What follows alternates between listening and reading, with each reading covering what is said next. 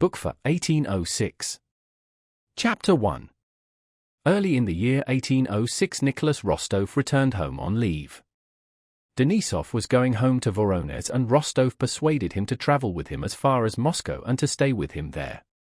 Meeting a comrade at the last post station but one before Moscow, Denisov had drunk 3 bottles of wine with him and, despite the jolting ruts across the snow-covered road, did not once wake up on the way to Moscow, but lay at the bottom of the sleigh beside Rostov, who grew more and more impatient the nearer they got to Moscow. How much longer? How much longer? Oh, these insufferable streets, shops, bakers' signboards, street lamps, and sleighs, thought Rostov, when their leave permits had been passed at the town gate and they had entered Moscow. Denisov! We are here! He's asleep, he added, leaning forward with his whole body as if in that position he hoped to hasten the speed of the sleigh. Denisov gave no answer. There's the corner at the crossroads, where the cabman, Zaka, has his stand, and there's Zaka himself and still the same horse. And here's the little shop where we used to buy gingerbread. Can't you hurry up? Now then. Which house is it? Asked the driver. Why, that one, right at the end, the big one. Don't you see? That's our house, said Rostov. Of course, it's our house. Denisov, Denisov. We're almost there. Denisov raised his head, coughed, and made no answer. Dmitri, said Rostov to his valet on the box, those lights are in our house, aren't they? Yes, sir, and there's a light in your father's study. Then they've not gone to bed yet? What do you think? Mind now, don't forget to put out my new coat, added Rostov, fingering his new mustache. Now then, get on, he shouted to the driver. Do wake up, Vaska, he went on, turning to Denisov, whose head was again nodding. Come, get on. You shall have 3 rubles for vodka, get on. Rostov shouted, when the sleigh was only 3 houses from his door. It seemed to him the horses were not moving at all. At last the sleigh bore to the right, drew up at an entrance, and Rostov saw overhead the old familiar cornice with a bit of plaster broken off, the porch, and the post by the side of the pavement. He sprang out before the sleigh stopped, and ran into the hall. The house stood cold and silent, as if quite regardless of who had come to it. There was no one in the hall. Oh God! Is everyone all right? He thought, stopping for a moment with a sinking heart, and then immediately starting to run along the hall and up the warped steps of the familiar staircase. The well-known old door handle, which always angered the Countess when it was not properly cleaned, turned as loosely as ever. A solitary tallow candle burned in the anteroom. Old Michael was asleep on the chest. Prokofy, the footman, who was so strong that he could lift the back of the carriage from behind, sat plaiting slippers out of cloth selvages. He looked up at the opening door and his expression of sleepy indifference suddenly changed to one of delighted amazement. Gracious heavens! The young count, he cried, recognizing his young master. Can it be? My treasure, and Prokofy, trembling with excitement, rushed toward the drawing-room door, probably in order to announce him, but, changing his mind, came back and stooped to kiss the young man's shoulder. All well? Asked Rostov, drawing away his arm. Yes, God be thanked. Yes. They've just finished supper. Let me have a look at you, Your Excellency. Is everything quite all right? The Lord be thanked, yes. Rostov, who had completely forgotten Denisov, not wishing anyone to forestall him, threw off his fur coat and ran on tiptoe through the large dark ballroom. All was the same. There were the same old card tables and the same chandelier with a cover over it, but someone had already seen the young master, and, before he had reached the drawing-room, something flew out from a side door like a tornado and began hugging and kissing him. Another and yet another creature of the same kind sprang from a second door and a third, more hugging, more kissing, more outcries, and tears of joy. He could not distinguish which was Papa, which Natasha, and which Petya. Everyone shouted, talked, and kissed him at the same time. Only his mother was not there, he noticed that. And I did not know. Nicholas? My darling. Here he is, our own. Kolyar, *, dear fellow. How he has changed. Where are the candles? Tea. Asterisk Nicholas.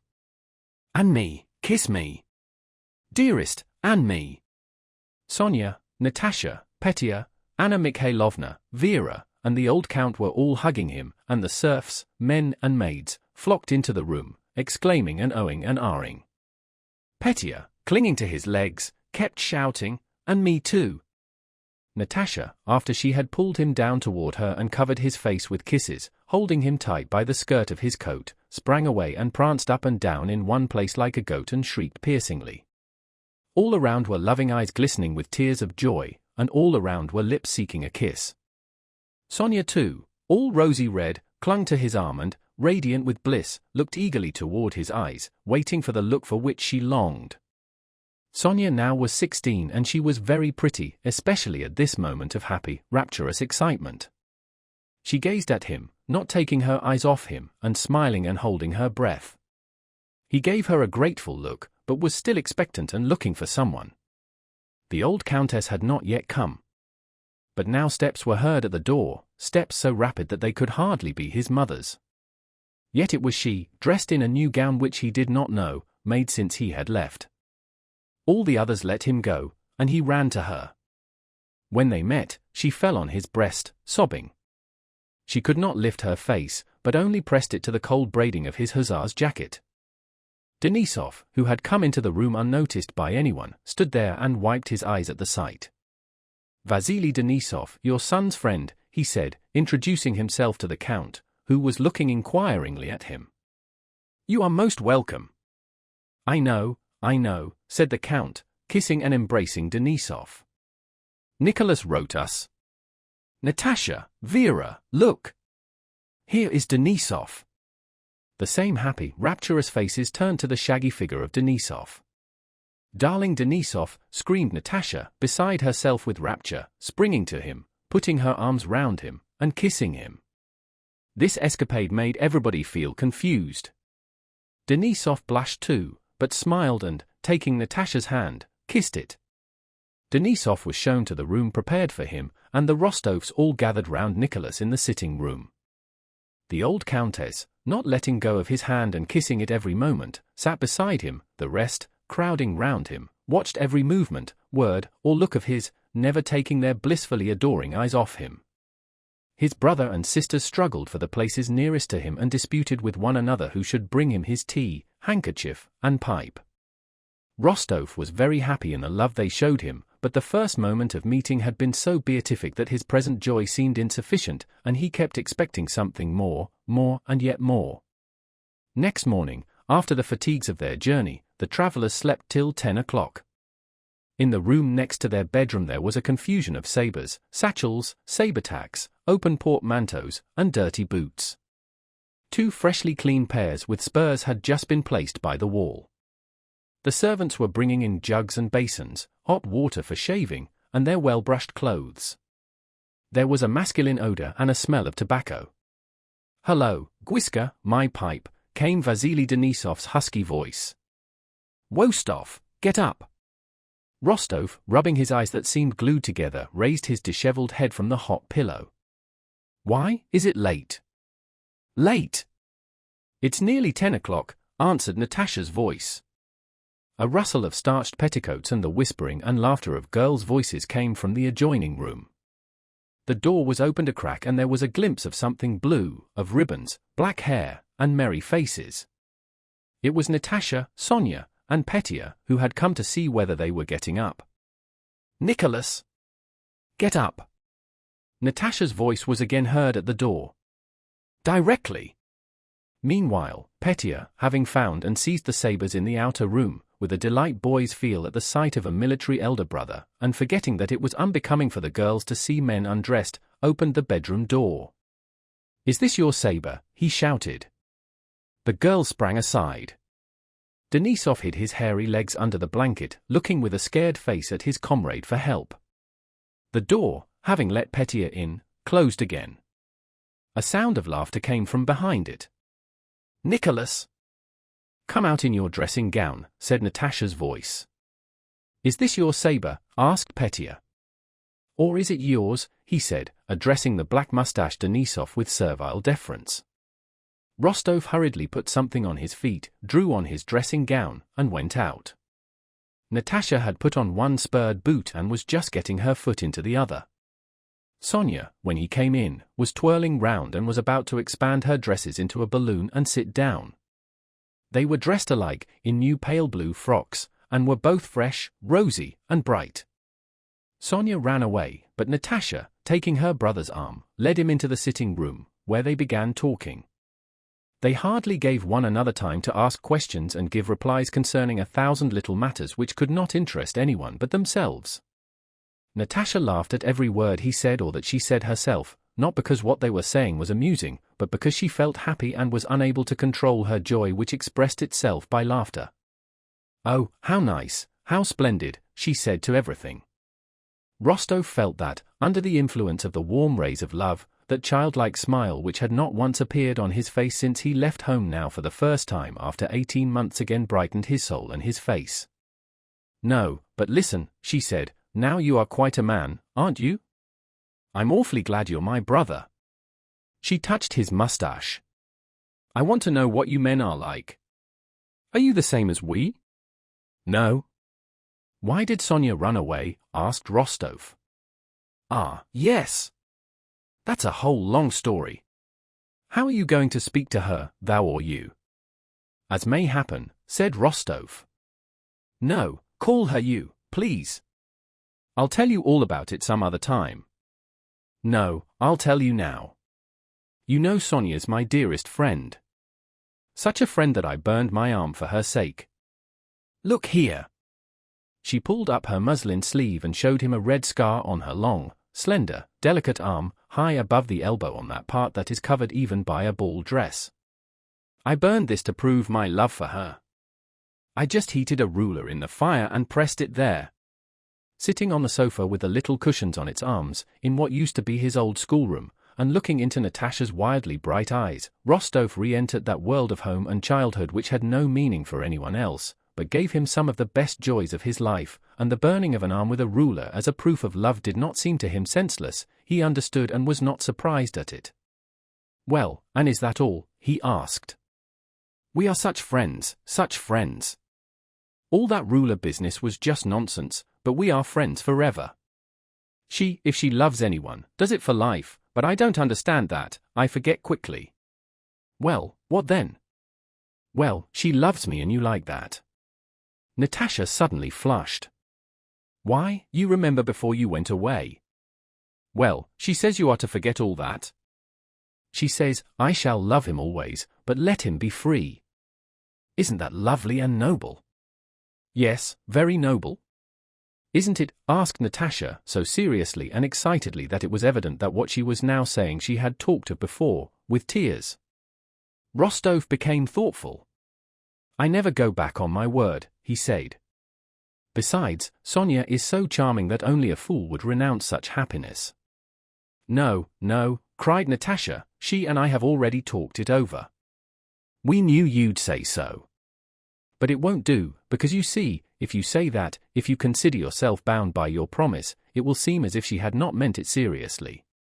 It makes it as if you were marrying her because you must, and that wouldn't do at all." Rostov saw that it had been well considered by them. Sonia had already struck him by her beauty on the preceding day. Today, when he had caught a glimpse of her, she seemed still more lovely. She was a charming girl of 16, evidently passionately in love with him. He did not doubt that for an instant. Why should he not love her now, and even marry her, Rostov thought, but just now there were so many other pleasures and interests before him. Yes, they have taken a wise decision, he thought, I must remain free. "Well then, that's excellent," said he. "We'll talk it over later on." "Oh, how glad I am to have you." "Well, and are you still true to Boris?" he continued. "Oh, what nonsense," cried Natasha, laughing. "I don't think about him or anyone else, and I don't want anything of the kind." "Dear me. Then what are you up to now?" "Now," repeated Natasha, and a happy smile lit up her face. "Have you seen Duport?" "No." "Not seen Duport, the famous dancer?" Well then, you won't understand. That's what I'm up to. Curving her arms, Natasha held out her skirts as dancers do, ran back a few steps, turned, cut a caper, brought her little feet sharply together, and made some steps on the very tips of her toes. See, I'm standing. See, she said, but could not maintain herself on her toes any longer. So that's what I'm up to. I'll never marry anyone, but will be a dancer. Only don't tell anyone. Rostov laughed so loud and merrily that Denisov, in his bedroom, felt envious, and Natasha could not help joining in. No, but don't you think it's nice, she kept repeating. Nice. And so you no longer wish to marry Boris? Natasha flared up. I don't want to marry anyone. And I'll tell him so when I see him. Dear me, said Rostov. But that's all rubbish, Natasha chattered on. And is Denisov nice? She asked. Yes, indeed. Oh, well then, goodbye, go and dress. Is he very terrible, Denisov? Why terrible? Asked Nicholas. No, Vaska is a splendid fellow. You call him Vaska? That's funny. And is he very nice? Very. Well then, be quick. We'll all have breakfast together. And Natasha rose and went out of the room on tiptoe, like a ballet dancer, but smiling as only happy girls of 15 can smile. When Rostov met Sonia in the drawing room, he reddened. He did not know how to behave with her. The evening before, in the first happy moment of meeting, they had kissed each other, but today they felt it could not be done. He felt that everybody, including his mother and sisters, was looking inquiringly at him and watching to see how he would behave with her. He kissed her hand and addressed her not as thou but as you or Sonia. But their eyes met and said thou, and exchanged tender kisses. Her looks asked him to forgive her for having dared, by Natasha's intermediacy, to remind him of his promise, and then thanked him for his love. His looks thanked her for offering him his freedom and told her that one way or another he would never cease to love her, for that would be impossible.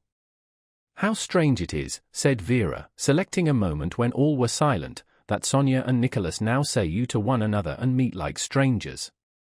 Vera's remark was correct, as her remarks always were, but, like most of her observations, it made everyone feel uncomfortable, not only Sonia, Nicholas, and Natasha, but even the old countess, who, dreading this love affair which might hinder Nicholas from making a brilliant match, blushed like a girl. Denisov, to Rostov's surprise, appeared in the drawing-room with pomaded hair, perfumed, and in a new uniform, looking just as smart as he made himself when going into battle, and he was more amiable to the ladies and gentlemen than Rostov had ever expected to see him. Chapter 2. On his return to Moscow from the army, Nicholas Rostov was welcomed by his home circle as the best of sons, a hero, and their darling Nikolenka, by his relations as a charming, attractive, and polite young man, by his acquaintances as a handsome lieutenant of hussars, a good dancer, and one of the best matches in the city. The Rostovs knew everybody in Moscow. The old count had money enough that year, as all his estates had been remortgaged, and so Nicholas, acquiring a trotter of his own, very stylish riding breeches of the latest cut, such as no one else yet had in Moscow, and boots of the latest fashion, with extremely pointed toes and small silver spurs, passed his time very gaily. After a short period of adapting himself to the old conditions of life, Nicholas found it very pleasant to be at home again. He felt that he had grown up and matured very much. His despair at failing in a scripture examination, his borrowing money from Gavril to pay a sleigh driver, his kissing Sonia on the sly, he now recalled all this as childishness he had left immeasurably behind. Now he was a lieutenant of hussars, in a jacket laced with silver, and wearing the Cross of St. George, awarded to soldiers for bravery in action, and in the company of well-known, elderly, and respected racing men was training a trotter of his own for a race. He knew a lady on one of the boulevards whom he visited of an evening.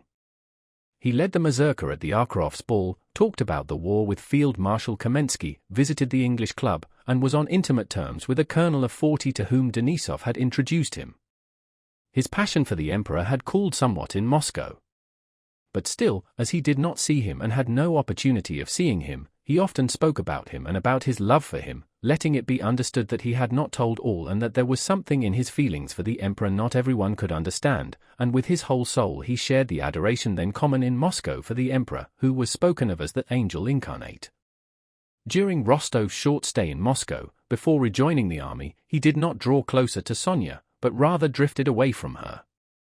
She was very pretty and sweet, and evidently deeply in love with him, but he was at the period of youth when there seems so much to do that there is no time for that sort of thing, and a young man fears to bind himself and prizes his freedom which he needs for so many other things. When he thought of Sonia, during this stay in Moscow, he said to himself, there will be, and there are, many more such girls somewhere whom I do not yet know. There will be time enough to think about love when I want to, but now I have no time. Besides, it seemed to him that the society of women was rather derogatory to his manhood. He went to balls and into ladies' society with an affectation of doing so against his will. The races, the English club, sprees with Denisov, and visits to a certain house, that was another matter and quite the thing for a dashing young hussar. At the beginning of March, old Count Ilya Rostov was very busy arranging a dinner in honor of Prince Bagration at the English club. The Count walked up and down the hall in his dressing gown, giving orders to the club steward and to the famous fiartist, the club's head cook, about asparagus, fresh cucumbers, strawberries, veal, and fish for this dinner. The Count had been a member and on the committee of the club from the day it was founded. To him the club entrusted the arrangement of the festival in honor of Bagration, for few men knew so well how to arrange a feast on an open-handed, hospitable scale, and still fewer men would be so well able and willing to make up out of their own resources what might be needed for the success of the fete. The club cook and the steward listened to the Count's orders with pleased faces, for they knew that under no other management could they so easily extract a good profit for themselves from a dinner costing several thousand roubles. "Well then, mind and have cockscomb in the turtle soup, you know." "Shall we have 3 cold dishes then?" asked the cook. The Count considered. "We can't have less, yes, 3. "The mayonnaise, that's 1, said he, bending down a finger. "Then am I to order those large sterlets?" asked the steward. "Yes, it can't be helped if they won't take less." "Ah, dear me! I was forgetting. We must have another entree." "Ah, goodness gracious," he clutched at his head. "Who is going to get me the flowers?" "Dmitri." Dmitri! "Gallop off to our Moscow estate," he said to the factotum who appeared at his call. "Hurry off and tell Maxim, the gardener, to set the serfs to work. Say that everything out of the hothouses must be brought here well wrapped up in felt. I must have 200 pots here on Friday." Having given several more orders, he was about to go to his little countess to have a rest, but remembering something else of importance, he returned again, called back the cook and the club steward, and again began giving orders.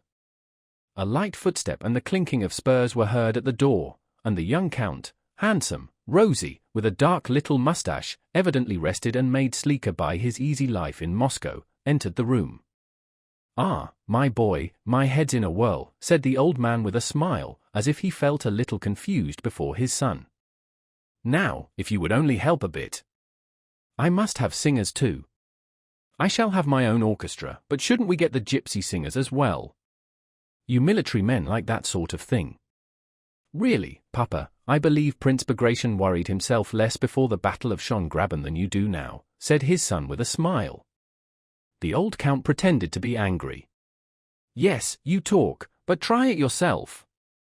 And the Count turned to the cook, who, with a shrewd and respectful expression, looked observantly and sympathetically at the father and son. "What have the young people come to nowadays, fiartist?" said he.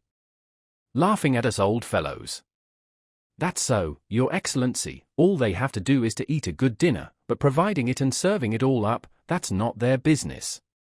That's it, exclaimed the Count, and gaily seizing his son by both hands, he cried, "Now I've got you, so take the sleigh and pair at once, and go to Bezukhov's, and tell him Count Ilya has sent you to ask for strawberries and fresh pineapples. We can't get them from anyone else. He's not there himself, so you'll have to go in and ask the princesses, and from there go on to the Razgulier, the coachman Ipatka knows, and look up the gypsy Ilyushka, the one who danced at Count Orloff's, you remember, in a white Cossack coat, and bring him along to me. And am I to bring the gypsy girls along with him? Asked Nicholas, laughing. Dear. At that moment, with noiseless footsteps and with the businesslike, preoccupied, yet meekly Christian look which never left her face, Anna Mikhailovna entered the hall. Though she came upon the Count in his dressing gown every day, he invariably became confused and begged her to excuse his costume. No matter at all, my dear Count, she said, meekly closing her eyes. But I'll go to Bezukhov's myself. Pierre has arrived, and now we shall get anything we want from his hothouses. I have to see him in any case. He has forwarded me a letter from Boris. Thank God, Boris is now on the staff. The Count was delighted at Anna Mikhailovna's taking upon herself one of his commissions and ordered the small closed carriage for her. Tell Bezukhov to come. I'll put his name down. Is his wife with him? He asked. Anna Mikhailovna turned up her eyes, and profound sadness was depicted on her face. Ah, my dear friend, he is very unfortunate, she said. If what we hear is true, it is dreadful. How little we dreamed of such a thing when we were rejoicing at his happiness. And such a lofty angelic soul as young Bezukhov. Yes, I pity him from my heart, and shall try to give him what consolation I can. What is the matter? Asked both the young and old Rostov. Anna Mikhailovna sighed deeply. Dolokhov, Mary Ivanovna's son, she said in a mysterious whisper, has compromised her completely, they say. Pierre took him up, invited him to his house in Petersburg, and now, she has come here and that daredevil after her, said Anna Mikhailovna, wishing to show her sympathy for Pierre, but by involuntary intonations and a half-smile betraying her sympathy for the daredevil, as she called Dolokhov. They say Pierre is quite broken by his misfortune. Dear. But still tell him to come to the club, it will all blow over. It will be a tremendous banquet. Next day, the 3rd of March, soon after 1 o'clock, 250 members of the English club and 50 guests were awaiting the guest of honor and hero of the Austrian campaign, Prince Bagration, to dinner. On the first arrival of the news of the Battle of Austerlitz, Moscow had been bewildered. At that time, the Russians were so used to victories that on receiving news of the defeat some would simply not believe it, while others sought some extraordinary explanation of so strange an event.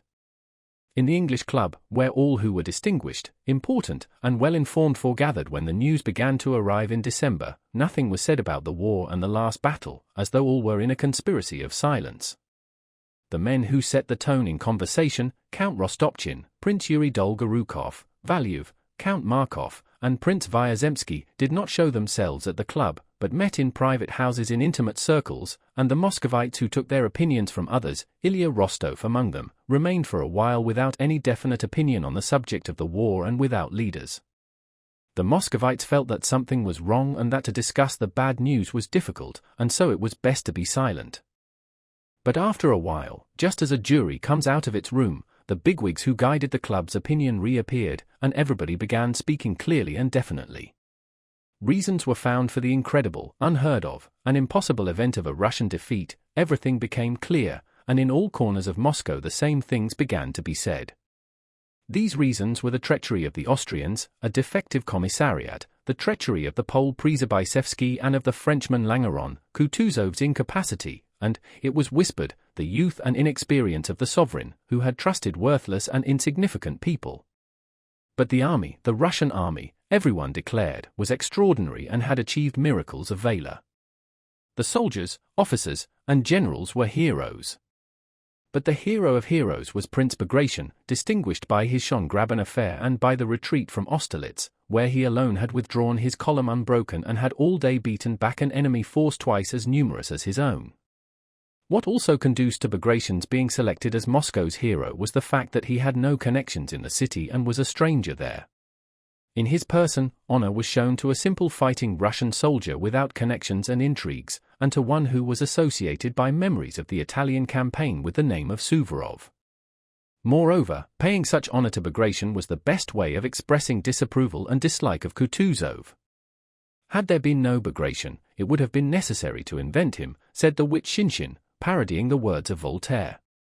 Kutuzov no one spoke of, except some who abused him in whispers, calling him a court weathercock and an old satyr. All Moscow repeated Prince Dolgorukov's saying, "If you go on modeling and modeling you must get smeared with clay," suggesting consolation for our defeat by the memory of former victories, and the words of Rostopchin, that French soldiers have to be incited to battle by highfalutin words, and Germans by logical arguments to show them that it is more dangerous to run away than to advance, but that Russian soldiers only need to be restrained and held back.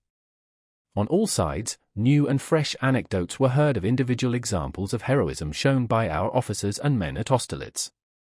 One had saved a standard, another had killed 5 Frenchmen, a third had loaded 5 cannons single-handed. Berg was mentioned, by those who did not know him, as having, when wounded in the right hand, taken his sword in the left, and gone forward. Of Bolkonsky nothing was said, and only those who knew him intimately regretted that he had died so young, leaving a pregnant wife with his eccentric father. Chapter 3. On that 3rd of March, all the rooms in the English club were filled with a hum of conversation, like the hum of bees swarming in springtime. The members and guests of the club wandered hither and thither, sat, stood, met, and separated, some in uniform and some in evening dress, and a few here and there with powdered hair and in Russian kaftans. Powdered footmen, in livery with buckled shoes and smart stockings, stood at every door anxiously noting visitors' every movement in order to offer their services. Most of those present were elderly, respected men with broad, self-confident faces, fat fingers, and resolute gestures and voices. This class of guests and members sat in certain habitual places and met in certain habitual groups. A minority of those present were casual guests, chiefly young men, among whom were Denisov, Rostov, and Dolokhov, who was now again an officer in the Semyonov regiment. The faces of these young people, especially those who were military men, bore that expression of condescending respect for their elders which seems to say to the older generation, "We are prepared to respect and honor you, but all the same remember that the future belongs to us." Nesvitsky was there as an old member of the club. Pierre, who at his wife's command had let his hair grow and abandoned his spectacles, went about the rooms fashionably dressed but looking sad and dull. Here, as elsewhere, he was surrounded by an atmosphere of subservience to his wealth, and being in the habit of lording it over these people, he treated them with absent-minded contempt. By his age he should have belonged to the younger men, but by his wealth and connections he belonged to the groups of old and honored guests, and so he went from one group to another. Some of the most important old men were the center of groups which even strangers approached respectfully to hear the voices of well-known men.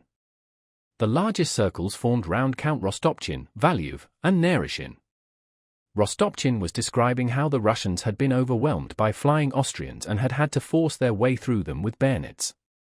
Valuev was confidentially telling that Uvrov had been sent from Petersburg to ascertain what Moscow was thinking about Austerlitz. In the third circle, Narishin was speaking of the meeting of the Austrian Council of War at which Suvorov crowed like a cock in reply to the nonsense talked by the Austrian generals. Shinshin, standing close by, tried to make a joke, saying that Kutuzov had evidently failed to learn from Suvorov even so simple a thing as the art of crowing like a cock, but the elder members glanced severely at the wit, making him feel that in that place and on that day, it was improper to speak so of Kutuzov. Count Ilya Rostov, hurried and preoccupied, went about in his soft boots between the dining and drawing rooms, hastily greeting the important and unimportant, all of whom he knew, as if they were all equals, while his eyes occasionally sought out his fine well-set-up young son, resting on him and winking joyfully at him. Young Rostov stood at a window with Dolokhov, whose acquaintance he had lately made and highly valued. The old count came up to them and pressed Dolokhov's hand. "Please come and visit us, you know my brave boy, been together out there, both playing the hero." "Ah, Vasily Ignatovich. How do ye do, old fellow," he said, turning to an old man who was passing, but before he had finished his greeting there was a general stir, and a footman who had run in announced, with a frightened face, his arrived. Bells rang, the stewards rushed forward, and, like rye shaken together in a shovel, the guests who had been scattered about in different rooms came together and crowded in the large drawing-room by the door of the ballroom. Bagration appeared in the doorway of the anteroom without hat or sword, which, in accord with the club custom, he had given up to the hall porter. He had no lambskin cap on his head, nor had he a loaded whip over his shoulder, as when Rostov had seen him on the eve of the Battle of Austerlitz, but wore a tight new uniform with Russian and foreign orders, and the star of St. George on his left breast. Evidently just before coming to the dinner he had had his hair and whiskers trimmed, which changed his appearance for the worse. There was something naively festive in his air, which, in conjunction with his firm and virile features, gave him a rather comical expression. Bekleshev and Theodore Uvarov, who had arrived with him, paused at the doorway to allow him, as the guest of honor, to enter first. Bagration was embarrassed, not wishing to avail himself of their courtesy, and this caused some delay at the doors, but after all he did at last enter first. He walked shyly and awkwardly over the parquet floor of the reception room, not knowing what to do with his hands. He was more accustomed to walk over a plowed field under fire, as he had done at the head of the Kursk regiment at Schongraben, and he would have found that easier. The committeemen met him at the first door and, expressing their delight at seeing such a highly honored guest, took possession of him as it were, without waiting for his reply, surrounded him, and led him to the drawing-room. It was at first impossible to enter the drawing-room door for the crowd of members and guests jostling one another and trying to get a good look at Bagration over each other's shoulders, as if he were some rare animal. Count Ilya Rostov, laughing and repeating the words, "Make way, dear boy. Make way, pushed through the crowd more energetically than anyone, led the guests into the drawing-room, and seated them on the center sofa. The bigwigs, the most respected members of the club, beset the new arrivals.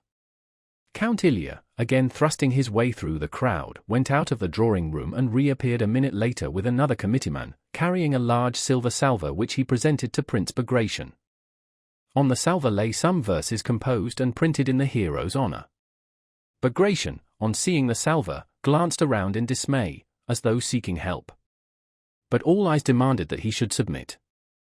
Feeling himself in their power, he resolutely took the salver with both hands and looked sternly and reproachfully at the count who had presented it to him.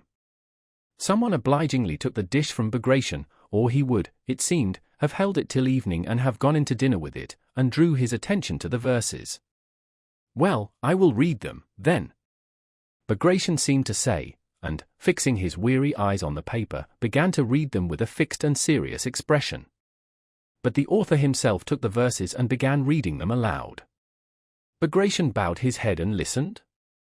"Bring glory then to Alexander's reign, and on the throne our Titus shield. A dreaded foe be thou, kind-hearted as a man. A Ripheus at home, a Caesar in the field. E'en fortunate Napoleon knows by experience, now, Bagration, and dare not Herculean Russians trouble."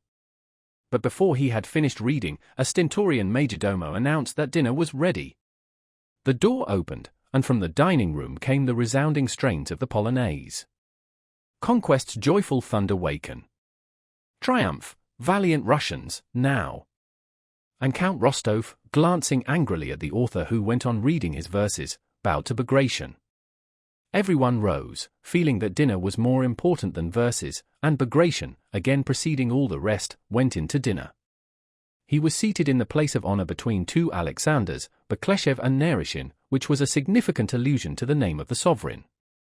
300 persons took their seats in the dining room, according to their rank and importance, the more important nearer to the honored guest, as naturally as water flows deepest where the land lies lowest. Just before dinner, Count Ilya Rostov presented his son to Bagration, who recognized him and said a few words to him, disjointed and awkward, as were all the words he spoke that day, and Count Ilya looked joyfully and proudly around while Bagration spoke to his son. Nicholas Rostov, with Denisov and his new acquaintance, Dolokhov, sat almost at the middle of the table. Facing them sat Pierre, beside Prince Nesvitsky. Count Ilya Rostov with the other members of the committee sat facing Bagration and, as the very personification of Moscow hospitality, did the honors to the prince. His efforts had not been in vain. The dinner, both the Lenten and the other fare, was splendid, yet he could not feel quite at ease till the end of the meal. He winked at the butler, whispered directions to the footman, and awaited each expected dish with some anxiety. Everything was excellent. With the second course, a gigantic sterlet, at sight of which Ilya Rostov blushed with self-conscious pleasure, the footman began popping corks and filling the champagne glasses. After the fish, which made a certain sensation, the count exchanged glances with the other committeeman. "There will be many toasts, it's time to begin," he whispered, and taking up his glass, he rose. All were silent, waiting for what he would say. "To the health of our sovereign, the emperor," he cried, and at the same moment his kindly eyes grew moist with tears of joy and enthusiasm. The band immediately struck up Conquest's joyful thunder waken, all rose and cried hurrah. Bagration also rose and shouted hurrah, in exactly the same voice in which he had shouted it on the field at Schongraben. Young Rostov's ecstatic voice could be heard above the 300 others. He nearly wept. "To the health of our sovereign, the emperor," he roared, hurrah, and emptying his glass at one gulp he dashed it to the floor. Many followed his example, and the loud shouting continued for a long time. When the voices subsided, the footman cleared away the broken glass and everybody sat down again, smiling at the noise they had made and exchanging remarks. The old count rose once more, glanced at a note lying beside his plate, and proposed a toast, "To the health of the hero of our last campaign, Prince Peter Ivanovich Bagration," and again his blue eyes grew moist. "Hurrah!" cried the 300 voices again, but instead of the band a choir began singing a cantata composed by Paul Ivanovich Kutuzov. Russians. Are all barriers on? Courage Conquest guarantees. Have we not Bagration? He brings foemen to their knees, etc. As soon as the singing was over, another and another toast was proposed and Count Ilya Rostov became more and more moved, more glass was smashed, and the shouting grew louder. They drank to Bekleshev, Narishin, Uvarov, Dolgorukov, Apraxin, Valuev, to the committee, to all the club members and to all the club guests, and finally to Count Ilya Rostov separately, as the organizer of the banquet. At that toast, the Count took out his handkerchief and, covering his face, wept outright. Chapter 4. Pierre sat opposite Dolokhov and Nicholas Rostov. As usual, he ate and drank much, and eagerly. But those who knew him intimately noticed that some great change had come over him that day. He was silent all through dinner and looked about, blinking and scowling, or, with fixed eyes and a look of complete absent-mindedness, kept rubbing the bridge of his nose. His face was depressed and gloomy. He seemed to see and hear nothing of what was going on around him and to be absorbed by some depressing and unsolved problem. The unsolved problem that tormented him was caused by hints given by the princess, his cousin, at Moscow, concerning Dolokhov's intimacy with his wife, and by an anonymous letter he had received that morning, which in the mean jocular way common to anonymous letters said that he saw badly through his spectacles, but that his wife's connection with Dolokhov was a secret to no one but himself. Pierre absolutely disbelieved both the princess's hints and the letter, but he feared now to look at Dolokhov, who was sitting opposite him. Every time he chanced to meet Dolokhov's handsome insolent eyes, Pierre felt something terrible and monstrous rising in his soul and turned quickly away. Involuntarily recalling his wife's past and her relations with Dolokhov, Pierre saw clearly that what was said in the letter might be true, or might at least seem to be true had it not referred to his wife. He involuntarily remembered how Dolokhov, who had fully recovered his former position after the campaign, had returned to Petersburg and come to him. Availing himself of his friendly relations with Pierre as a boon companion, Dolokhov had come straight to his house, and Pierre had put him up and lent him money. Pierre recalled how Helene had smilingly expressed disapproval of Dolokhov's living at their house, and how cynically Dolokhov had praised his wife's beauty to him and from that time till they came to Moscow had not left them for a day. Yes, he is very handsome, thought Pierre, and I know him. It would be particularly pleasant to him to dishonor my name and ridicule me, just because I have exerted myself on his behalf, befriended him, and helped him. I know and understand what a spice that would add to the pleasure of deceiving me, if it really were true. Yes, if it were true, but I do not believe it. I have no right to, and can't, believe it. He remembered the expression Dolokhov's face assumed in his moments of cruelty, as when tying the policeman to the bear and dropping them into the water, or when he challenged a man to a duel without any reason, or shot a postboy's horse with a pistol. That expression was often on Dolokhov's face when looking at him. Yes, he is a bully, thought Pierre. To kill a man means nothing to him. It must seem to him that everyone is afraid of him, and that must please him. He must think that I, too, am afraid of him, and in fact I am afraid of him, he thought, and again he felt something terrible and monstrous rising in his soul. Dolokhov, Denisov, and Rostov were now sitting opposite Pierre and seemed very gay.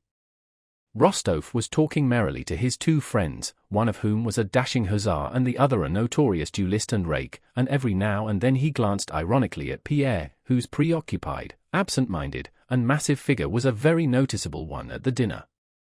Rostov looked inimically at Pierre, first because Pierre appeared to his hussar eyes as a rich civilian, the husband of a beauty, and in a word, an old woman, and secondly because Pierre in his preoccupation and absent-mindedness had not recognized Rostov and had not responded to his greeting.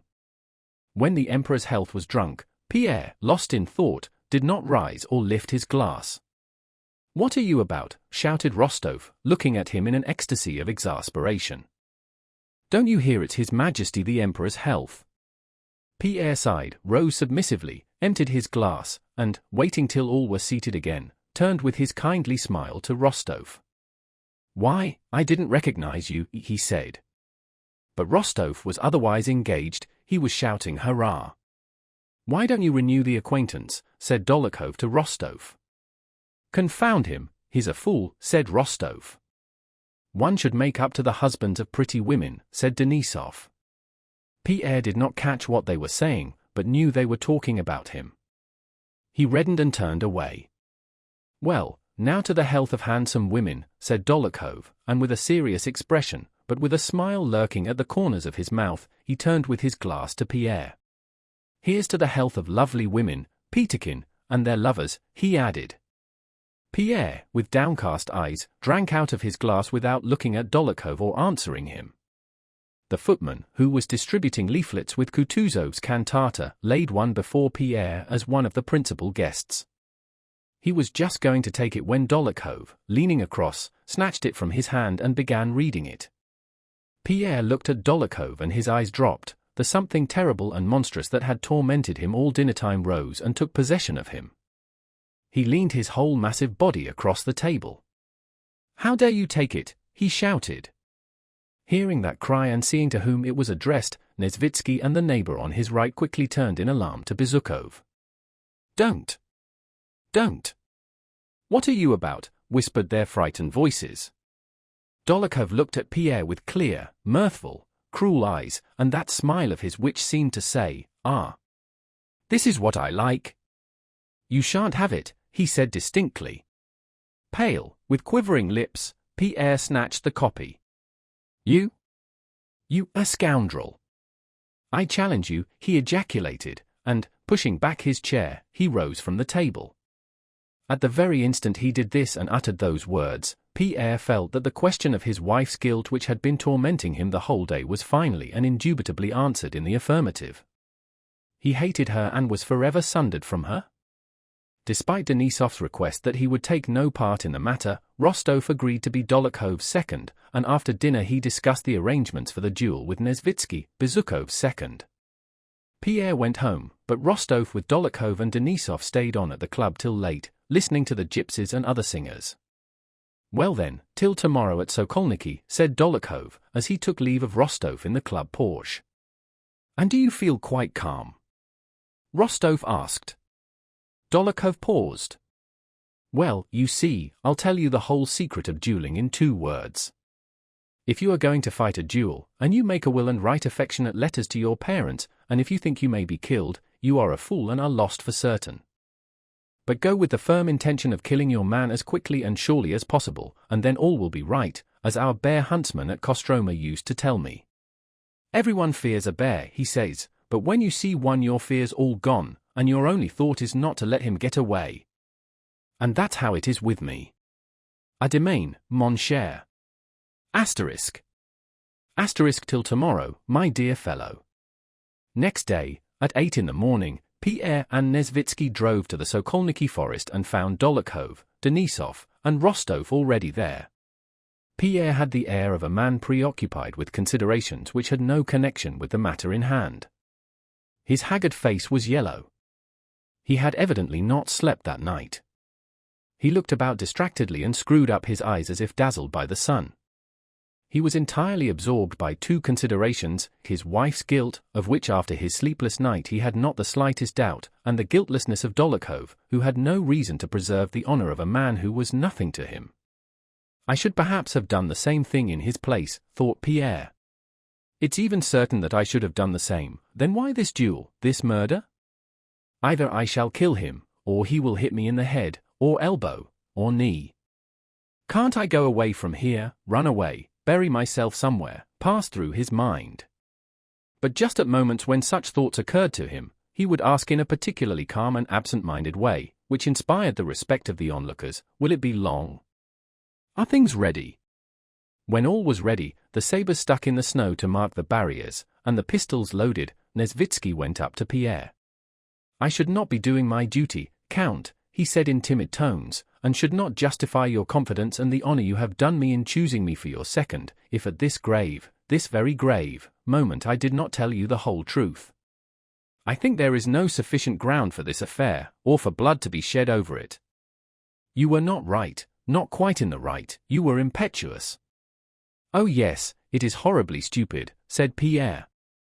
Then allow me to express your regrets, and I am sure your opponent will accept them, said Nesvitsky, who like the others concerned in the affair, and like everyone in similar cases, did not yet believe that the affair had come to an actual duel. You know, Count, it is much more honorable to admit one's mistake than to let matters become irreparable. There was no insult on either side. Allow me to convey. No. What is there to talk about, said Pierre. It's all the same. Is everything ready, he added. Only tell me where to go and where to shoot, he said with an unnaturally gentle smile. He took the pistol in his hand and began asking about the working of the trigger, as he had not before held a pistol in his hand, a fact that he did not wish to confess. Oh yes, like that, I know, I only forgot, said he. No apologies, none whatever, said Dolokhov to Denisov, who on his side had been attempting a reconciliation, and he also went up to the appointed place. The spot chosen for the duel was some 80 paces from the road, where the sleighs had been left, in a small clearing in the pine forest covered with melting snow, the frost having begun to break up during the last few days. The antagonists stood 40 paces apart at the farther edge of the clearing. The seconds, measuring the paces, left tracks in the deep wet snow between the place where they had been standing and Nesvitsky's and Dolokhov's sabres, which were stuck into the ground 10 paces apart to mark the barrier. It was thawing and misty, at 40 paces distance nothing could be seen. For 3 minutes all had been ready, but they still delayed and all were silent. Chapter 5. Well, begin, said Dolokhov. All right, said Pierre, still smiling in the same way. A feeling of dread was in the air. It was evident that the affair so lightly begun could no longer be averted but was taking its course independently of men's will. Denisov first went to the barrier and announced, as the adversaries have refused a reconciliation, please proceed. Take your pistols, and at the word "three" begin to advance. O-N-E. T-wo. "Three," he shouted angrily and stepped aside. The combatants advanced along the trodden tracks, nearer and nearer to one another, beginning to see one another through the mist. They had the right to fire when they liked as they approached the barrier. Dolokhov walked slowly without raising his pistol, looking intently with his bright, sparkling blue eyes into his antagonist's face. His mouth wore its usual semblance of a smile. So I can fire when I like, said Pierre, and at the word "three," he went quickly forward, missing the trodden path and stepping into the deep snow. He held the pistol in his right hand at arm's length, apparently afraid of shooting himself with it. His left hand he held carefully back, because he wished to support his right hand with it and knew he must not do so. Having advanced 6 paces and strayed off the track into the snow, Pierre looked down at his feet, then quickly glanced at Dolokhov and, bending his finger as he had been shown, fired. Not at all expecting so loud a report, Pierre shuddered at the sound and then, smiling at his own sensations, stood still. The smoke, rendered denser by the mist, prevented him from seeing anything for an instant, but there was no second report as he had expected. He only heard Dolokhov's hurried steps, and his figure came in view through the smoke. He was pressing one hand to his left side, while the other clutched his drooping pistol. His face was pale. Rostov ran toward him and said something. Now oh, muttered Dolokhov through his teeth, no, it's not over.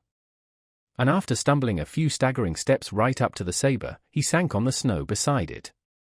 His left hand was bloody, he wiped it on his coat and supported himself with it. His frowning face was pallid and quivered. "Please," began Dólokhov, but could not at first pronounce the word. "Please," he uttered with an effort. Pierre, hardly restraining his sobs, began running toward Dólokhov and was about to cross the space between the barriers, when Dólokhov cried, "To your barrier," and Pierre, grasping what was meant, stopped by his saber. Only 10 paces divided them. Dólokhov lowered his head to the snow, greedily bit at it, again raised his head, adjusted himself, drew in his legs and sat up, seeking a firm center of gravity. He sucked and swallowed the cold snow, his lips quivered but his eyes, still smiling, glittered with effort and exasperation as he mustered his remaining strength. He raised his pistol and aimed. Sideways. "Cover yourself with your pistol," ejaculated Nesvitsky. "Cover yourself," even Denisov cried to his adversary. Pierre, with a gentle smile of pity and remorse, his arms and legs helplessly spread out, stood with his broad chest directly facing Dólokhov and looked sorrowfully at him. Denisov, Rostov, and Nesvitsky closed their eyes. At the same instant they heard a report and Dolokhov's angry cry. "Missed," shouted Dólokhov, and he lay helplessly, face downwards on the snow. Pierre clutched his temples, and turning round went into the forest, trampling through the deep snow, and muttering incoherent words. "Folly, folly! Death, lies," he repeated, puckering his face. Nesvitsky stopped him and took him home. Rostov and Denisov drove away with the wounded Dólokhov. The latter lay silent in the sleigh with closed eyes and did not answer a word to the questions addressed to him. But on entering Moscow he suddenly came to and, lifting his head with an effort, took Rostov, who was sitting beside him, by the hand. Rostov was struck by the totally altered and unexpectedly rapturous and tender expression on Dolokhov's face. "Well? How do you feel?" he asked. "Bad. But it's not that, my friend," said Dólokhov with a gasping voice. "Where are we?" "In Moscow, I know. I don't matter, but I have killed her, killed. She won't get over it. She won't survive." "Who?" asked Rostov. "My mother. My mother, my angel, my adored angel mother," and Dólokhov pressed Rostov's hand and burst into tears. When he had become a little quieter, he explained to Rostov that he was living with his mother, who, if she saw him dying, would not survive it. He implored Rostov to go on and prepare her. Rostov went on ahead to do what was asked, and to his great surprise learned that Dólokhov the brawler, Dólokhov the bully, lived in Moscow with an old mother and a hunchback sister, and was the most affectionate of sons and brothers. Chapter 6. Pierre had of late rarely seen his wife alone. Both in Petersburg and in Moscow their house was always full of visitors. The night after the duel he did not go to his bedroom but, as he often did, remained in his father's room, that huge room in which Count Bezúkhov had died. He lay down on the sofa meaning to fall asleep and forget all that had happened to him, but could not do so. Such a storm of feelings, thoughts, and memories suddenly arose within him that he could not fall asleep, nor even remain in one place, but had to jump up and pace the room with rapid steps. Now he seemed to see her in the early days of their marriage, with bare shoulders and a languid, passionate look on her face, and then immediately he saw beside her Dolokhov's handsome, insolent, hard, and mocking face as he had seen it at the banquet, and then that same face pale, quivering, and suffering, as it had been when he reeled and sank on the snow. "What has happened?" he asked himself. "I have killed her lover, yes, killed my wife's lover. Yes, that was it. And why? How did I come to do it?" "Because you married her," answered an inner voice. "But in what was I to blame?" he asked. "In marrying her without loving her, in deceiving yourself and her." And he vividly recalled that moment after supper at Prince Vasili's, when he spoke those words he had found so difficult to utter, "I love you." It all comes from that. Even then I felt it, he thought. I felt then that it was not so, that I had no right to do it. And so it turns out. He remembered his honeymoon and blushed at the recollection. Particularly vivid, humiliating, and shameful was the recollection of how one day soon after his marriage he came out of the bedroom into his study a little before noon in his silk dressing gown and found his head steward there, who, bowing respectfully, looked into his face and at his dressing gown and smiled slightly, as if expressing respectful understanding of his employer's happiness. But how often I have felt proud of her majestic beauty and social tact, thought he, been proud of my house, in which she received all Petersburg, proud of her unapproachability and beauty. So this is what I was proud of. I then thought that I did not understand her. How often when considering her character I have told myself that I was to blame for not understanding her, for not understanding that constant composure and complacency and lack of all interests or desires, and the whole secret lies in the terrible truth that she is a depraved woman. Now I have spoken that terrible word to myself, all has become clear. Anatole used to come to borrow money from her and used to kiss her naked shoulders. She did not give him the money, but let herself be kissed. Her father in jest tried to rouse her jealousy, and she replied with a calm smile that she was not so stupid as to be jealous. Let him do what he pleases, she used to say of me. One day I asked her if she felt any symptoms of pregnancy. She laughed contemptuously and said she was not a fool to want to have children, and that she was not going to have any children by me. Then he recalled the coarseness and bluntness of her thoughts and the vulgarity of the expressions that were natural to her, though she had been brought up in the most aristocratic circles. I'm not such a fool. Just you try it on. A les vous promener, she used to say. Often seeing the success she had with young and old men and women, Pierre could not understand why he did not love her. You clear out of this. Yes, I never loved her, said he to himself. I knew she was a depraved woman, he repeated, but dared not admit it to myself. And now there's Dólokhov sitting in the snow with a forced smile and perhaps dying, while meeting my remorse with some forced bravado. Pierre was one of those people who, in spite of an appearance of what is called weak character, do not seek a confidant in their troubles. He digested his sufferings alone. It is all her fault, he said to himself. But what of that? Why did I bind myself to her? Why did I say a je vous aime to her, which was a lie, and worse than a lie? I am guilty and must endure, what? A slur on my name? A misfortune for life? Oh, that's nonsense, he thought. The slur on my name and honor, that's all apart from myself. I love you. Louis XVI was executed because they said he was dishonorable and a criminal, came into Pierre's head, and from their point of view they were right, as were those two who canonized him and died a martyr's death for his sake. Then Robespierre was beheaded for being a despot. Who is right and who is wrong? No one. But if you are alive, live, tomorrow you'll die as I might have died an hour ago. And is it worth tormenting oneself, when one has only a moment of life in comparison with eternity? But at the moment when he imagined himself calmed by such reflections, she suddenly came into his mind as she was at the moments when he had most strongly expressed his insincere love for her, and he felt the blood rush to his heart and had again to get up and move about and break and tear whatever came to his hand. Why did I tell her that's je vous aime, he kept repeating to himself. And when he had said it for the 10th time, Molière's words, mais que diable a-t-il nous faire dans cette galère? Occurred to him, and he began to laugh at himself. But what the devil was he doing in that galley? In the night he called his valet and told him to pack up to go to Petersburg. He could not imagine how he could speak to her now.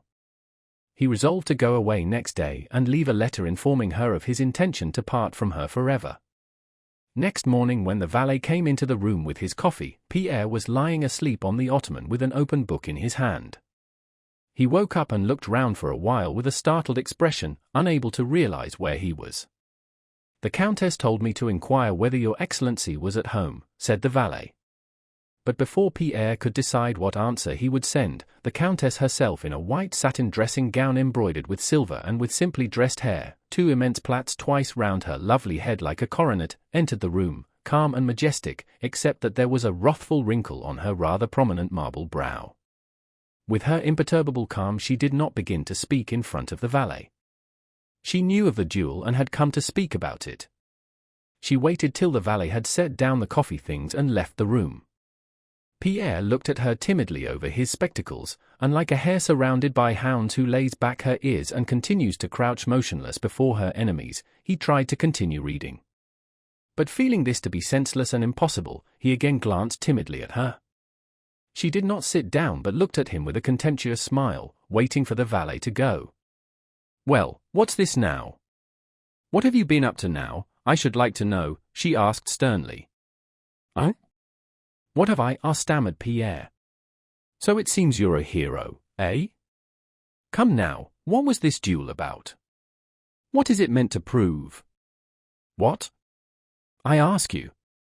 Pierre turned over heavily on the ottoman and opened his mouth, but could not reply. "If you won't answer, I'll tell you," Helene went on. "You believe everything you're told." "You were told," Helene laughed, "that Dólokhov was my lover," she said in French with her coarse plainness of speech, uttering the word amant as casually as any other word, "and you believed it. Well, what have you proved? What does this duel prove? That you're a fool, que vous êtes un sot, but everybody knew that. What will be the result? That I shall be the laughingstock of all Moscow, that everyone will say that you, drunk and not knowing what you were about, challenged a man you are jealous of without cause." Helene raised her voice and became more and more excited, "A man who's a better man than you in every way." "Hm. Growled Pierre, frowning without looking at her, and not moving a muscle. "And how could you believe he was my lover?" "Why? Because I like his company? If you were cleverer and more agreeable, I should prefer yours." "Don't speak to me, I beg you," muttered Pierre hoarsely. "Why shouldn't I speak? I can speak as I like, and I tell you plainly that there are not many wives with husbands such as you who would not have taken lovers, des amants, but I have not done so," said she. Pierre wished to say something, looked at her with eyes whose strange expression she did not understand, and lay down again. He was suffering physically at that moment, there was a weight on his chest and he could not breathe. He knew that he must do something to put an end to this suffering, but what he wanted to do was too terrible. "We had better separate," he muttered in a broken voice. "Separate? Very well, but only if you give me a fortune," said Helene. "Separate? That's a thing to frighten me with." Pierre leaped up from the sofa and rushed staggering toward her. "I'll kill you," he shouted, and seizing the marble top of a table with a strength he had never before felt, he made a step toward her brandishing the slab. Helene's face became terrible, she shrieked and sprang aside. His father's nature showed itself in Pierre. He felt the fascination and delight of frenzy. He flung down the slab, broke it, and swooping down on her with outstretched hands shouted, "Get out," in such a terrible voice that the whole house heard it with horror. God knows what he would have done at that moment had Helene not fled from the room. A week later Pierre gave his wife full power to control all his estates in Great Russia, which formed the larger part of his property, and left for Petersburg alone. Chapter 7. 2 months had elapsed since the news of the Battle of Austerlitz and the loss of Prince Andrew had reached Bald Hills, and in spite of the letters sent through the embassy and all the searches made, his body had not been found nor was he on the list of prisoners. What was worst of all for his relations was the fact that there was still a possibility of his having been picked up on the battlefield by the people of the place and that he might now be lying, recovering or dying, alone among strangers and unable to send news of himself. The gazettes from which the old prince first heard of the defeat at Austerlitz stated, as usual very briefly and vaguely, that after brilliant engagements the Russians had had to retreat and had made their withdrawal in perfect order. The old prince understood from this official report that our army had been defeated. A week after the Gazette report of the Battle of Austerlitz came a letter from Kutuzov informing the prince of the fate that had befallen his son. "Your son," wrote Kutuzov, "fell before my eyes, a standard in his hand and at the head of a regiment. He fell as a hero, worthy of his father and his fatherland. To the great regret of myself and of the whole army, it is still uncertain whether he is alive or not. I comfort myself and you with the hope that your son is alive, for otherwise he would have been mentioned among the officers found on the field of battle, a list of whom has been sent me under flag of truce." After receiving this news late in the evening, when he was alone in his study, the old prince went for his walk as usual next morning, but he was silent with his steward, the gardener, and the architect, and though he looked very grim he said nothing to anyone. When Princess Mary went to him at the usual hour he was working at his lathe and, as usual, did not look round at her. "Ah, Princess Mary," he said suddenly in an unnatural voice, throwing down his chisel. The wheel continued to revolve by its own impetus, and Princess Mary long remembered the dying creak of that wheel, which merged in her memory with what followed. She approached him, saw his face, and something gave way within her. Her eyes grew dim. By the expression of her father's face, not sad, not crushed, but angry and working unnaturally, she saw that hanging over her and about to crush her was some terrible misfortune, the worst in life, one she had not yet experienced, irreparable and incomprehensible, the death of one she loved. "Father! Andrew!" said the ungraceful, awkward princess with such an indescribable charm of sorrow and self-forgetfulness that her father could not bear her look but turned away with a sob. "Bad news. He's not among the prisoners nor among the killed," Kutuzov writes, and he screamed as piercingly as if he wished to drive the princess away by that scream. "Killed!" The princess did not fall down or faint. She was already pale, but on hearing these words her face changed and something brightened in her beautiful, radiant eyes. It was as if joy, a supreme joy apart from the joys and sorrows of this world, overflowed the great grief within her. She forgot all fear of her father, went up to him, took his hand, and drawing him down put her arm round his thin, scraggy neck. "Father," she said, "do not turn away from me, let us weep together." "Scoundrels! Blackguards!" shrieked the old man, turning his face away from her. "Destroying the army, destroying the men. And why? Go, go and tell Lise." The princess sank helplessly into an armchair beside her father and wept.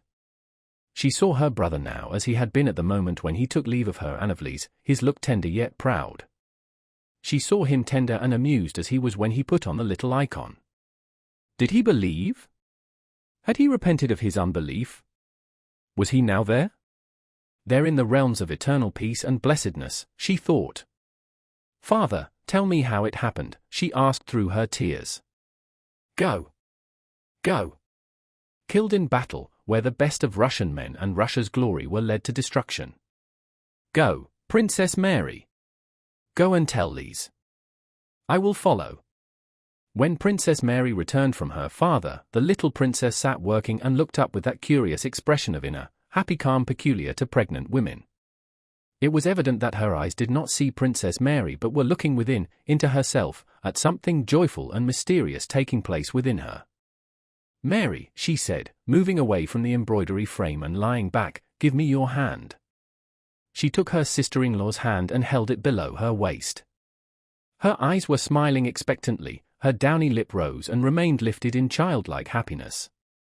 Princess Mary knelt down before her and hid her face in the folds of her sister-in-law's dress. "There, there. Do you feel it? I feel so strange. And do you know, Mary, I am going to love him very much," said Lise, looking with bright and happy eyes at her sister-in-law. Princess Mary could not lift her head, she was weeping. "What is the matter, Mary?" "Nothing, only I feel sad about Andrew," she said, wiping away her tears on her sister-in-law's knee. Several times in the course of the morning Princess Mary began trying to prepare her sister-in-law, and every time began to cry. Unobservant as was the little princess, these tears, the cause of which she did not understand, agitated her. She said nothing but looked about uneasily as if in search of something. Before dinner the old prince, of whom she was always afraid, came into her room with a peculiarly restless and malign expression and went out again without saying a word. She looked at Princess Mary, then sat thinking for a while with that expression of attention to something within her that is only seen in pregnant women, and suddenly began to cry. "Has anything come from Andrew?" she asked. "No, you know it's too soon for news. But my father is anxious and I feel afraid." "So there's nothing?" "Nothing," answered Princess Mary, looking firmly with her radiant eyes at her sister-in-law. She had determined not to tell her and persuaded her father to hide the terrible news from her till after her confinement, which was expected within a few days. Princess Mary and the old prince each bore and hid their grief in their own way. The old prince would not cherish any hope. He made up his mind that Prince Andrew had been killed, and though he sent an official to Austria to seek for traces of his son, he ordered a monument from Moscow which he intended to erect in his own garden to his memory, and he told everybody that his son had been killed. He tried not to change his former way of life, but his strength failed him. He walked less, ate less, slept less, and became weaker every day. Princess Mary hoped. She prayed for her brother as living and was always awaiting news of his return. Chapter 8. Dearest, said the little princess after breakfast on the morning of the 19th March, and her downy little lip rose from old habit, but as sorrow was manifest in every smile, the sound of every word, and even every footstep in that house since the terrible news had come, so now the smile of the little princess, influenced by the general mood though without knowing its cause, was such as to remind one still more of the general sorrow. Dearest, I'm afraid this morning's frühstück asterisk, as Foka the cook calls it, has disagreed with me. Asterisk Frühstück, breakfast. What is the matter with you, my darling? You look pale. Oh, you are very pale, said Princess Mary in alarm, running with her soft, ponderous steps up to her sister-in-law. Your Excellency, should not Mary Bogdanovna be sent for, said one of the maids who was present. Mary Bogdanovna was a midwife from the neighboring town, who had been at Bald Hills for the last fortnight. Oh yes, assented Princess Mary, perhaps that's it. I'll go. Courage, my angel. She kissed Liz and was about to leave the room. Oh, no, no. And besides the pallor and the physical suffering on the little princess's face, an expression of childish fear of inevitable pain showed itself. No, it's only indigestion. Say it's only indigestion, say so, Mary. Say, and the little princess began to cry capriciously like a suffering child and to wring her little hands even with some affectation. Princess Mary ran out of the room to fetch Mary Bogdanovna. Mon Dieu! Mon Dieu! Oh, she heard as she left the room. The midwife was already on her way to meet her, rubbing her small, plump white hands with an air of calm importance. Mary Bogdanovna, I think it's beginning, said Princess Mary looking at the midwife with wide-open eyes of alarm. Well, the Lord be thanked, Princess, said Mary Bogdanovna, not hastening her steps. You young ladies should not know anything about it. But how is it the doctor from Moscow is not here yet, said the princess. In accordance with Liz's and Prince Andrew's wishes, they had sent in good time to Moscow for a doctor and were expecting him at any moment. No matter, Princess, don't be alarmed, said Mary Bogdanovna.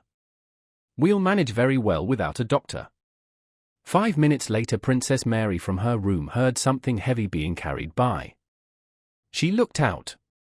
The men servants were carrying the large leather sofa from Prince Andrew's study into the bedroom. On their faces was a quiet and solemn look. Princess Mary sat alone in her room listening to the sounds in the house, now and then opening her door when someone passed and watching what was going on in the passage. Some women passing with quiet steps in and out of the bedroom glanced at the princess and turned away. She did not venture to ask any questions, and shut the door again, now sitting down in her easy chair, now taking her prayer book, now kneeling before the icon stand. To her surprise and distress she found that her prayers did not calm her excitement. Suddenly her door opened softly and her old nurse, Praskovia Savishna, who hardly ever came to that room as the old prince had forbidden it, appeared on the threshold with a shawl round her head. I've come to sit with you a bit, Moshe, said the nurse, and here I've brought the prince's wedding candles to light before his saint, my angel, she said with a sigh. Oh, nurse, I'm so glad. God is merciful, birdie. The nurse lit the gilt candles before the icons and sat down by the door with her knitting. Princess Mary took a book and began reading. Only when footsteps or voices were heard did they look at one another, the princess anxious and inquiring, the nurse encouraging. Everyone in the house was dominated by the same feeling that Princess Mary experienced as she sat in her room. But owing to the superstition that the fewer the people who know of it the less a woman in travail suffers, everyone tried to pretend not to know, no one spoke of it, but apart from the ordinary staid and respectful good manners habitual in the prince's household, a common anxiety, a softening of the heart, and a consciousness that something great and mysterious was being accomplished at that moment made itself felt. There was no laughter in the maids' large hall. In the men servants' hall all sat waiting, silently and alert.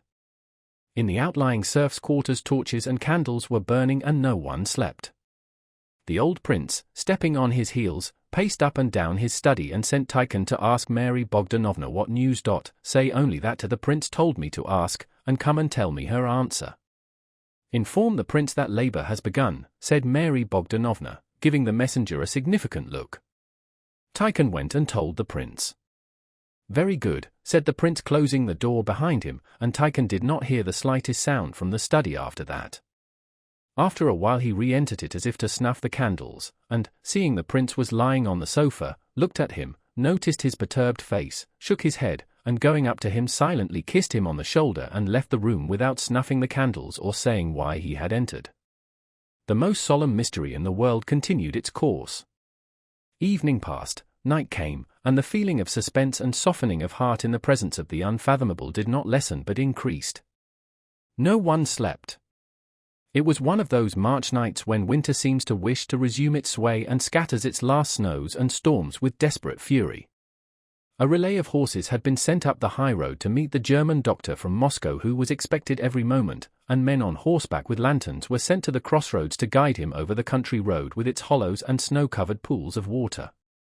Princess Mary had long since put aside her book. She sat silent, her luminous eyes fixed on her nurse's wrinkled face, every line of which she knew so well, on the lock of grey hair that escaped from under the kerchief, and the loose skin that hung under her chin.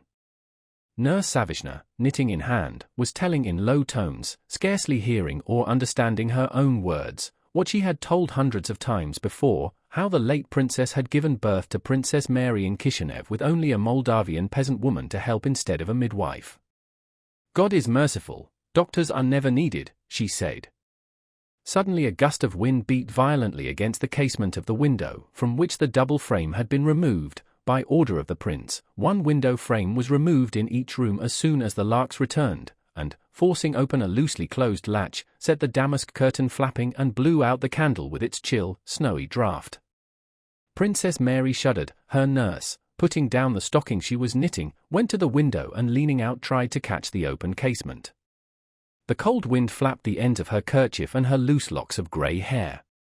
"Princess, my dear, there's someone driving up the avenue," she said, holding the casement and not closing it. "With lanterns. Most likely the doctor." "Oh, my God!" "Thank God," said Princess Mary. "I must go and meet him, he does not know Russian." Princess Mary threw a shawl over her head and ran to meet the newcomer. As she was crossing the anteroom she saw through the window a carriage with lanterns, standing at the entrance. She went out on the stairs. On a banister post stood a tallow candle which guttered in the draught. On the landing below, Philip, the footman, stood looking scared and holding another candle. Still lower, beyond the turn of the staircase, one could hear the footstep of someone in thick felt boots, and a voice that seemed familiar to Princess Mary was saying something. "Thank God," said the voice. "And father?" "Gone to bed," replied the voice of Demian, the house steward, who was downstairs. Then the voice said something more, Demian replied, and the steps in the felt boots approached the unseen bend of the staircase more rapidly. "It's Andrew," thought Princess Mary. No, it can't be, that would be too extraordinary, and at the very moment she thought this, the face and figure of Prince Andrew, in a fur cloak the deep collar of which covered with snow, appeared on the landing where the footman stood with the candle. Yes, it was he, pale, thin, with a changed and strangely softened but agitated expression on his face. He came up the stairs and embraced his sister. "You did not get my letter?" he asked, and not waiting for a reply, which he would not have received, for the princess was unable to speak, he turned back, rapidly mounted the stairs again with the doctor who had entered the hall after him. They had met at the last post station, and again embraced his sister. "What a strange fate, Moshe darling!" And having taken off his cloak and felt boots, he went to the little princess's apartment. Chapter 9. The little princess lay supported by pillows, with a white cap on her head. The pains had just left her. Strands of her black hair lay round her inflamed and perspiring cheeks, her charming rosy mouth with its downy lip was open and she was smiling joyfully. Prince Andrew entered and paused facing her at the foot of the sofa on which she was lying. Her glittering eyes, filled with childlike fear and excitement, rested on him without changing their expression. "I love you all and have done no harm to anyone, why must I suffer so? Help me," her look seemed to say. She saw her husband, but did not realize the significance of his appearance before her now. Prince Andrew went round the sofa and kissed her forehead.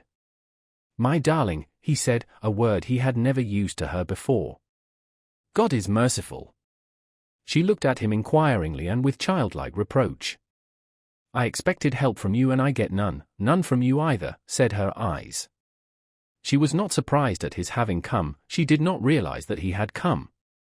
His coming had nothing to do with her sufferings or with their relief. The pangs began again and Mary Bogdanovna advised Prince Andrew to leave the room. The doctor entered. Prince Andrew went out and, meeting Princess Mary, again joined her. They began talking in whispers, but their talk broke off at every moment. They waited and listened.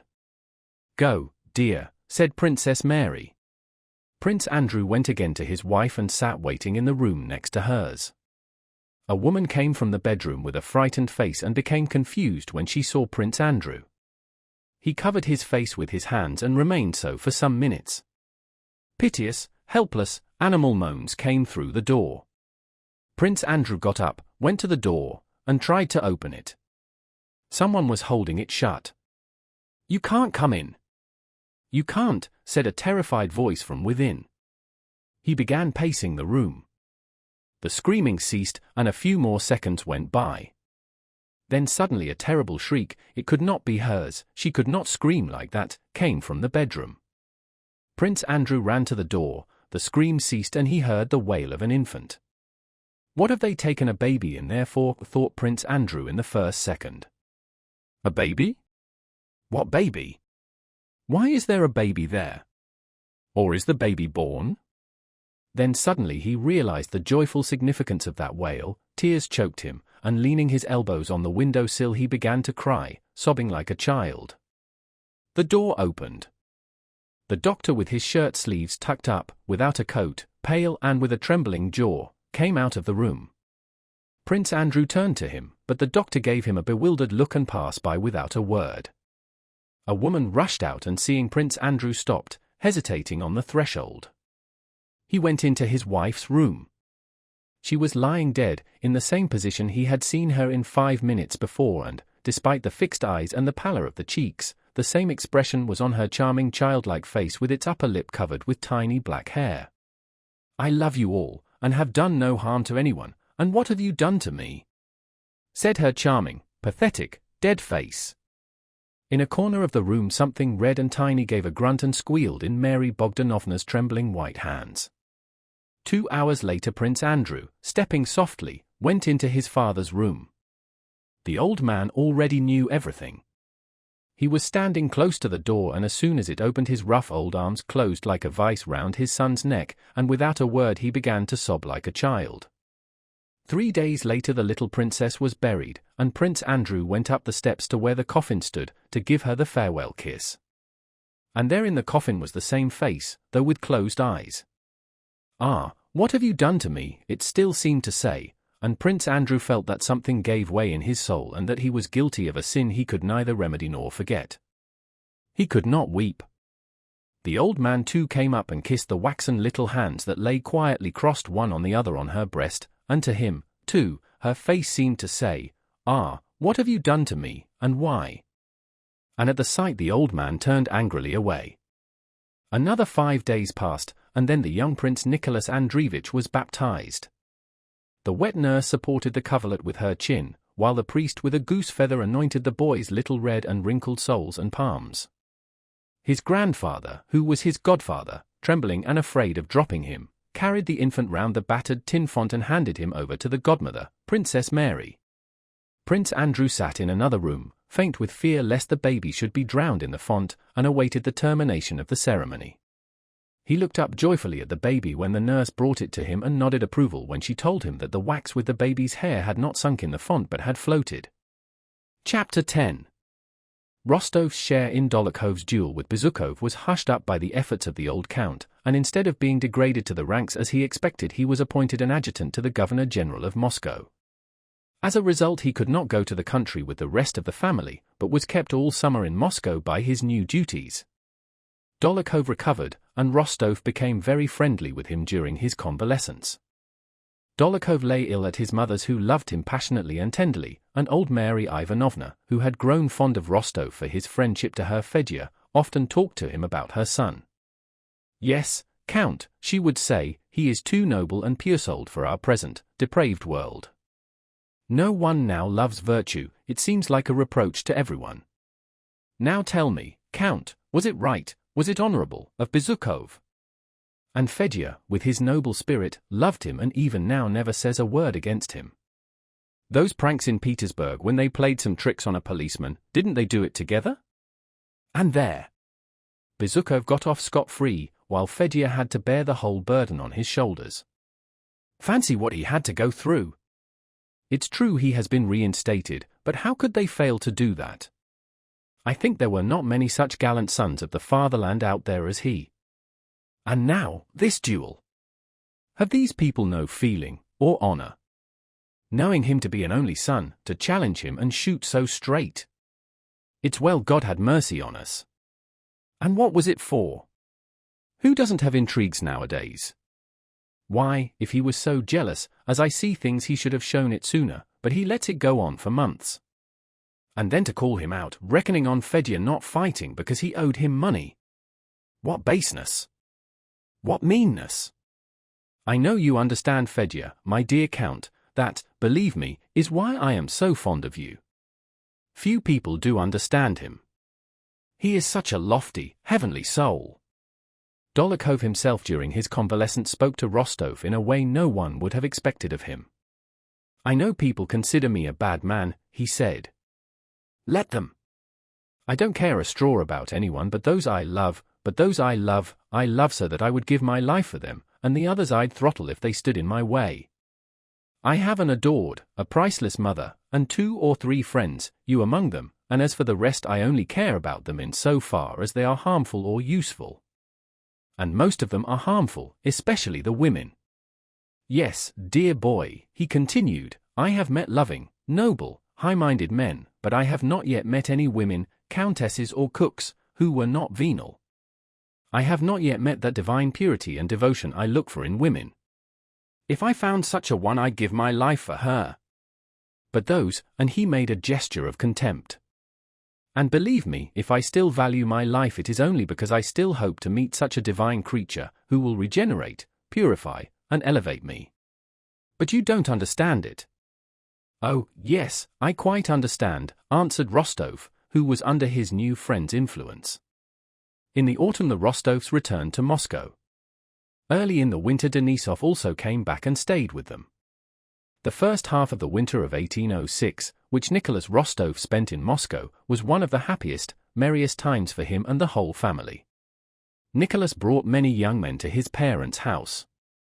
Vera was a handsome girl of 20, Sonia a girl of 16 with all the charm of an opening flower, Natasha, half grown up and half child, was now childishly amusing, now girlishly enchanting. At that time in the Rostovs' house there prevailed an amorous atmosphere characteristic of homes where there are very young and very charming girls. Every young man who came to the house, seeing those impressionable, smiling young faces, smiling probably at their own happiness, feeling the eager bustle around him, and hearing the fitful bursts of song and music and the inconsequent but friendly prattle of young girls ready for anything and full of hope, experienced the same feeling, sharing with the young folk of the Rostovs' household a readiness to fall in love and an expectation of happiness. Among the young men introduced by Rostov, one of the first was Dolokhov, whom everyone in the house liked except Natasha. She almost quarreled with her brother about him. She insisted that he was a bad man, and that in the duel with Bezukov, Pierre was right and Dolokhov wrong, and further that he was disagreeable and unnatural. "There's nothing for me to understand," she cried out with resolute self-will, "he is wicked and heartless.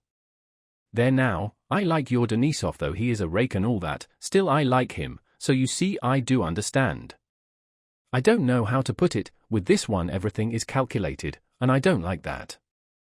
But Denisov—" "Oh, Denisov is quite different," replied Nicholas, implying that even Denisov was nothing compared to Dolokhov. "You must understand what a soul there is in Dolokhov, you should see him with his mother. What a heart! Well, I don't know about that, but I am uncomfortable with him. And do you know he has fallen in love with Sonia? What nonsense! I'm certain of it, you'll see. Natasha's prediction proved true. Dolokhov, who did not usually care for the society of ladies, began to come often to the house, and the question for whose sake he came, though no one spoke of it, was soon settled. He came because of Sonia. And Sonia, though she would never have dared to say so, knew it and blushed scarlet every time Dolokhov appeared. Dolokhov often dined at the Rostovs, never missed a performance at which they were present, and went to Iogel's balls for young people which the Rostovs always attended. He was pointedly attentive to Sonia and looked at her in such a way that not only could she not bear his glances without coloring, but even the old countess and Natasha blushed when they saw his looks. It was evident that this strange, strong man was under the irresistible influence of the dark, graceful girl who loved another. Rostov noticed something new in Dolokhov's relations with Sonia, but he did not explain to himself what these new relations were. They're always in love with someone, he thought of Sonia and Natasha. But he was not as much at ease with Sonia and Dolokhov as before and was less frequently at home. In the autumn of 1806 everybody had again begun talking of the war with Napoleon with even greater warmth than the year before. Orders were given to raise recruits, 10 men in every 1,000 for the regular army, and besides this, 9 men in every 1,000 for the militia. Everywhere Bonaparte was anathematized and in Moscow nothing but the coming war was talked of. For the Rostov family the whole interest of these preparations for war lay in the fact that Nicholas would not hear of remaining in Moscow, and only awaited the termination of Denisov's furlough after Christmas to return with him to their regiment. His approaching departure did not prevent his amusing himself, but rather gave zest to his pleasures. He spent the greater part of his time away from home, at dinners, parties, and balls. Chapter 11. On the third day after Christmas Nicholas dined at home, a thing he had rarely done of late. It was a grand farewell dinner, as he and Denisov were leaving to join their regiment after Epiphany. About 20 people were present, including Dolokhov and Denisov. Never had love been so much in the air, and never had the amorous atmosphere made itself so strongly felt in the Rostovs' house as at this holiday time. Seize the moments of happiness, love and be loved. That is the only reality in the world, all else is folly. It is the one thing we are interested in here, said the spirit of the place. Nicholas, having as usual exhausted 2 pairs of horses, without visiting all the places he meant to go to and where he had been invited, returned home just before dinner. As soon as he entered he noticed and felt the tension of the amorous air in the house, and also noticed a curious embarrassment among some of those present. Sonia, Dolokhov, and the old countess were especially disturbed, and to a lesser degree Natasha. Nicholas understood that something must have happened between Sonia and Dolokhov before dinner, and with the kindly sensitivity natural to him was very gentle and wary with them both at dinner. On that same evening there was to be one of the balls that Iogel, the dancing master, gave for his pupils during the holidays. Nicholas, will you come to Iogel's? Please do, said Natasha. He asked you, and Vasily Dmitrich is also going. Denisov. Where would I not go at the Countess' command, said Denisov, who at the Rostovs had jocularly assumed the role of Natasha's knight. I'm even ready to dance the pas de châle. If I have time, answered Nicholas. But I promised the Arkarovs, they have a party. And you? He asked Dolokhov, but as soon as he had asked the question he noticed that it should not have been put. Perhaps, coldly and angrily replied Dolokhov, glancing at Sonia, and, scowling, he gave Nicholas just such a look as he had given Pierre at the club dinner. There is something up, thought Nicholas, and he was further confirmed in this conclusion by the fact that Dolokhov left immediately after dinner. He called Natasha and asked her what was the matter. And I was looking for you, said Natasha running out to him. I told you, but you would not believe it, she said triumphantly. He has proposed to Sonia. Little as Nicholas had occupied himself with Sonia of late, something seemed to give way within him at this news. Dolokhov was a suitable and in some respects a brilliant match for the dowerless, orphan girl. From the point of view of the old countess and of society it was out of the question for her to refuse him. And therefore Nicholas' first feeling on hearing the news was one of anger with Sonia. He tried to say, "That's capital, of course she'll forget her childish promises and accept the offer," but before he had time to say it Natasha began again. "And fancy!" She refused him quite definitely, adding, after a pause, she told him she loved another. Yes, my Sonia could not have done otherwise, thought Nicholas. Much as Mama pressed her, she refused, and I know she won't change once she has said. And Mama pressed her, said Nicholas reproachfully. Yes, said Natasha.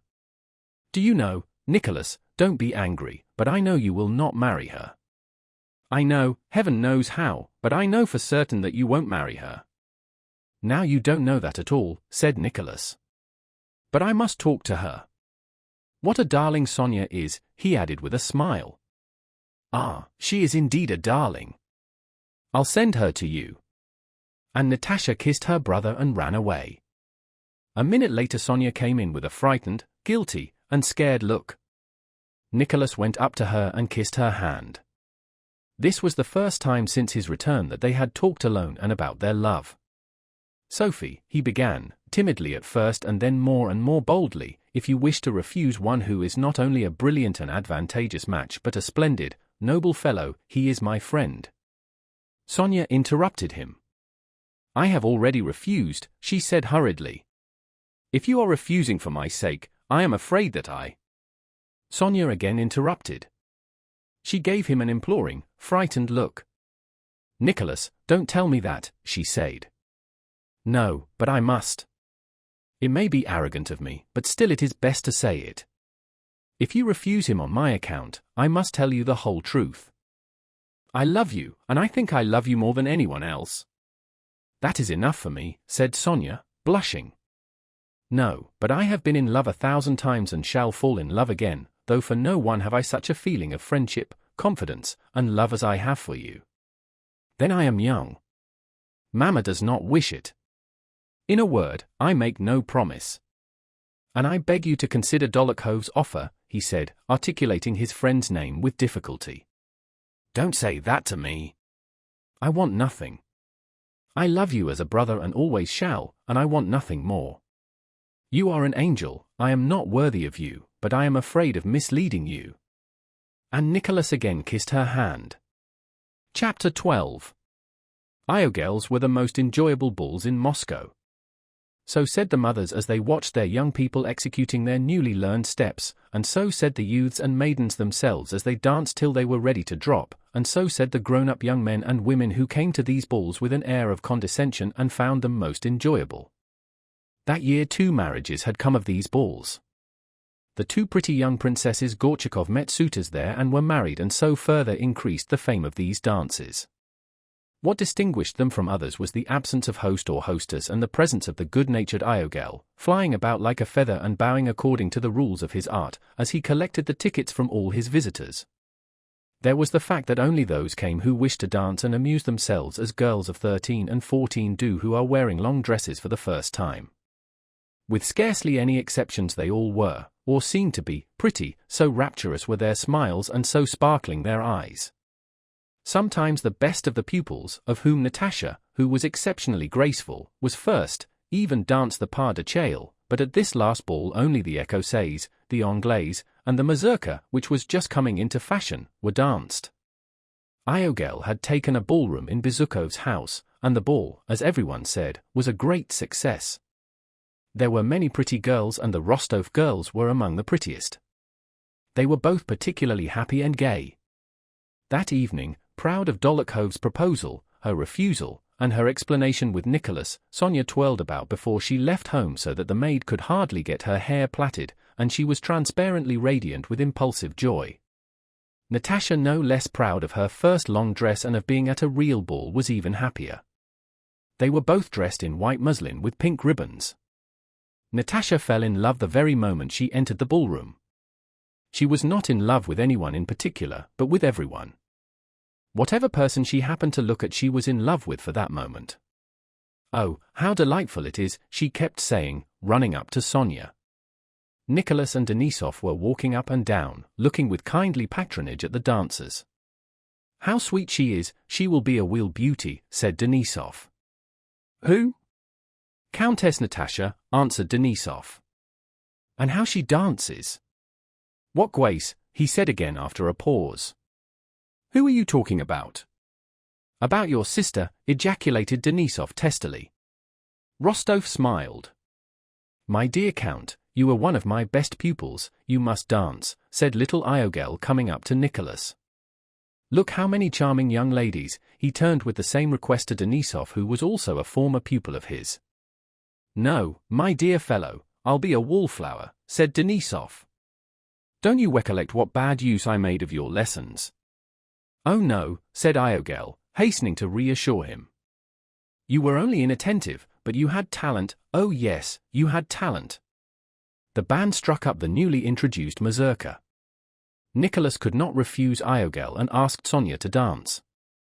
Denisov sat down by the old ladies and, leaning on his saber and beating time with his foot, told them something funny and kept them amused, while he watched the young people dancing. Iogel with Natasha, his pride and his best pupil, were the first couple. Noiselessly, skillfully stepping with his little feet in low shoes, Iogel flew first across the hall with Natasha, who, though shy, went on carefully executing her steps. Denisov did not take his eyes off her and beat time with his saber in a way that clearly indicated that if he was not dancing it was because he would not and not because he could not. In the middle of a figure he beckoned to Rostov, who was passing. "This is not at all the thing," he said. "What sort of Polish mazurka is this? But she does dance splendidly." Knowing that Denisov had a reputation even in Poland for the masterly way in which he danced the mazurka, Nicholas ran up to Natasha. "Go and choose Denisov. He is a real dancer, a wonder," he said. When it came to Natasha's turn to choose a partner, she rose and, tripping rapidly across in her little shoes trimmed with bows, ran timidly to the corner where Denisov sat. She saw that everybody was looking at her and waiting. Nicholas saw that Denisov was refusing, though he smiled delightedly. He ran up to them. "Please, Vasily Dmitrich," Natasha was saying, "do come." "Oh no, let me off, Countess," Denisov replied. "Now then, Vaska," said Nicholas. "They coax me as if I were Vaska the cat," said Denisov jokingly. "I'll sing for you a whole evening," said Natasha. "Oh, the Faywi." "She can do anything with me," said Denisov, and he unhooked his saber. He came out from behind the chairs, clasped his partner's hand firmly, threw back his head, and advanced his foot, waiting for the beat. Only on horseback and in the mazurka was Denisov's short stature not noticeable, and he looked the fine fellow he felt himself to be. At the right beat of the music he looked sideways at his partner with a merry and triumphant air, suddenly stamped with one foot, bounded from the floor like a ball, and flew round the room taking his partner with him. He glided silently on one foot half across the room, and seeming not to notice the chairs was dashing straight at them, when suddenly, clinking his spurs and spreading out his legs, he stopped short on his heels, stood so a second, stamped on the spot clanking his spurs, whirled rapidly round, and, striking his left heel against his right, flew round again in a circle. Natasha guessed what he meant to do, and abandoning herself to him followed his lead, hardly knowing how. First he spun her round, holding her now with his left, now with his right hand, then falling on one knee he twirled her round him, and again jumping up, dashed so impetuously forward that it seemed as if he would rush through the whole suite of rooms without drawing breath, and then he suddenly stopped and performed some new and unexpected steps. When at last, smartly whirling his partner round in front of her chair, he drew up with a click of his spurs and bowed to her, Natasha did not even make him a curtsy. She fixed her eyes on him in amazement, smiling as if she did not recognize him. "What does this mean?" she brought out. Although Iogel did not acknowledge this to be the real mazurka, everyone was delighted with Denisov's skill. He was asked again and again as a partner, and the old men began smilingly to talk about Poland and the good old days. Denisov, flushed after the mazurka and mopping himself with his handkerchief, sat down by Natasha and did not leave her for the rest of the evening. Chapter 13. For 2 days after that Rostov did not see Dolokhov at his own or at Dolokhov's home. On the third day he received a note from him. "As I do not intend to be at your house again for reasons you know of, and am going to rejoin my regiment, I am giving a farewell supper tonight to my friends. Come to the English Hotel." About 10 o'clock Rostov went to the English Hotel straight from the theatre, where he had been with his family and Denisov. He was at once shown to the best room, which Dolokhov had taken for that evening. Some 20 men were gathered round a table at which Dolokhov sat between 2 candles. On the table was a pile of gold and paper money, and he was keeping the bank. Rostov had not seen him since his proposal and Sonia's refusal and felt uncomfortable at the thought of how they would meet. Dólokhov's clear, cold glance met Rostov as soon as he entered the door, as though he had long expected him. "It's a long time since we met," he said. "Thanks for coming. I'll just finish dealing, and then Ilyushka will come with his chorus." "I called once or twice at your house," said Rostov, reddening. Dólokhov made no reply. "You may punt," he said. Rostov recalled at that moment a strange conversation he had once had with Dólokhov. "None but fools trust to luck in play," Dólokhov had then said. "Or are you afraid to play with me?" Dólokhov now asked as if guessing Rostov's thought. Beneath his smile Rostov saw in him the mood he had shown at the club dinner and at other times, when as if tired of everyday life he had felt a need to escape from it by some strange, and usually cruel, action. Rostov felt ill at ease. He tried, but failed, to find some joke with which to reply to Dólokhov's words. But before he had thought of anything, Dólokhov, looking straight in his face, said slowly and deliberately so that everyone could hear. "Do you remember we had a talk about cards?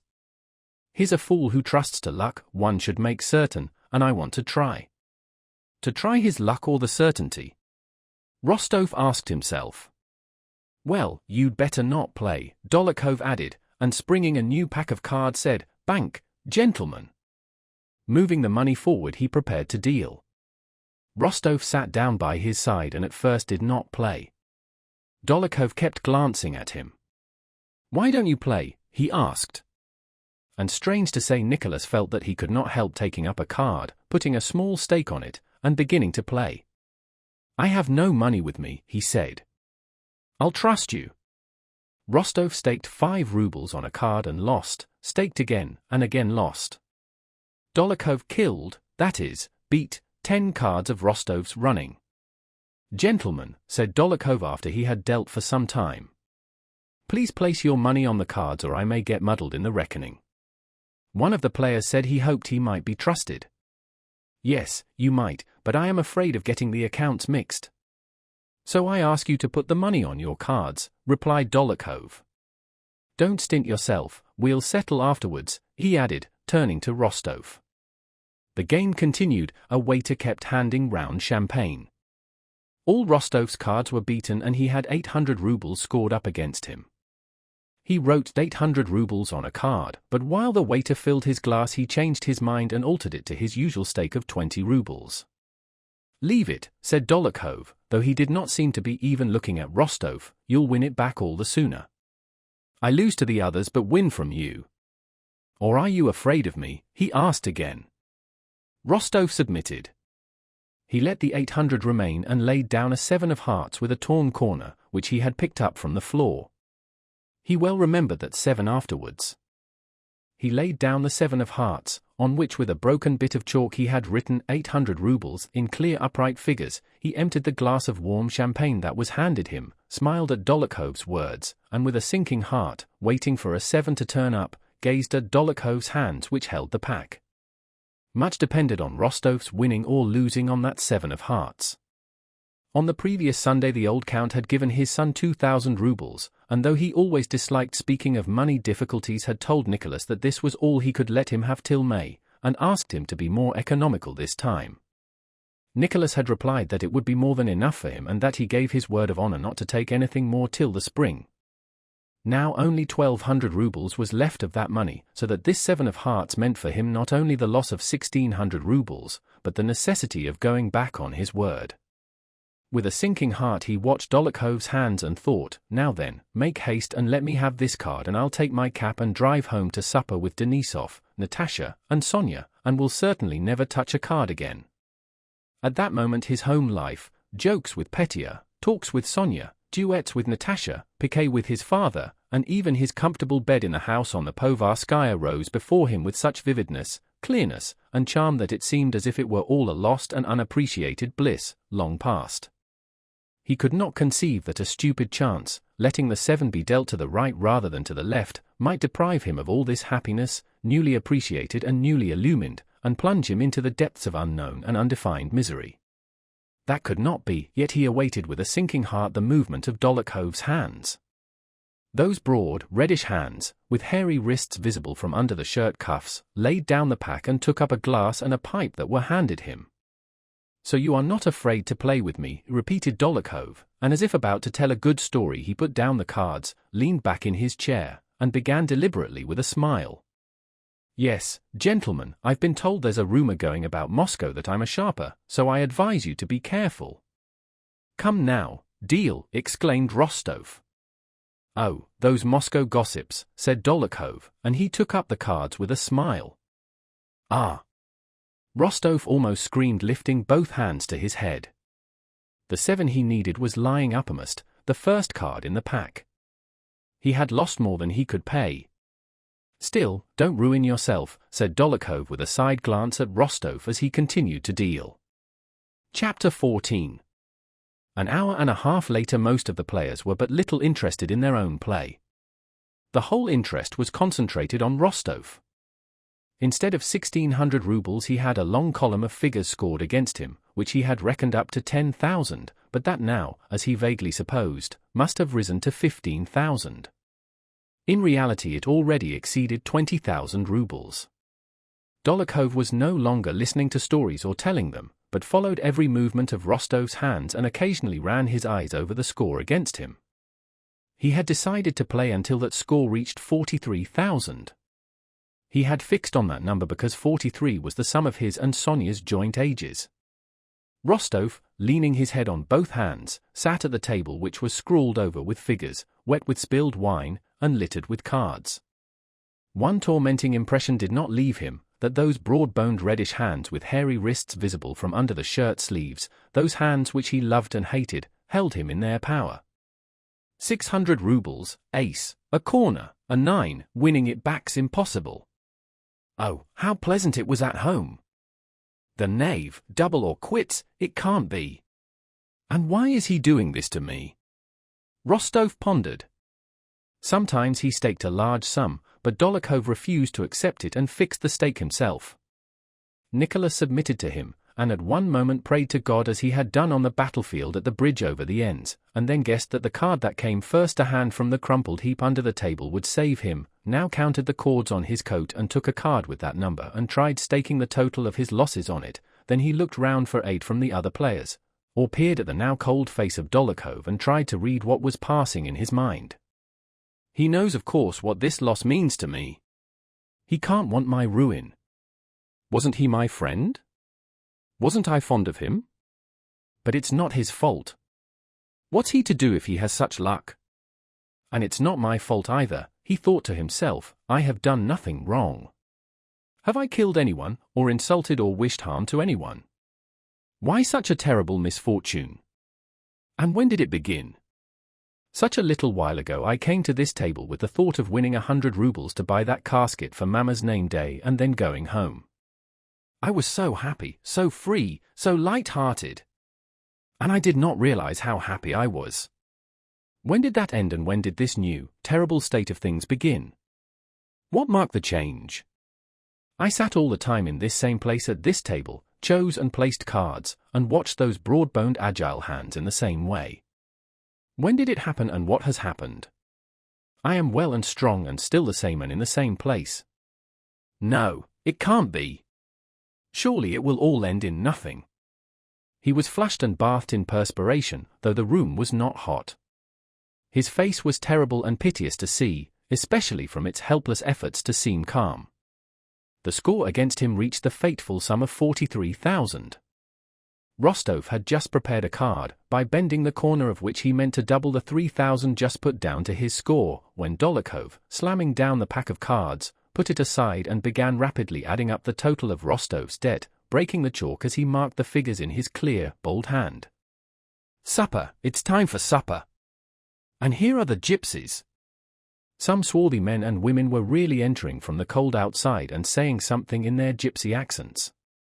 Nicholas understood that it was all over, but he said in an indifferent tone, "Well, won't you go on?" I had a splendid card all ready, as if it were the fun of the game which interested him most.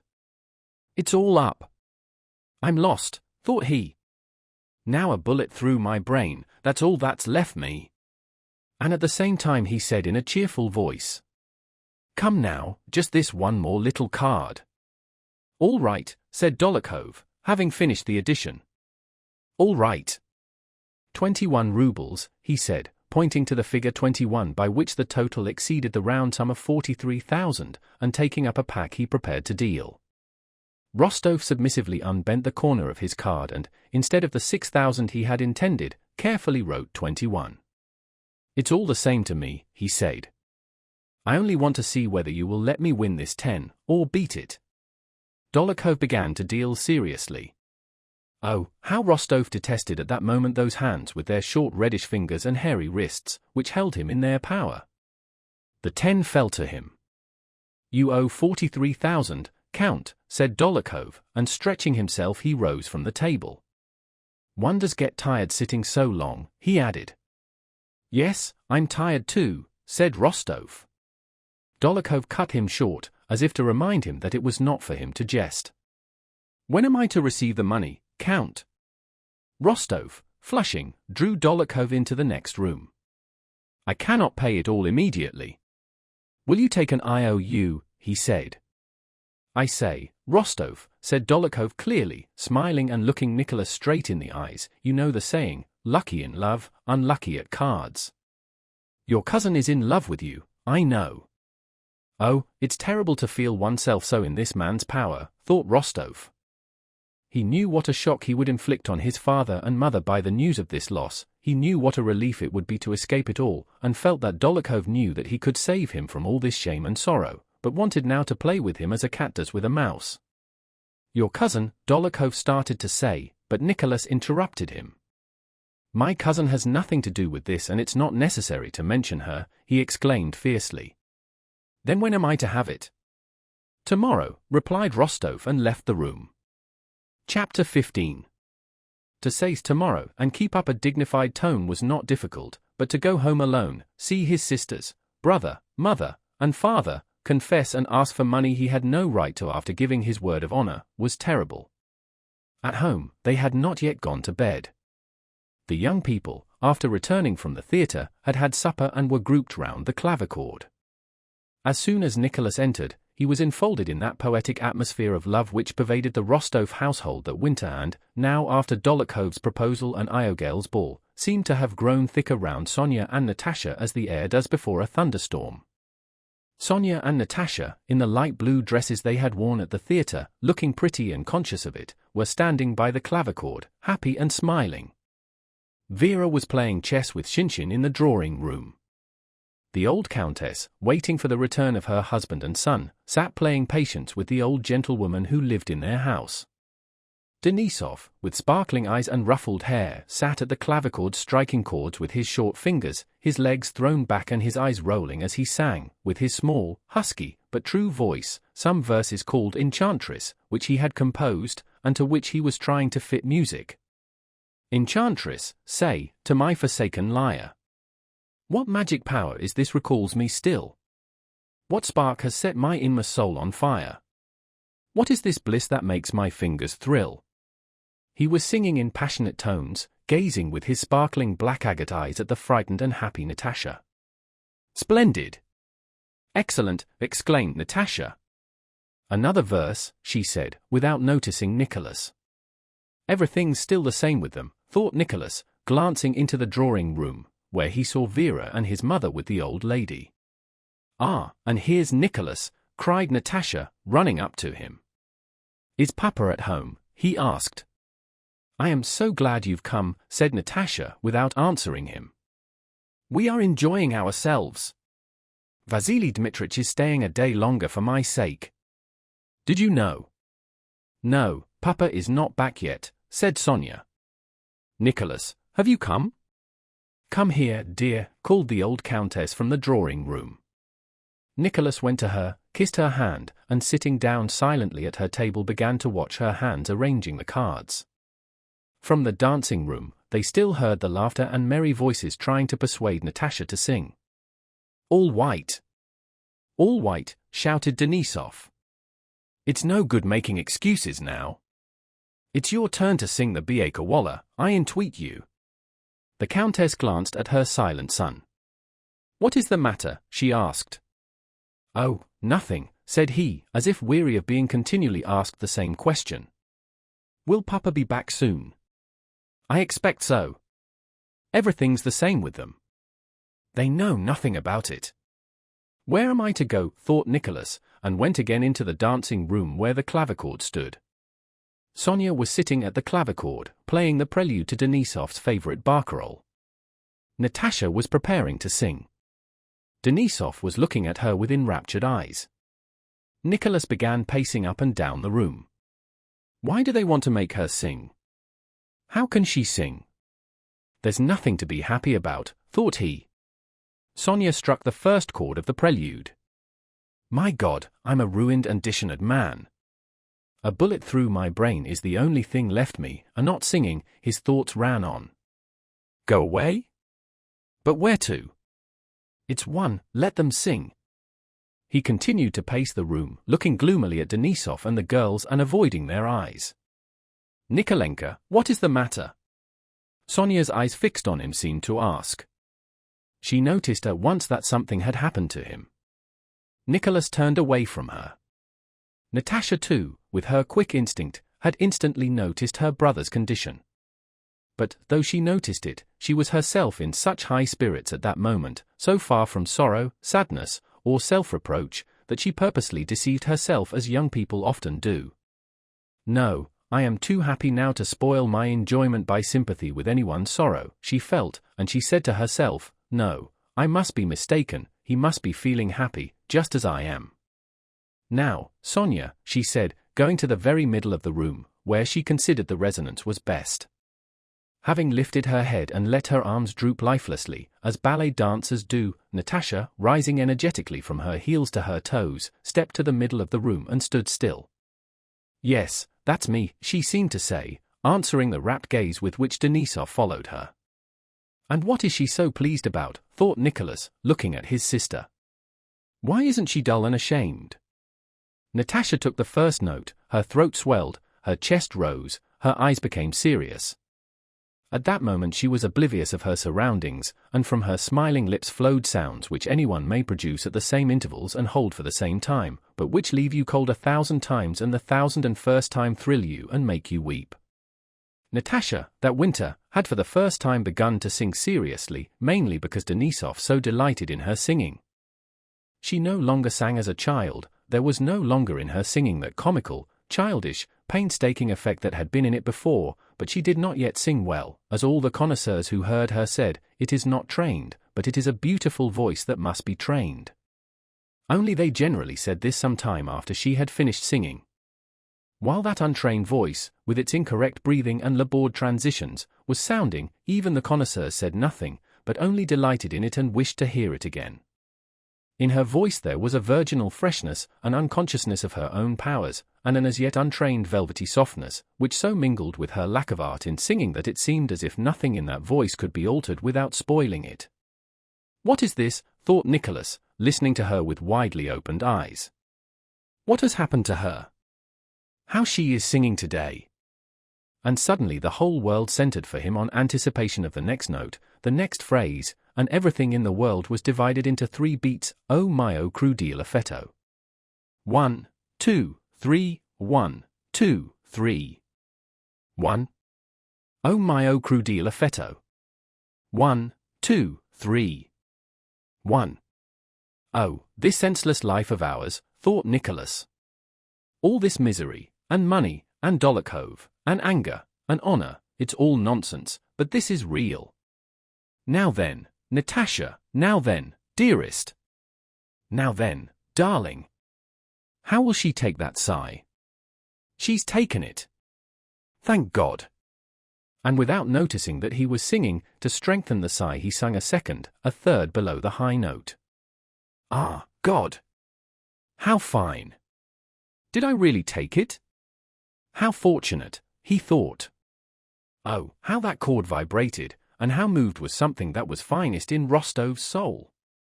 And this something was apart from everything else in the world and above everything in the world. What were losses, and Dolokhov, and words of honor? All nonsense. One might kill and rob and yet be happy. Chapter 16. It was long since Rostov had felt such enjoyment from music as he did that day. But no sooner had Natasha finished her barcarolle than reality again presented itself. He got up without saying a word and went downstairs to his own room. A quarter of an hour later the old count came in from his club, cheerful and contented. Nicholas, hearing him drive up, went to meet him. "Well, had a good time," said the old count, smiling gaily and proudly at his son. Nicholas tried to say yes, but could not, and he nearly burst into sobs. The count was lighting his pipe and did not notice his son's condition. "Ah, it can't be avoided," thought Nicholas, for the first and last time. And suddenly, in the most casual tone, which made him feel ashamed of himself, he said, as if merely asking his father to let him have the carriage to drive to town, "Papa, I have come on a matter of business. I was nearly forgetting. I need some money." "Dear me," said his father, who was in especially good humor. "I told you it would not be enough." "How much?" "Very much," said Nicholas, flushing, and with a stupid careless smile, for which he was long unable to forgive himself. "I have lost a little, I mean a good deal, a great deal, 43,000. "What? To whom?" "Nonsense," cried the count, suddenly reddening with an apoplectic flush over neck and nape as old people do. "I promised to pay tomorrow," said Nicholas. "Well," said the old count, spreading out his arms and sinking helplessly on the sofa. "It can't be helped." "It happens to everyone," said the son, with a bold, free, and easy tone, while in his soul he regarded himself as a worthless scoundrel whose whole life could not atone for his crime. He longed to kiss his father's hands and kneel to beg his forgiveness, but said, in a careless and even rude voice, that it happens to everyone. The old count cast down his eyes on hearing his son's words and began bustlingly searching for something. Yes, yes," he muttered, "it will be difficult, I fear, difficult to raise, happens to everybody. Yes, who has not done it?" And with a furtive glance at his son's face, the count went out of the room. Nicholas had been prepared for resistance, but had not at all expected this. "Papa! Papa!" he called after him, sobbing, "forgive me." And seizing his father's hand, he pressed it to his lips and burst into tears. While father and son were having their explanation, the mother and daughter were having one not less important. Natasha came running to her mother, quite excited. "Mama! Mama! He has made me." "Made what?" Made me an offer, Mama." "Mama," she exclaimed. The countess did not believe her ears. Denisov had proposed. To whom? To this chit of a girl, Natasha, who not so long ago was playing with dolls and who was still having lessons. "Don't, Natasha." "What nonsense," she said, hoping it was a joke. "Nonsense, indeed." "I am telling you the fact," said Natasha indignantly. "I come to ask you what to do, and you call it a nonsense." The countess shrugged her shoulders. "If it is true that Monsieur Denisov has made you a proposal, tell him he is a fool, that's all." "No, he's not a fool," replied Natasha indignantly and seriously. "Well then, what do you want? You're all in love nowadays." "Well, if you are in love, marry him," said the countess, with a laugh of annoyance. "Good luck to you." "No, Mama, I'm not in love with him. I suppose I'm not in love with him." "Well then, tell him so." "Mama, are you cross?" "Don't be cross, dear." "Is it my fault?" "No, but what is it, my dear?" "Do you want me to go and tell him?" said the countess, smiling. "No, I will do it myself, only tell me what to say." "It's all very well for you," said Natasha with a responsive smile. "You should have seen how he said it." "I know he did not mean to say it, but it came out accidentally." "Well, all the same, you must refuse him." "No, I mustn't." "I am so sorry for him. He's so nice." "Well then, accept his offer." "It's high time for you to be married," answered the countess sharply and sarcastically. "No, Mama, but I'm so sorry for him." I don't know how I'm to say it. And there's nothing for you to say. I shall speak to him myself, said the Countess, indignant that they should have dared to treat this little Natasha as grown up. No, not on any account. I will tell him myself, and you'll listen at the door. And Natasha ran across the drawing room to the dancing hall, where Denisov was sitting on the same chair by the clavichord with his face in his hands. He jumped up at the sound of her light step. Natalie, he said, moving with rapid steps toward her, decide my fate. It is in your hands. Vasily Dmitrich, I'm so sorry for you. No, but you are so nice, but it won't do, not that, but as a friend, I shall always love you. Denisov bent over her hand and she heard strange sounds she did not understand. She kissed his rough curly black head. At this instant, they heard the quick rustle of the Countess' dress. She came up to them. Vasily Dmitrich, I thank you for the honor, she said, with an embarrassed voice, though it sounded severe to Denisov, but my daughter is so young, and I thought that, as my son's friend, you would have addressed yourself first to me. In that case you would not have obliged me to give this refusal.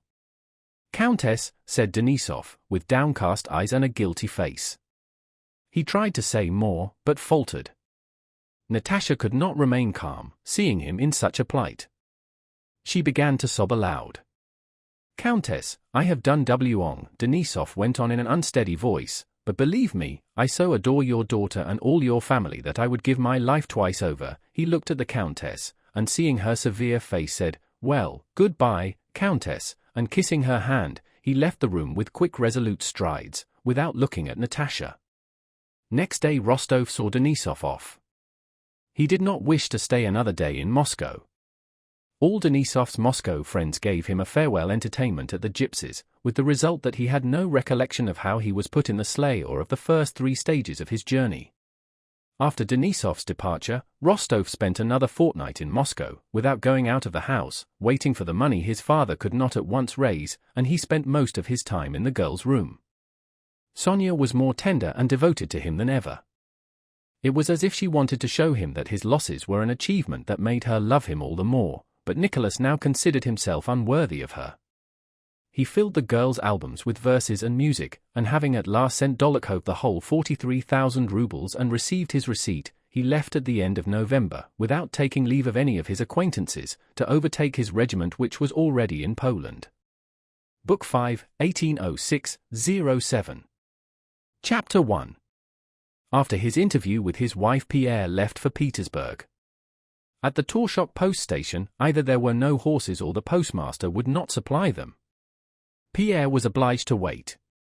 Without undressing, he lay down on the leather sofa in front of a round table, put his big feet in their overboots on the table, and began to reflect. Will you have the portmanteaus brought in? And a bed got ready, and tea, he asked his valet. Pierre gave no answer, for he neither heard nor saw anything. He had begun to think of the last station and was still pondering on the same question, one so important that he took no notice of what went on around him. Not only was he indifferent as to whether he got to Petersburg earlier or later, or whether he secured accommodation at this station, but compared to the thoughts that now occupied him it was a matter of indifference whether he remained there for a few hours or for the rest of his life. The postmaster, his wife, the valet, and a peasant woman selling Torshok embroidery came into the room offering their services. Without changing his careless attitude, Pierre looked at them over his spectacles, unable to understand what they wanted or how they could go on living without having solved the problems that so absorbed him. He had been engrossed by the same thoughts ever since the day he returned from Sokolniki after the duel and had spent that first agonizing, sleepless night. But now, in the solitude of the journey, they seized him with special force. No matter what he thought about, he always returned to these same questions which he could not solve and yet could not cease to ask himself. It was as if the thread of the chief screw which held his life together were stripped, so that the screw could not get in or out, but went on turning uselessly in the same place. The postmaster came in and began obsequiously to beg His Excellency to wait only 2 hours, when, come what might, he would let His Excellency have the courier horses. It was plain that he was lying and only wanted to get more money from the traveler. Is this good or bad? Pierre asked himself. It is good for me, bad for another traveler, and for himself it's unavoidable, because he needs money for food. The man said an officer had once given him a thrashing for letting a private traveler have the courier horses. But the officer thrashed him because he had to get on as quickly as possible.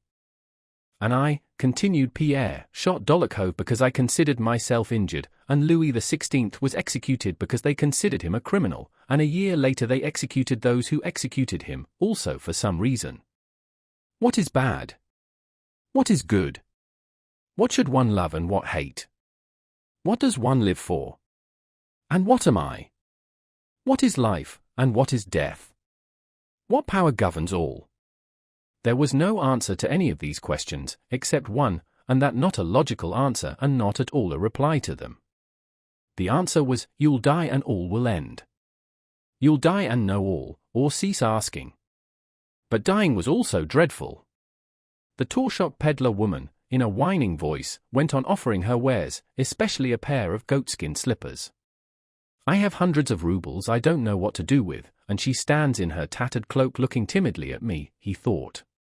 And what does she want the money for? As if that money could add a hair's breadth to happiness or peace of mind. Can anything in the world make her or me less a prey to evil and death, death which ends all and must come today or tomorrow, at any rate, in an instant as compared with eternity? And again he twisted the screw with the stripped thread, and again it turned uselessly in the same place. His servant handed him a half-cut novel, in the form of letters, by Madame de Souza. He began reading about the sufferings and virtuous struggles of a certain Emily de Mansfeld. And why did she resist her seducer when she loved him, he thought. God could not have put into her heart an impulse that was against his will. My wife, as she once was, did not struggle, and perhaps she was right. Nothing has been found out, nothing discovered, Pierre again said to himself. All we can know is that we know nothing. And that's the height of human wisdom. Everything within and around him seemed confused, senseless, and repellent. Yet in this very repugnance to all his circumstances Pierre found a kind of tantalizing satisfaction. I make bold to ask your excellency to move a little for this gentleman, said the postmaster, entering the room followed by another traveller, also detained for lack of horses. The newcomer was a short, large-boned, yellow-faced, wrinkled old man, with grey bushy eyebrows overhanging bright eyes of an indefinite greyish colour. Pierre took his feet off the table, stood up, and lay down on a bed that had been got ready for him, glancing now and then at the newcomer, who, with a gloomy and tired face, was wearily taking off his wraps with the aid of his servant, and not looking at Pierre. With a pair of felt boots on his thin bony legs, and keeping on a worn, nankeen-covered, sheepskin coat, the traveller sat down on the sofa, leaned back his big head with its broad temples and close-cropped hair, and looked at Bezukhov. The stern, shrewd, and penetrating expression of that look struck Pierre. He felt a wish to speak to the stranger, but by the time he had made up his mind to ask him a question about the roads, the traveller had closed his eyes. His shriveled old hands were folded, and on the finger of one of them Pierre noticed a large cast-iron ring with a seal representing a death's head. The stranger sat without stirring, either resting or, as it seemed to Pierre, sunk in profound and calm meditation. His servant was also a yellow, wrinkled old man, without beard or moustache, evidently not because he was shaven but because they had never grown. This active old servant was unpacking the traveller's canteen and preparing tea. He brought in a boiling samovar. When everything was ready, the stranger opened his eyes, moved to the table, filled a tumbler with tea for himself and one for the beardless old man to whom he passed it. Pierre began to feel a sense of uneasiness, and the need, even the inevitability, of entering into conversation with this stranger. The servant brought back his tumbler turned upside down, with an unfinished bit of nibbled sugar, and asked if anything more would be wanted. To indicate he did not want more tea. No. Give me the book, said the stranger. The servant handed him a book which Pierre took to be a devotional work, and the traveller became absorbed in it. Pierre looked at him. All at once the stranger closed the book, putting in a marker, and again, leaning with his arms on the back of the sofa, sat in his former position with his eyes shut. Pierre looked at him and had not time to turn away when the old man, opening his eyes, fixed his steady and severe gaze straight on Pierre's face. Pierre felt confused and wished to avoid that look, but the bright old eyes attracted him irresistibly. Chapter 2. I have the pleasure of addressing Count Bezukov, if I am not mistaken, said the stranger in a deliberate and loud voice. Pierre looked silently and inquiringly at him over his spectacles. I have heard of you, my dear sir, continued the stranger, and of your misfortune. He seemed to emphasize the last word, as if to say, yes, misfortune. Call it what you please, I know that what happened to you in Moscow was a misfortune. I regret it very much, my dear sir. Pierre flushed and, hurriedly putting his legs down from the bed, bent forward toward the old man with a forced and timid smile. I have not referred to this out of curiosity, my dear sir, but for greater reasons. He paused, his gaze still on Pierre, and moved aside on the sofa by way of inviting the other to take a seat beside him. Pierre felt reluctant to enter into conversation with this old man, but, submitting to him involuntarily, came up and sat down beside him. You are unhappy, my dear sir, the stranger continued. You are young and I am old. I should like to help you as far as lies in my power. Oh, yes, said Pierre, with a forced smile. I am very grateful to you. Where are you traveling from?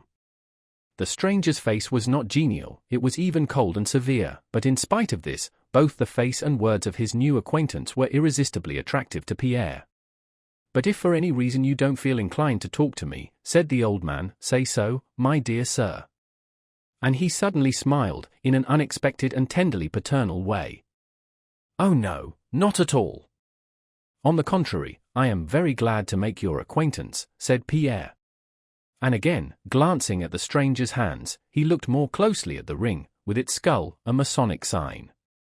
Allow me to ask, he said, are you a Mason?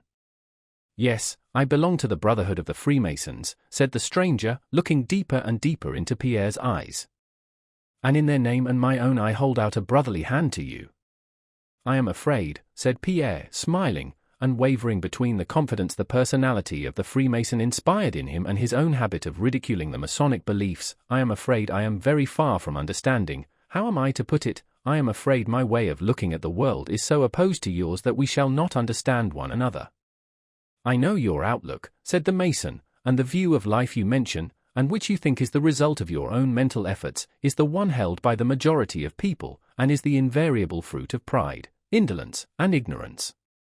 Forgive me, my dear sir, but if I had not known it I should not have addressed you. Your view of life is a regrettable delusion. Just as I may suppose you to be deluded, said Pierre, with a faint smile. I should never dare to say that I know the truth, said the Mason, whose words struck Pierre more and more by their precision and firmness. No one can attain to truth by himself. Only by laying stone on stone with the cooperation of all, by the millions of generations from our forefather Adam to our own times, is that temple reared which is to be a worthy dwelling place of the great God, he added, and closed his eyes. I ought to tell you that I do not believe in God, said Pierre, regretfully and with an effort, feeling it essential to speak the whole truth. The Mason looked intently at Pierre and smiled as a rich man with millions in hand might smile at a poor fellow who told him that he, poor man, had not the 5 rubles that would make him happy. Yes, you do not know him, my dear sir, said the Mason. You cannot know him. You do not know him and that is why you are unhappy. Yes, I am unhappy, assented Pierre. But what am I to do? You know him not, my dear sir, and so you are very unhappy. You do not know him, but he is here, he is in me, he is in my words, he is in thee, and even in those blasphemous words thou hast just uttered, pronounced the Mason in a stern and tremulous voice. He paused and sighed, evidently trying to calm himself. If he were not, he said quietly, you and I would not be speaking of him, my dear sir. Of what, of whom, are we speaking? Whom hast thou denied? He suddenly asked with exulting austerity and authority in his voice. Who invented him, if he did not exist? Whence came thy conception of the existence of such an incomprehensible being? Didst thou, and why did the whole world, conceive the idea of the existence of such an incomprehensible being, a being all-powerful, eternal, and infinite in all his attributes? He stopped and remained silent for a long time. Pierre could not and did not wish to break this silence. He exists, but to understand him is hard. The mason began again, looking not at Pierre but straight before him, and turning the leaves of his book with his old hands which from excitement he could not keep still. If it were a man whose existence thou didst doubt, I could bring him to thee, could take him by the hand and show him to thee. But how can I, an insignificant mortal, show his omnipotence, his infinity, and all his mercy to one who is blind, or who shuts his eyes that he may not see or understand him, and may not see or understand his own vileness and sinfulness? He paused again. Who art thou? Thou dreamest that thou art wise because thou couldst utter those blasphemous words, he went on, with a sombre and scornful smile. And thou art more foolish and unreasonable than a little child, who, playing with the parts of a skillfully made watch, dares to say that, as he does not understand its use, he does not believe in the master who made it. To know him is hard. For ages, from our forefather Adam to our own day, we labor to attain that knowledge and are still infinitely far from our aim, but in our lack of understanding we see only our weakness and his greatness. Pierre listened with swelling heart, gazing into the mason's face with shining eyes, not interrupting or questioning him, but believing with his whole soul what the stranger said. Whether he accepted the wise reasoning contained in the mason's words, or believed as a child believes, in the speaker's tone of conviction and earnestness, or the tremor of the speaker's voice, which sometimes almost broke, or those brilliant aged eyes grown old in this conviction, or the calm firmness and certainty of his vocation, which radiated from his whole being, and which struck Pierre especially by contrast with his own dejection and hopelessness, at any rate, Pierre longed with his whole soul to believe, and he did believe, and felt a joyful sense of comfort, regeneration, and return to life. He is not to be apprehended by reason, but by life, said the mason. I do not understand, said Pierre, feeling with dismay doubts reawakening. He was afraid of any want of clearness, any weakness, in the mason's arguments. He dreaded not to be able to believe in him. I don't understand, he said, how it is that the mind of man cannot attain the knowledge of which you speak. The mason smiled with his gentle fatherly smile. The highest wisdom and truth are like the purest liquid we may wish to imbibe, he said. Can I receive that pure liquid into an impure vessel and judge of its purity? Only by the inner purification of myself can I retain in some degree of purity the liquid I receive. Yes, yes, that is so, said Pierre joyfully. The highest wisdom is not founded on reason alone, not on those worldly sciences of physics, history, chemistry, and the like, into which intellectual knowledge is divided. The highest wisdom is one. The highest wisdom has but one science, the science of the whole, the science explaining the whole creation and man's place in it. To receive that science it is necessary to purify and renew one's inner self, and so before one can know, it is necessary to believe and to perfect one's self. And to attain this end, we have the light called conscience that God has implanted in our souls. Yes, yes, assented Pierre. Look then at thy inner self with the eyes of the Spirit, and ask thyself whether thou art content with thyself. What hast thou attained relying on reason only? What art thou? You are young, you are rich, you are clever, you are well educated. And what have you done with all these good gifts? Are you content with yourself and with your life? No, I hate my life, Pierre muttered, wincing. Thou hatest it. Then change it, purify thyself, and as thou art purified, thou wilt gain wisdom. Look at your life, my dear sir. How have you spent it? In riotous orgies and debauchery, receiving everything from society and giving nothing in return. You have become the possessor of wealth. How have you used it? What have you done for your neighbor? Have you ever thought of your tens of thousands of slaves? Have you helped them physically and morally? No. You have profited by their toil to lead a profligate life. That is what you have done. Have you chosen a post in which you might be of service to your neighbor? No. You have spent your life in idleness. Then you married, my dear sir, took on yourself responsibility for the guidance of a young woman, and what have you done? You have not helped her to find the way of truth, my dear sir, but have thrust her into an abyss of deceit and misery. A man offended you and you shot him, and you say you do not know God and hate your life. There is nothing strange in that, my dear sir. After these words, the mason, as if tired by his long discourse, again leaned his arms on the back of the sofa and closed his eyes. Pierre looked at that aged, stern, motionless, almost lifeless face and moved his lips without uttering a sound. He wished to say, yes, a vile, idle, vicious life, but dared not break the silence. The mason cleared his throat huskily, as old men do, and called his servant. "How about the horses?" he asked, without looking at Pierre. "The exchange horses have just come," answered the servant. "Will you not rest here?" "No, tell them to harness." Can he really be going away leaving me alone without having told me all, and without promising to help me, thought Pierre, rising with downcast head, and he began to pace the room, glancing occasionally at the mason. "Yes, I never thought of it, but I have led a contemptible and profligate life, though I did not like it and did not want to," thought Pierre. "But this man knows the truth and, if he wished to, could disclose it to me." Pierre wished to say this to the mason, but did not dare to. The traveler, having packed his things with his practiced hands, began fastening his coat.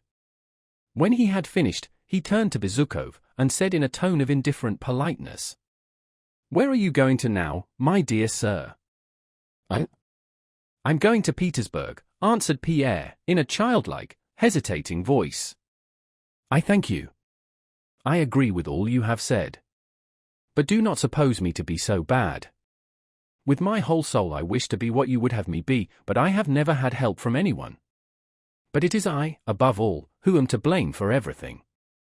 Help me, teach me, and perhaps I may." Pierre could not go on. He gulped and turned away. The mason remained silent for a long time, evidently considering.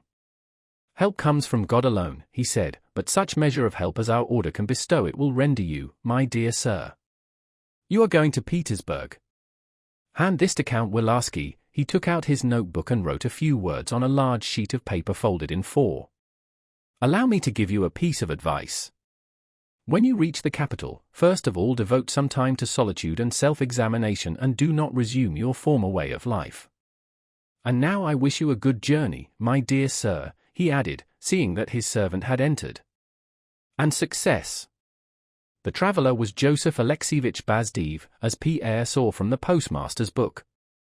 Bazdev had been one of the best-known Freemasons and Martinists, even in Novikov's time. For a long while after he had gone, Pierre did not go to bed or order horses but paced up and down the room, pondering over his vicious past, and with a rapturous sense of beginning anew pictured to himself the blissful, irreproachable, virtuous future that seemed to him so easy. It seemed to him that he had been vicious only because he had somehow forgotten how good it is to be virtuous. Not a trace of his former doubts remained in his soul. He firmly believed in the possibility of the brotherhood of men united in the aim of supporting one another in the path of virtue, and that is how Freemasonry presented itself to him. Chapter 3.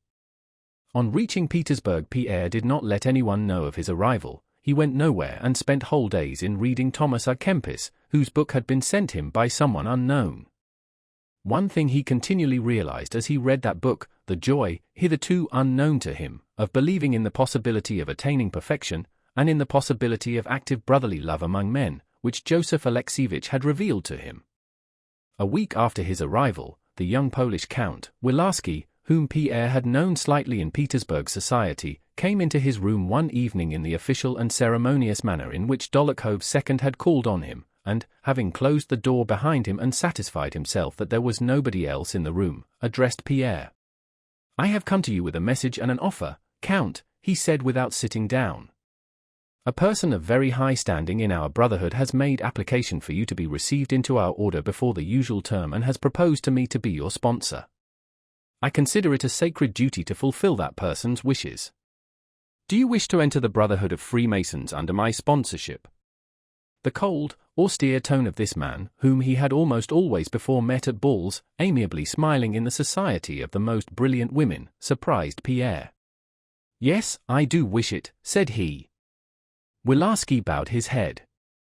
"One more question, Count," he said, "which I beg you to answer in all sincerity, not as a future Mason but as an honest man. Have you renounced your former convictions? Do you believe in God?" Pierre considered. Yes, I believe in God," he said. "In that case," began Wilarski, but Pierre interrupted him. "Yes, I do believe in God," he repeated. "In that case we can go," said Wilarski. "My carriage is at your service." Wilarski was silent throughout the drive. To Pierre's inquiries as to what he must do and how he should answer, Wilarski only replied that brothers more worthy than he would test him and that Pierre had only to tell the truth. Having entered the courtyard of a large house where the lodge had its headquarters, and having ascended a dark staircase, they entered a small well-lit anteroom where they took off their cloaks without the aid of a servant. From there they passed into another room. A man in strange attire appeared at the door. Wilarski, stepping toward him, said something to him in French in an undertone and then went up to a small wardrobe in which Pierre noticed garments such as he had never seen before. Having taken a kerchief from the cupboard, Wilarski bound Pierre's eyes with it and tied it in a knot behind, catching some hairs painfully in the knot.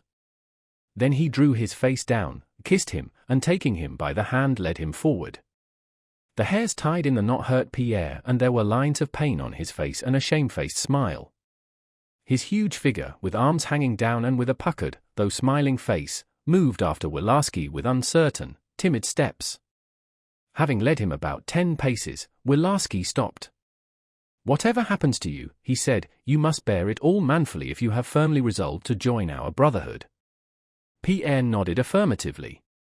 "When you hear a knock at the door, you will uncover your eyes," added Wilarski. "I wish you courage and success," and, pressing Pierre's hand, he went out. Left alone, Pierre went on smiling in the same way.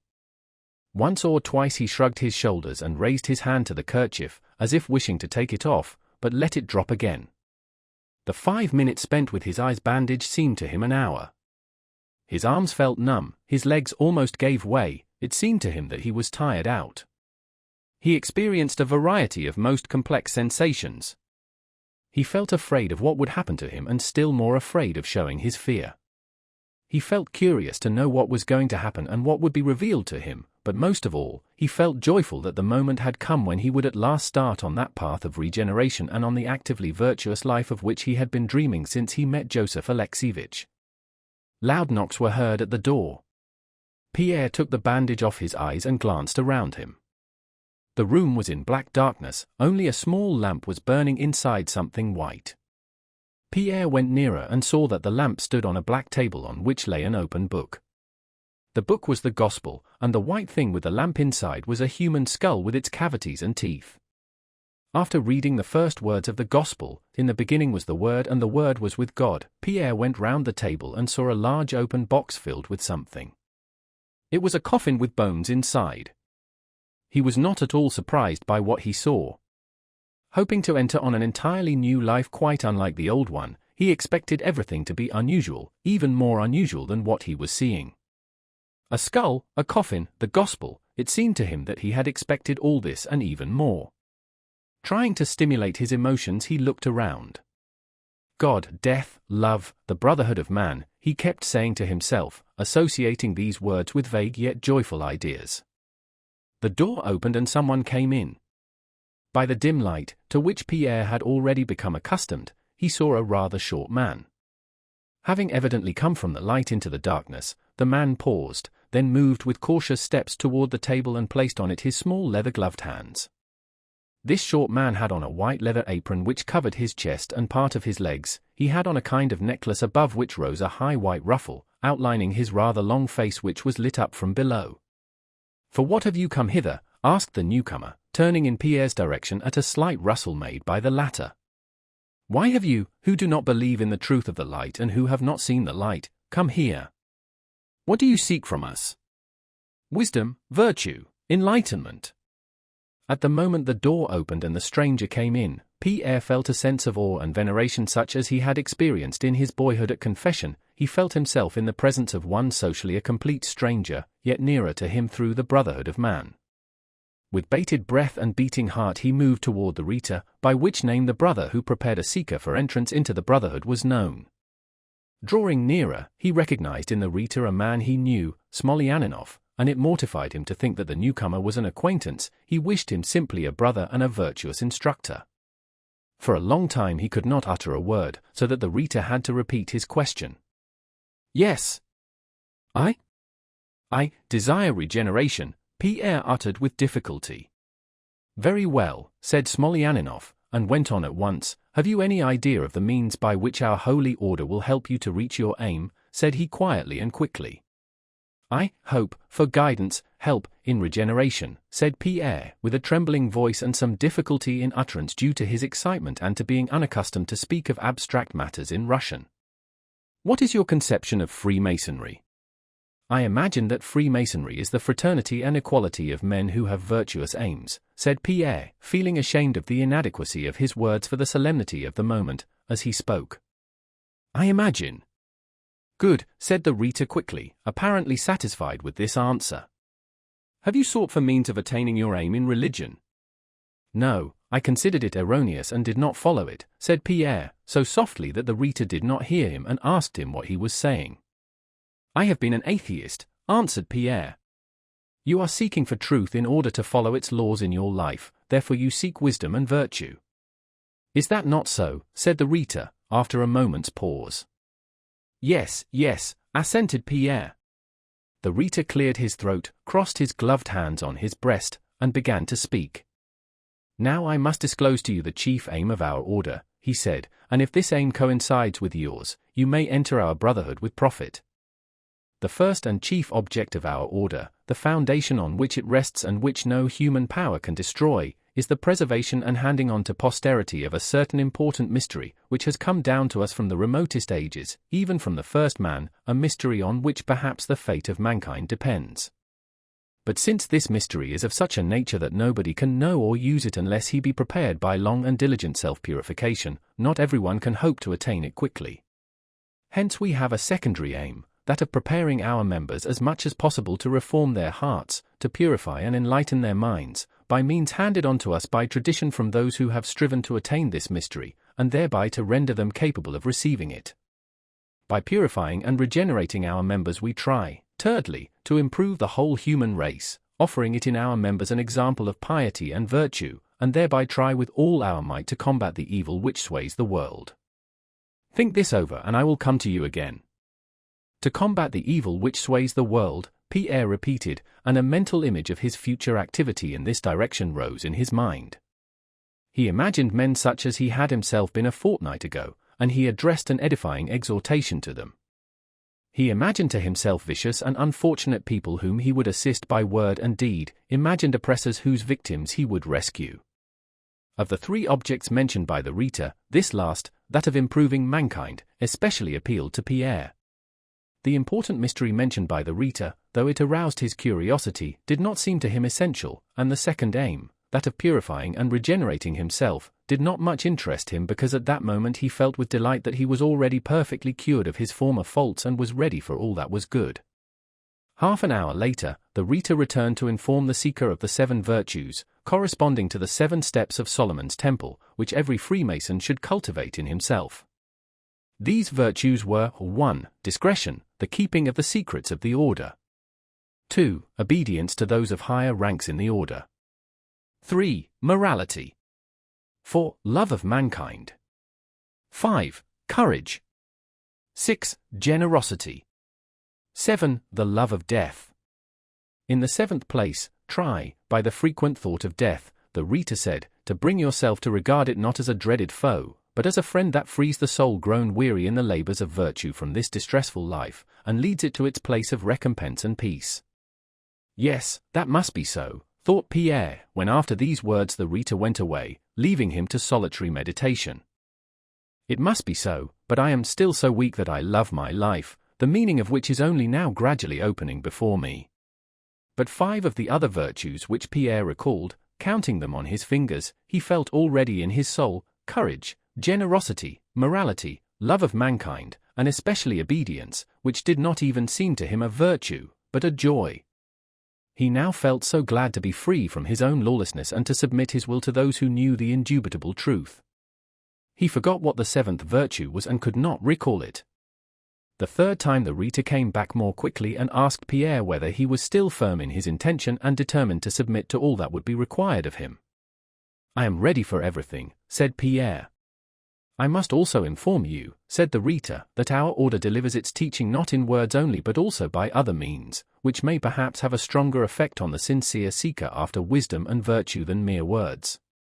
This chamber with what you see therein should already have suggested to your heart, if it is sincere, more than words could do. You will perhaps also see in your further initiation a like method of enlightenment. Our order imitates the ancient societies that explained their teaching by hieroglyphics. A hieroglyph, said the Rita, is an emblem of something not cognizable by the senses but which possesses qualities resembling those of the symbol. Pierre knew very well what a hieroglyph was, but dared not speak. He listened to the Rita in silence, feeling from all he said that his ordeal was about to begin. If you are resolved, I must begin your initiation, said the Rita, coming closer to Pierre. In token of generosity I ask you to give me all your valuables.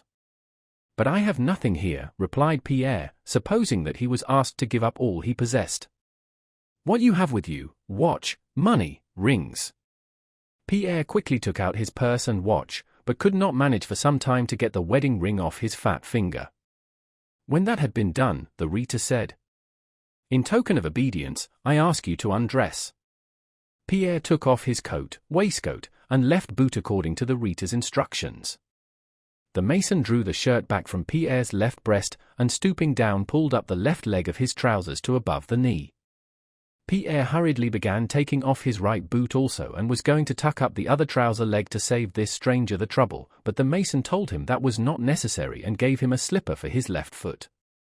With a childlike smile of embarrassment, doubt, and self-derision, which appeared on his face against his will, Pierre stood with his arms hanging down and legs apart, before his brother Rita, and awaited his further commands.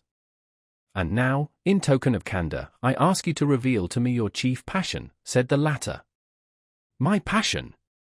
I have had so many, replied Pierre. That passion which more than all others caused you to waver on the path of virtue, said the mason. Pierre paused, seeking a reply. Wine? Gluttony? Idleness? Laziness? Irritability? Anger? Women? He went over his vices in his mind, not knowing to which of them to give the preeminence. Women, he said in a low, scarcely audible voice. The mason did not move and for a long time said nothing after this answer. At last he moved up to Pierre and, taking the kerchief that lay on the table, again bound his eyes. For the last time I say to you, turn all your attention upon yourself, put a bridle on your senses, and seek blessedness, not in passion but in your own heart. The source of blessedness is not without us but within. Pierre had already long been feeling in himself that refreshing source of blessedness which now flooded his heart with glad emotion. Chapter 4. Soon after this there came into the dark chamber to fetch Pierre, not the Rita but Pierre's sponsor, Wilarski, whom he recognized by his voice.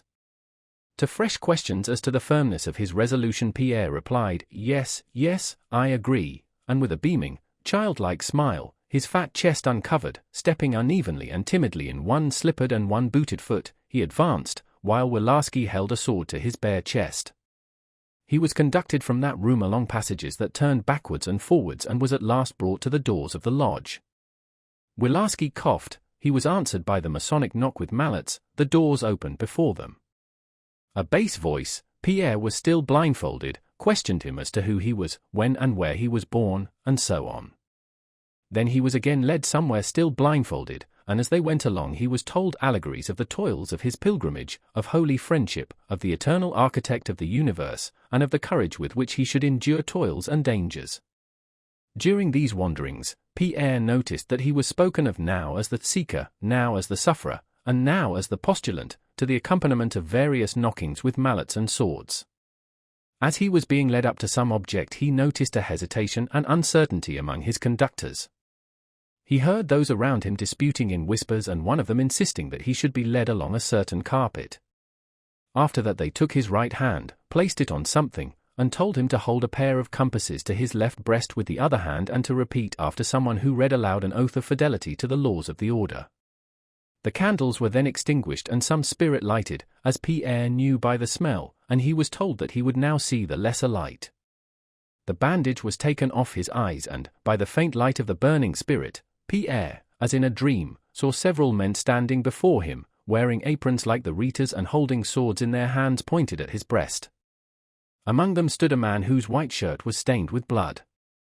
On seeing this, Pierre moved forward with his breast toward the swords, meaning them to pierce it.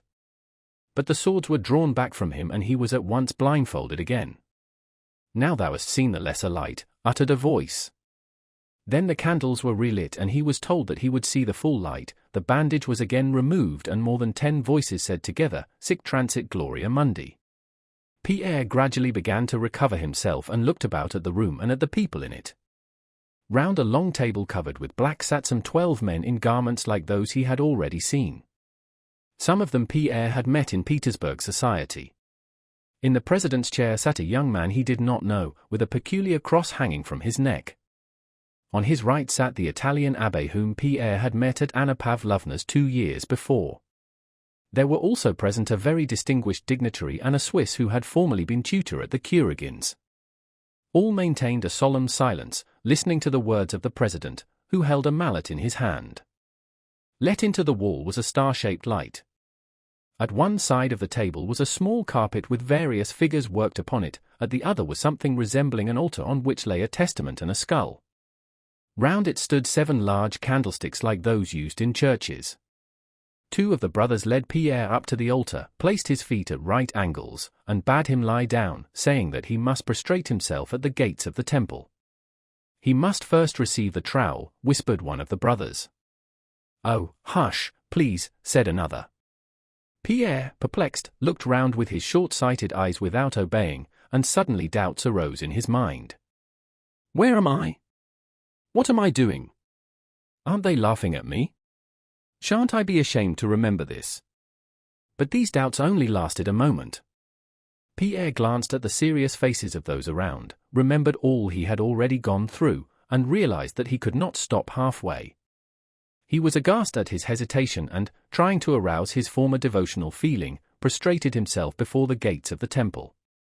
And really, the feeling of devotion returned to him even more strongly than before. When he had lain there some time, he was told to get up, and a white leather apron, such as the others wore, was put on him. He was given a trowel and 3 pairs of gloves, and then the Grand Master addressed him. He told him that he should try to do nothing to stain the whiteness of that apron, which symbolized strength and purity. Then of the unexplained trowel, he told him to toil with it to cleanse his own heart from vice, and indulgently to smooth with it the heart of his neighbor. As to the first pair of gloves, a man's, he said that Pierre could not know their meaning but must keep them.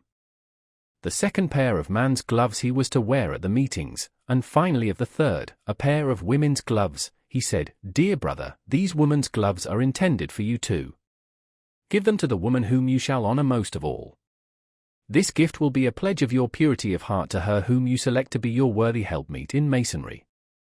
And after a pause, he added, "But beware, dear brother, that these gloves do not deck hands that are unclean."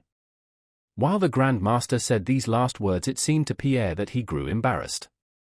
Pierre himself grew still more confused, blushed like a child till tears came to his eyes, began looking about him uneasily, and an awkward pause followed. This silence was broken by one of the brethren, who led Pierre up to the rug and began reading to him from a manuscript book an explanation of all the figures on it: the sun, the moon, a hammer, a plumb line, a trowel, a rough stone and a squared stone, a pillar, 3 windows, and so on. Then a place was assigned to Pierre, he was shown the signs of the lodge, told the password, and at last was permitted to sit down. The Grand Master began reading the statutes. They were very long, and Pierre, from joy, agitation, and embarrassment, was not in a state to understand what was being read. He managed to follow only the last words of the statutes, and these remained in his mind. "In our temples we recognize no other distinctions," read the Grand Master, "but those between virtue and vice. Beware of making any distinctions which may infringe equality. Fly to a brother's aid whoever he may be, exhort him who goeth astray, raise him that falleth, never bear malice or enmity toward thy brother. Be kindly and courteous. Kindle in all hearts the flame of virtue. Share thy happiness with thy neighbor, and may envy never dim the purity of that bliss. Forgive thy enemy, do not avenge thyself except by doing him good. thus fulfilling the highest law: thou shalt regain traces of the ancient dignity which thou hast lost. He finished and, getting up, embraced and kissed Pierre, who, with tears of joy in his eyes, looked round him, not knowing how to answer the congratulations and greetings from acquaintances that met him on all sides. He acknowledged no acquaintances but saw in all these men only brothers, and burned with impatience to set to work with them. The Grand Master rapped with his mallet. All the masons sat down in their places, and one of them read an exhortation on the necessity of humility. The Grand Master proposed that the last duty should be performed, and the distinguished dignitary who bore the title of a collector of arms went round to all the brothers. Pierre would have liked to subscribe all he had, but fearing that it might look like pride, subscribed the same amount as the others. The meeting was at an end, and on reaching home Pierre felt as if he had returned from a long journey on which he had spent dozens of years, had become completely changed, and had quite left behind his former habits and way of life. Chapter 5. The day after he had been received into the lodge, Pierre was sitting at home reading a book and trying to fathom the significance of the square, one side of which symbolized God, another moral things, a third physical things, and the fourth a combination of these. Now and then his attention wandered from the book and the square, and he formed in imagination a new plan of life. On the previous evening at the lodge, he had heard that a rumor of his duel had reached the emperor and that it would be wiser for him to leave Petersburg. Pierre proposed going to his estates in the south and there attending to the welfare of his serfs. He was joyfully planning this new life, when Prince Vasily suddenly entered the room. "My dear fellow, what have you been up to in Moscow? Why have you quarrelled with Hélène, mon cher?" "You are under a delusion," said Prince Vasily, as he entered. "I know all about it, and I can tell you positively that Hélène is as innocent before you as Christ was before the Jews." Pierre was about to reply, but Prince Vasily interrupted him. "And why didn't you simply come straight to me as to a friend?" "I know all about it and understand it all," he said. "You behaved as becomes a man who values his honor, perhaps too hastily, but we won't go into that. But consider the position in which you are placing her and me in the eyes of society, and even of the court," he added, lowering his voice. "She is living in Moscow and you are here. Remember, dear boy," and he drew Pierre's arm downwards, "it is simply a misunderstanding. I expect you feel it so yourself. Let us write her a letter at once, and she'll come here and all will be explained, or else, my dear boy, let me tell you it's quite likely you'll have to suffer for it." Prince Vasily gave Pierre a significant look. "I know from reliable sources that the Dowager Empress is taking a keen interest in the whole affair. You know she is very gracious to Hélène." Pierre tried several times to speak, but, on one hand, Prince Vasily did not let him and, on the other, Pierre himself feared to begin to speak in the tone of decided refusal and disagreement in which he had firmly resolved to answer his father-in-law. Moreover, the words of the Masonic statutes, "Be kindly and courteous," recurred to him. He blinked, went red, got up and sat down again, struggling with himself to do what was for him the most difficult thing in life, to say an unpleasant thing to a man's face, to say what the other, whoever he might be, did not expect. He was so used to submitting to Prince Vasily's tone of careless self-assurance that he felt he would be unable to withstand it now, but he also felt that on what he said now his future depended, whether he would follow the same old road, or that new path so attractively shown him by the Masons, on which he firmly believed he would be reborn to a new life. "Now, dear boy," said Prince Vasily playfully, "say yes, and I'll write to her myself, and we will kill the fatted calf." But before Prince Vasily had finished his playful speech, Pierre, without looking at him, and with a kind of fury that made him like his father, muttered in a whisper, "Prince, I did not ask you here. Go, please go." And he jumped up and opened the door for him. "Go," he repeated, amazed at himself and glad to see the look of confusion and fear that showed itself on Prince Vasily's face. "What's the matter with you? Are you ill?" "Go," the quivering voice repeated. And Prince Vasily had to go without receiving any explanation. A week later, Pierre, having taken leave of his new friends, the Masons, and leaving large sums of money with them for arms, went away to his estates. His new brethren gave him letters to the Kiev and Odessa Masons and promised to write to him and guide him in his new activity. Chapter 6. The duel between Pierre and Dolokhov was hushed up and, in spite of the emperor's severity regarding duels at that time, neither the principals nor their seconds suffered for it. But the story of the duel, confirmed by Pierre's rupture with his wife, was the talk of society. Pierre, who had been regarded with patronizing condescension when he was an illegitimate son, and petted and extolled when he was the best match in Russia, had sunk greatly in the esteem of society after his marriage, when the marriageable daughters and their mothers had nothing to hope from him, especially as he did not know how, and did not wish, to court society's favor.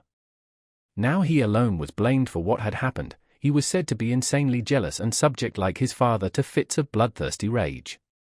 And when after Pierre's departure Helene returned to Petersburg, she was received by all her acquaintances not only cordially, but even with a shade of deference due to her misfortune. When conversation turned on her husband, Helene assumed a dignified expression, which with characteristic tact she had acquired though she did not understand its significance. This expression suggested that she had resolved to endure her troubles uncomplainingly and that her husband was a cross laid upon her by God. Prince Vasily expressed his opinion more openly. He shrugged his shoulders when Pierre was mentioned and, pointing to his forehead, remarked, "A bit touched, I always said so."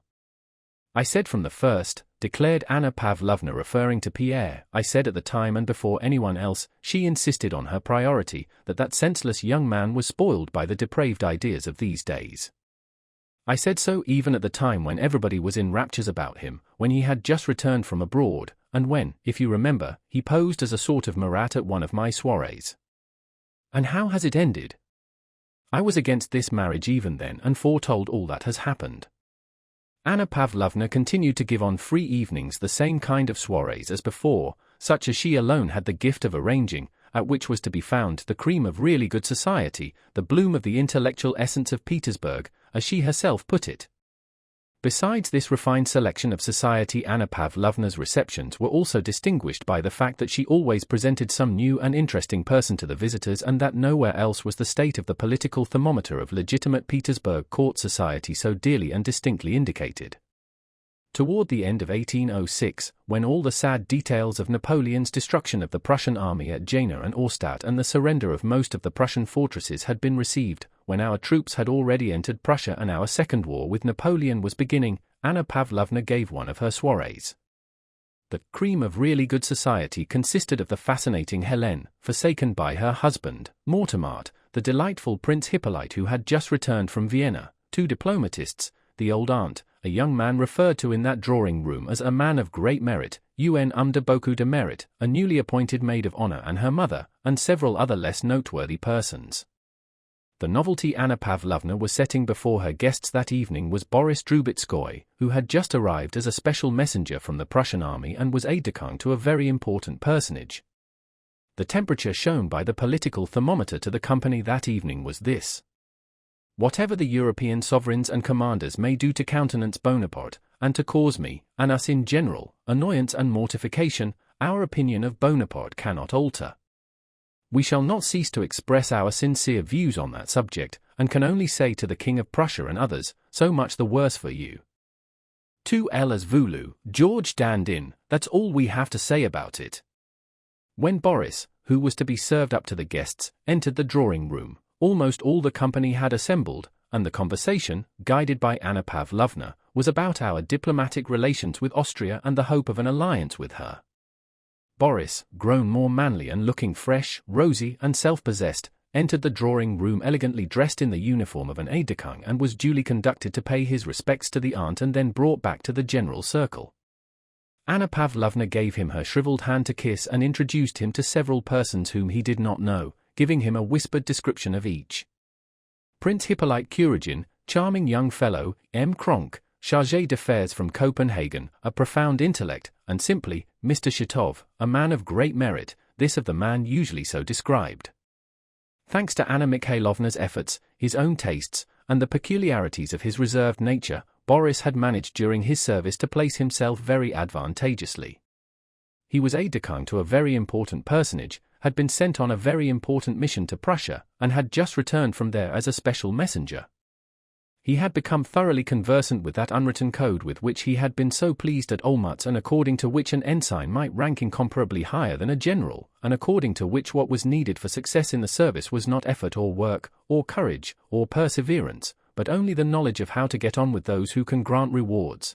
And he was himself often surprised at the rapidity of his success and at the inability of others to understand these things.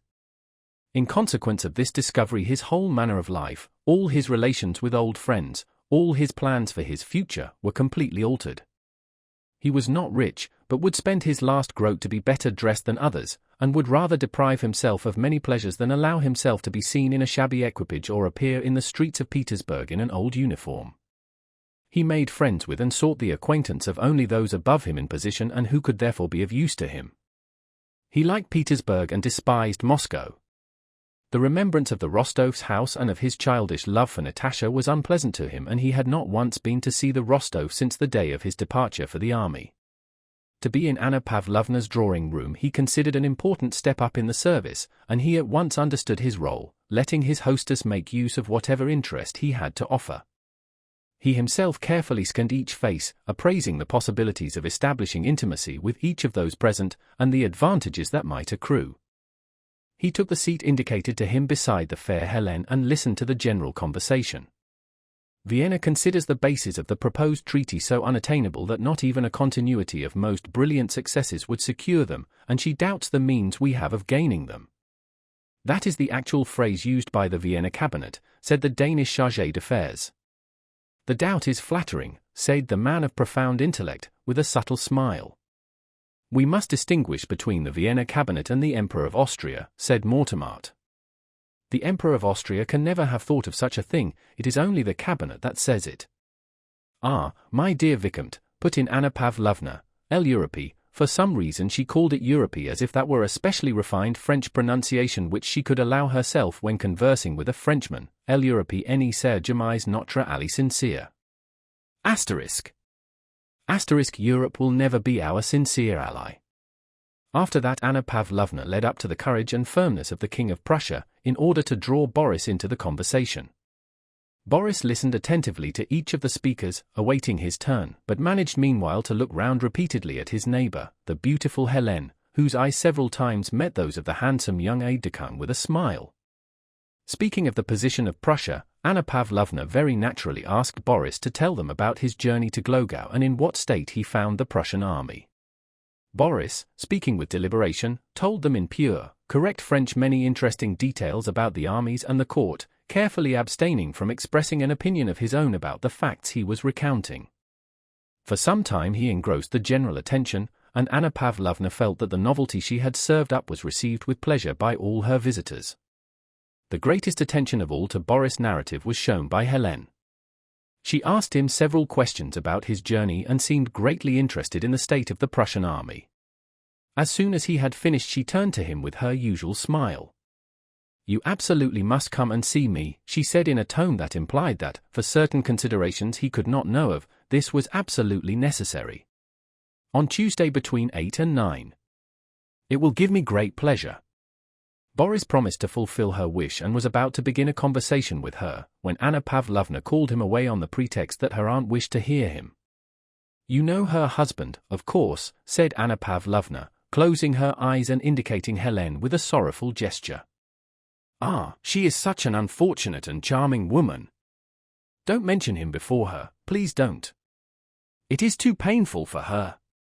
Chapter 7. When Boris and Anna Pavlovna returned to the others, Prince Hippolyte had the ear of the company. Bending forward in his armchair he said, "Le roi de Prusse," and having said this laughed.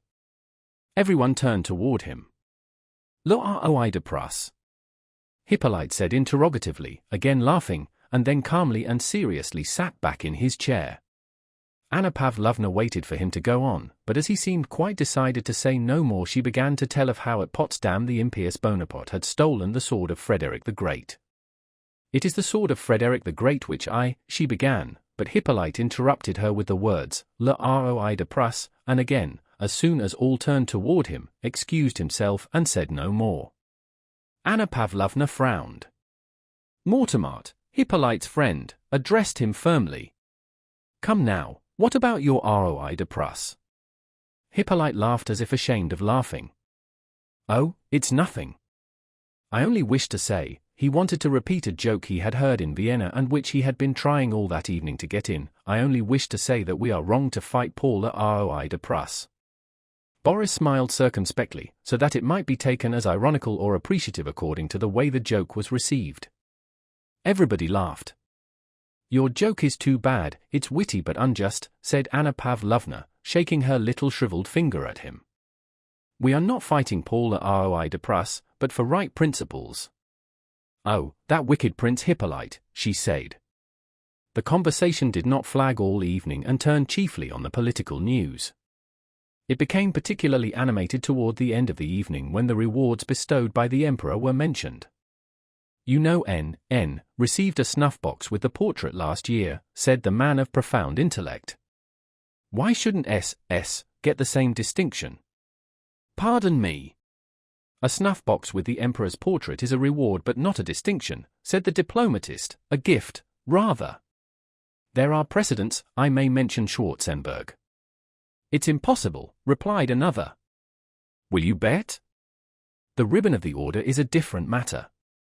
When everybody rose to go, Helene, who had spoken very little all the evening, again turned to Boris, asking him in a tone of caressing significant command to come to her on Tuesday. It is of great importance to me, she said, turning with a smile toward Anna Pavlovna, and Anna Pavlovna, with the same sad smile with which she spoke of her exalted patroness, supported Helene's wish. It seemed as if from some words Boris had spoken that evening about the Prussian army, Helene had suddenly found it necessary to see him. She seemed to promise to explain that necessity to him when he came on Tuesday. But on Tuesday evening, having come to Helene's splendid salon, Boris received no clear explanation of why it had been necessary for him to come. There were other guests and the Countess talked little to him, and only as he kissed her hand on taking leave said unexpectedly and in a whisper, with a strangely unsmiling face, "Come to dinner tomorrow, in the evening. You must come. Come." During that stay in Petersburg, Boris became an intimate in the Countess' house. Chapter 8. The war was flaming up and nearing the Russian frontier. Everywhere one heard curses on Bonaparte, the enemy of mankind. Militiamen and recruits were being enrolled in the villages, and from the seat of war came contradictory news, false as usual and therefore variously interpreted. The life of old Prince Bolkonsky, Prince Andrew, and Princess Mary had greatly changed since 1805. In 1806 the old prince was made one of the 8 commanders-in-chief then appointed to supervise the enrollment decreed throughout Russia. Despite the weakness of age, which had become particularly noticeable since the time when he thought his son had been killed, he did not think it right to refuse a duty to which he had been appointed by the Emperor himself, and this fresh opportunity for action gave him new energy and strength. He was continually traveling through the 3 provinces entrusted to him, was pedantic in the fulfillment of his duties, severe to cruel with his subordinates, and went into everything down to the minutest details himself. Princess Mary had ceased taking lessons in mathematics from her father, and when the old prince was at home went to his study with the wet nurse and little Prince Nicholas, as his grandfather called him. The baby Prince Nicholas lived with his wet nurse and Nurse Savishna in the late princess's rooms, and Princess Mary spent most of the day in the nursery, taking a mother's place to her little nephew as best she could. Mademoiselle Bourrienne, too, seemed passionately fond of the boy, and Princess Mary often deprived herself to give her friend the pleasure of dandling the little angel, as she called her nephew, and playing with him. Near the altar of the church at Bald Hills there was a chapel over the tomb of the little princess, and in this chapel was a marble monument brought from Italy, representing an angel with outspread wings ready to fly upwards. The angel's upper lip was slightly raised as though about to smile, and once on coming out of the chapel Prince Andrew and Princess Mary admitted to one another that the angel's face reminded them strangely of the little princess. But what was still stranger, though of this Prince Andrew said nothing to his sister, was that in the expression the sculptor had happened to give the angel's face, Prince Andrew read the same mild reproach he had read on the face of his dead wife. "Ah, why have you done this to me?"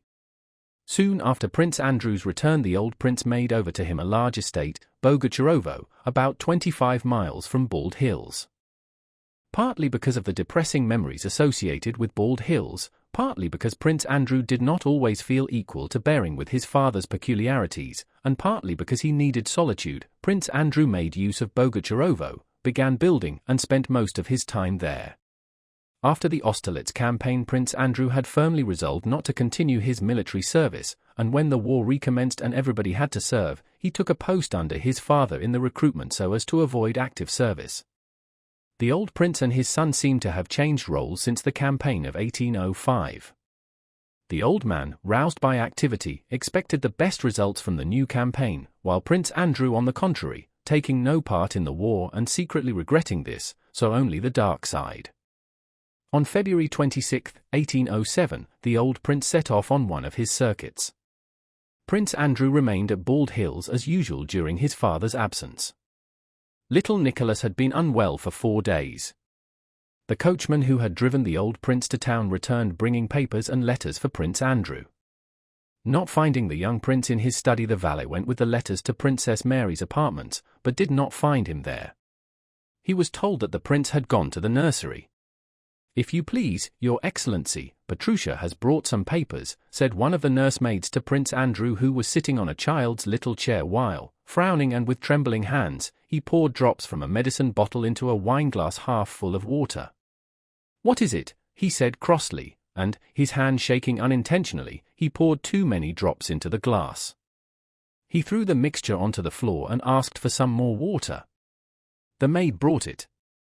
There were in the room a child's cot, 2 boxes, 2 armchairs, a table, a child's table, and the little chair on which Prince Andrew was sitting. The curtains were drawn, and a single candle was burning on the table, screened by a bound music book so that the light did not fall on the cot. "My dear," said Princess Mary, addressing her brother from beside the cot where she was standing, "better wait a bit, later." "Oh, leave off, you always talk nonsense and keep putting things off, and this is what comes of it," said Prince Andrew in an exasperated whisper, evidently meaning to wound his sister. "My dear, really, it's better not to wake him, he's asleep," said the princess in a tone of entreaty. Prince Andrew got up and went on tiptoe up to the little bed, wineglass in hand. "Perhaps we'd really better not wake him," he said, hesitating. "As you please, really." "I think so, but as you please," said Princess Mary, evidently intimidated and confused that her opinion had prevailed. She drew her brother's attention to the maid who was calling him in a whisper.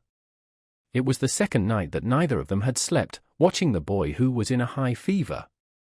These last days, mistrusting their household doctor and expecting another for whom they had sent to town, they had been trying first one remedy and then another.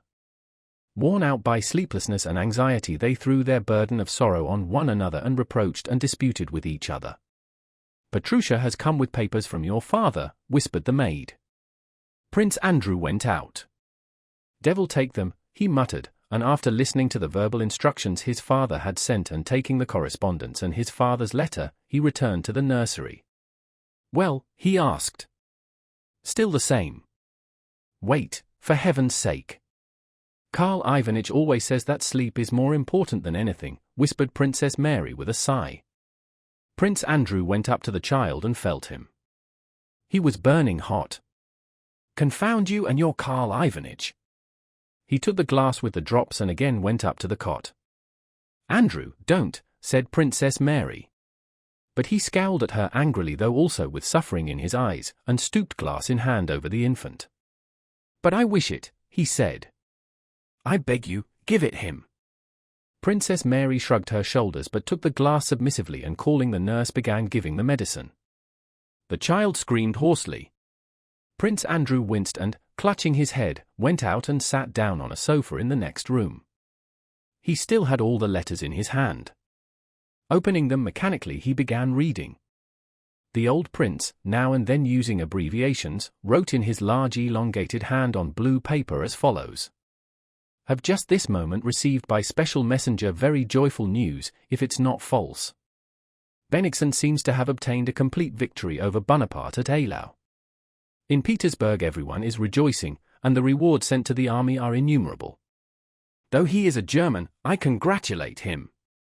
I can't make out what the commander at Korchevo, a certain Kandrakov, is up to, till now the additional men and provisions have not arrived. Gallop off to him at once and say I'll have his head off if everything is not here in a week. Have received another letter about the Preußische battle from Potenka. He took part in it, and it's all true.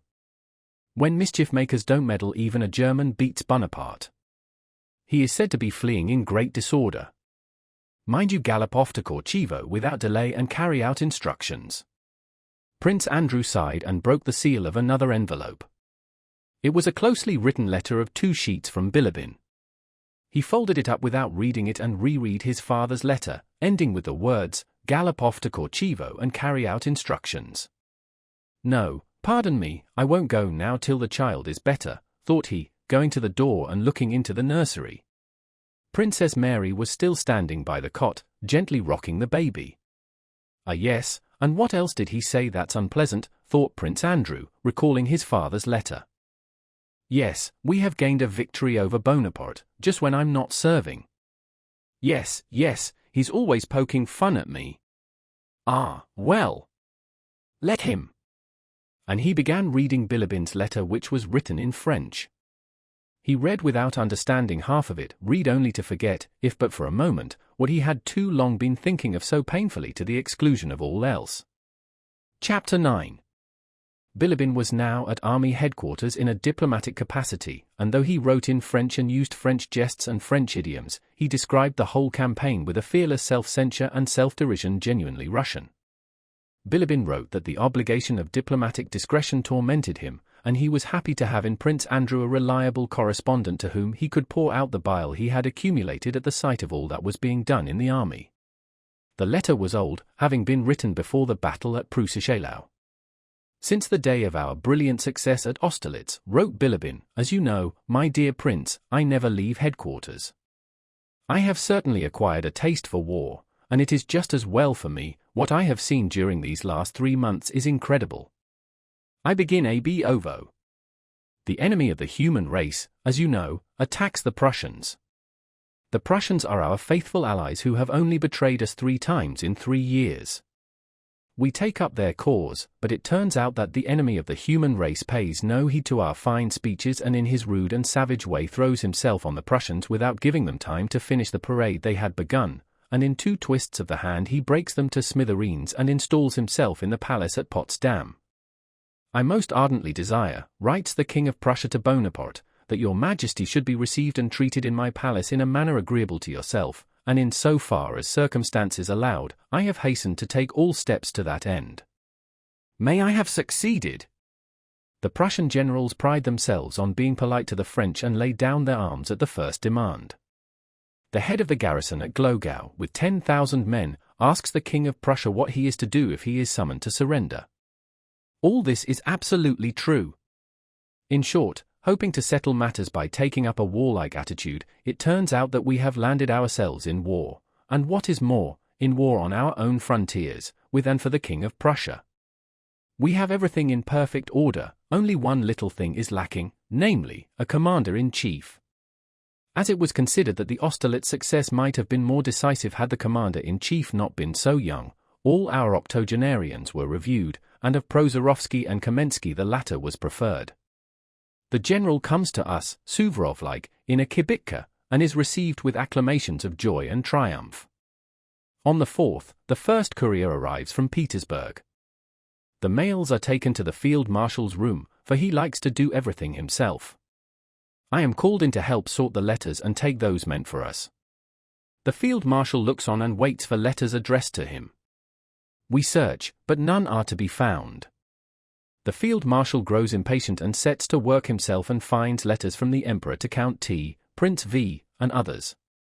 Then he bursts into one of his wild furies and rages at everyone and everything, seizes the letters, opens them, and reads those from the Emperor addressed to others. "Ah! So that's the way they treat me. No confidence in me. Ah, order to keep an eye on me. Very well then. Get along with you." So he writes the famous order of the day to General Bennigsen.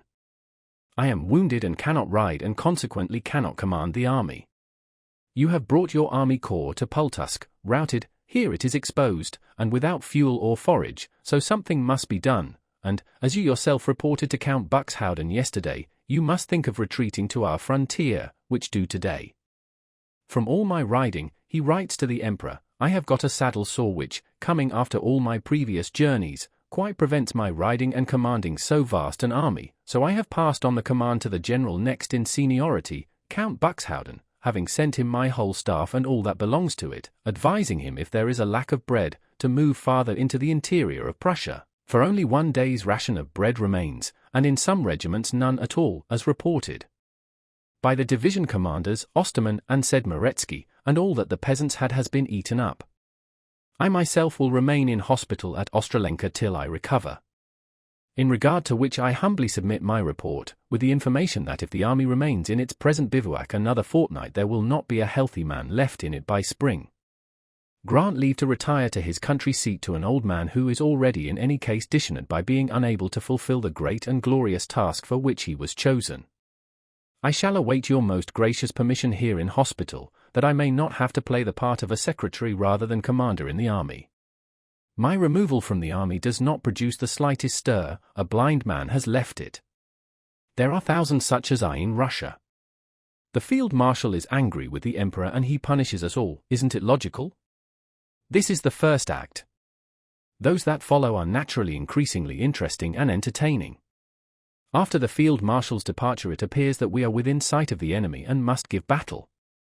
Buxhowden is commander-in-chief by seniority, but General Bennigsen does not quite see it, more particularly as it is he and his corps who are within sight of the enemy and he wishes to profit by the opportunity to fight a battles on his own hand as the Germans say.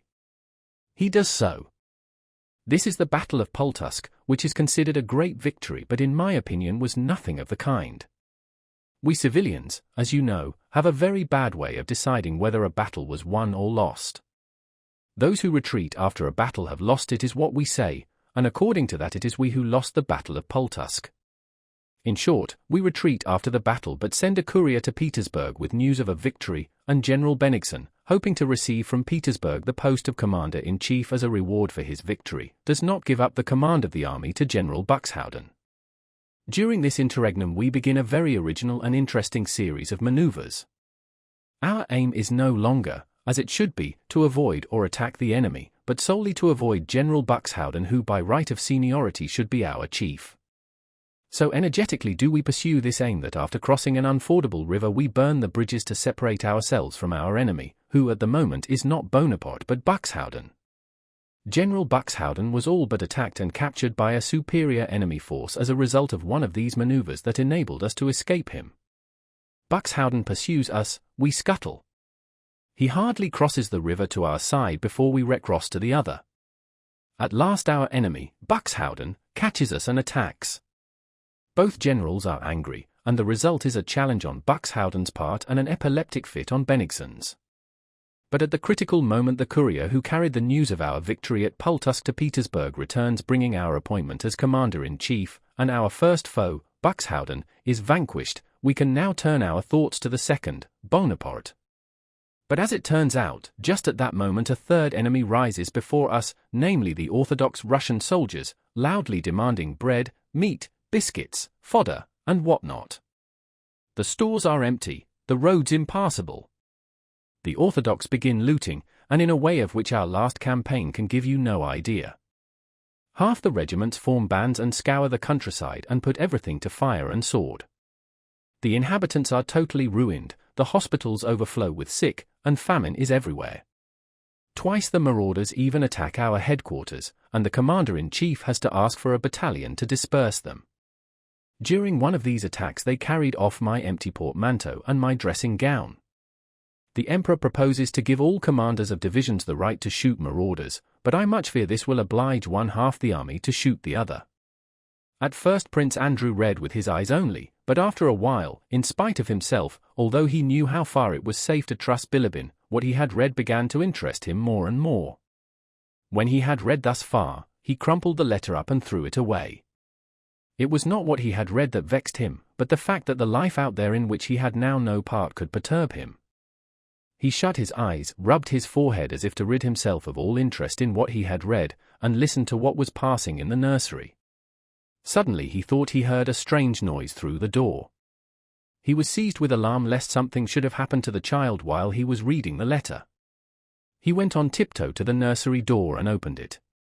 Just as he went in, he saw that the nurse was hiding something from him with a scared look, and that Princess Mary was no longer by the cot. "My dear," he heard what seemed to him her despairing whisper behind him.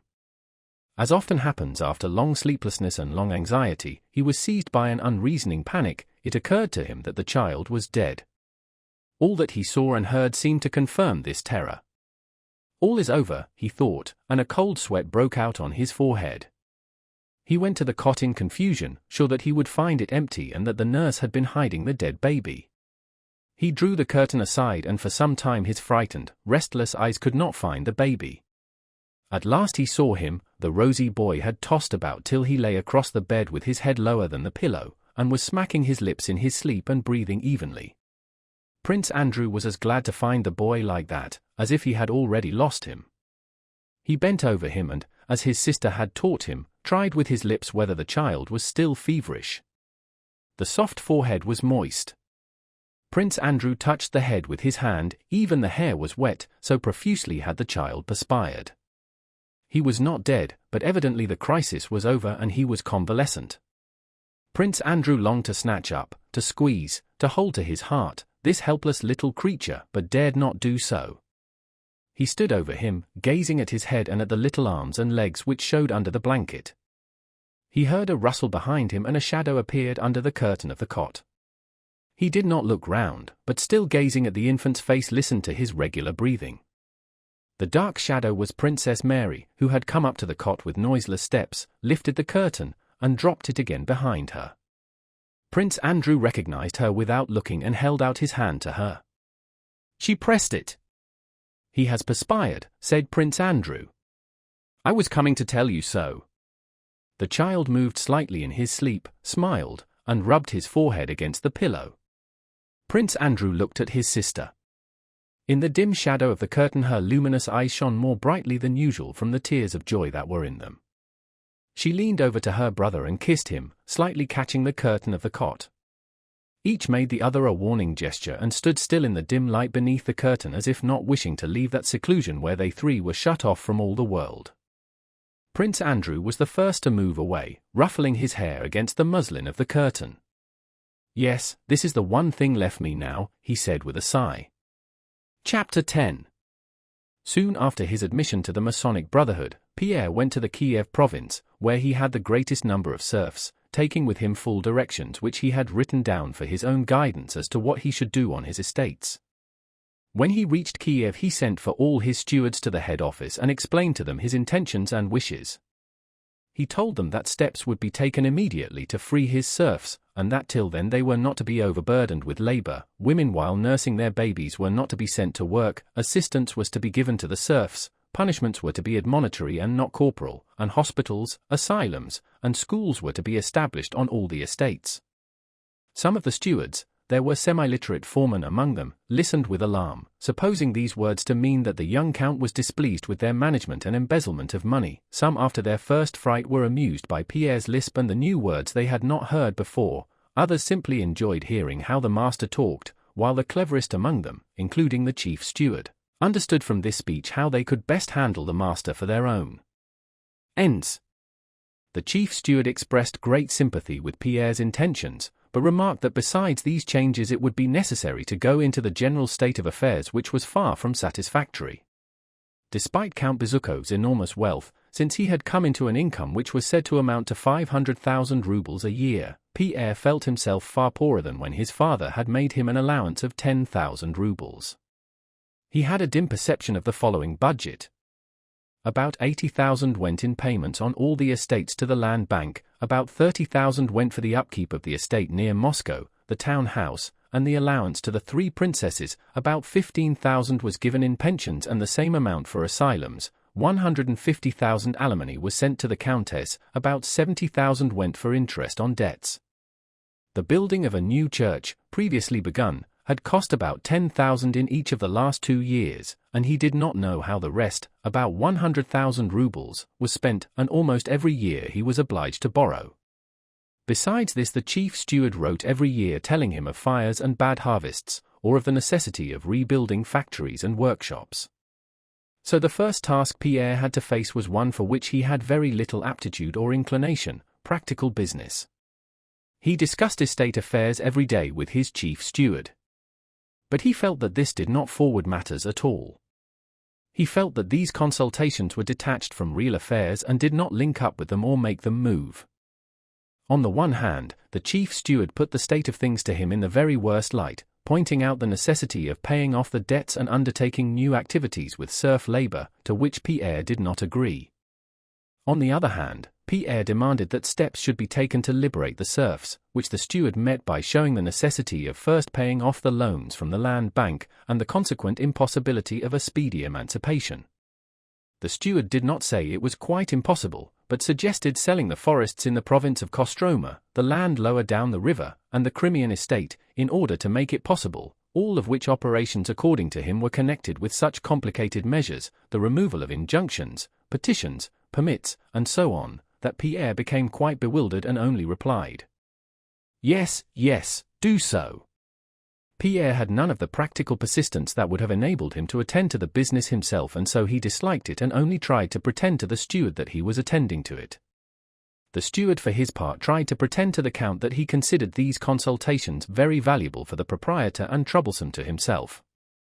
In Kiev Pierre found some people he knew, and strangers hastened to make his acquaintance and joyfully welcomed the rich newcomer, the largest landowner of the province. Temptations to Pierre's greatest weakness, the one to which he had confessed when admitted to the lodge, were so strong that he could not resist them. Again whole days, weeks, and months of his life passed in as great a rush and were as much occupied with evening parties, dinners, lunches, and balls, giving him no time for reflection, as in Petersburg. Instead of the new life he had hoped to lead, he still lived the old life, only in new surroundings. Of the 3 precepts of Freemasonry, Pierre realized that he did not fulfill the one which enjoined every Mason to set an example of moral life, and that of the 7 virtues he lacked 2, morality and the love of death. He consoled himself with the thought that he fulfilled another of the precepts, that of reforming the human race, and had other virtues, love of his neighbor, and especially generosity. In the spring of 1807 he decided to return to Petersburg. On the way he intended to visit all his estates and see for himself how far his orders had been carried out and in what state were the serfs whom God had entrusted to his care and whom he intended to benefit. The chief steward, who considered the young count's attempts almost insane, unprofitable to himself, to the count, and to the serfs, made some concessions.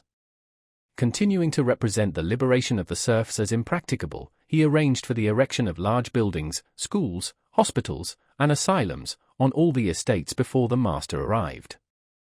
Everywhere preparations were made not for ceremonious welcomes, which he knew Pierre would not like, but for just such gratefully religious ones, with offerings of icons and the bread and salt of hospitality, as, according to his understanding of his master, would touch and delude him.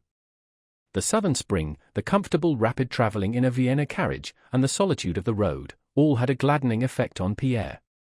The estates he had not before visited were each more picturesque than the other, the serfs everywhere seemed thriving and touchingly grateful for the benefits conferred on them. Everywhere were receptions, which though they embarrassed Pierre awakened a joyful feeling in the depth of his heart. In one place the peasants presented him with bread and salt and an icon of St. Peter and St. Paul, asking permission, as a mark of their gratitude for the benefits he had conferred on them, to build a new chantry to the church at their own expense in honor of Peter and Paul, his patron saints. In another place the women with infants in arms met him to thank him for releasing them from hard work. On a third estate the priest, bearing a cross, came to meet him surrounded by children whom, by the count's generosity, he was instructing in reading, writing, and religion. On all his estates Pierre saw with his own eyes brick buildings erected or in course of erection, all on one plan, for hospitals, schools, and almshouses, which were soon to be opened. Everywhere he saw the steward's accounts, according to which the serfs' manorial labor had been diminished, and heard the touching thanks of deputations of serfs in their full-skirted blue coats. What Pierre did not know was that the place where they presented him with bread and salt and wished to build a chantry in honor of Peter and Paul was a market village where a fair was held on St. Peter's Day, and that the richest peasants, who formed the deputation, had begun the chantry long before, but that 9/10 of the peasants in the villages were in a state of the greatest poverty. He did not know that since the nursing mothers were no longer sent to work on his land, they did still harder work on their own land. He did not know that the priest who met him with the cross oppressed the peasants by his exactions, and that the pupils' parents wept at having to let him take their children and secured their release by heavy payments. He did not know that the brick buildings, built to plan, were being built by serfs whose manorial labor was thus increased, though lessened on paper. He did not know that where the steward had shown him in the accounts that the serfs' payments had been diminished by a third, their obligatory manorial work had been increased by a half. And so Pierre was delighted with his visit to his estates and quite recovered the philanthropic mood in which he had left Petersburg, and wrote enthusiastic letters to his brother instructor as he called the Grand Master. How easy it is, how little effort it needs, to do so much good, thought Pierre, and how little attention we pay to it. He was pleased at the gratitude he received, but felt abashed at receiving it. This gratitude reminded him of how much more he might do for these simple, kindly people.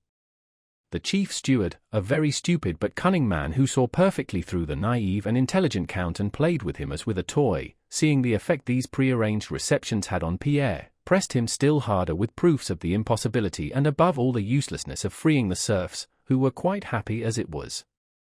Pierre in his secret soul agreed with the steward that it would be difficult to imagine happier people, and that God only knew what would happen to them when they were free, but he insisted, though reluctantly, on what he thought right. The steward promised to do all in his power to carry out the count's wishes, seeing clearly that not only would the count never be able to find out whether all measures had been taken for the sale of the land and forests and to release them from the land bank, but would probably never even inquire and would never know that the newly erected buildings were standing empty and that the serfs continued to give in money and work all that other people's serfs gave, that is to say, all that could be got out of them. Chapter 11. Returning from his journey through South Russia in the happiest state of mind, Pierre carried out an intention he had long had of visiting his friend Bolkonsky, whom he had not seen for 2 years. Bogucharovo lay in a flat, uninteresting part of the country among fields and forests of fir and birch, which were partly cut down. The house lay behind a newly dug pond filled with water to the brink and with banks still bare of grass. It was at the end of a village that stretched along the high road in the midst of a young copse in which were a few fir trees. The homestead consisted of a threshing floor, outhouses, stables, a bathhouse, a lodge, and a large brick house with semicircular facades still in course of construction. Round the house was a garden newly laid out. The fences and gates were new and solid, 2 fire pumps and a water cart, painted green, stood in a shed, the paths were straight, the bridges were strong and had handrails. Everything bore an impress of tidiness and good management. Some domestic serfs Pierre met, in reply to inquiries as to where the prince lived, pointed out a small newly built lodge close to the pond. Anton, a man who had looked after Prince Andrew in his boyhood, helped Pierre out of his carriage, said that the prince was at home, and showed him into a clean little anteroom. Pierre was struck by the modesty of the small though clean house after the brilliant surroundings in which he had last met his friend in Petersburg. He quickly entered the small reception room with its still unplastered wooden walls redolent of pine, and would have gone farther, but Anton ran ahead on tiptoe and knocked at a door. "Well, what is it?" came a sharp, unpleasant voice. "A visitor," answered Anton. "Ask him to wait," and the sound was heard of a chair being pushed back. Pierre went with rapid steps to the door and suddenly came face to face with Prince Andrew, who came out frowning and looking old. Pierre embraced him and lifting his spectacles kissed his friend on the cheek and looked at him closely. "Well, I did not expect you, I am very glad," said Prince Andrew. Pierre said nothing, he looked fixedly at his friend with surprise. He was struck by the change in him. His words were kindly and there was a smile on his lips and face, but his eyes were dull and lifeless and in spite of his evident wish to do so he could not give them a joyous and glad sparkle. Prince Andrew had grown thinner, paler, and more manly-looking, but what amazed and estranged Pierre till he got used to it were his inertia and a wrinkle on his brow indicating prolonged concentration on some one thought. As is usually the case with people meeting after a prolonged separation, it was long before their conversation could settle on anything. They put questions and gave brief replies about things they knew ought to be talked over at length. At last the conversation gradually settled on some of the topics at first lightly touched on, their past life, plans for the future, Pierre's journeys and occupations, the war, and so on. The preoccupation and despondency which Pierre had noticed in his friend's look was now still more clearly expressed in the smile with which he listened to Pierre, especially when he spoke with joyful animation of the past or the future. It was as if Prince Andrew would have liked to sympathize with what Pierre was saying, but could not.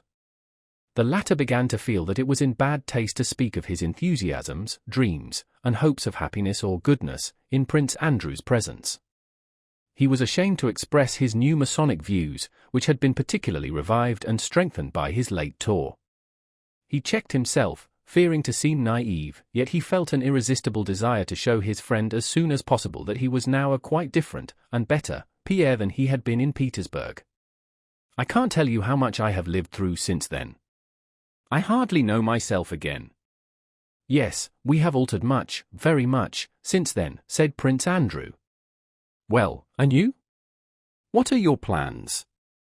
Plans, repeated Prince Andrew ironically. My plans, he said, as if astonished at the word. Well, you see, I'm building. I mean to settle here altogether next year. Pierre looked silently and searchingly into Prince Andrew's face, which had grown much older. No, I meant to ask, Pierre began, but Prince Andrew interrupted him. But why talk of me? Talk to me, yes, tell me about your travels and all you have been doing on your estates. Pierre began describing what he had done on his estates, trying as far as possible to conceal his own part in the improvements that had been made. Prince Andrew several times prompted Pierre's story of what he had been doing, as though it were all an old-time story, and he listened not only without interest but even as if ashamed of what Pierre was telling him. Pierre felt uncomfortable and even depressed in his friend's company and at last became silent. I'll tell you what, my dear fellow, said Prince Andrew, who evidently also felt depressed and constrained with his visitor, I am only bivouacking here and have just come to look round. I am going back to my sister today. I will introduce you to her. But of course you know her already, he said, evidently trying to entertain a visitor with whom he now found nothing in common. We will go after dinner. And would you now like to look round my place? They went out and walked about till dinner time, talking of the political news and common acquaintances like people who do not know each other intimately. Prince Andrew spoke with some animation and interest only of the new homestead he was constructing and its buildings, but even here, while on the scaffolding, in the midst of a talk explaining the future arrangements of the house, he interrupted himself. However, this is not at all interesting. Let us have dinner, and then we'll set off. At dinner, conversation turned on Pierre's marriage. I was very much surprised when I heard of it, said Prince Andrew. Pierre blushed, as he always did when it was mentioned, and said hurriedly, I will tell you some time how it all happened. But you know it is all over, and forever. Forever, said Prince Andrew. Nothing's forever. But you know how it all ended, don't you? You heard of the duel. And so you had to go through that too. One thing I thank God for is that I did not kill that man, said Pierre. Why so? Asked Prince Andrew. To kill a vicious dog is a very good thing, really. No, to kill a man is bad, wrong. Why is it wrong? Urged Prince Andrew. It is not given to man to know what is right and what is wrong. Men always did and always will err, and in nothing more than in what they consider right and wrong. What does harm to another is wrong, said Pierre, feeling with pleasure that for the first time since his arrival Prince Andrew was roused, had begun to talk, and wanted to express what had brought him to his present state. And who has told you what is bad for another man? He asked. Bad? Bad, exclaimed Pierre. We all know what is bad for ourselves. Yes, we know that, but the harm I am conscious of in myself is something I cannot inflict on others, said Prince Andrew, growing more and more animated and evidently wishing to express his new outlook to Pierre. He spoke in French. I only know two very real evils in life, remorse and illness. The only good is the absence of those evils. To live for myself avoiding those two evils is my whole philosophy now. And love of one's neighbor, and self-sacrifice, began Pierre. No, I can't agree with you. To live only so as not to do evil and not to have to repent is not enough. I lived like that, I lived for myself and ruined my life.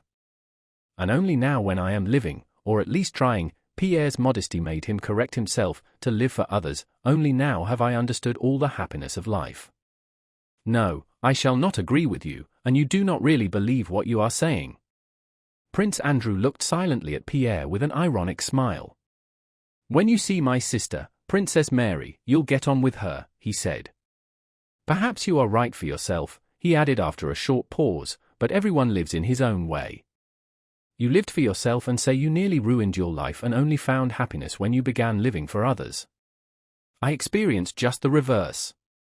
I lived for glory. And after all, what is glory? The same love of others, a desire to do something for them, a desire for their approval. So I lived for others, and not almost, but quite, ruined my life. And I have become calmer since I began to live only for myself. But what do you mean by living only for yourself? Asked Pierre, growing excited. What about your son, your sister, and your father? But that's just the same as myself, they are not others, explained Prince Andrew. The others, one's neighbors, le prochain, as you and Princess Mary call it, are the chief source of all error and evil. Le prochain, your Kiev peasants to whom you want to do good. And he looked at Pierre with a mocking, challenging expression. He evidently wished to draw him on. You are joking, replied Pierre, growing more and more excited. What error or evil can there be in my wishing to do good, and even doing a little, though I did very little and did it very badly? What evil can there be in it if unfortunate people, our serfs, people like ourselves, were growing up and dying with no idea of God and truth beyond ceremonies and meaningless prayers and are now instructed in a comforting belief in future life, retribution, recompense, and consolation? What evil and error are there in it, if people were dying of disease without help while material assistance could so easily be rendered, and I supplied them with a doctor, a hospital, and an asylum for the aged? And is it not a palpable, unquestionable good if a peasant, or a woman with a baby, has no rest day or night and I give them rest and leisure, said Pierre, hurrying and lisping. And I have done that though badly and to a small extent, but I have done something toward it and you cannot persuade me that it was not a good action, and more than that, you can't make me believe that you do not think so yourself. And the main thing is, he continued, that I know, and know for certain, that the enjoyment of doing this good is the only sure happiness in life. Yes, if you put it like that it's quite a different matter, said Prince Andrew. I build a house and lay out a garden, and you build hospitals. The one and the other may serve as a pastime. But what's right and what's good must be judged by one who knows all, but not by us. Well, you want an argument, he added, come on then. They rose from the table and sat down in the entrance porch which served as a veranda. Come, let's argue then, said Prince Andrew. You talk of schools, he went on, crooking a finger, education, and so forth, that is, you want to raise him, pointing to a peasant who passed by them taking off his cap, from his animal condition and awaken in him spiritual needs, while it seems to me that animal happiness is the only happiness possible, and that is just what you want to deprive him of. I envy him, but you want to make him what I am, without giving him my means. Then you say, lighten his toil. But as I see it, physical labor is as essential to him, as much a condition of his existence, as mental activity is to you or me. You can't help thinking. I go to bed after 2 in the morning, thoughts come and I can't sleep but toss about till dawn, because I think and can't help thinking, just as he can't help plowing and mowing. If he didn't, he would go to the drink shop or fall ill. Just as I could not stand his terrible physical labor but should die of it in a week, so he could not stand my physical idleness, but would grow fat and die. The third thing, what else was it you talked about? And Prince Andrew crooked a third finger. Ah, yes, hospitals, medicine. He has a fit, he is dying, and you come and bleed him and patch him up. He will drag about as a cripple, a burden to everybody, for another 10 years. It would be far easier and simpler for him to die. Others are being born and there are plenty of them as it is. It would be different if you grudged losing a laborer, that's how I regard him, but you want to cure him from love of him. And he does not want that. And besides, what a notion that medicine ever cured anyone. Killed them, yes, said he, frowning angrily and turning away from Pierre. Prince Andrew expressed his ideas so clearly and distinctly that it was evident he had reflected on this subject more than once, and he spoke readily and rapidly like a man who has not talked for a long time. His glance became more animated as his conclusions became more hopeless. "Oh, that is dreadful, dreadful," said Pierre. "I don't understand how one can live with such ideas. I had such moments myself not long ago, in Moscow and when traveling, but at such times I collapse so that I don't live at all, everything seems hateful to me, in myself most of all. Then I don't eat, don't wash, and how is it with you? Why not wash?" "That is not cleanly," said Prince Andrew. "On the contrary, one must try to make one's life as pleasant as possible. I'm alive, that is not my fault, so I must live out my life as best I can without hurting others." "But with such ideas, what motive have you for living?" "One would sit without moving, undertaking nothing. Life as it is leaves one no peace. I should be thankful to do nothing, but here on the one hand the local nobility have done me the honor to choose me to be their marshal. It was all I could do to get out of it. They could not understand that I have not the necessary qualifications for it, the kind of good-natured, fussy shallowness necessary for the position. Then there's this house, which must be built in order to have a nook of one's own in which to be quiet. And now there's this recruiting. Why aren't you serving in the army?" "After Austerlitz," said Prince Andrew gloomily. "No, thank you very much. I have promised myself not to serve again in the active Russian army. And I won't, not even if Bonaparte were here at Smolensk threatening Bald Hills, even then I wouldn't serve in the Russian army. Well, as I was saying," he continued, recovering his composure, "now there's this recruiting. My father is chief in command of the 3rd district, and my only way of avoiding active service is to serve under him." "Then you are serving?" "I am." He paused a little while. "And why do you serve?" "Why, for this reason. My father is one of the most remarkable men of his time. But he is growing old, and though not exactly cruel, he has too energetic a character. He is so accustomed to unlimited power that he is terrible, and now he has this authority of a commander-in-chief of the recruiting, granted by the emperor. If I had been 2 hours late a fortnight ago he would have had a paymaster's clerk at Yuknovna hanged," said Prince Andrew with a smile. "So I am serving because I alone have any influence with my father, and now and then can save him from actions which would torment him afterwards." "Well, there you see." "Yes, but it is not as you imagine," Prince Andrew continued. "I did not, and do not, in the least care about that scoundrel of a clerk who had stolen some boots from the recruits. I should even have been very glad to see him hanged, but I was sorry for my father, that again is for myself." Prince Andrew grew more and more animated. His eyes glittered feverishly while he tried to prove to Pierre that in his actions there was no desire to do good to his neighbor. "There now, you wish to liberate your serfs," he continued. "That is a very good thing. But not for you. I don't suppose you ever had anyone flogged or sent to Siberia, and still less for your serfs. If they are beaten, flogged, or sent to Siberia, I don't suppose they are any the worse off. In Siberia they lead the same animal life, and the stripes on their bodies heal, and they are happy as before. But it is a good thing for proprietors who perish morally, bring remorse upon themselves, stifle this remorse and grow callous, as a result of being able to inflict punishments justly and unjustly. It is those people I pity, and for their sake I should like to liberate the serfs.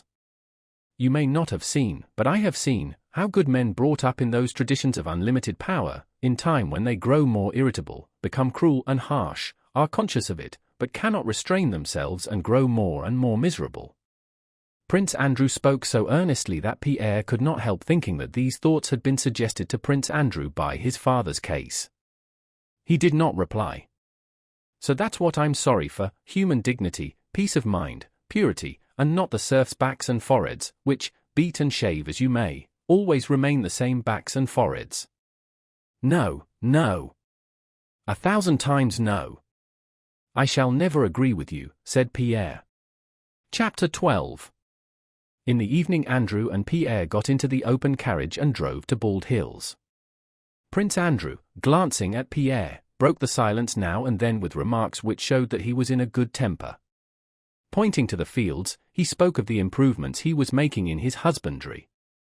Pierre remained gloomily silent, answering in monosyllables and apparently immersed in his own thoughts. He was thinking that Prince Andrew was unhappy, had gone astray, did not see the true light, and that he, Pierre, ought to aid, enlighten, and raise him. But as soon as he thought of what he should say, he felt that Prince Andrew with one word, one argument, would upset all his teaching, and he shrank from beginning, afraid of exposing to possible ridicule what to him was precious and sacred. "No, but why do you think so?" Pierre suddenly began, lowering his head and looking like a bull about to charge. "Why do you think so? You should not think so." "Think? What about?" asked Prince Andrew with surprise. "About life, about man's destiny. It can't be so. I myself thought like that, and do you know what saved me? Freemasonry. No, don't smile. Freemasonry is not a religious ceremonial sect, as I thought it was. Freemasonry is the best expression of the best, the eternal, aspects of humanity." And he began to explain Freemasonry as he understood it to Prince Andrew. He said that Freemasonry is the teaching of Christianity freed from the bonds of state and church, a teaching of equality, brotherhood, and love. "Only our holy brotherhood has the real meaning of life, all the rest is a dream," said Pierre. "Understand, my dear fellow, that outside this union all is filled with deceit and falsehood, and I agree with you that nothing is left for an intelligent and good man but to live out his life, like you, merely trying not to harm others. But make our fundamental convictions your own, join our brotherhood, give yourself up to us, let yourself be guided, and you will at once feel yourself, as I have felt myself, a part of that vast invisible chain the beginning of which is hidden in heaven," said Pierre. Prince Andrew, looking straight in front of him, listened in silence to Pierre's words. More than once, when the noise of the wheels prevented his catching what Pierre said, he asked him to repeat it, and by the peculiar glow that came into Prince Andrew's eyes and by his silence, Pierre saw that his words were not in vain and that Prince Andrew would not interrupt him or laugh at what he said. They reached a river that had overflowed its banks and which they had to cross by ferry. While the carriage and horses were being placed on it, they also stepped on the raft. Prince Andrew, leaning his arms on the raft railing, gazed silently at the flooding waters glittering in the setting sun. "Well, what do you think about it?" Pierre asked. "Why are you silent?" "What do I think about it?" "I am listening to you." "It's all very well. You say, join our brotherhood and we will show you the aim of life, the destiny of man, and the laws which govern the world. But who are we? Men. How is it you know everything? Why do I alone not see what you see? You see a reign of goodness and truth on earth, but I don't see it." Pierre interrupted him. "Do you believe in a future life?" he asked. "A future life?" Prince Andrew repeated, but Pierre, giving him no time to reply, took the repetition for a denial, the more readily as he knew Prince Andrew's former atheistic convictions. "You say you can't see a reign of goodness and truth on earth. Nor could I, and it cannot be seen if one looks on our life here as the end of everything. On earth, here on this earth," Pierre pointed to the fields, "there is no truth, all is false and evil, but in the universe, in the whole universe there is a kingdom of truth, and we who are now the children of earth are, eternally, children of the whole universe. Don't I feel in my soul that I am part of this vast harmonious whole? Don't I feel that I form one link, one step, between the lower and higher beings, in this vast harmonious multitude of beings in whom the deity, the supreme power if you prefer the term, is manifest? If I see, clearly see, that ladder leading from plant to man, why should I suppose it breaks off at me and does not go farther and farther?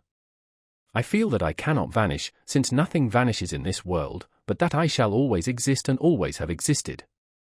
I feel that beyond me and above me there are spirits, and that in this world there is truth." "Yes, that is Herder's theory," said Prince Andrew, "but it is not that which can convince me, dear friend. Life and death are what convince. What convinces is when one sees a being dear to one, bound up with one's own life, before whom one was to blame and had hoped to make it right." Prince Andrew's voice trembled and he turned away, and suddenly that being is seized with pain, suffers, and ceases to exist. Why? It cannot be that there is no answer. And I believe there is. That's what convinces, that is what has convinced me, said Prince Andrew. Yes, yes, of course, said Pierre. Isn't that what I'm saying? No. All I say is that it is not argument that convinces me of the necessity of a future life, but this, when you go hand in hand with someone and all at once that person vanishes there, into nowhere, and you yourself are left facing that abyss, and look in. And I have looked in. Well, that's it then.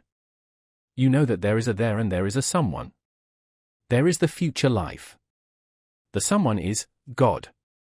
Prince Andrew did not reply.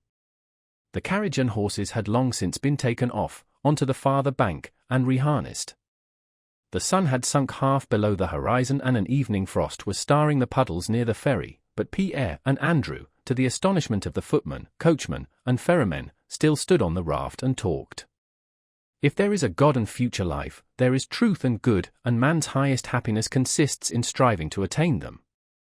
We must live, we must love, and we must believe that we live not only today on this scrap of earth, but have lived and shall live forever, there, in the hole, said Pierre, and he pointed to the sky. Prince Andrew stood leaning on the railing of the raft listening to Pierre, and he gazed with his eyes fixed on the red reflection of the sun gleaming on the blue waters. There was perfect stillness. Pierre became silent. The raft had long since stopped and only the waves of the current beat softly against it below. Prince Andrew felt as if the sound of the waves kept up a refrain to Pierre's words, whispering, "It is true, believe it." He sighed, and glanced with a radiant, childlike, tender look at Pierre's face, flushed and rapturous, but yet shy before his superior friend. "Yes, if it only were so," said Prince Andrew. "However, it is time to get on," he added, and, stepping off the raft, he looked up at the sky to which Pierre had pointed, and for the first time since Austerlitz saw that high, everlasting sky he had seen while lying on that battlefield, and something that had long been slumbering, something that was best within him, suddenly awoke, joyful and youthful, in his soul. It vanished as soon as he returned to the customary conditions of his life, but he knew that this feeling which he did not know how to develop existed within him. His meeting with Pierre formed an epoch in Prince Andrew's life. Though outwardly he continued to live in the same old way, inwardly he began a new life. Chapter 13. It was getting dusk when Prince Andrew and Pierre drove up to the front entrance of the house at Bald Hills.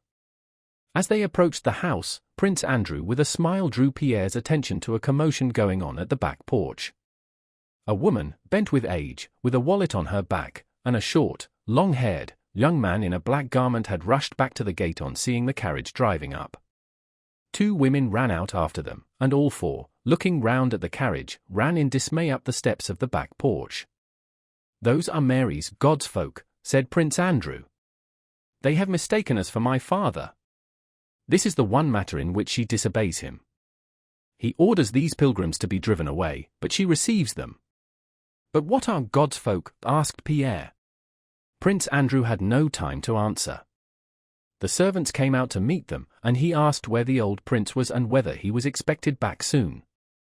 The old prince had gone to the town and was expected back any minute. Prince Andrew led Pierre to his own apartments, which were always kept in perfect order and readiness for him in his father's house. He himself went to the nursery. "Let us go and see my sister," he said to Pierre when he returned. "I have not found her yet. She is hiding now, sitting with her God's folk. It will serve her right, she will be confused, but you will see her God's folk. It's really very curious." "What are God's folk?" asked Pierre. "Come, and you'll see for yourself." Princess Mary really was disconcerted and red patches came on her face when they went in. In her snug room, with lamps burning before the icon stand, a young lad with a long nose and long hair, wearing a monk's cassock, sat on the sofa beside her, behind a samovar. Near them, in an armchair, sat a thin, shriveled, old woman, with a meek expression on her childlike face. "Andrew, why didn't you warn me?" said the princess, with mild reproach, as she stood before her pilgrims like a hen before her chickens. "Charmé de vous voir. Je suis très contente de vous voir," she said to Pierre as he kissed her hand. She had known him as a child, and now his friendship with Andrew, his misfortune with his wife, and above all his kindly, simple face disposed her favorably toward him. She looked at him with her beautiful radiant eyes and seemed to say, "I like you very much, but please don't laugh at my people." After exchanging the first greetings, they sat down. Asterisk, delighted to see you. I am very glad to see you. Ah, and Ivanushka is here too, said Prince Andrew, glancing with a smile at the young pilgrim. Andrew, said Princess Mary, imploringly. Illinois fort que vous sachiez que c'est one femme asterisk, said Prince Andrew to Pierre. Andrew, aunom de dieu. Asterisk, 2, Princess Mary repeated. Asterisk, you must know that this is a woman. Asterisk, 2, for heaven's sake. It was evident that Prince Andrew's ironical tone toward the pilgrims and Princess Mary's helpless attempts to protect them were their customary long-established relations on the matter. Mais, ma bonne amie, said Prince Andrew, vous devriez au contraire être reconnaissant de ce que j'explique à Pierre votre intimité avec ce jeune homme. Asterisk. Asterisk, but, my dear, you ought on the contrary to be grateful to me for explaining to Pierre your intimacy with this young man. Really, said Pierre, gazing over his spectacles with curiosity and seriousness, for which Princess Mary was specially grateful to him, into Ivanushka's face, who, seeing that she was being spoken about, looked round at them all with crafty eyes. Princess Mary's embarrassment on her people's account was quite unnecessary. They were not in the least abashed. The old woman, lowering her eyes but casting side glances at the newcomers, had turned her cup upside down and placed a nibbled bit of sugar beside it, and sat quietly in her armchair, though hoping to be offered another cup of tea. Ivanushka, sipping out of her saucer, looked with sly womanish eyes from under her brows at the young men. "Where have you been?" "To Kiev." Prince Andrew asked the old woman. "I have, good sir," she answered garrulously. "Just at Christmas time I was deemed worthy to partake of the holy and heavenly sacrament at the shrine of the saint. And now I'm from Kolyazin, master, where a great and wonderful blessing has been revealed." "And was Ivanushka with you?" "I go by myself, benefactor," said Ivanushka, trying to speak in a bass voice. "I only came across Pelageya in Yuknovo." Pelageya interrupted her companion. She evidently wished to tell what she had seen. "In Kolyazin, master, a wonderful blessing has been revealed." "What is it?" "Some new relics," asked Prince Andrew. "Andrew, do leave off," said Princess Mary. "Don't tell him, Pelageya." "No." "Why not, my dear, why shouldn't I?" "I like him. He is kind, he is one of God's chosen, he's a benefactor, he once gave me 10 rubles, I remember. When I was in Kiev, Crazy Cyril says to me, he's one of God's own and goes barefoot summer and winter. He says, why are you not going to the right place? Go to Kolyazin where a wonder-working icon of the Holy Mother of God has been revealed. On hearing those words I said goodbye to the holy folk and went. All were silent, only the pilgrim woman went on in measured tones, drawing in her breath. So I come, master, and the people say to me, a great blessing has been revealed. Holy oil trickles from the cheeks of our blessed Mother, the Holy Virgin Mother of God. All right, you can tell us afterwards, said Princess Mary, flushing. Let me ask her, said Pierre. Did you see it yourselves? He inquired. Oh, yes, master, I was found worthy. Such a brightness on the face like the light of heaven, and from the blessed Mother's cheek it drops and drops.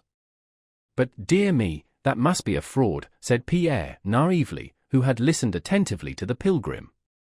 Oh, master, what are you saying? Exclaimed the horrified Pelageya, turning to Princess Mary for support. They impose on the people, he repeated.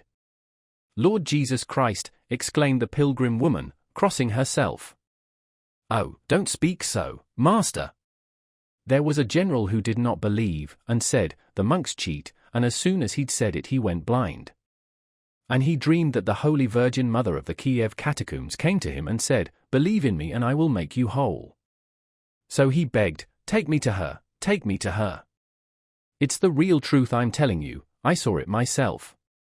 So he was brought, quite blind, straight to her, and he goes up to her and falls down and says, make me whole, says he, and I'll give thee what the Tsar bestowed on me. I saw it myself, master, the star is fixed into the icon. Well, and what do you think? He received his sight. It's a sin to speak so. God will punish you, she said admonishingly, turning to Pierre. How did the star get into the icon?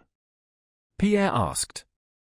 And was the Holy Mother promoted to the rank of general, said Prince Andrew, with a smile. Pelagia suddenly grew quite pale and clasped her hands. Oh, master, master, what a sin! And you who have a son, she began, her pallor suddenly turning to a vivid red. Master, what have you said? God forgive you. And she crossed herself. Lord forgive him. My dear, what does it mean? She asked, turning to Princess Mary. She got up and, almost crying, began to arrange her wallet. She evidently felt frightened and ashamed to have accepted charity in a house where such things could be said, and was at the same time sorry to have now to forego the charity of this house. Now, why need you do it? Said Princess Mary. Why did you come to me? Come, Pelagia, I was joking, said Pierre. Princesse, ma parole, je pas voulu l'offenser.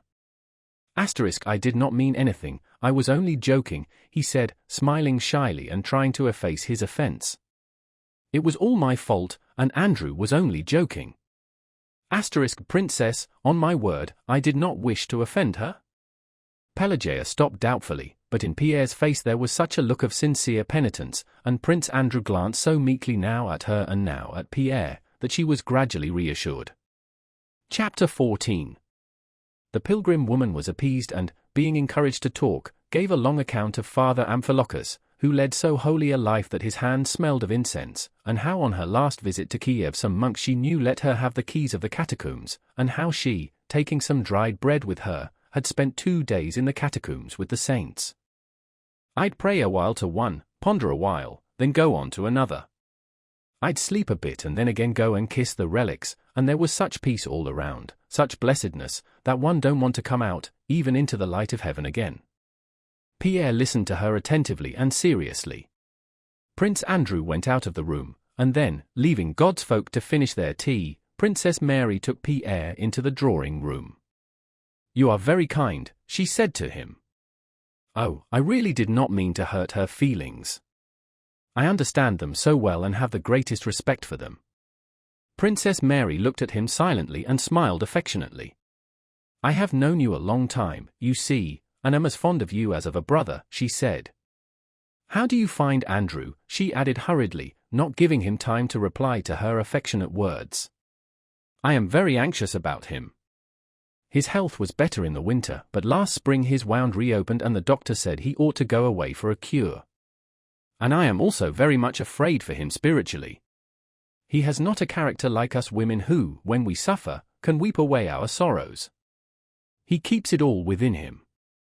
Today he is cheerful and in good spirits, but that is the effect of your visit, he is not often like that. If you could persuade him to go abroad. He needs activity, and this quiet regular life is very bad for him. Others don't notice it, but I see it. Toward 10 o'clock the men servants rushed to the front door, hearing the bells of the old prince's carriage approaching. Prince Andrew and Pierre also went out into the porch. Who's that? Asked the old prince, noticing Pierre as he got out of the carriage. Ah. Very glad. Kiss me, he said, having learned who the young stranger was. The old prince was in a good temper and very gracious to Pierre. Before supper, Prince Andrew, coming back to his father's study, found him disputing hotly with his visitor. Pierre was maintaining that a time would come when there would be no more wars. The old prince disputed it chaffingly, but without getting angry. Drain the blood from men's veins and put in water instead, then there will be no more war.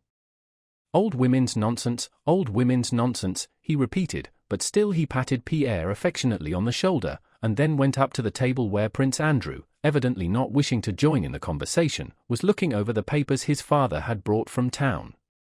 The old prince went up to him and began to talk business. The marshal, Count Rostov, hasn't sent half his contingent. He came to town and wanted to invite me to dinner, I gave him a pretty dinner. And there, look at this. Well, my boy, the old prince went on, addressing his son and patting Pierre on the shoulder.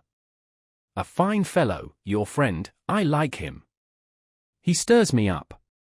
Another says clever things and one doesn't care to listen, but this one talks rubbish yet stirs an old fellow up. Well, go. Get along. Perhaps I'll come and sit with you at supper. We'll have another dispute. Make friends with my little fool, Princess Mary, he shouted after Pierre, through the door. Only now, on his visit to Bald Hills, did Pierre fully realize the strength and charm of his friendship with Prince Andrew. That charm was not expressed so much in his relations with him as with all his family and with the household. With the stern old prince and the gentle, timid Princess Mary, though he had scarcely known them, Pierre at once felt like an old friend. They were all fond of him already. Not only Princess Mary, who had been won by his gentleness with the pilgrims, gave him her most radiant looks, but even the 1-year-old Prince Nicholas, as his grandfather called him, smiled at Pierre and let himself be taken in his arms, and Michael Ivanovich and Mademoiselle Bourienne looked at him with pleasant smiles when he talked to the old prince. The old prince came in to supper, this was evidently on Pierre's account. And during the 2 days of the young man's visit he was extremely kind to him and told him to visit them again. When Pierre had gone and the members of the household met together, they began to express their opinions of him as people always do after a new acquaintance has left, but as seldom happens, no one said anything but what was good of him. Chapter 15. When returning from his leave, Rostov felt, for the first time, how close was the bond that united him to Denisov and the whole regiment. On approaching it, Rostov felt as he had done when approaching his home in Moscow. When he saw the first hussar with the unbuttoned uniform of his regiment, when he recognized red-haired Dementiv and saw the picket ropes of the roan horses, when Lavrushka gleefully shouted to his master, "The Count has come," and Denisov, who had been asleep on his bed, ran all disheveled out of the mud hut to embrace him, and the officers collected round to greet the new arrival, Rostov experienced the same feeling as when his mother, his father, and his sister had embraced him, and tears of joy choked him so that he could not speak. The regiment was also a home, and as unalterably dear and precious as his parents' house. When he had reported himself to the commander of the regiment and had been reassigned to his former squadron, had been on duty and had gone out foraging, when he had again entered into all the little interests of the regiment and felt himself deprived of liberty and bound in one narrow, unchanging frame, he experienced the same sense of peace, of moral support, and the same sense of being at home here in his own place, as he had felt under the parental roof.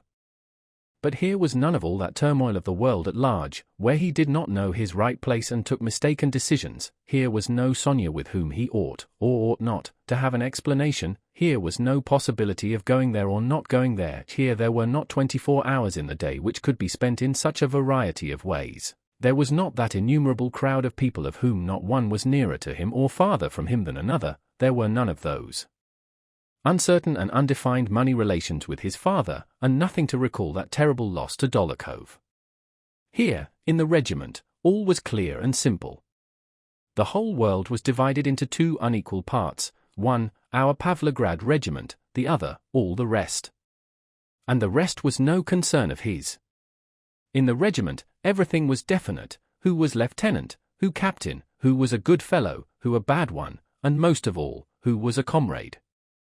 The canteen keeper gave one credit, one's pay came every 4 months, there was nothing to think out or decide, you had only to do nothing that was considered bad in the Pavlograd regiment and, when given an order, to do what was clearly, distinctly, and definitely ordered, and all would be well. Having once more entered into the definite conditions of this regimental life, Rostov felt the joy and relief a tired man feels on lying down to rest.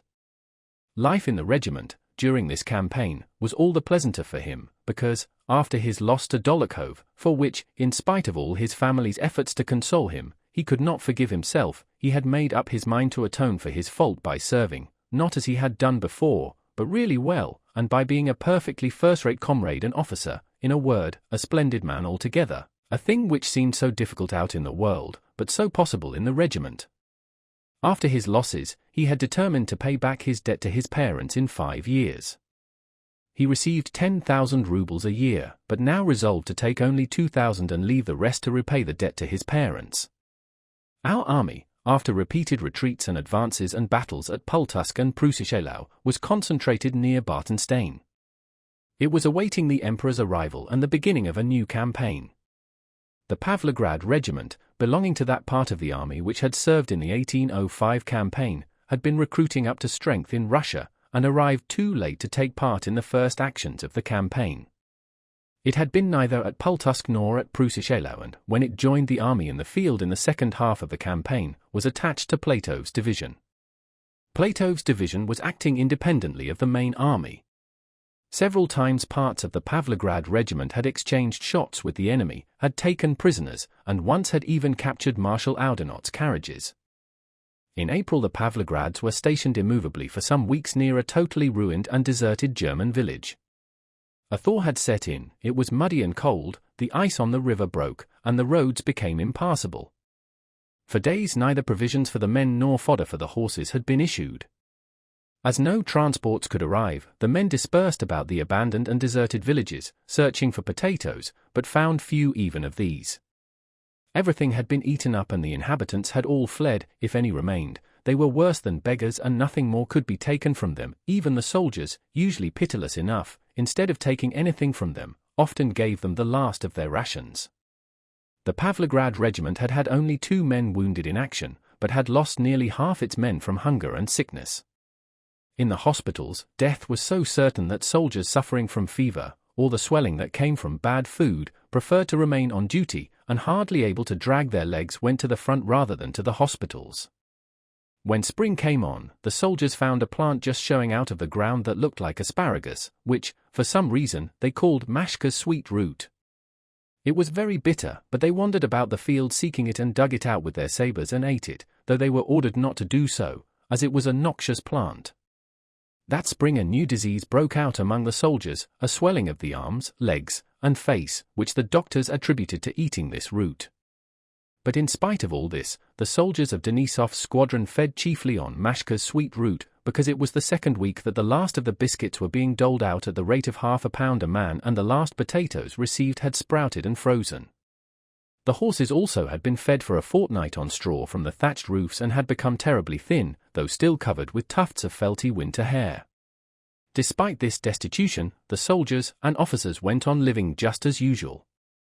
Despite their pale swollen faces and tattered uniforms, the hussars formed line for roll call, kept things in order, groomed their horses, polished their arms, brought in straw from the thatched roofs in place of fodder, and sat down to dine round the cauldrons from which they rose up hungry, joking about their nasty food and their hunger. As usual, in their spare time, they lit bonfires, steamed themselves before them naked, smoked, picked out and baked sprouting rotten potatoes, told and listened to stories of Potemkin's and Suvorov's campaigns, or to legends of Elisha the Sly, or the priest's Labora Mikolka. The officers, as usual, lived in 2s and 3s in the roofless, half-ruined houses. The seniors tried to collect straw and potatoes and, in general, food for the men. The younger ones occupied themselves as before, some playing cards, there was plenty of money, though there was no food, some with more innocent games, such as quoits and skittles. The general trend of the campaign was rarely spoken of, partly because nothing certain was known about it, partly because there was a vague feeling that in the main it was going badly. Rostov lived, as before, with Denisov, and since their furlough they had become more friendly than ever. Denisov never spoke of Rostov's family, but by the tender friendship his commander showed him, Rostov felt that the elder hussar's luckless love for Natasha played a part in strengthening their friendship. Denisov evidently tried to expose Rostov to danger as seldom as possible, and after an action greeted his safe return with evident joy. On one of his foraging expeditions, in a deserted and ruined village to which he had come in search of provisions, Rostov found a family consisting of an old Pole and his daughter with an infant in arms.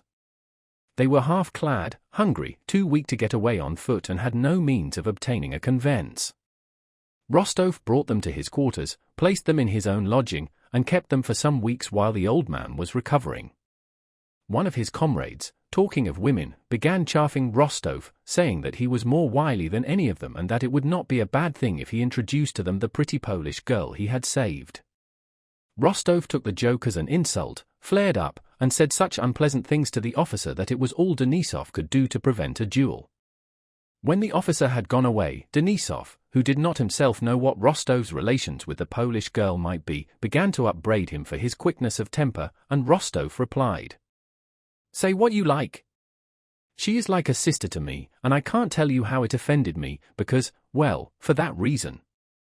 Denisov patted him on the shoulder and began rapidly pacing the room without looking at Rostov, as was his way at moments of deep feeling.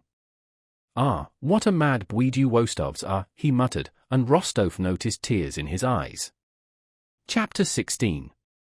In April the troops were enlivened by news of the Emperor's arrival, but Rostov had no chance of being present at the review he held at Bartenstein, as the Pavlograds were at the outposts far beyond that place. They were bivouacking. Denisov and Rostov were living in an earth hut, dug out for them by the soldiers and roofed with branches and turf. The hut was made in the following manner, which had then come into vogue. A trench was dug 3.5 feet wide, 4 feet 8 inches deep, and 8 feet long. At one end of the trench, steps were cut out and these formed the entrance and vestibule. The trench itself was the room, in which the lucky ones, such as the squadron commander, had a board, lying on piles at the end opposite the entrance, to serve as a table.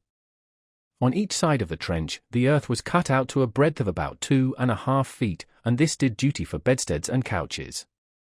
The roof was so constructed that one could stand up in the middle of the trench and could even sit up on the beds if one drew close to the table.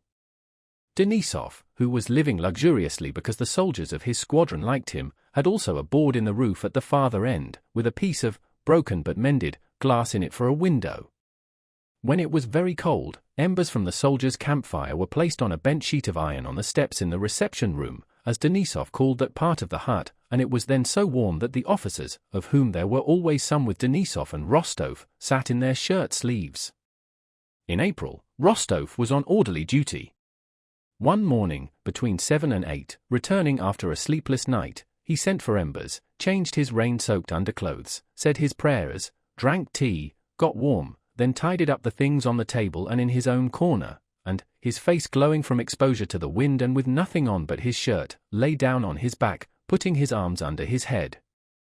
He was pleasantly considering the probability of being promoted in a few days for his last reconnoitering expedition, and was awaiting Denisov, who had gone out somewhere and with whom he wanted a talk. Suddenly he heard Denisov shouting in a vibrating voice behind the hut, evidently much excited. Rostov moved to the window to see whom he was speaking to, and saw the quartermaster, Topchenko. "I ordered you not to let them eat that mashka woot stuff," Denisov was shouting. "And I saw with my own eyes how Lazarchuk bought some F1 the fields. I have given the order again and again, Your Honor, but they don't obey," answered the quartermaster. Rostov lay down again on his bed and thought complacently, "Let him fuss and bustle now, my job's done and I'm lying down, capitally." He could hear that Lavrushka, that sly, bold orderly of Denisov's, was talking, as well as the quartermaster. Lavrushka was saying something about loaded wagons, biscuits, and oxen he had seen when he had gone out for provisions. Then Denisov's voice was heard shouting farther and farther away. "Saddle! Second platoon! Where are they off to now?" thought Rostov. 5 minutes later, Denisov came into the hut, climbed with muddy boots on the bed, lit his pipe, furiously scattered his things about, took his leaded whip, buckled on his saber, and went out again. In answer to Rostov's inquiry where he was going, he answered vaguely and crossly that he had some business. "Let God and our Great monarch judge me afterwards," said Denisov going out, and Rostov heard the hoofs of several horses splashing through the mud. He did not even trouble to find out where Denisov had gone. Having got warm in his corner, he fell asleep and did not leave the hut till toward evening. Denisov had not yet returned. The weather had cleared up, and near the next hut 2 officers and a cadet were playing sveka, laughing as they threw their missiles which buried themselves in the soft mud. Rostov joined them. In the middle of the game, the officers saw some wagons approaching with 15 hussars on their skinny horses behind them. The wagons escorted by the hussars drew up to the picket ropes and a crowd of hussars surrounded them.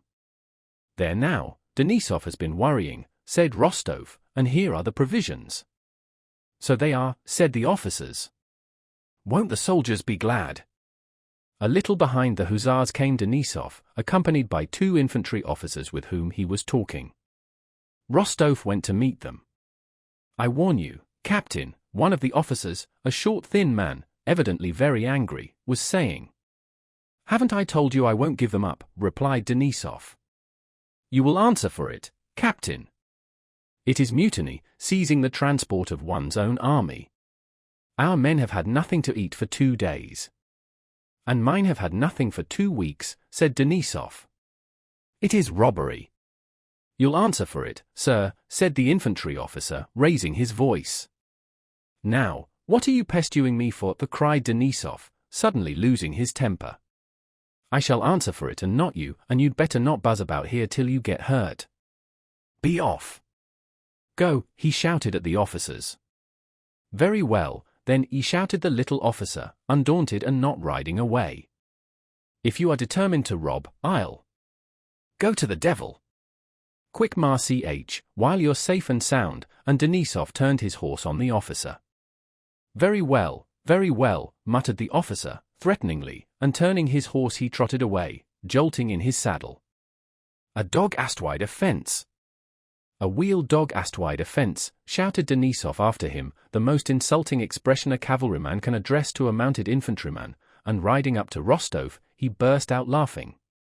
"I've taken transports from the infantry by force," he said. "After all, can't let our men starve."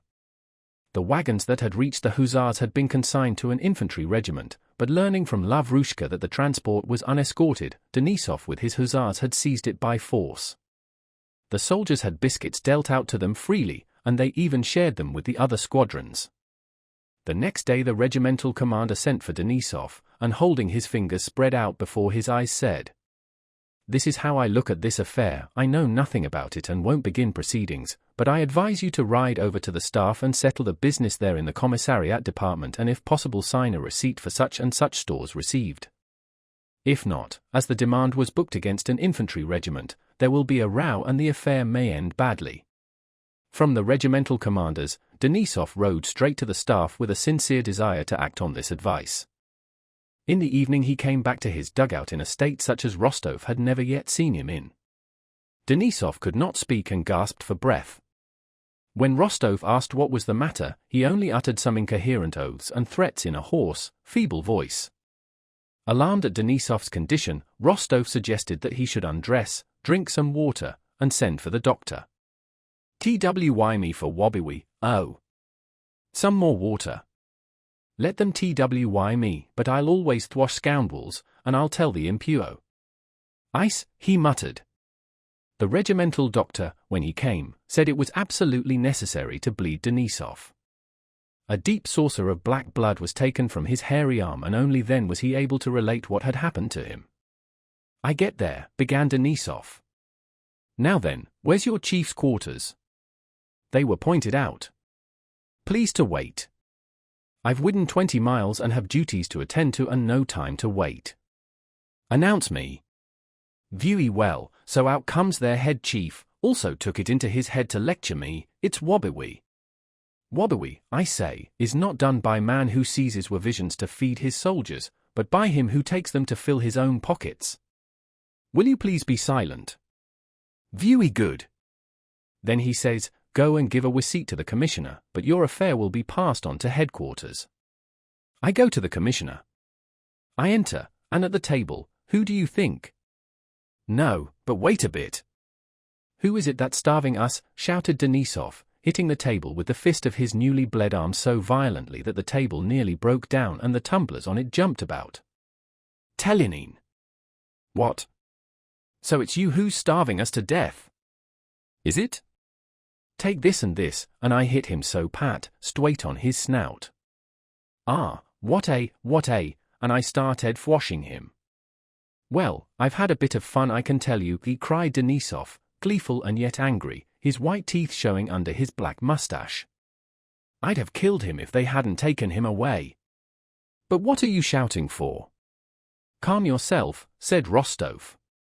"You've set your arm bleeding afresh. Wait, we must tie it up again."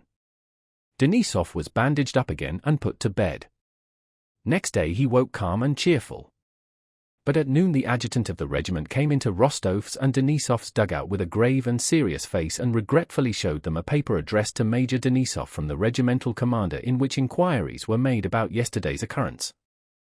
The adjutant told them that the affair was likely to take a very bad turn, that a court-martial had been appointed, and that in view of the severity with which marauding and insubordination were now regarded, degradation to the ranks would be the best that could be hoped for. The case, as represented by the offended parties, was that, after seizing the transports, Major Denisov, being drunk, went to the chief quartermaster and without any provocation called him a thief, threatened to strike him, and on being led out had rushed into the office and given 2 officials a thrashing, and dislocated the arm of one of them. In answer to Rostov's renewed questions, Denisov said, laughing, that he thought he remembered that some other fellow had got mixed up in it, but that it was all nonsense and rubbish, and he did not in the least fear any kind of trial, and that if those scoundrels dared attack him he would give them an answer that they would not easily forget. Denisov spoke contemptuously of the whole matter, but Rostov knew him too well not to detect that, while hiding it from others, at heart he feared a court-martial and was worried over the affair, which was evidently taking a bad turn. Every day, letters of inquiry and notices from the court arrived, and on the 1st of May, Denisov was ordered to hand the squadron over to the next in seniority and appear before the staff of his division to explain his violence at the commissariat office. On the previous day Platov reconnoitred with 2 Cossack regiments and 2 squadrons of hussars. Denisov, as was his wont, rode out in front of the outposts, parading his courage. A bullet fired by a French sharpshooter hit him in the fleshy part of his leg. Perhaps at another time Denisov would not have left the regiment for so slight a wound, but now he took advantage of it to excuse himself from appearing at the staff and went into hospital. Chapter 17. In June the Battle of Friedland was fought, in which the Pavlograds did not take part, and after that an armistice was proclaimed. Rostov, who felt his friend's absence very much, having no news of him since he left and feeling very anxious about his wound and the progress of his affairs, took advantage of the armistice to get leave to visit Denisov in hospital. The hospital was in a small Prussian town that had been twice devastated by Russian and French troops. Because it was summer, when it is so beautiful out in the fields, the little town presented a particularly dismal appearance with its broken roofs and fences, its foul streets, tattered inhabitants, and the sick and drunken soldiers wandering about. The hospital was in a brick building with some of the window frames and panes broken and a courtyard surrounded by the remains of a wooden fence that had been pulled to pieces. Several bandaged soldiers, with pale swollen faces, were sitting or walking about in the sunshine in the yard. Directly Rostov entered the door he was enveloped by a smell of putrefaction and hospital air. On the stairs he met a Russian army doctor smoking a cigar. The doctor was followed by a Russian assistant. "I can't tear myself to pieces," the doctor was saying. "Come to Marka Alexievich in the evening." "I shall be there." The assistant asked some further questions. "Oh, do the best you can. Isn't it all the same?" The doctor noticed Rostov coming upstairs. "What do you want, sir?" said the doctor. "What do you want?" "The bullets having spared you, do you want to try typhus?" "This is a pest house, sir." "How so?" asked Rostov. "Typhus, sir. It's death to go in. Only we two, Makeev and I," he pointed to the assistant, "keep on here. Some 5 of us doctors have died in this place. When a new one comes he is done for in a week," said the doctor with evident satisfaction. "Prussian doctors have been invited here, but our allies don't like it at all." Rostov explained that he wanted to see Major Denisov of the Hussars, who was wounded. "I don't know. I can't tell you, sir. Only think. I am alone in charge of 3 hospitals with more than 400 patients. It's well that the charitable Prussian ladies send us 2 pounds of coffee and some lint each month or we should be lost," he laughed. 400, sir, and they're always sending me fresh ones." "There are 400? Eh?" he asked, turning to the assistant. The assistant looked fagged out. He was evidently vexed and impatient for the talkative doctor to go. "Major Denisov," Rostov said again. "He was wounded at Moloten." "Dead, I fancy." "Eh, Makeev?" queried the doctor, in a tone of indifference. The assistant, however, did not confirm the doctor's words. "Is he tall and with reddish hair?" asked the doctor. Rostov described Denisov's appearance. "There was one like that," said the doctor, as if pleased. "That one is dead, I fancy." However, I'll look up our list. We had a list. Have you got it, Makeeve?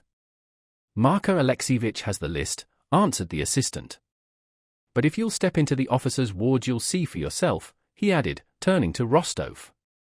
Ah, you'd better not go, sir, said the doctor, or you may have to stay here yourself.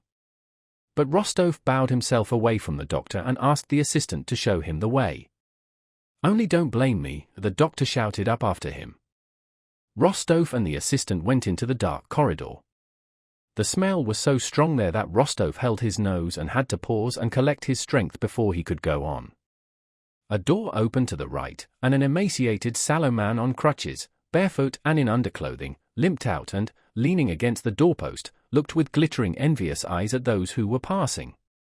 Glancing in at the door, Rostov saw that the sick and wounded were lying on the floor on straw and overcoats. "May I go in and look?" "What is there to see?" said the assistant. But just because the assistant evidently did not want him to go in, Rostov entered the soldiers' ward. The foul air, to which he had already begun to get used in the corridor, was still stronger here. It was a little different, more pungent, and one felt that this was where it originated. In the long room, brightly lit up by the sun through the large windows, the sick and wounded lay in 2 rows with their heads to the walls, and leaving a passage in the middle. Most of them were unconscious and paid no attention to the newcomers. Those who were conscious raised themselves or lifted their thin yellow faces, and all looked intently at Rostov with the same expression of hope, of relief, reproach, and envy of another's health. Rostov went to the middle of the room and looking through the open doors into the 2 adjoining rooms saw the same thing there. He stood still, looking silently around.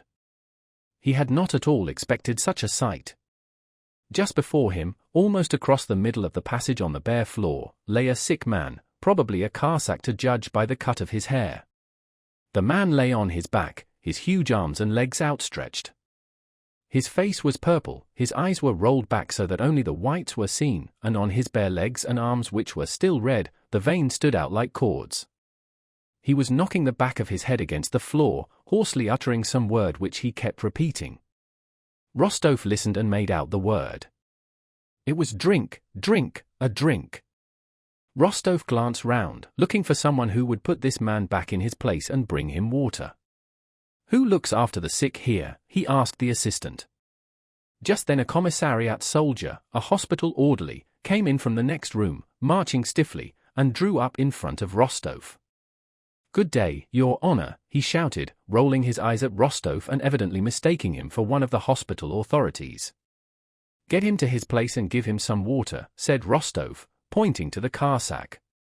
"Yes, Your Honor," the soldier replied complacently, and rolling his eyes more than ever he drew himself up still straighter, but did not move.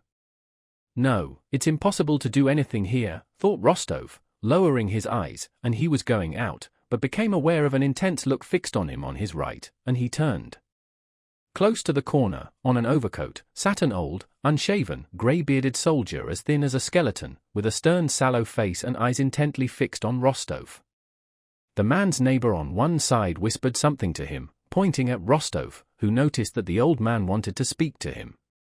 He drew nearer and saw that the old man had only one leg bent under him, the other had been amputated above the knee. His neighbor on the other side, who lay motionless some distance from him with his head thrown back, was a young soldier with a snub nose. His pale waxen face was still freckled and his eyes were rolled back. Rostov looked at the young soldier and a cold chill ran down his back. "Why, this one seems," he began, turning to the assistant. "And how we've been begging, Your Honor," said the old soldier, his jaw quivering. "He's been dead since morning. After all, we're men, not dogs. I'll send someone at once." "He shall be taken away at once," said the assistant hurriedly. "Let us go, Your Honor." Yes, let us go," said Rostov hastily, and lowering his eyes and shrinking, he tried to pass unnoticed between the rows of reproachful envious eyes that were fixed upon him, and went out of the room. Chapter 18. Going along the corridor, the assistant led Rostov to the officers' wards, consisting of 3 rooms, the doors of which stood open. There were beds in these rooms and the sick and wounded officers were lying or sitting on them. Some were walking about the rooms in hospital dressing gowns. The first person Rostov met in the officers' ward was a thin little man with one arm, who was walking about the first room in a nightcap and hospital dressing gown, with a pipe between his teeth. Rostov looked at him, trying to remember where he had seen him before. "See where we've met again," said the little man. Tushing, don't you remember, who gave you a lift at Schongraben? And I've had a bit cut off, you see," he went on with a smile, pointing to the empty sleeve of his dressing gown. "Looking for Vasily Dmitrich Denisov? My neighbor," he added, when he heard who Rostov wanted. Here, and Tushing led him into the next room, from whence came sounds of several laughing voices. How can they laugh, or even live at all here, thought Rostov, still aware of that smell of decomposing flesh that had been so strong in the soldiers' ward, and still seeming to see fixed on him those envious looks which had followed him out from both sides, and the face of that young soldier with eyes rolled back. Denisov lay asleep on his bed with his head under the blanket, though it was nearly noon. "Ah, Wostov? How are you?" he called out, still in the same voice as in the regiment, but Rostov noticed sadly that under this habitual ease and animation some new, sinister, hidden feeling showed itself in the expression of Denisov's face and the intonations of his voice. His wound, though a slight one, had not yet healed even now, 6 weeks after he had been hit. His face had the same swollen pallor as the faces of the other hospital patients, but it was not this that struck Rostov. What struck him was that Denisov did not seem glad to see him, and smiled at him unnaturally. He did not ask about the regiment, nor about the general state of affairs, and when Rostov spoke of these matters did not listen. Rostov even noticed that Denisov did not like to be reminded of the regiment, or in general of that other free life which was going on outside the hospital. He seemed to try to forget that old life and was only interested in the affair with the commissariat officers. On Rostov's inquiry as to how the matter stood, he at once produced from under his pillow a paper he had received from the commission and the rough draft of his answer to it. He became animated when he began reading his paper and specially drew Rostov's attention to the stinging rejoinders he made to his enemies. His hospital companions, who had gathered round Rostov, a fresh arrival from the world outside, gradually began to disperse as soon as Denisov began reading his answer. Rostov noticed by their faces that all those gentlemen had already heard that story more than once and were tired of it.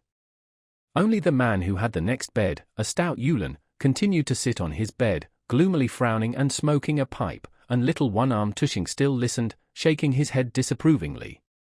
In the middle of the reading, the Ulan interrupted Denisov. "But what I say is," he said, turning to Rostov, "it would be best simply to petition the Emperor for pardon. They say great rewards will now be distributed, and surely a pardon would be granted." "Me petition the Impuo," exclaimed Denisov, in a voice to which he tried hard to give the old energy and fire, but which sounded like an expression of irritable impotence. "What for? If I were a wobber I would ask mercy, but I'm being court-martialed for bringing wobbers to book. Let them twy me, I'm not afraid of anyone.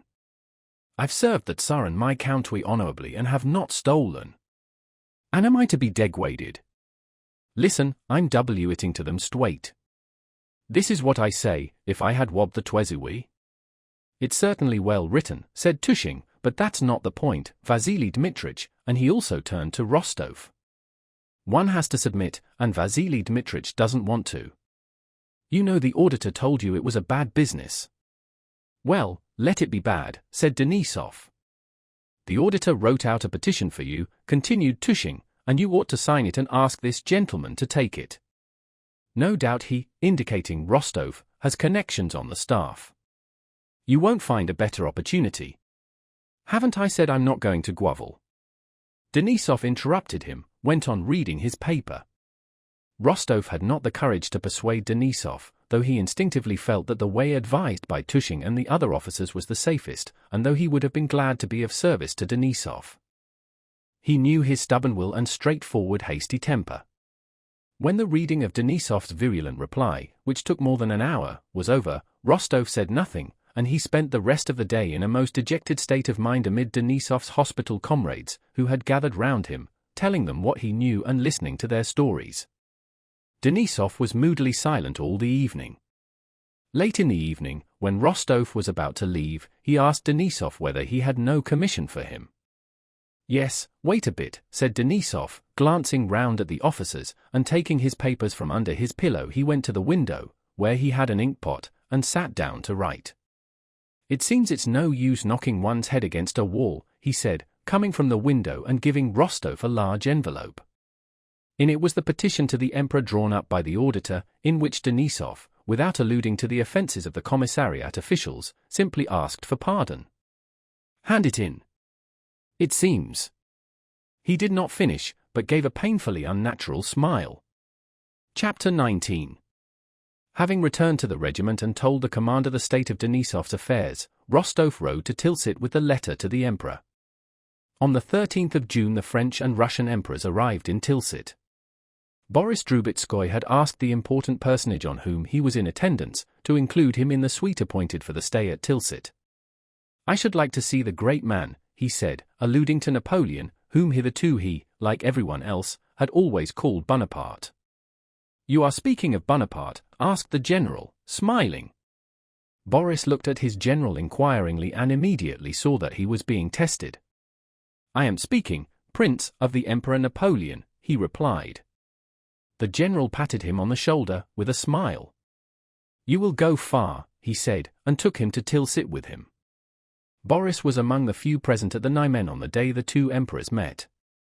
He saw the raft, decorated with monograms, saw Napoleon pass before the French guards on the farther bank of the river, saw the pensive face of the Emperor Alexander as he sat in silence in a tavern on the bank of the Niemen awaiting Napoleon's arrival, saw both emperors get into boats, and saw how Napoleon, reaching the raft first, stepped quickly forward to meet Alexander and held out his hand to him, and how they both retired into the pavilion.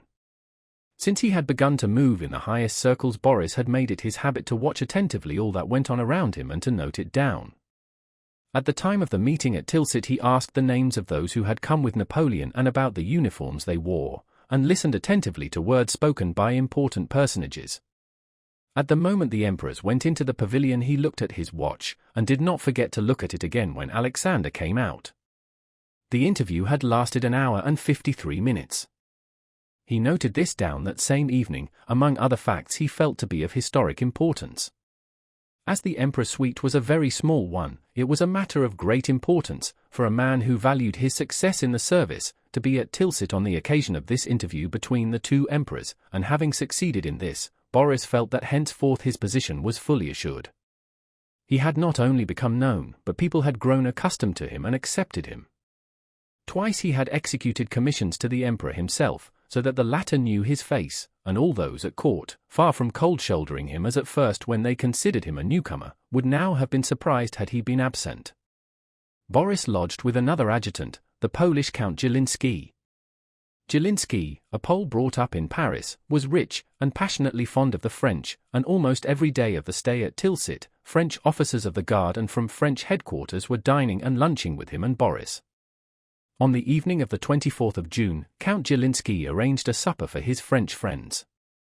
The guest of honor was an aide-de-camp of Napoleon's. There were also several French officers of the guard, and a page of Napoleon's, a young lad of an old aristocratic French family.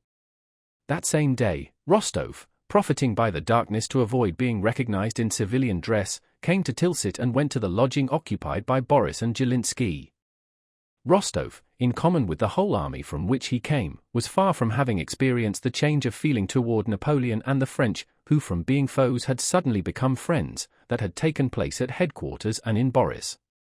In the army, Bonaparte and the French were still regarded with mingled feelings of anger, contempt, and fear. Only recently, talking with one of Platov's Cossack officers, Rostov had argued that if Napoleon were taken prisoner he would be treated not as a sovereign, but as a criminal. Quite lately, happening to meet a wounded French colonel on the road, Rostov had maintained with heat that peace was impossible between a legitimate sovereign and the criminal Bonaparte. Rostov was therefore unpleasantly struck by the presence of French officers in Boris' lodging, dressed in uniforms he had been accustomed to see from quite a different point of view from the outposts of the flank.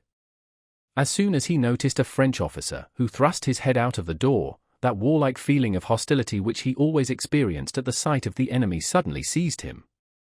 He stopped at the threshold and asked in Russian whether Drubetskoy lived there.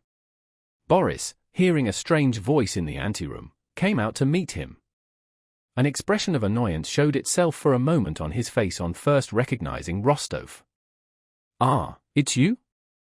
Very glad to see you," he said, however, coming toward him with a smile. But Rostov had noticed his first impulse. "I've come at a bad time, I think."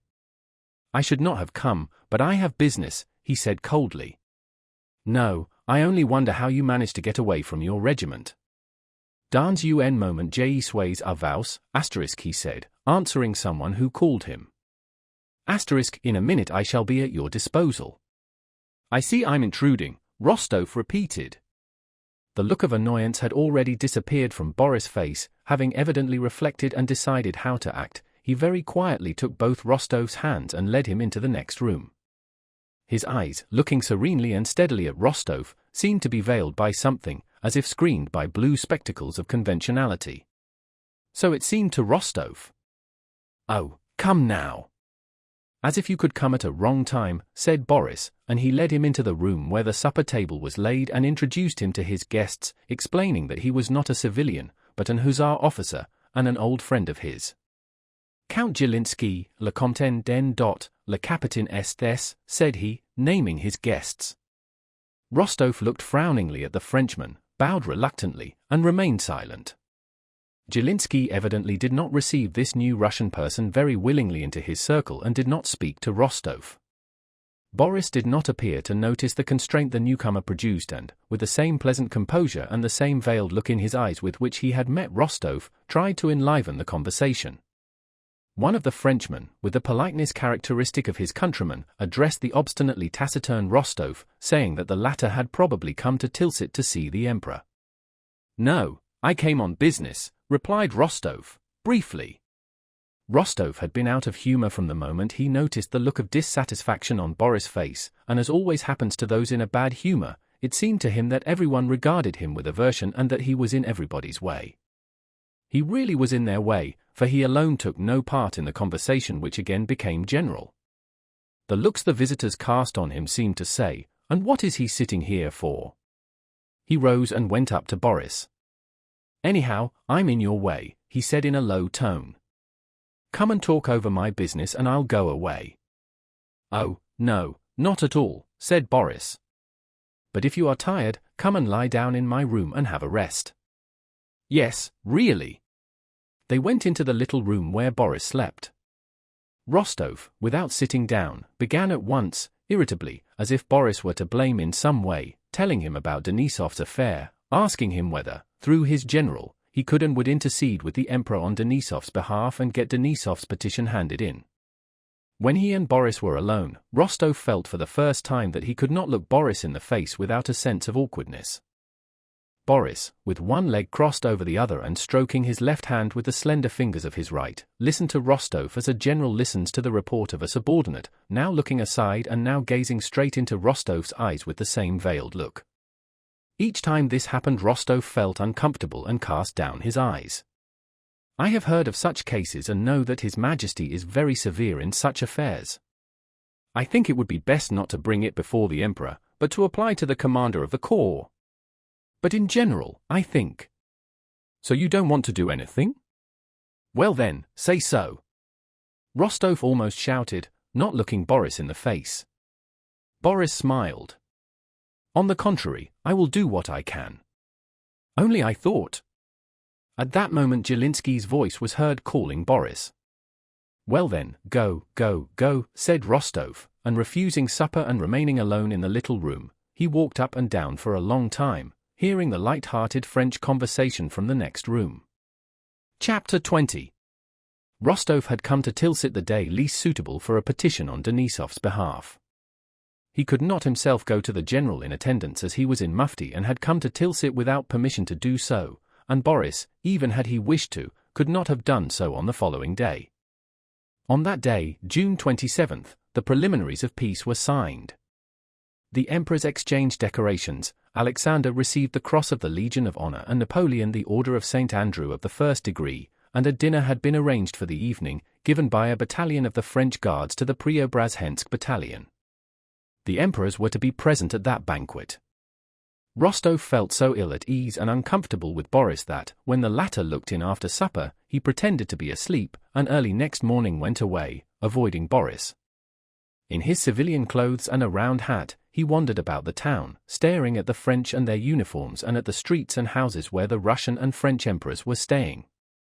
In a square he saw tables being set up and preparations made for the dinner. He saw the Russian and French colors draped from side to side of the streets, with huge monograms A and N. In the windows of the houses also flags and bunting were displayed. Boris doesn't want to help me and I don't want to ask him. That's settled, thought Nicholas. All is over between us, but I won't leave here without having done all I can for Denisov and certainly not without getting his letter to the Emperor. The Emperor! He is here, thought Rostov, who had unconsciously returned to the house where Alexander lodged. Saddled horses were standing before the house and the suite were assembling, evidently preparing for the Emperor to come out. I may see him at any moment, thought Rostov. If only I were to hand the letter direct to him and tell him all, could they really arrest me for my civilian clothes? Surely not. He would understand on whose side justice lies. He understands everything, knows everything. Who can be more just, more magnanimous than he? And even if they did arrest me for being here, what would it matter, thought he, looking at an officer who was entering the house the Emperor occupied. After all, people do go in. It's all nonsense. I'll go in and hand the letter to the Emperor myself, so much the worse for Drubetskoy who drives me to it. And suddenly, with a determination he himself did not expect, Rostov felt for the letter in his pocket and went straight to the house. No, I won't miss my opportunity now, as I did after Austerlitz, he thought, expecting every moment to meet the monarch, and conscious of the blood that rushed to his heart at the thought. I will fall at his feet and beseech him. He will lift me up, will listen, and will even thank me. I am happy when I can do good, but to remedy injustice is the greatest happiness, Rostov fancied the sovereign saying. And passing people who looked after him with curiosity, he entered the porch of the Emperor's house. A broad staircase led straight up from the entry, and to the right he saw a closed door. Below, under the staircase, was a door leading to the lower floor. Whom do you want? Someone inquired. To hand in a letter, a petition, to His Majesty, said Nicholas, with a tremor in his voice. A petition? This way, to the officer on duty. He was shown the door leading downstairs, only it won't be accepted. On hearing this indifferent voice, Rostov grew frightened at what he was doing. The thought of meeting the Emperor at any moment was so fascinating and consequently so alarming that he was ready to run away, but the official who had questioned him opened the door, and Rostov entered. A short stout man of about 30, in white breeches and high boots and a batiste shirt that he had evidently only just put on, standing in that room, and his valet was buttoning on to the back of his breeches a new pair of handsome silk-embroidered braces that, for some reason, attracted Rostov's attention. This man was speaking to someone in the adjoining room. A good figure and in her first bloom, he was saying, but on seeing Rostov, he stopped short and frowned. What is it? A petition? What is it? Asked the person in the other room. Another petitioner, answered the man with the braces. Tell him to come later. He'll be coming out directly, we must go. Later, later. Tomorrow. It's too late. Rostov turned and was about to go, but the man in the braces stopped him. Whom have you come from? Who are you? I come from Major Denisov, answered Rostov. Are you an officer? Lieutenant Count Rostov. What audacity! Hand it in through your commander. And go along with you. Go, and he continued to put on the uniform the valet handed him. Rostov went back into the hall and noticed that in the porch there were many officers and generals in full parade uniform, whom he had to pass. Cursing his temerity, his heart sinking at the thought of finding himself at any moment face to face with the Emperor and being put to shame and arrested in his presence, fully alive now to the impropriety of his conduct and repenting of it, Rostov, with downcast eyes, was making his way out of the house through the brilliant suite when a familiar voice called him and a hand detained him. What are you doing here, sir? In civilian dress, asked a deep voice. It was a cavalry general who had obtained the Emperor's special favor during this campaign, and who had formerly commanded the division in which Rostov was serving. Rostov, in dismay, began justifying himself, but seeing the kindly, jocular face of the general, he took him aside and in an excited voice told him the whole affair, asking him to intercede for Denisov, whom the general knew. Having heard Rostov to the end, the general shook his head gravely. "I'm sorry for that fine fellow. Give me the letter." Hardly had Rostov handed him the letter and finished explaining Denisov's case, when hasty steps and the jingling of spurs were heard on the stairs, and the general, leaving him, went to the porch. The gentlemen of the emperor's suite ran down the stairs and went to their horses. Hain, the same groom who had been at Austerlitz, led up the emperor's horse, and the faint creak of a footstep Rostov knew at once was heard on the stairs. Forgetting the danger of being recognized, Rostov went close to the porch, together with some inquisitive civilians, and again, after 2 years, saw those features he adored, that same face and same look and step, and the same union of majesty and mildness. And the feeling of enthusiasm and love for his sovereign rose again in Rostov's soul in all its old force. In the uniform of the Preobrazhensk regiment, white chamois-leather breeches and high boots, and wearing a star Rostov did not know, it was that of the Legion d'Honneur, the monarch came out into the porch, putting on his gloves and carrying his hat under his arm. He stopped and looked about him, brightening everything around by his glance. He spoke a few words to some of the generals, and, recognizing the former commander of Rostov's division, smiled and beckoned to him. All the suite drew back and Rostov saw the general talking for some time to the emperor. The emperor said a few words to him and took a step toward his horse. Again the crowd of members of the suite and street gazers, among whom was Rostov, moved nearer to the emperor. Stopping beside his horse, with his hand on the saddle, the emperor turned to the cavalry general and said in a loud voice, evidently wishing to be heard by all, "I cannot do it, General. I cannot, because the law is stronger than I," and he raised his foot to the stirrup. The general bowed his head respectfully, and the monarch mounted and rode down the street at a gallop. Beside himself with enthusiasm, Rostov ran after him with the crowd. Chapter 21.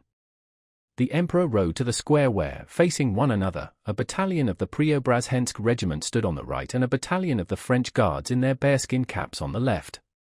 As the Tsar rode up to one flank of the battalions, which presented arms, another group of horsemen galloped up to the opposite flank, and at the head of them Rostov recognized Napoleon.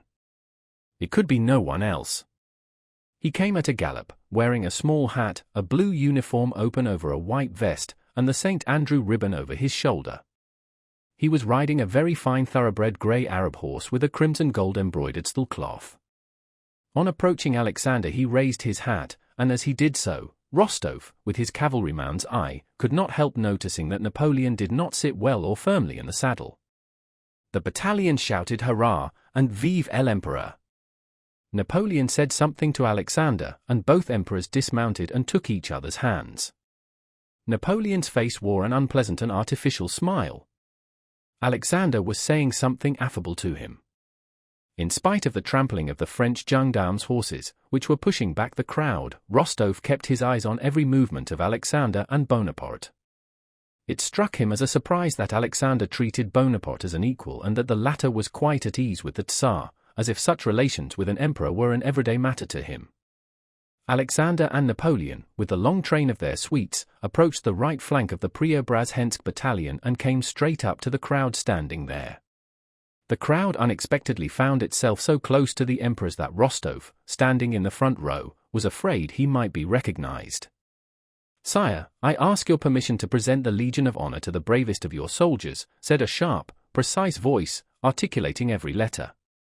This was said by the undersized Napoleon, looking up straight into Alexander's eyes. Alexander listened attentively to what was said to him and, bending his head, smiled pleasantly. "To him who has borne himself most bravely in this last war," added Napoleon, accentuating each syllable, as with a composure and assurance exasperating to Rostov, he ran his eyes over the Russian ranks drawn up before him, who all presented arms with their eyes fixed on their emperor. "Will your majesty allow me to consult the colonel?" said Alexander and took a few hasty steps toward Prince Kozlovsky, the commander of the battalion. Bonaparte meanwhile began taking the glove off his small white hand, tore it in doing so, and threw it away. An aide-de-camp behind him rushed forward and picked it up. To whom shall it be given? The Emperor Alexander asked Kozlovsky in Russian in a low voice. To whomever your majesty commands. The emperor knit his brows with dissatisfaction and, glancing back, remarked. But we must give him an answer. Kozlovsky scanned the ranks resolutely and included Rostov in his scrutiny. Can it be me? Thought Rostov. Lazarev, the colonel called, with a frown, and Lazarev, the first soldier in the rank, stepped briskly forward. Where are you off to? Stop here, voices whispered to Lazarev, who did not know where to go. Lazarev stopped, casting a sidelong look at his colonel in alarm. His face twitched, as often happens to soldiers called before the ranks. Napoleon slightly turned his head, and put his plump little hand out behind him as if to take something. The members of his suite, guessing at once what he wanted, moved about and whispered as they passed something from one to another, and a page, the same one Rostov had seen the previous evening at Boris, ran forward and, bowing respectfully over the outstretched hand and not keeping it waiting a moment, laid in it an order on a red ribbon. Napoleon, without looking, pressed 2 fingers together and the badge was between them. Then he approached Lazarev, who rolled his eyes and persistently gazed at his own monarch, looked round at the Emperor Alexander to imply that what he was now doing was done for the sake of his ally, and the small white hand holding the order touched one of Lazarev's buttons. It was as if Napoleon knew that it was only necessary for his hand to deign to touch that soldier's breast for the soldier to be forever happy, rewarded, and distinguished from everyone else in the world. Napoleon merely laid the cross on Lazarev's breast and, dropping his hand, turned toward Alexander as though sure that the cross would adhere there. And it really did. Officious hands, Russian and French, immediately seized the cross and fastened it to the uniform. Lazarev glanced morosely at the little man with white hands who was doing something to him and, still standing motionless presenting arms, looked again straight into Alexander's eyes, as if asking whether he should stand there, or go away, or do something else. But receiving no orders, he remained for some time in that rigid position. The emperors remounted and rode away. The Preobrazhensk battalion, breaking rank, mingled with the French guards and sat down at the tables prepared for them. Lazarev sat in the place of honor. Russian and French officers embraced him, congratulated him, and pressed his hands. Crowds of officers and civilians drew near merely to see him. A rumble of Russian and French voices and laughter filled the air round the tables in the square. 2 officers with flushed faces, looking cheerful and happy, passed by Rostov. What do you think of the treat? All on silver plate, one of them was saying. Have you seen Lazarev? I have. Tomorrow, I hear, the Preobrazhenskis will give them a dinner. Yes, but what luck for Lazarev. 1,200 francs pension for life. Here's a cap, lads, shouted a Preobrazhensk soldier, donning a shaggy French cap. It's a fine thing. First rate. Have you heard the password? Asked one guards officer of another. The day before yesterday it was Napoleon, France, braver, yesterday, Alexandre, Russie, grandeur. One day our emperor gives it and next day Napoleon. Tomorrow our emperor will send a St. George's Cross to the bravest of the French guards. It has to be done. He must respond in kind. Boris, too, with his friend Jelinsky, came to see the Preobrazhensk banquet. On his way back, he noticed Rostov standing by the corner of a house. Rostov! How do you do? We missed one another, he said, and could not refrain from asking what was the matter, so strangely dismal and troubled was Rostov's face. Nothing, nothing, replied Rostov. You'll call round. Yes, I will. Rostov stood at that corner for a long time, watching the feast from a distance.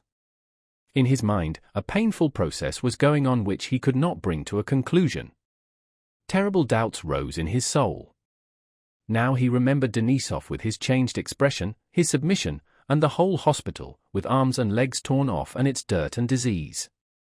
So vividly did he recall that hospital stench of dead flesh that he looked round to see where the smell came from. Next he thought of that self-satisfied Bonaparte, with his small white hand, who was now an emperor, liked and respected by Alexander. Then why those severed arms and legs and those dead men? Then again he thought of Lazarev rewarded and Denisov punished and unpardoned. he caught himself harboring such strange thoughts that he was frightened. The smell of the food the Preobrazhenskis were eating and a sense of hunger recalled him from these reflections. He had to get something to eat before going away. He went to a hotel he had noticed that morning. There he found so many people, among them officers who, like himself, had come in civilian clothes, that he had difficulty in getting a dinner. 2 officers of his own division joined him. The conversation naturally turned on the peace. The officers, his comrades, like most of the army, were dissatisfied with the peace concluded after the Battle of Friedland. They said that had we held out a little longer, Napoleon would have been done for, as his troops had neither provisions nor ammunition. Nicholas ate and drank, chiefly the latter, in silence. He finished a couple of bottles of wine by himself. The process in his mind went on tormenting him without reaching a conclusion. He feared to give way to his thoughts, yet could not get rid of them. Suddenly, on one of the officers saying that it was humiliating to look at the French, Rostov began shouting with uncalled-for wrath, and therefore much to the surprise of the officers. "How can you judge what's best?" he cried, the blood suddenly rushing to his face. "How can you judge the emperor's actions? What right have we to argue? We cannot comprehend either the emperor's aims or his actions." "But I never said a word about the emperor," said the officer, justifying himself, and unable to understand Rostov's outburst, except on the supposition that he was drunk. But Rostov did not listen to him. "We are not diplomatic officials, we are soldiers and nothing more," he went on. "If we are ordered to die, we must die. If we are punished, it means that we have deserved it, it's not for us to judge. If the emperor pleases to recognize Bonaparte as emperor and to conclude an alliance with him, it means that that is the right thing to do. If once we begin judging and arguing about everything, nothing sacred will be left. That way we shall be saying there is no God, nothing," shouted Nicholas, banging the table, very little to the point as it seemed to his listeners, but quite relevantly to the course of his own thoughts. "Our business is to do our duty, to fight and not to think. That's all," said he. "And to drink," said one of the officers, not wishing to quarrel. "Yes, and to drink," assented Nicholas. "Hello there! Another bottle," he shouted. In 1808 the Emperor Alexander went to Erfurt for a fresh interview with the Emperor Napoleon, and in the upper circles of Petersburg there was much talk of the grandeur of this important meeting. Chapter 22. In 1809 the intimacy between the world's 2 arbiters, as Napoleon and Alexander were called, was such that when Napoleon declared war on Austria a Russian corps crossed the frontier to cooperate with our old enemy Bonaparte against our old ally the Emperor of Austria, and in court circles the possibility of marriage between Napoleon and one of Alexander's sisters was spoken of. But besides considerations of foreign policy, the attention of Russian society was at that time keenly directed on the internal changes that were being undertaken in all the departments of government. Life meanwhile, real life, with its essential interests of health and sickness, toil and rest, and its intellectual interests in thought, science, poetry, music, love, friendship, hatred, and passions, went on as usual, independently of and apart from political friendship or enmity with Napoleon Bonaparte and from all the schemes of reconstruction. Book 6, 1808-10. Chapter 1. Prince Andrew had spent 2 years continuously in the country. All the plans Pierre had attempted on his estates, and constantly changing from one thing to another had never accomplished, were carried out by Prince Andrew without display and without perceptible difficulty. He had in the highest degree a practical tenacity which Pierre lacked, and without fuss or strain on his part this set things going. On one of his estates the 300 serfs were liberated and became free agricultural laborers, this being one of the first examples of the kind in Russia. On other estates the serfs' compulsory labor was commuted for a quit-rent. A trained midwife was engaged for Bogucharovo at his expense, and a priest was paid to teach reading and writing to the children of the peasants and household serfs. Prince Andrew spent half his time at Bald Hills with his father and his son, who was still in the care of nurses. The other half he spent in Bogucharovo cloister, as his father called Prince Andrew's estate. Despite the indifference to the affairs of the world he had expressed to Pierre, he diligently followed all that went on, received many books, and to his surprise noticed that when he or his father had visitors from Petersburg, the very vortex of life, these people lagged behind himself, who never left the country, in knowledge of what was happening in home and foreign affairs. Besides being occupied with his estates and reading a great variety of books, Prince Andrew was at this time busy with a critical survey of our last 2 unfortunate campaigns, and with drawing up a proposal for a reform of the army rules and regulations. In the spring of 1809 he went to visit the Ryerson estates which had been inherited by his son, whose guardian he was. Warmed by the spring sunshine he sat in the caleche looking at the new grass, the first leaves on the birches, and the first puffs of white spring clouds floating across the clear blue sky. He was not thinking of anything, but looked absent-mindedly and cheerfully from side to side. They crossed the ferry where he had talked with Pierre the year before. They went through the muddy village, past threshing floors and green fields of winter rye, downhill where snow still lodged near the bridge, uphill where the clay had been liquefied by the rain, past strips of stubble land and bushes touched with green here and there, and into a birch forest growing on both sides of the road. In the forest it was almost hot, no wind could be felt. The birches with their sticky green leaves were motionless, and lilac-colored flowers and the first blades of green grass were pushing up and lifting last year's leaves. The coarse evergreen color of the small fir trees scattered here and there among the birches was an unpleasant reminder of winter. On entering the forest the horses began to snort and sweated visibly. Peter the footman made some remark to the coachman, the latter assented. But apparently the coachman's sympathy was not enough for Peter, and he turned on the box toward his master. "How pleasant it is, Your Excellency," he said with a respectful smile. "What? It's pleasant, Your Excellency." What is he talking about? Thought Prince Andrew. Oh, the spring, I suppose, he thought as he turned round. Yes, really everything is green already. How early? The birches and cherry and alders too are coming out. But the oaks show no sign yet. Ah, here is one oak. At the edge of the road stood an oak. Probably 10 times the age of the birches that formed the forest, it was 10 times as thick and twice as tall as they. It was an enormous tree, its girth twice as great as a man could embrace, and evidently long ago some of its branches had been broken off and its bark scarred. With its huge ungainly limbs sprawling unsymmetrically, and its gnarled hands and fingers, it stood an aged, stern, and scornful monster among the smiling birch trees. Only the dead-looking evergreen firs dotted about in the forest, and this oak, refused to yield to the charm of spring or notice either the spring or the sunshine. Spring, love, happiness, this oak seemed to say. Are you not weary of that stupid, meaningless, constantly repeated fraud? Always the same and always a fraud? There is no spring, no sun, no happiness.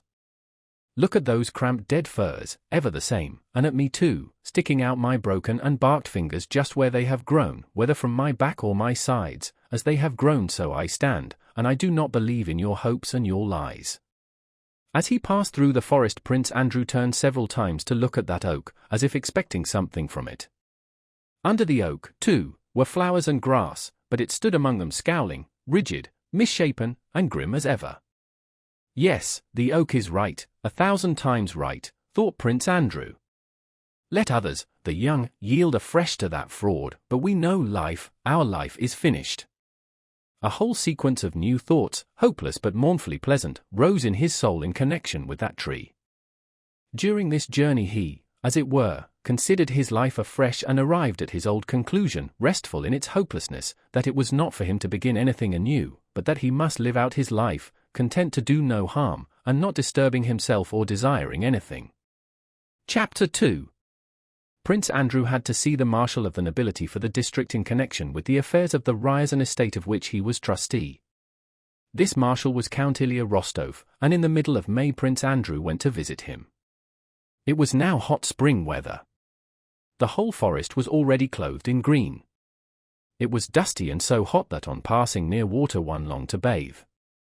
Prince Andrew, depressed and preoccupied with the business about which he had to speak to the Marshal, was driving up the avenue in the grounds of the Rostovs' house at Otradno. He heard merry girlish cries behind some trees on the right and saw a group of girls running to cross the path of his caleche. Ahead of the rest and nearer to him ran a dark-haired, remarkably slim, pretty girl in a yellow chintz dress, with a white handkerchief on her head from under which loose locks of hair escaped.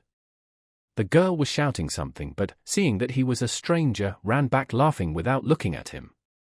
Suddenly, he did not know why, he felt a pang. The day was so beautiful, the sun so bright, everything around so gay, but that slim pretty girl did not know, or wish to know, of his existence and was contented and cheerful in her own separate, probably foolish, but bright and happy life. What is she so glad about? What is she thinking of? Not of the military regulations or of the arrangement of the Ryers and serfs' quitrents. Of what is she thinking? Why is she so happy? Prince Andrew asked himself with instinctive curiosity. In 1809 Count Ilya Rostov was living at Otradno just as he had done in former years, that is, entertaining almost the whole province with hunts, theatricals, dinners, and music.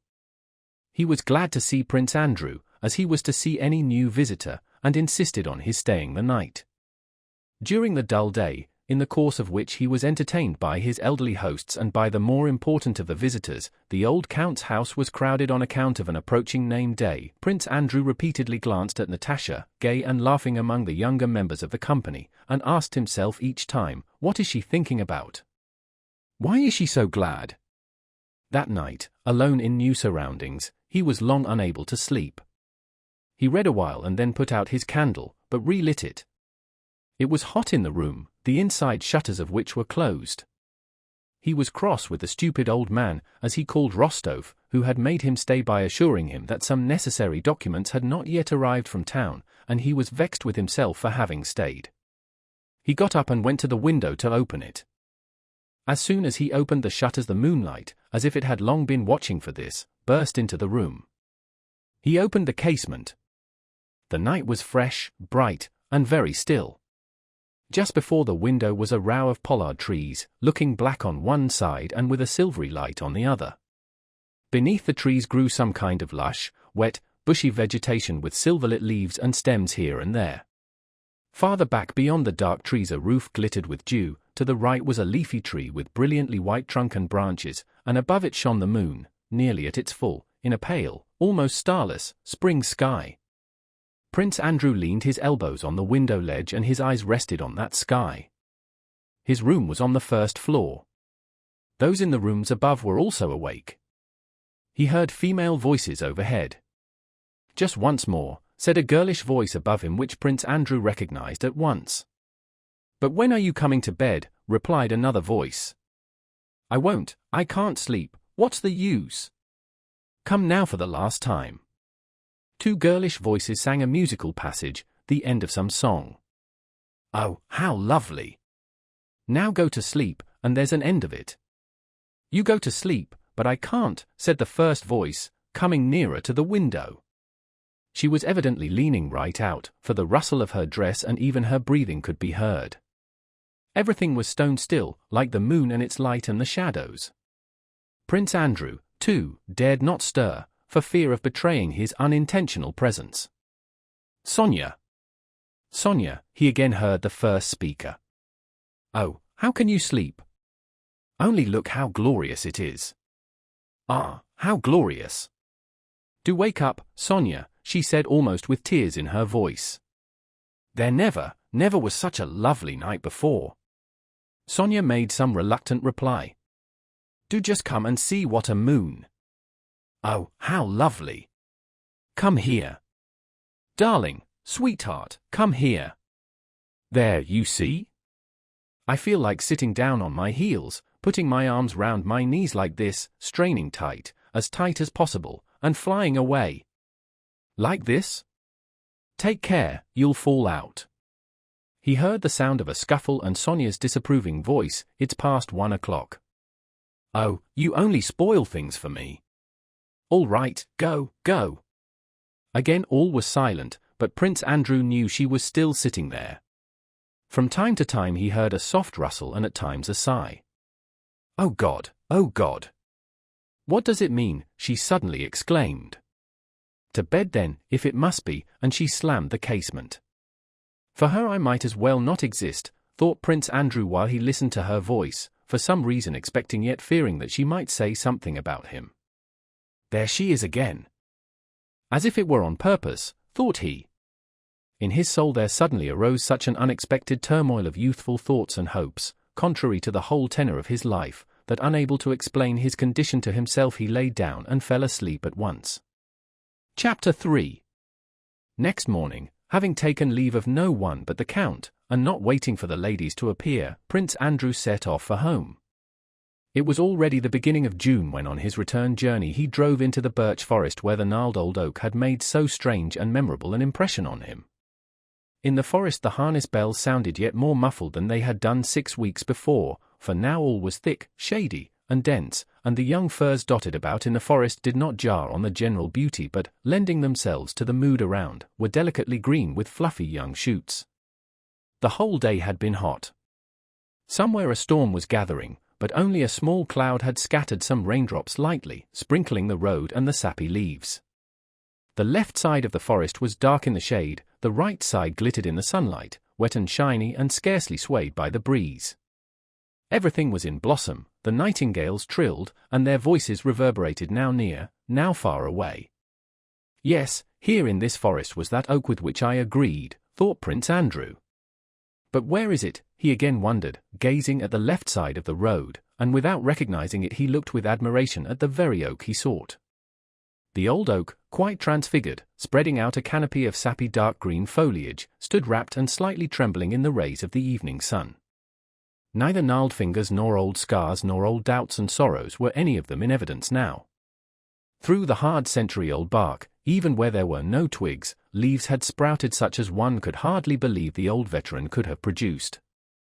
Yes, it is the same oak, thought Prince Andrew, and all at once he was seized by an unreasoning springtime feeling of joy and renewal. All the best moments of his life suddenly rose to his memory. Austerlitz with the lofty heavens, his wife's dead reproachful face, Pierre at the ferry, that girl thrilled by the beauty of the night, and that night itself and the moon, and all this rushed suddenly to his mind. No, life is not over at 31. Prince Andrew suddenly decided finally and decisively.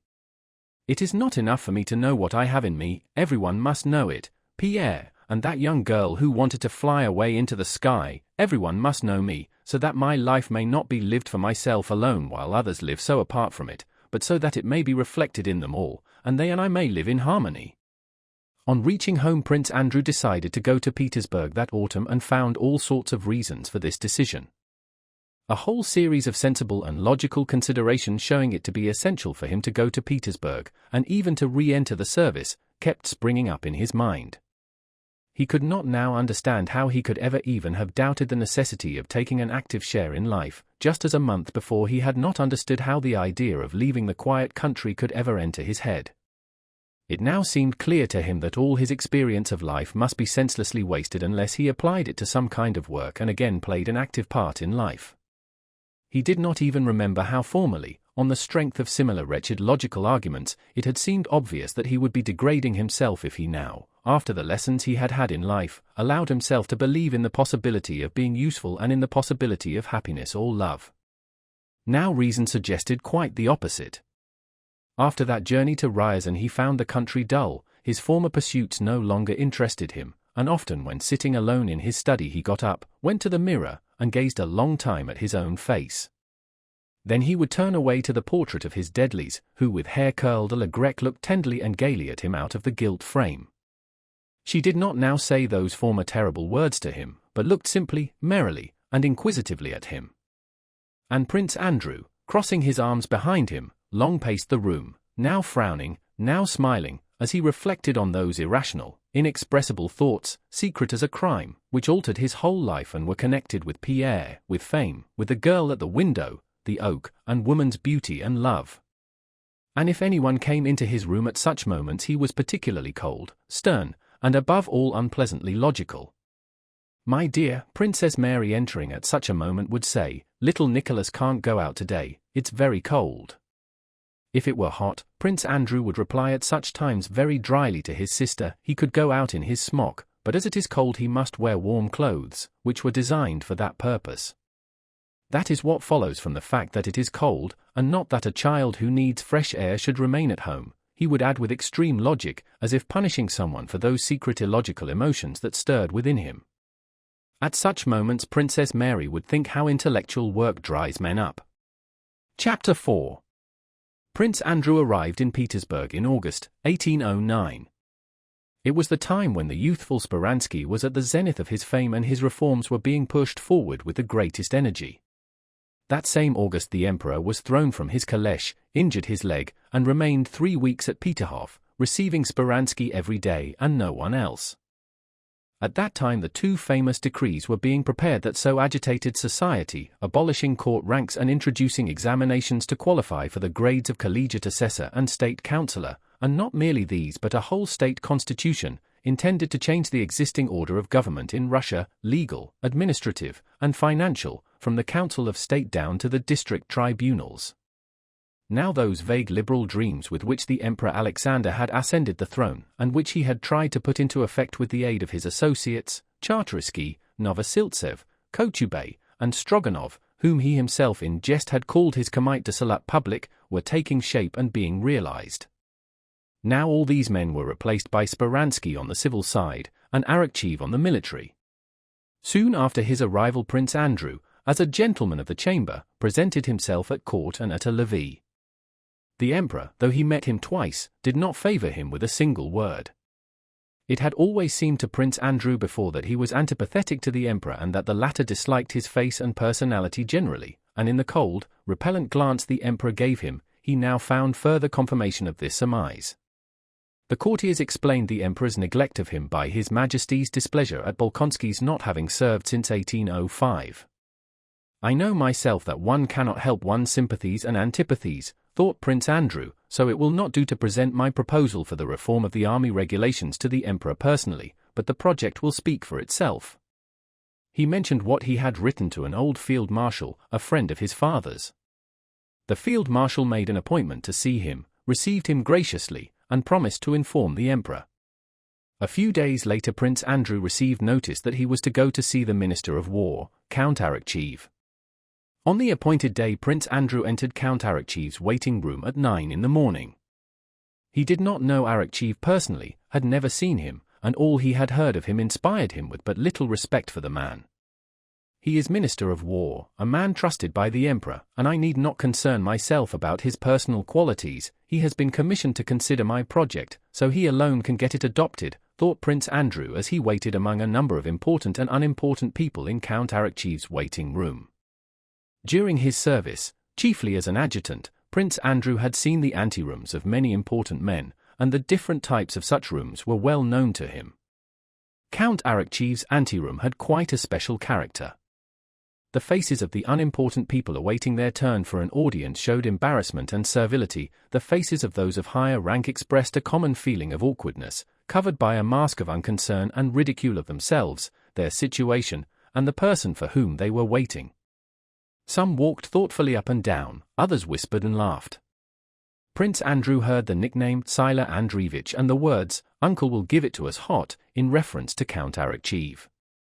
One general, an important personage, evidently feeling offended at having to wait so long, sat crossing and uncrossing his legs and smiling contemptuously to himself. But the moment the door opened one feeling alone appeared on all faces, that of fear. Prince Andrew for the second time asked the adjutant on duty to take in his name, but received an ironical look and was told that his turn would come in due course. After some others had been shown in and out of the minister's room by the adjutant on duty, an officer who struck Prince Andrew by his humiliated and frightened air was admitted at that terrible door. This officer's audience lasted a long time.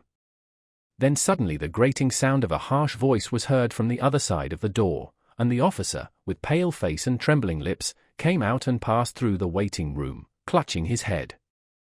After this Prince Andrew was conducted to the door and the officer on duty said in a whisper, "To the right, at the window." Prince Andrew entered a plain tidy room and saw at the table a man of 40 with a long waist, a long closely cropped head, deep wrinkles, scowling brows above dull greenish hazel eyes and an overhanging red nose. Arakcheev turned his head toward him without looking at him.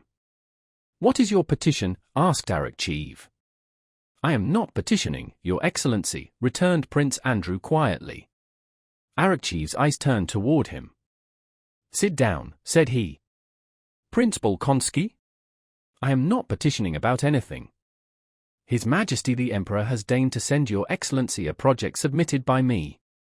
You see, my dear sir, I have read your project, interrupted Arakcheev, uttering only the first words amiably and then, again without looking at Prince Andrew, relapsing gradually into a tone of grumbling contempt. You are proposing new military laws? There are many laws but no one to carry out the old ones. Nowadays everybody designs laws, it is easier writing than doing. I came at His Majesty the Emperor's wish to learn from your Excellency how you propose to deal with the memorandum I have presented, said Prince Andrew politely. I have endorsed a resolution on your memorandum and sent it to the committee. I do not approve of it, said Arakcheev, rising and taking a paper from his writing table. Here, and he handed it to Prince Andrew. Across the paper was scrawled in pencil, without capital letters, misspelled, and without punctuation, unsoundly constructed because resembles an imitation of the French military code and from the articles of war needlessly deviating. To what committee has the memorandum been referred? Inquired Prince Andrew. To the Committee on Army Regulations, and I have recommended that your honor should be appointed a member, but without a salary. Prince Andrew smiled. I don't want one. A member without salary, repeated Arakcheev. I have the honor. Call the next one. Who else is there? He shouted, bowing to Prince Andrew. Chapter 5. While waiting for the announcement of his appointment to the committee, Prince Andrew looked up his former acquaintances, particularly those he knew to be in power and whose aid he might need.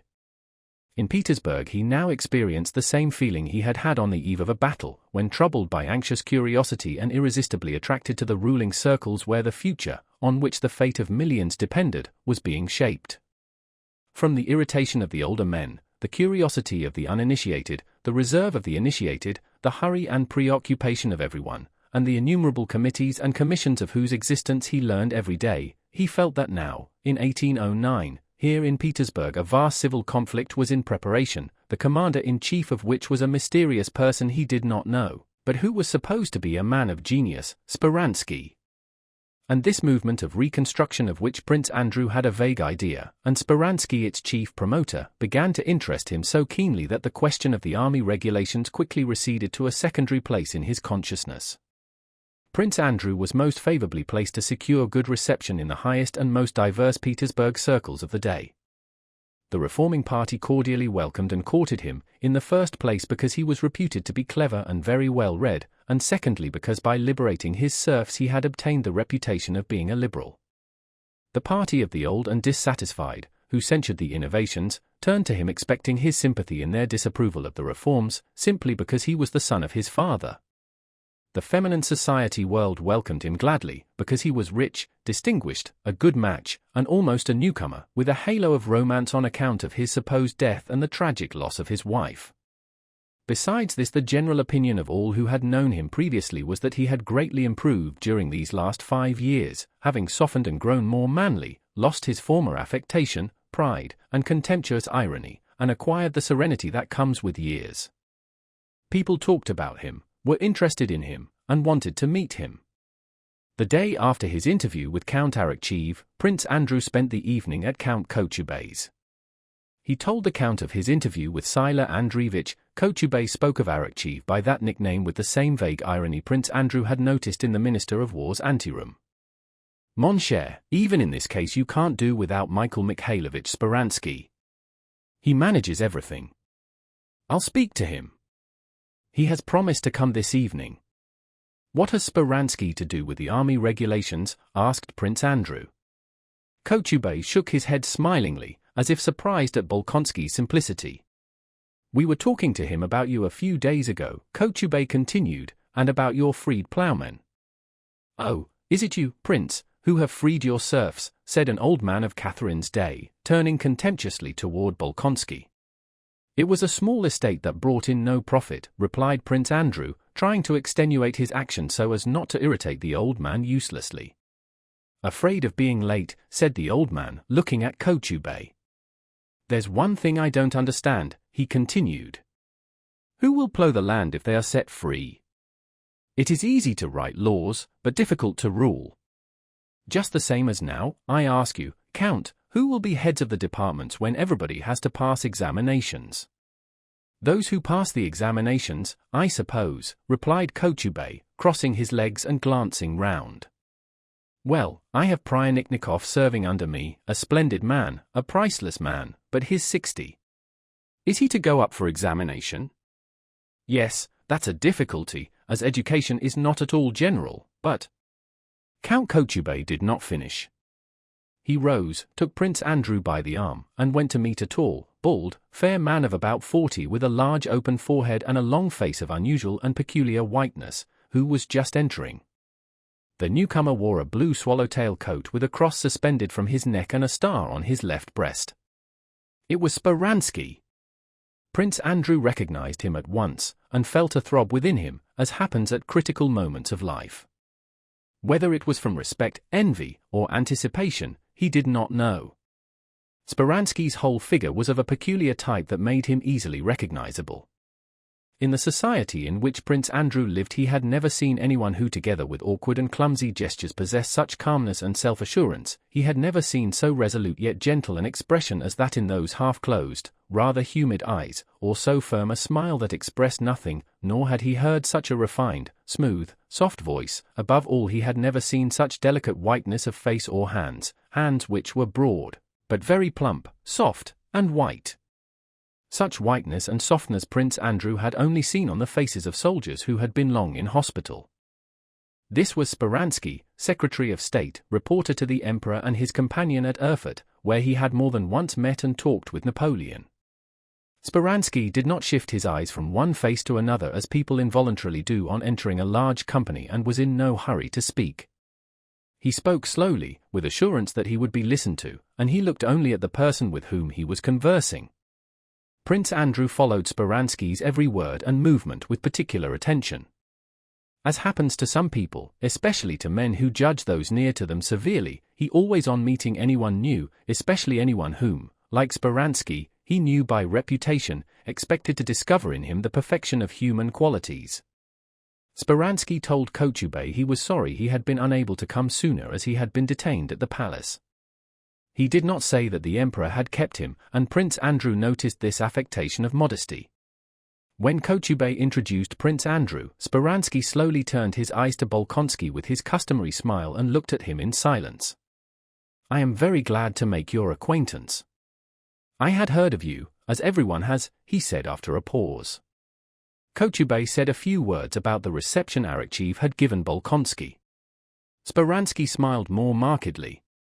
"The chairman of the Committee on Army Regulations is my good friend Monsieur Magnitsky," he said, fully articulating every word and syllable, "and if you like I can put you in touch with him." He paused at the full stop. "I hope you will find him sympathetic and ready to cooperate in promoting all that is reasonable." A circle soon formed round Speransky, and the old man who had talked about his subordinate Pryanichnikov addressed a question to him. Prince Andrew, without joining in the conversation, watched every movement of Speransky's. This man, not long since an insignificant divinity student, who now, Bolkonsky thought, held in his hands, those plump white hands, the fate of Russia. Prince Andrew was struck by the extraordinarily disdainful composure with which Speransky answered the old man. He appeared to address condescending words to him from an immeasurable height. When the old man began to speak too loud, Speransky smiled and said he could not judge of the advantage or disadvantage of what pleased the sovereign. Having talked for a little while in the general circle, Speransky rose, and coming up to Prince Andrew took him along to the other end of the room. It was clear that he thought it necessary to interest himself in Bolkonsky. "I had no chance to talk with you, Prince, during the animated conversation in which that venerable gentleman involved me," he said with a mildly contemptuous smile, as if intimating by that smile that he and Prince Andrew understood the insignificance of the people with whom he had just been talking. This flattered Prince Andrew. "I have known of you for a long time, first from your action with regard to your serfs, a first example of which it is very desirable that there should be more imitators, and secondly because you are one of those gentlemen of the chamber who have not considered themselves offended by the new decree concerning the ranks allotted to courtiers, which is causing so much gossip and tittle-tattle." "No," said Prince Andrew, "my father did not wish me to take advantage of the privilege. I began the service from the lower grade." "Your father, a man of the last century, evidently stands above our contemporaries who so condemn this measure which merely re-established natural justice. I think, however, that these condemnations have some ground, returned Prince Andrew, trying to resist Speransky's influence, of which he began to be conscious. He did not like to agree with him in everything and felt a wish to contradict. Though he usually spoke easily and well, he felt a difficulty in expressing himself now while talking with Speransky. He was too much absorbed in observing the famous man's personality. Grounds of personal ambition maybe, Speransky put in quietly. And of state interest to some extent, said Prince Andrew. What do you mean? Asked Speransky quietly, lowering his eyes. I am an admirer of Montesquieu, replied Prince Andrew, and his idea that le principe des monarchies ist l'honneur me paraît incontestable. Certains droits et priviléges de la noblesse me paraissent être des moyens de soutenir ce sentiment. Asterisk. The principle of monarchies is honor seems to me incontestable. Certain rights and privileges for the aristocracy appear to me a means of maintaining that sentiment. The smile vanished from Speransky's white face, which was much improved by the change. Probably Prince Andrew's thought interested him. Si vous envisages la question sous ce point de vue, he began, pronouncing French with evident difficulty, and speaking even slower than in Russian but quite calmly. If you regard the question from that point of view. Speransky went on to say that honor, l'honneur, cannot be upheld by privileges harmful to the service, that honor, l'honneur, is either a negative concept of not doing what is blameworthy or it is a source of emulation in pursuit of commendation and rewards, which recognize it. His arguments were concise, simple, and clear. An institution upholding honor, the source of emulation, is one similar to the Legion d'honneur of the great Emperor Napoleon, not harmful but helpful to the success of the service, but not a class or court privilege. I do not dispute that, but it cannot be denied that court privileges have attained the same end, returned Prince Andrew. Every courtier considers himself bound to maintain his position worthily.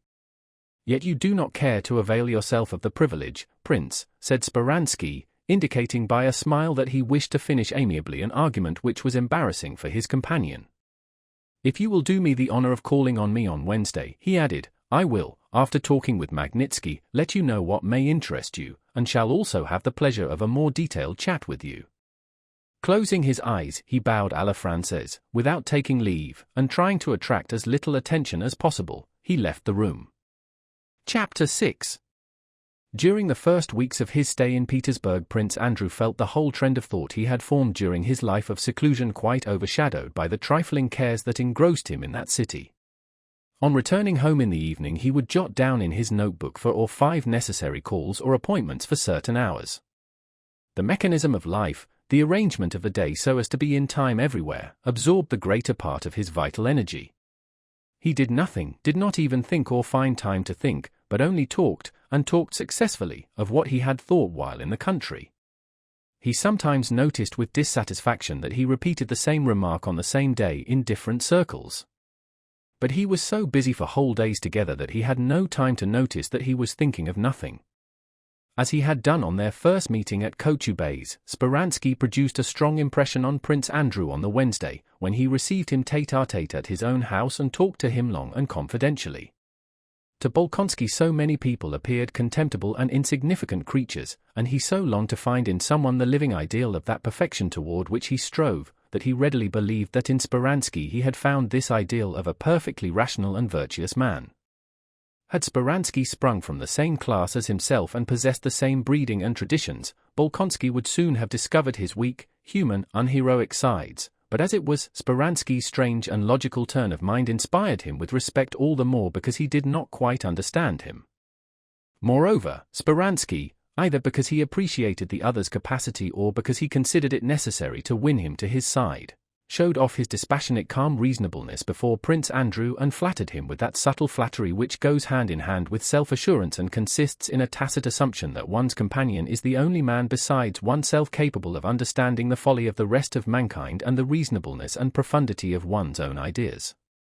During their long conversation on Wednesday evening, Speransky more than once remarked, "We regard everything that is above the common level of rooted custom," or, with a smile, "but we want the wolves to be fed and the sheep to be safe," or, they cannot understand this, and all in a way that seemed to say, we, you and I, understand what they are and who we are.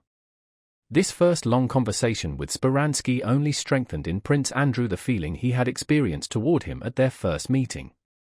He saw in him a remarkable, clear-thinking man of vast intellect who by his energy and persistence had attained power, which he was using solely for the welfare of Russia.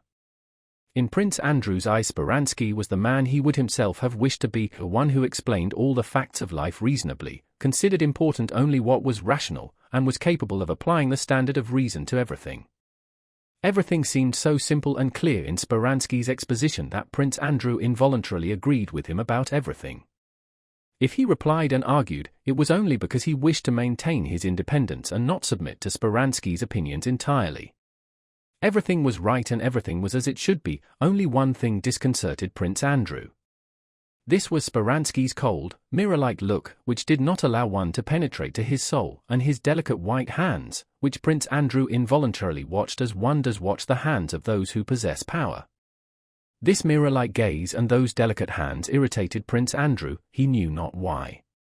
He was unpleasantly struck, too, by the excessive contempt for others that he observed in Speransky, and by the diversity of lines of argument he used to support his opinions. He made use of every kind of mental device, except analogy, and passed too boldly, it seemed to Prince Andrew, from one to another. Now he would take up the position of a practical man and condemn dreamers, now that of a satirist, and laugh ironically at his opponents, now grow severely logical, or suddenly rise to the realm of metaphysics. This last resource was one he very frequently employed. He would transfer a question to metaphysical heights, pass on to definitions of space, time, and thought, and, having deduced the refutation he needed, would again descend to the level of the original discussion. In general, the trait of Speransky's mentality which struck Prince Andrew most was his absolute and unshakable belief in the power and authority of reason. It was evident that the thought could never occur to him which to Prince Andrew seemed so natural, namely, that it is after all impossible to express all one thinks, and that he had never felt the doubt, is not all I think and believe nonsense. And it was just this peculiarity of Speransky's mind that particularly attracted Prince Andrew. During the first period of their acquaintance, Bolkonsky felt a passionate admiration for him similar to that which he had once felt for Bonaparte. The fact that Speransky was the son of a village priest, and that stupid people might meanly despise him on account of his humble origin, as in fact many did, caused Prince Andrew to cherish his sentiment for him the more, and unconsciously to strengthen it. On that first evening Bolkonsky spent with him, having mentioned the commission for the revision of the Code of Laws, Speransky told him sarcastically that the commission had existed for 150 years, had cost millions, and had done nothing except that Rosenkampf had stuck labels on the corresponding paragraphs of the different codes. And that is all the state has for the millions it has spent, said he. We want to give the Senate new juridical powers, but we have no laws. That is why it is a sin for men like you, Prince, not to serve in these times. Prince Andrew said that for that work an education in jurisprudence was needed which he did not possess. But nobody possesses it, so what would you have? It is a vicious circle from which we must break a way out. A week later Prince Andrew was a member of the Committee on Army Regulations and, what he had not at all expected, was chairman of a section of the Committee for the Revision of the Laws. At Speransky's request he took the first part of the civil code that was being drawn up and, with the aid of the Code Napoleon and the Institutes of Justinian, he worked at formulating the section on personal rights. Chapter 7. Nearly 2 years before this, in 1808, Pierre, on returning to Petersburg after visiting his estates, had involuntarily found himself in a leading position among the Petersburg Freemasons. He arranged dining and funeral lodge meetings, enrolled new members, and busied himself uniting various lodges and acquiring authentic charters. He gave money for the erection of temples and supplemented as far as he could the collection of alms, in regard to which the majority of members were stingy and irregular. He supported almost single-handed a poorhouse the order had founded in Petersburg. His life meanwhile continued as before, with the same infatuations and dissipations. He liked to dine and drink well, and though he considered it immoral and humiliating, could not resist the temptations of the bachelor circles in which he moved. Amid the turmoil of his activities and distractions, however, Pierre at the end of a year began to feel that the more firmly he tried to rest upon it, the more Masonic ground on which he stood gave way under him. At the same time he felt that the deeper the ground sank under him, the closer bound he involuntarily became to the order. When he had joined the Freemasons, he had experienced the feeling of one who confidently steps onto the smooth surface of a bog. When he put his foot down, it sank in. To make quite sure of the firmness of the ground, he put his other foot down and sank deeper still, became stuck in it, and involuntarily waded knee-deep in the bog.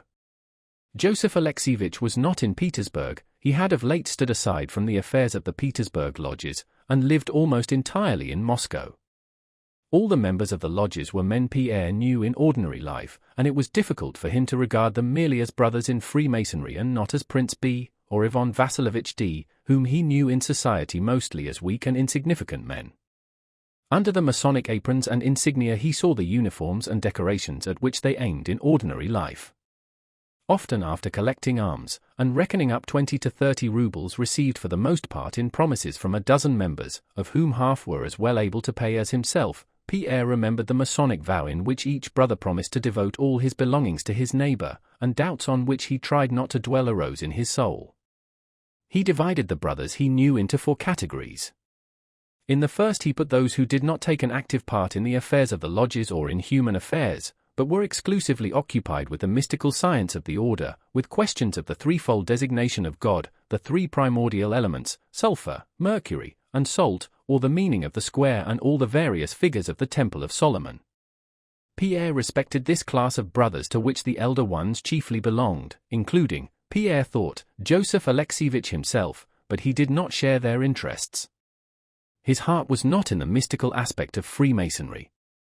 In the second category Pierre reckoned himself and others like him, seeking and vacillating, who had not yet found in Freemasonry a straight and comprehensible path, but hoped to do so. In the third category he included those brothers, the majority, who saw nothing in Freemasonry but the external forms and ceremonies, and prized the strict performance of these forms without troubling about their purport or significance. Such were Wilarski and even the Grand Master of the principal lodge. Finally, to the fourth category also a great many brothers belonged, particularly those who had lately joined.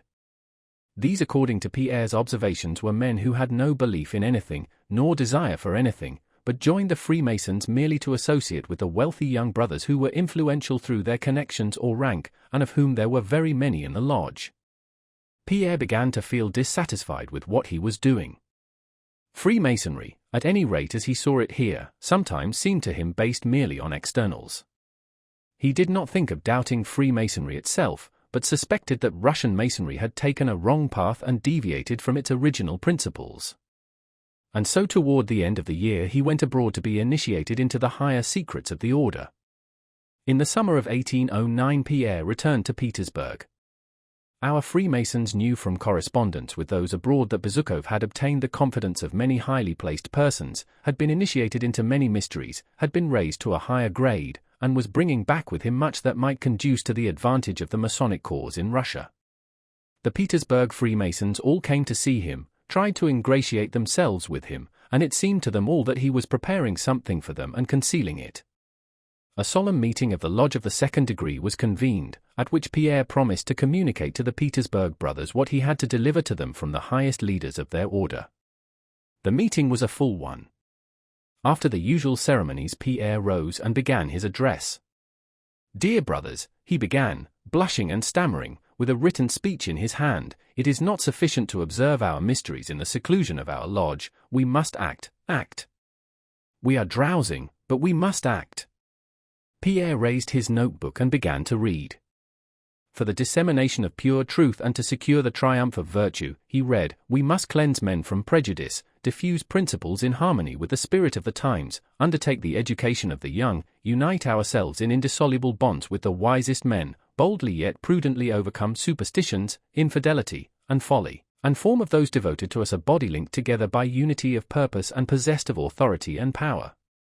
To attain this end we must secure a preponderance of virtue over vice and must endeavor to secure that the honest man may, even in this world, receive a lasting reward for his virtue.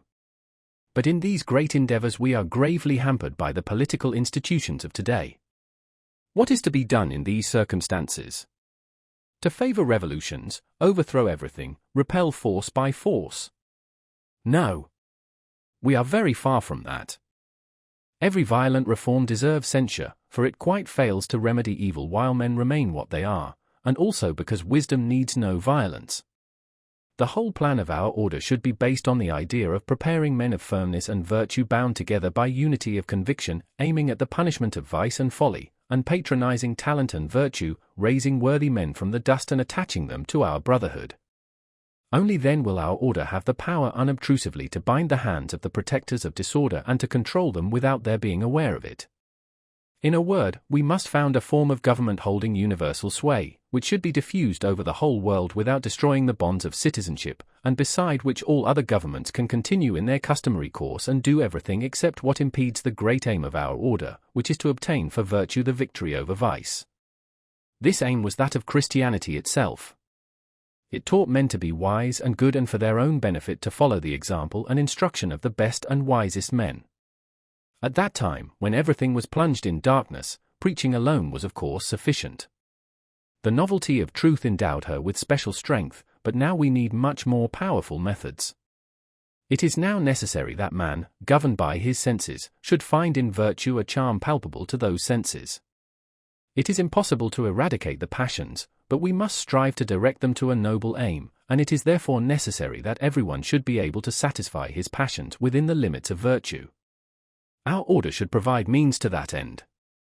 As soon as we have a certain number of worthy men in every state, each of them again training 2 others and all being closely united, everything will be possible for our order, which has already in secret accomplished much for the welfare of mankind.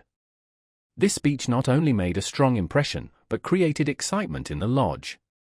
The majority of the brothers, seeing in it dangerous designs of Illuminism, met it with a coldness that surprised Pierre.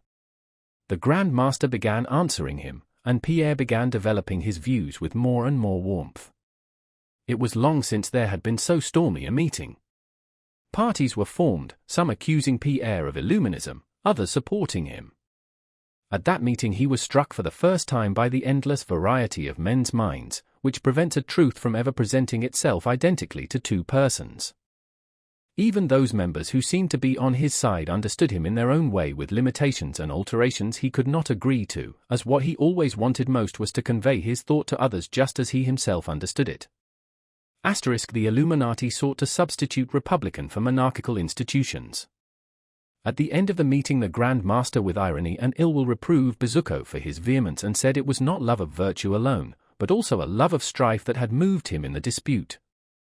Pierre did not answer him and asked briefly whether his proposal would be accepted. He was told that it would not, and without waiting for the usual formalities he left the lodge and went home. Chapter 8. Again Pierre was overtaken by the depression he so dreaded. For 3 days after the delivery of his speech at the lodge he lay on a sofa at home receiving no one and going nowhere. It was just then that he received a letter from his wife, who implored him to see her, telling him how grieved she was about him and how she wished to devote her whole life to him. At the end of the letter she informed him that in a few days she would return to Petersburg from abroad.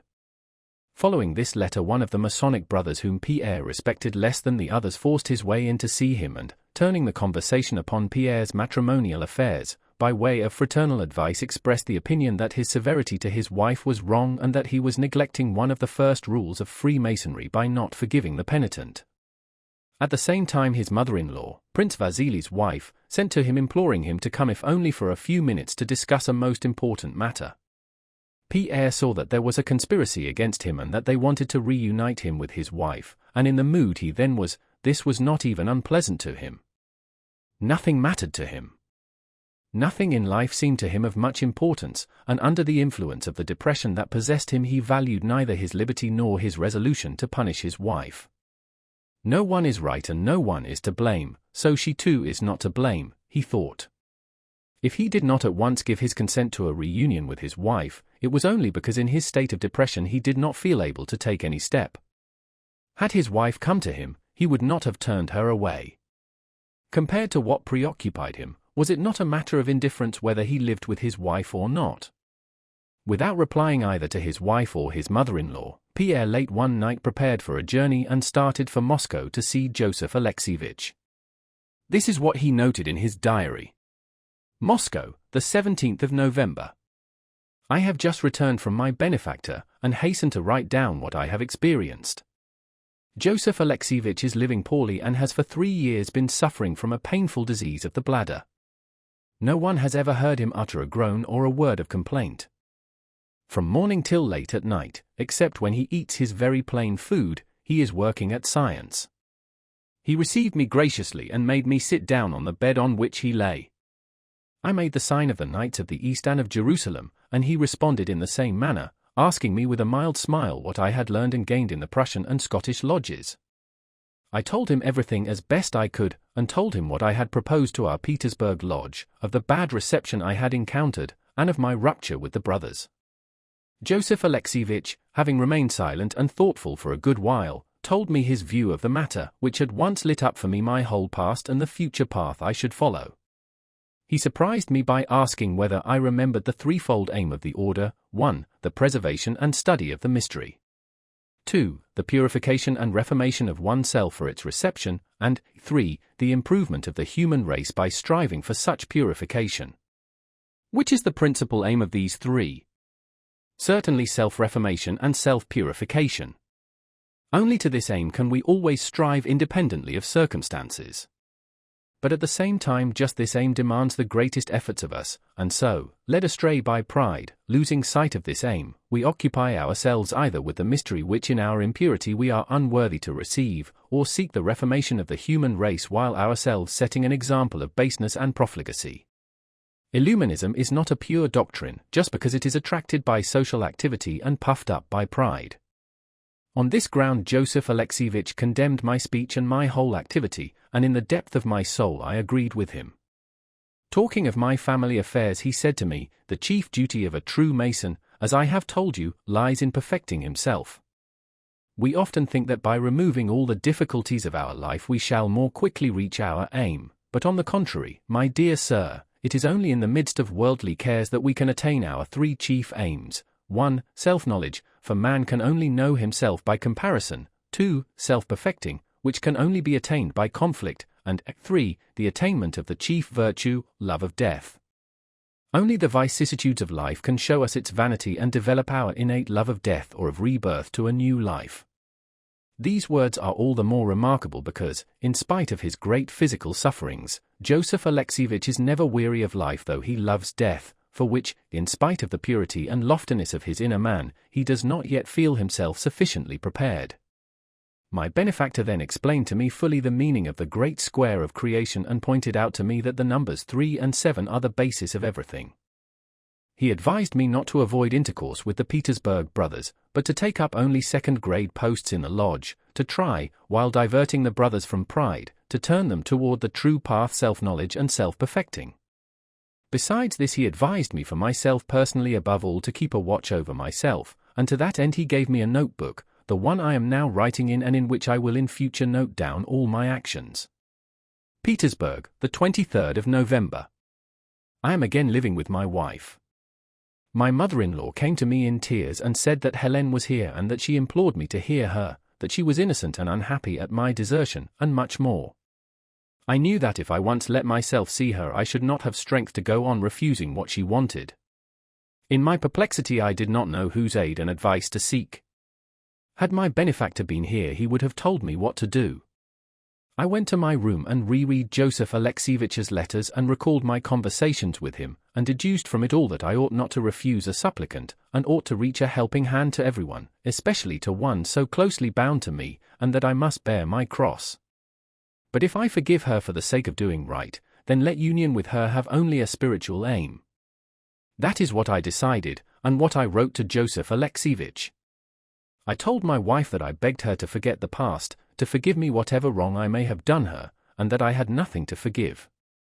It gave me joy to tell her this. She need not know how hard it was for me to see her again. I have settled on the upper floor of this big house and am experiencing a happy feeling of regeneration. Chapter 9. At that time, as always happens, the highest society that met at court and at the grand balls was divided into several circles, each with its own particular tone. The largest of these was the French circle of the Napoleonic alliance, the circle of Count Rumiantsev and Caulaincourt. In this group Helene, as soon as she had settled in Petersburg with her husband, took a very prominent place. She was visited by the members of the French embassy and by many belonging to that circle and noted for their intellect and polished manners. Helene had been at Erfurt during the famous meeting of the emperors and had brought from there these connections with the Napoleonic notabilities. At Erfurt her success had been brilliant. Napoleon himself had noticed her in the theatre and said of her, "C'est une superbe animal." Her success as a beautiful and elegant woman did not surprise Pierre, for she had become even handsomer than before. What did surprise him was that during these last 2 years his wife had succeeded in gaining the reputation d'être une femme charmante, aussi spirituelle que belle.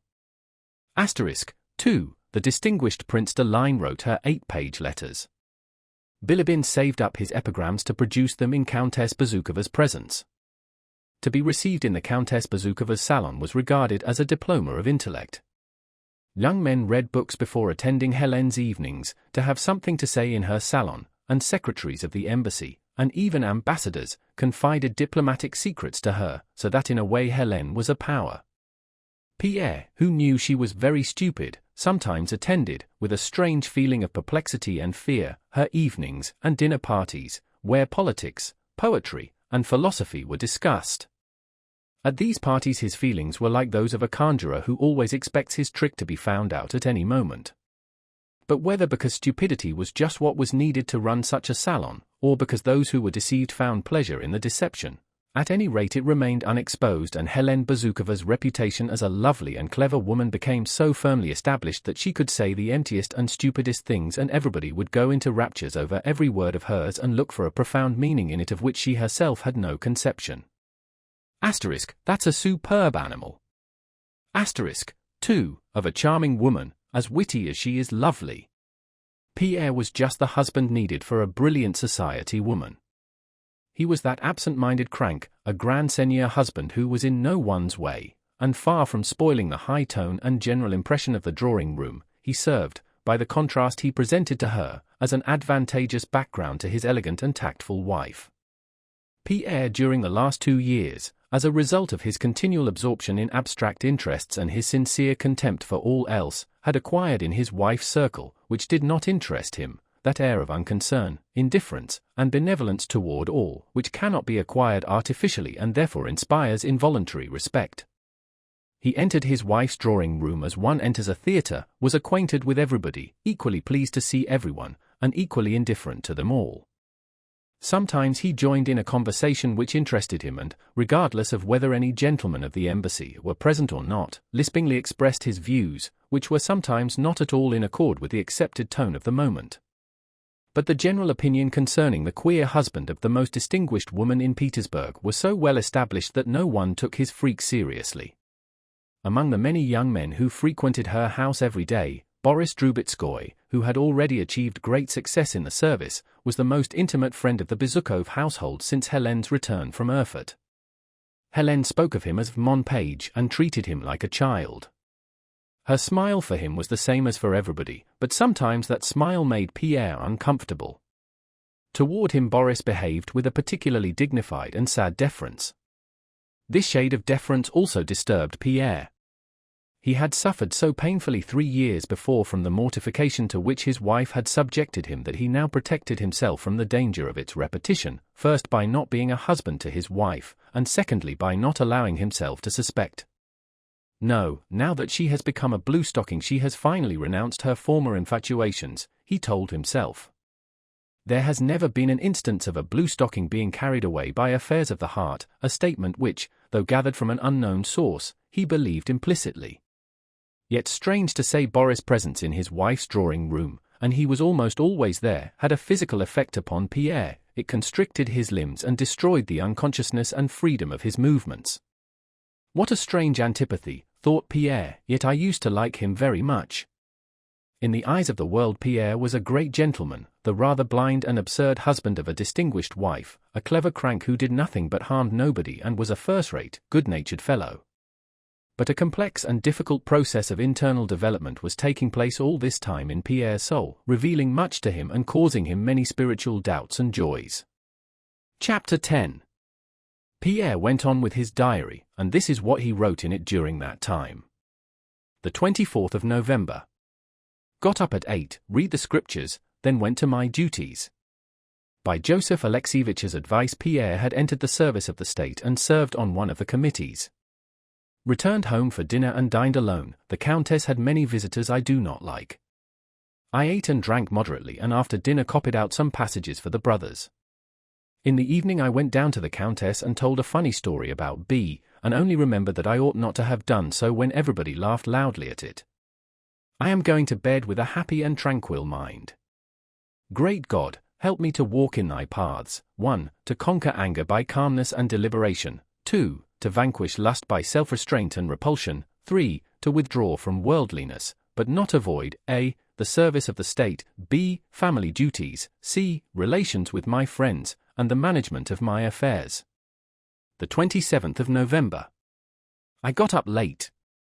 On waking I lay long in bed, yielding to sloth. O God, help and strengthen me that I may walk in thy ways. Read the scriptures, but without proper feeling. Brother Urasov came and we talked about worldly vanities. He told me of the emperor's new projects. I began to criticize them, but remembered my rules and my benefactor's words, that a true Freemason should be a zealous worker for the state when his aid is required and a quiet onlooker when not called on to assist. My tongue is my enemy. Brothers G.V. and O visited me and we had a preliminary talk about the reception of a new brother. They laid on me the duty of Rita. I feel myself weak and unworthy. Then our talk turned to the interpretation of the 7 pillars and steps of the temple, the 7 sciences, the 7 virtues, the 7 vices, and the 7 gifts of the Holy Spirit. Brother O was very eloquent. In the evening the admission took place. The new decoration of the premises contributed much to the magnificence of the spectacle. It was Boris Drubetskoy who was admitted. I nominated him and was the Rita. A strange feeling agitated me all the time I was alone with him in the dark chamber. I caught myself harboring a feeling of hatred toward him which I vainly tried to overcome.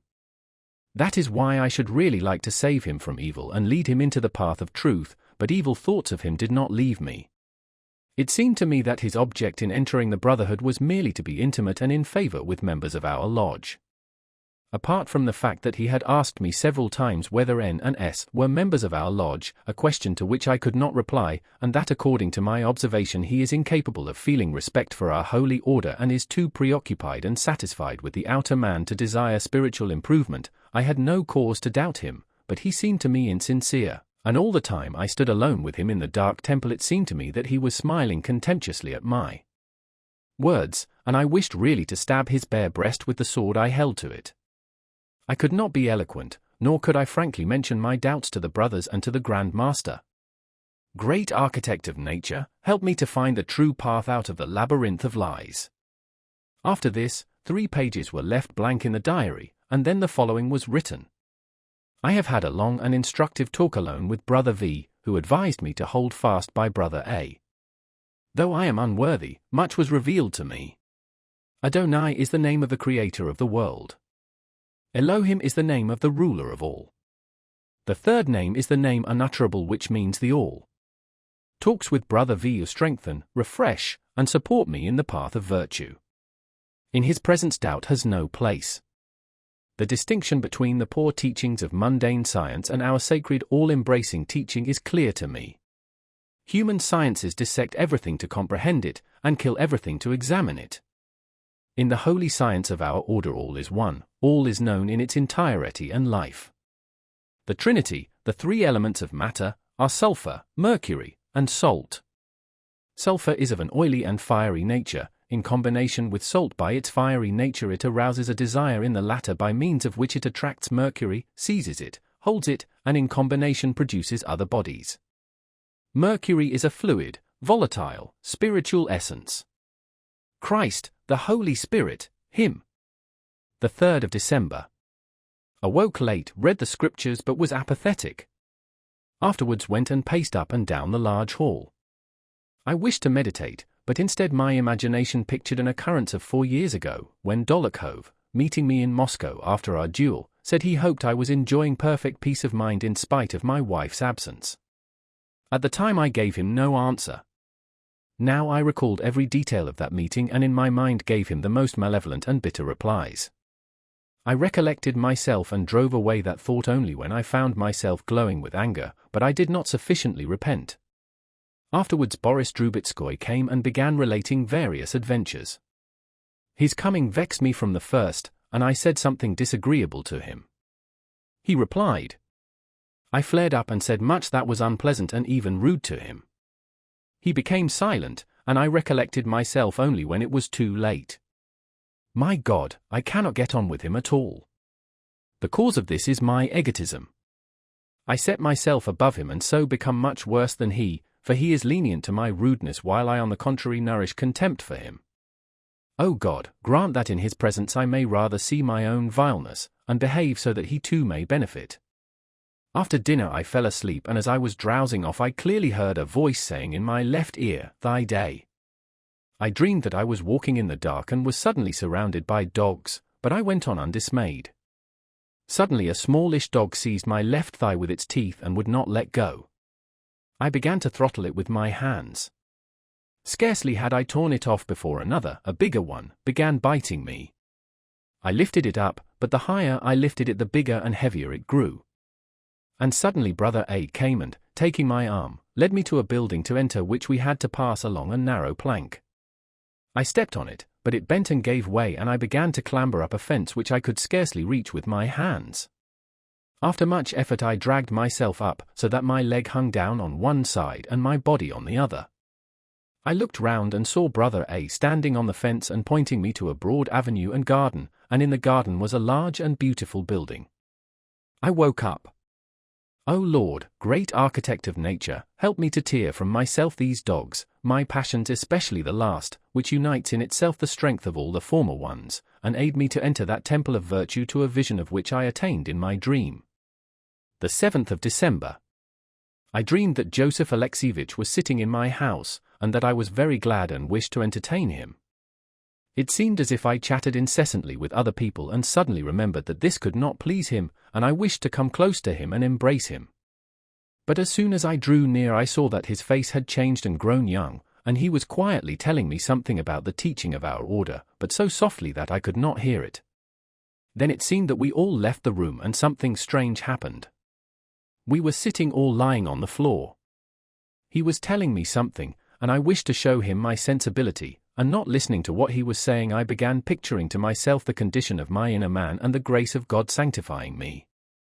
And tears came into my eyes, and I was glad he noticed this. But he looked at me with vexation and jumped up, breaking off his remarks. I felt abashed and asked whether what he had been saying did not concern me, but he did not reply, gave me a kind look, and then we suddenly found ourselves in my bedroom where there is a double bed. He lay down on the edge of it and I burned with longing to caress him and lie down too. And he said, Tell me frankly, what is your chief temptation? Do you know it? I think you know it already. Abashed by this question, I replied that sloth was my chief temptation. He shook his head incredulously, and even more abashed, I said that though I was living with my wife as he advised, I was not living with her as her husband. To this he replied that one should not deprive a wife of one's embraces and gave me to understand that that was my duty.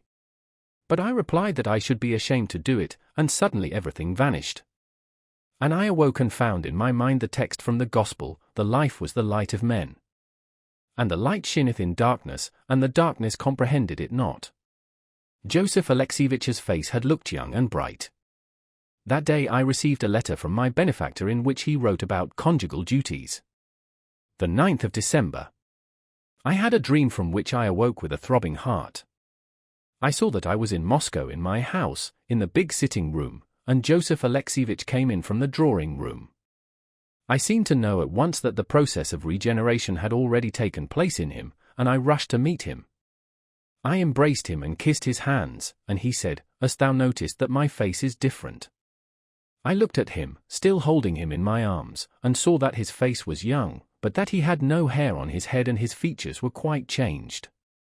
And I said, I should have known you had I met you by chance, and I thought to myself, Am I telling the truth? And suddenly I saw him lying like a dead body, then he gradually recovered and went with me into my study carrying a large book of sheets of drawing paper. I said, I drew that, and he answered by bowing his head. I opened the book, and on all the pages there were excellent drawings. And in my dream I knew that these drawings represented the love adventures of the soul with its beloved. And on its pages I saw a beautiful representation of a maiden in transparent garments and with a transparent body, flying up to the clouds. And I seemed to know that this maiden was nothing else than a representation of the Song of Songs. And looking at those drawings I dreamed I felt that I was doing wrong, but could not tear myself away from them. Lord, help me. My God, if thy forsaking me is thy doing, thy will be done, but if I am myself the cause, teach me what I should do.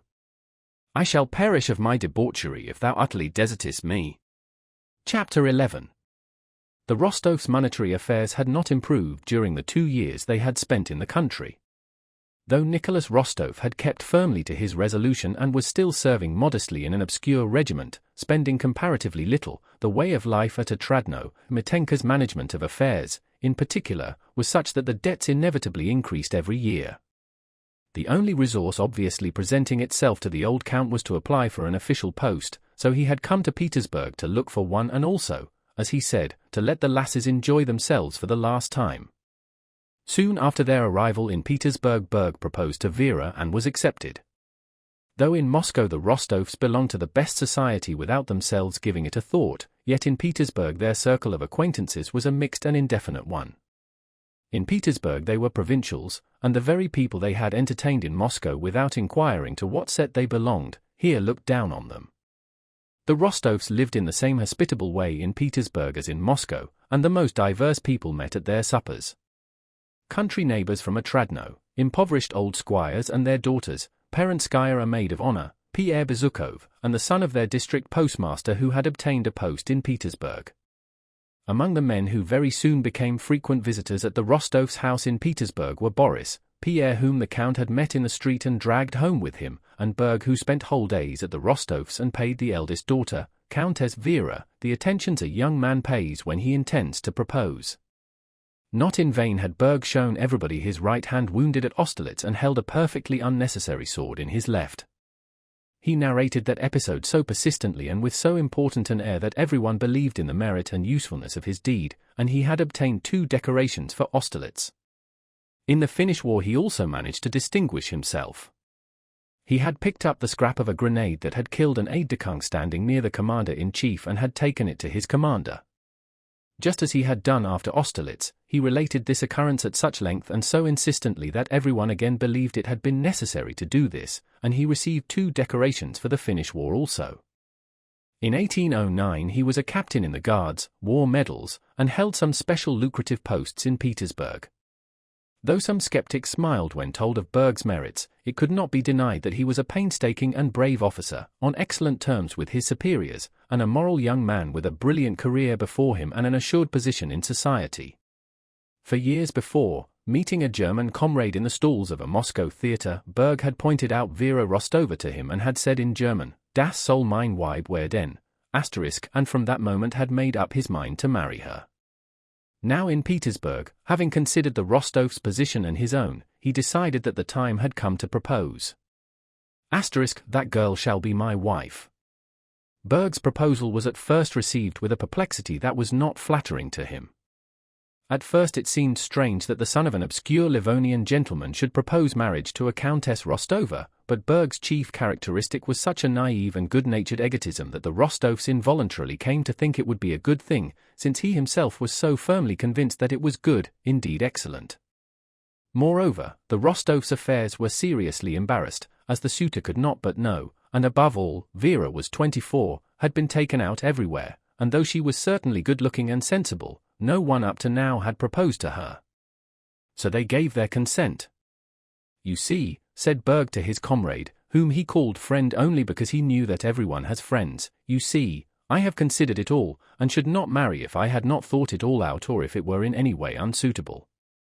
But on the contrary, my papa and mamma are now provided for. I have arranged that rent for them in the Baltic provinces, and I can live in Petersburg on my pay, and with her fortune and my good management we can get along nicely. I am not marrying for money, I consider that dishonorable, but a wife should bring her share and a husband his. I have my position in the service, she has connections and some means. In our times that is worth something, isn't it? But above all, she is a handsome, estimable girl, and she loves me." Berg blushed and smiled. "And I love her, because her character is sensible and very good.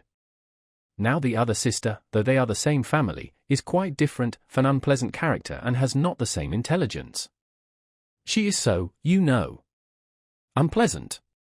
But my fiancé—" "Well, you will be coming," he was going to say, to dine, but changed his mind and said to take tea with us, and quickly doubling up his tongue he blew a small round ring of tobacco smoke, perfectly embodying his dream of happiness.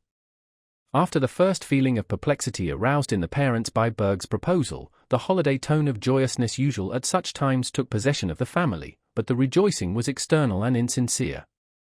In the family's feeling toward this wedding a certain awkwardness and constraint was evident, as if they were ashamed of not having loved Vera sufficiently and of being so ready to get her off their hands. The old count felt this most. He would probably have been unable to state the cause of his embarrassment, but it resulted from the state of his affairs. He did not know at all how much he had, what his debts amounted to, or what dowry he could give Vera. When his daughters were born he had assigned to each of them, for her dowry, an estate with 300 serfs, but one of these estates had already been sold, and the other was mortgaged and the interest so much in arrears that it would have to be sold, so that it was impossible to give it to Vera. Nor had he any money. Berg had already been engaged a month, and only a week remained before the wedding, but the count had not yet decided in his own mind the question of the dowry, nor spoken to his wife about it. At one time the count thought of giving her the Ryazan estate or of selling a forest, at another time of borrowing money on a note of hand. A few days before the wedding Berg entered the count's study early one morning and, with a pleasant smile, respectfully asked his future father-in-law to let him know what Vera's dowry would be. The count was so disconcerted by this long-foreseen inquiry that without consideration he gave the first reply that came into his head. "I like your being businesslike about it. I like it. You shall be satisfied." And patting Berg on the shoulder he got up, wishing to end the conversation. But Berg, smiling pleasantly, explained that if he did not know for certain how much Vera would have and did not receive at least part of the dowry in advance, he would have to break matters off. "Because, consider, Count, if I allowed myself to marry now without having definite means to maintain my wife, I should be acting badly." The conversation ended by the Count, who wished to be generous and to avoid further importunity, saying that he would give a note of hand for 80,000 rubles. Berg smiled meekly, kissed the Count on the shoulder, and said that he was very grateful, but that it was impossible for him to arrange his new life without receiving 30,000 in ready money. "Or at least 20,000, Count," he added, and then a note of hand for only 60,000. Yes, all right," said the Count hurriedly. "Only excuse me, my dear fellow, I'll give you 20,000 and a note of hand for 80,000 as well." Yes. Kiss me." Chapter 12. Natasha was 16 and it was the year 1809, the very year to which she had counted on her fingers with Boris after they had kissed 4 years ago.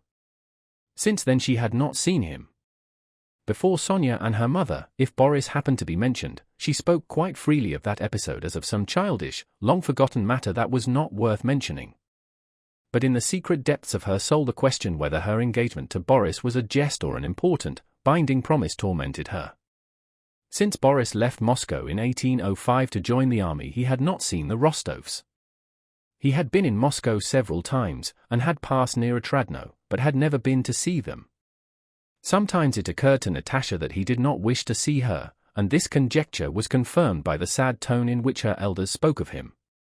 "Nowadays old friends are not remembered," the Countess would say when Boris was mentioned. Anna Mikhailovna also had of late visited them less frequently, seemed to hold herself with particular dignity, and always spoke rapturously and gratefully of the merits of her son and the brilliant career on which he had entered. When the Rostovs came to Petersburg Boris called on them. He drove to their house in some agitation. The memory of Natasha was his most poetic recollection. But he went with the firm intention of letting her and her parents feel that the childish relations between himself and Natasha could not be binding either on her or on him. He had a brilliant position in society thanks to his intimacy with Countess Bezukova, a brilliant position in the service thanks to the patronage of an important personage whose complete confidence he enjoyed, and he was beginning to make plans for marrying one of the richest heiresses in Petersburg, plans which might very easily be realized. When he entered the Rostovs' drawing room, Natasha was in her own room. When she heard of his arrival, she almost ran into the drawing room, flushed and beaming with a more than cordial smile. Boris remembered Natasha in a short dress, with dark eyes shining from under her curls and boisterous, childish laughter, as he had known her 4 years before, and so he was taken aback when quite a different Natasha entered, and his face expressed rapturous astonishment. This expression on his face pleased Natasha. "Well, do you recognize your little madcap playmate?" asked the Countess. Boris kissed Natasha's hand and said that he was astonished at the change in her. "How handsome you have grown!" "I should think so," replied Natasha's laughing eyes. "And is Papa older?" she asked. Natasha sat down and, without joining in Boris' conversation with the Countess, silently and minutely studied her childhood suitor. He felt the weight of that resolute and affectionate scrutiny and glanced at her occasionally. Boris' uniform, spurs, tie, and the way his hair was brushed were all comme Illinois fort and in the latest fashion. This Natasha noticed at once. He sat rather sideways in the armchair next to the Countess, arranging with his right hand the cleanest of gloves that fitted his left hand like a skin, and he spoke with a particularly refined compression of his lips about the amusements of the highest Petersburg society, recalling with mild irony old times in Moscow and Moscow acquaintances. It was not accidentally, Natasha felt, that he alluded, when speaking of the highest aristocracy, to an ambassador's ball he had attended, and to invitations he had received from NN and SS. All this time Natasha sat silent, glancing up at him from under her brows. This gaze disturbed and confused Boris more and more. He looked round more frequently toward her, and broke off in what he was saying. He did not stay more than 10 minutes, then rose and took his leave. The same inquisitive, challenging, and rather mocking eye still looked at him. After his first visit, Boris said to himself that Natasha attracted him just as much as ever, but that he must not yield to that feeling, because to marry her, a girl almost without fortune, would mean ruin to his career, while to renew their former relations without intending to marry her would be dishonorable. Boris made up his mind to avoid meeting Natasha, but despite that resolution he called again a few days later and began calling often and spending whole days at the Rostovs. It seemed to him that he ought to have an explanation with Natasha and tell her that the old times must be forgotten, that in spite of everything, she could not be his wife, that he had no means, and they would never let her marry him. But he failed to do so and felt awkward about entering on such an explanation. From day to day he became more and more entangled. It seemed to her mother and Sonia that Natasha was in love with Boris as of old. She sang him his favorite songs, showed him her album, making him write in it, did not allow him to allude to the past, letting it be understood how delightful was the present, and every day he went away in a fog without having said what he meant to, and not knowing what he was doing or why he came, or how it would all end. He left off visiting Helene and received reproachful notes from her every day, and yet he continued to spend whole days with the Rostovs. Chapter 13. One night when the old Countess, in nightcap and dressing jacket, without her false curls, and with her poor little knob of hair showing under her white cotton cap, knelt sighing and groaning on a rug and bowing to the ground in prayer, her door creaked and Natasha, also in a dressing jacket with slippers on her bare feet and her hair in curl papers, ran in. The Countess, her prayerful mood dispelled, looked round and frowned. She was finishing her last prayer. Can it be that this couch will be my grave? Natasha, flushed and eager, seeing her mother in prayer, suddenly checked her rush, half sat down, and unconsciously put out her tongue as if chiding herself. Seeing that her mother was still praying, she ran on tiptoe to the bed and, rapidly slipping one little foot against the other, pushed off her slippers and jumped onto the bed the Countess had feared might become her grave. This couch was high, with a feather bed and 5 pillows each smaller than the one below. Natasha jumped on it, sank into the feather bed, rolled over to the wall, and began snuggling up the bedclothes as she settled down, raising her knees to her chin, kicking out and laughing almost inaudibly, now covering herself up head and all, and now peeping at her mother. The Countess finished her prayers and came to the bed with a stern face, but seeing that Natasha's head was covered, she smiled in her kind, weak way. Now then, said she. Mama, can we have a talk? Yes, said Natasha. Now, just one on your throat and another, that'll do.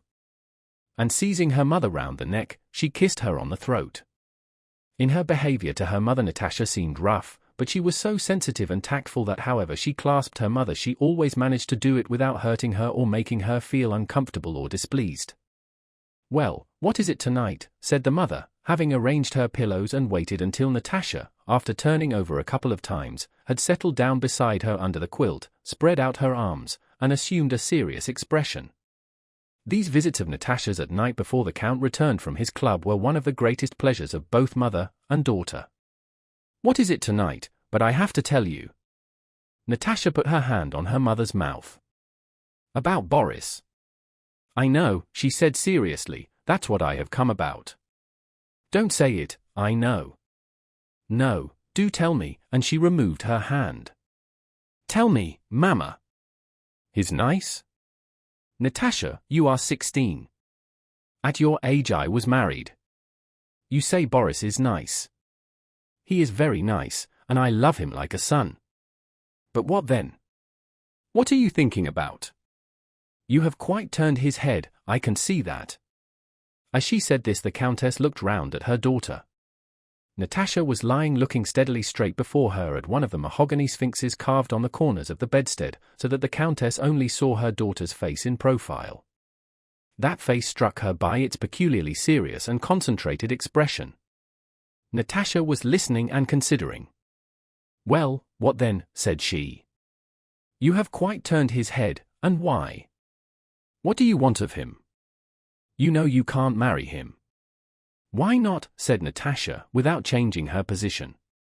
"Because he is young, because he is poor, because he is a relation, and because you yourself don't love him." "How do you know?" "I know." "It is not right, darling." "But if I want to," said Natasha. "Leave off talking nonsense," said the Countess. "But if I want to." "Natasha, I am in earnest." Natasha did not let her finish. She drew the Countess' large hand to her, kissed it on the back and then on the palm, then again turned it over and began kissing first one knuckle, then the space between the knuckles, then the next knuckle, whispering, "January, February, March, April, May. Speak, Mama, why don't you say anything?" "Speak," said she, turning to her mother, who was tenderly gazing at her daughter and in that contemplation seemed to have forgotten all she had wished to say. "It won't do, my love. Not everyone will understand this friendship dating from your childish days, and to see him so intimate with you may injure you in the eyes of other young men who visit us, and above all it torments him for nothing. He may already have found a suitable and wealthy match, and now he's half crazy." "Crazy," repeated Natasha. "I'll tell you some things about myself. I had a cousin." "I know. Cyril Matveyk, but he is old." "He was not always old. But this is what I'll do, Natasha, I'll have a talk with Boris. He need not come so often." "Why not, if he likes to?" "Because I know it will end in nothing." "How can you know?" "No, Mama, don't speak to him." "What nonsense," said Natasha in the tone of one being deprived of her property. "Well, I won't marry, but let him come if he enjoys it and I enjoy it." Natasha smiled and looked at her mother. "Not to marry, but just so," she added. "How so, my pet?" "Just so. There's no need for me to marry him." "But, just so." "Just so," repeated the Countess, and shaking all over, she went off into a good-humored, unexpected, elderly laugh. "Don't laugh, stop," cried Natasha. "You're shaking the whole bed. You're awfully like me, just such another giggler. Wait," and she seized the Countess' hands and kissed a knuckle of the little finger, saying, "June," and continued, kissing, July, August, on the other hand. "But, Mama, is he very much in love? What do you think? Was anybody ever so much in love with you? And he's very nice, very, very nice. Only not quite my taste, he is so narrow, like the dining-room clock. Don't you understand? Narrow, you know, grey, like grey." "What rubbish you're talking," said the Countess. Natasha continued, "Don't you really understand? Nicholas would understand. Bezukov, now, is blue, dark blue and red, and he is square. You flirt with him too," said the Countess, laughing. No, he is a Freemason, I have found out. He is fine, dark blue and red. How can I explain it to you? Little Countess, the Count's voice called from behind the door. You're not asleep. Natasha jumped up, snatched up her slippers, and ran barefoot to her own room. It was a long time before she could sleep. She kept thinking that no one could understand all that she understood and all there was in her. Sonia, she thought, glancing at that curled-up, sleeping little kitten with her enormous plait of hair. No, how could she? She's virtuous. She fell in love with Nicholas and does not wish to know anything more. Even Mama does not understand. It is wonderful how clever I am and how charming she is, she went on, speaking of herself in the third person, and imagining it was some very wise man, the wisest and best of men, who was saying it of her. There is everything in her, continued this man. She is unusually intelligent, charming, and then she is pretty, uncommonly pretty, and agile. She swims and rides splendidly, and her voice. One can really say it's a wonderful voice. She hummed a scrap from her favorite opera by Cherubini, threw herself on her bed, laughed at the pleasant thought that she would immediately fall asleep, called Dunyasha the maid to put out the candle, and before Dunyasha had left the room had already passed into yet another happier world of dreams, where everything was as light and beautiful as in reality, and even more so because it was different. Next day the Countess called Boris aside and had a talk with him, after which he ceased coming to the Rostovs. Chapter 14. On the 31st of December, New Year's Eve, 1809-10, an old grandee of Catherine's day was giving a ball and midnight supper. The diplomatic corps and the Emperor himself were to be present. The grandee's well-known mansion on the English quay glittered with innumerable lights. Police were stationed at the brightly lit entrance which was carpeted with red baize, and not only gendarmes but dozens of police officers and even the police master himself stood at the porch. Carriages kept driving away and fresh ones arriving, with red-liveried footmen and footmen in plumed hats. From the carriages emerged men wearing uniforms, stars, and ribbons, while ladies in satin and ermine cautiously descended the carriage steps which were let down for them with a clatter, and then walked hurriedly and noiselessly over the baize at the entrance. Almost every time a new carriage drove up a whisper ran through the crowd and caps were doffed. The Emperor. No, a minister, prince, ambassador. Don't you see the plumes, was whispered among the crowd. One person, better dressed than the rest, seemed to know everyone and mentioned by name the greatest dignitaries of the day. A third of the visitors had already arrived, but the Rostovs, who were to be present, were still hurrying to get dressed. There had been many discussions and preparations for this ball in the Rostov family, many fears that the invitation would not arrive, that the dresses would not be ready, or that something would not be arranged as it should be. Maria Ignatevna Perenskaya, a thin and shallow maid of honor at the court of the Dowager Empress, who was a friend and relation of the Countess and piloted the provincial Rostovs in Petersburg high society, was to accompany them to the ball. They were to call for her at her house in the Taurida Gardens at 10 o'clock, but it was already 5 minutes to 10, and the girls were not yet dressed. Natasha was going to her first grand ball. She had got up at 8 that morning and had been in a fever of excitement and activity all day. All her powers since morning had been concentrated on ensuring that they all, she herself, Mama, and Sonia, should be as well dressed as possible. Sonia and her mother put themselves entirely in her hands. The Countess was to wear a claret-colored velvet dress, and the two girls white gauze over pink silk slips, with roses on their bodices and their hair dressed à la grecque. Everything essential had already been done, feet, hands, necks, and ears washed, perfumed, and powdered, as befits a ball. The open-work silk stockings and white satin shoes with ribbons were already on, the hairdressing was almost done. Sonia was finishing dressing and so was the Countess, but Natasha, who had bustled about helping them all, was behindhand. She was still sitting before a looking-glass with a dressing jacket thrown over her slender shoulders. Sonia stood ready dressed in the middle of the room and, pressing the head of a pin till it hurt her dainty finger, was fixing on a last ribbon that squeaked as the pin went through it. "That's not the way, that's not the way, Sonia," cried Natasha, turning her head and clutching with both hands at her hair which the maid who was dressing it had not time to release. "That bow is not right. Come here." Sonia sat down and Natasha pinned the ribbon on differently. Allow me, miss. I can't do it like that, said the maid who was holding Natasha's hair. Oh, dear. Well then, wait. That's right, Sonia. Aren't you ready? It is nearly 10, came the Countess' voice. Directly. Directly. And you, Mamma? I have only my cap to pin on.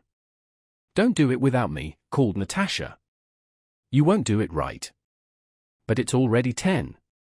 They had decided to be at the ball by 10:30, and Natasha had still to get dressed and they had to call at the Taurida Gardens. When her hair was done, Natasha, in her short petticoat from under which her dancing shoes showed, and in her mother's dressing jacket, ran up to Sonia, scrutinized her, and then ran to her mother. Turning her mother's head this way and that, she fastened on the cap and, hurriedly kissing her grey hair, ran back to the maids who were turning up the hem of her skirt. The cause of the delay was Natasha's skirt, which was too long. 2 maids were turning up the hem and hurriedly biting off the ends of thread.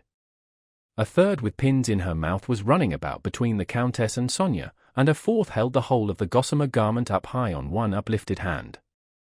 Mavra, quicker, darling. Give me my thimble, miss, from there. Whenever will you be ready? Asked the Count coming to the door. Here is some scent. Perenskaya must be tired of waiting. It's ready, miss, said the maid, holding up the shortened gauze dress with 2 fingers, and blowing and shaking something off it, as if by this to express a consciousness of the airiness and purity of what she held. Natasha began putting on the dress. In a minute. In a minute. Don't come in, Papa, she cried to her father as he opened the door, speaking from under the filmy skirt which still covered her whole face. Sonia slammed the door to. A minute later they let the Count in.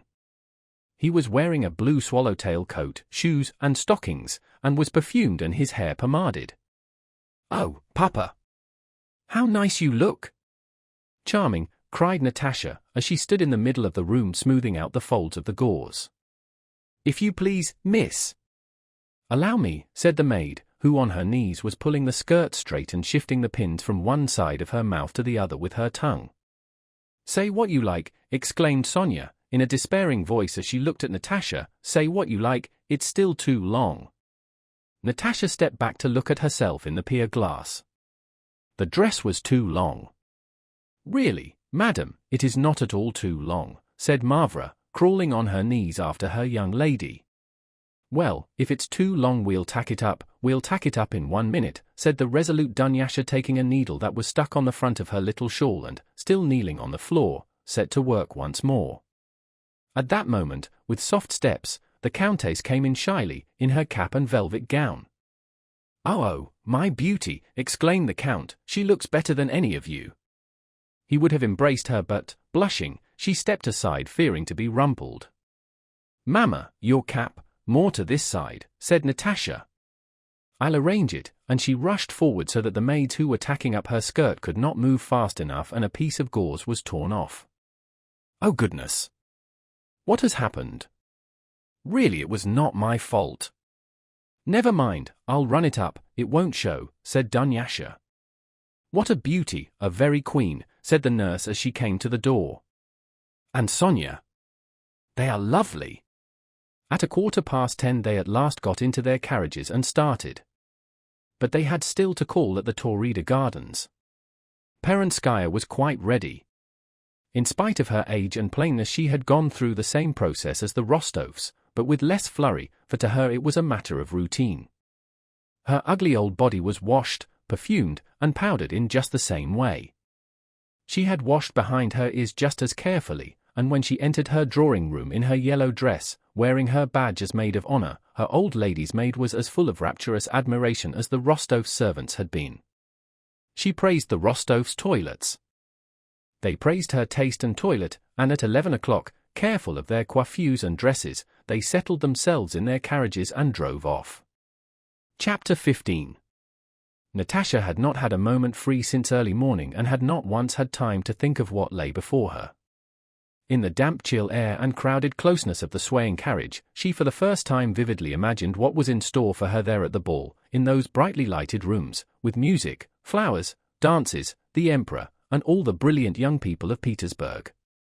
The prospect was so splendid that she hardly believed it would come true, so out of keeping was it with the chill darkness and closeness of the carriage.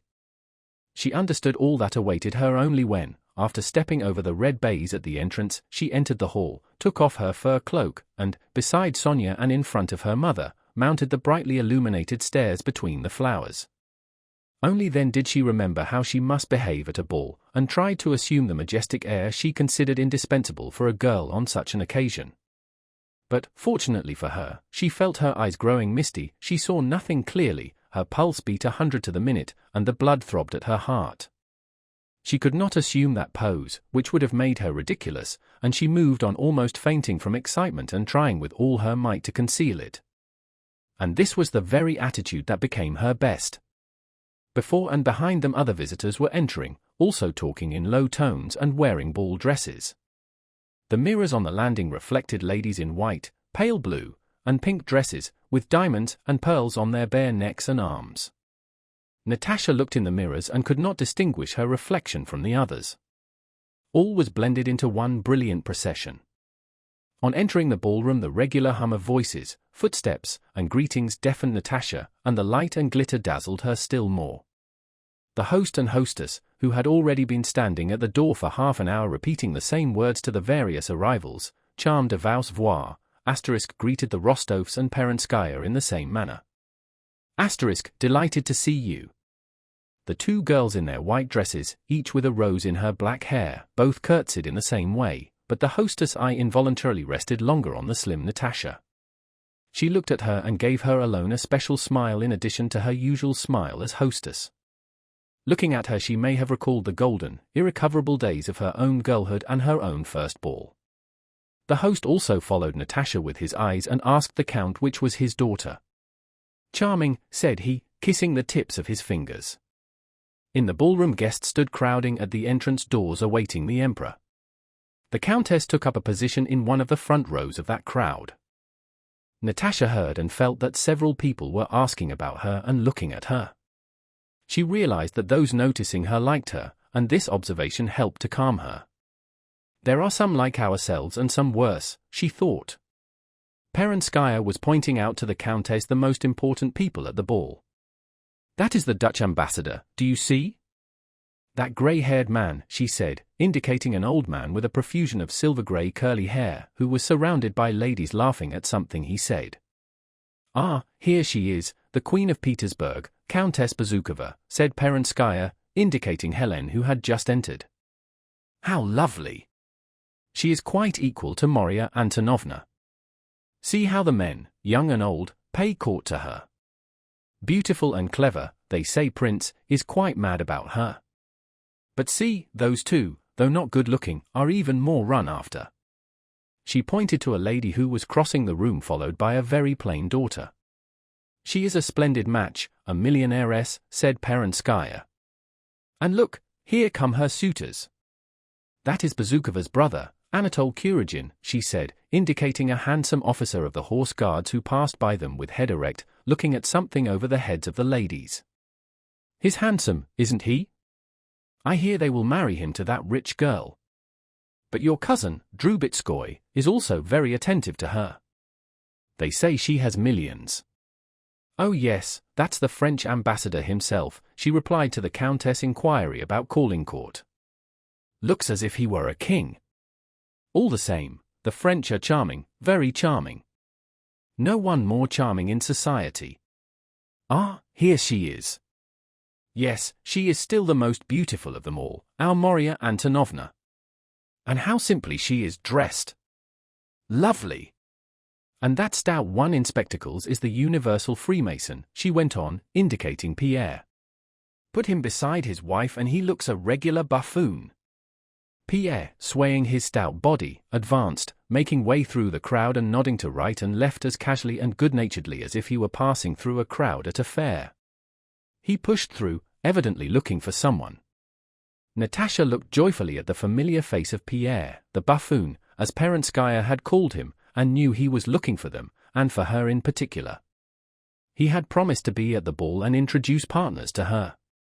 But before he reached them, Pierre stopped beside a very handsome, dark man of middle height, and in a white uniform, who stood by a window talking to a tall man wearing stars and a ribbon.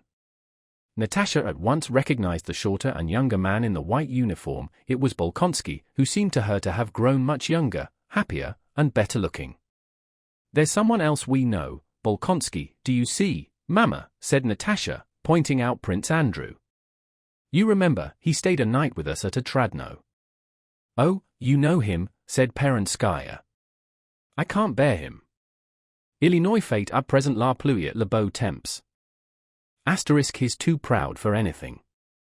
Takes after his father. And his hand in glove with Speransky, writing some project or other. Just look how he treats the ladies. There's one talking to him and he has turned away," she said, pointing at him.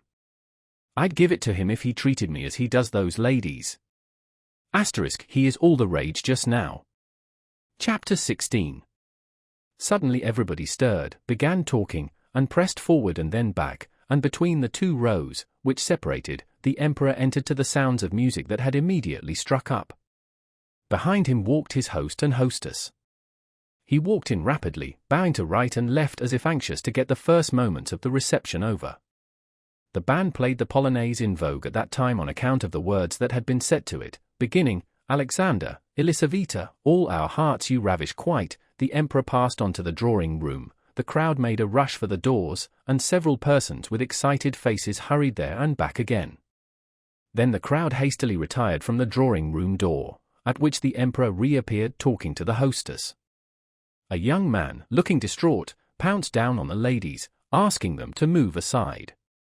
Some ladies, with faces betraying complete forgetfulness of all the rules of decorum, pushed forward to the detriment of their toilets.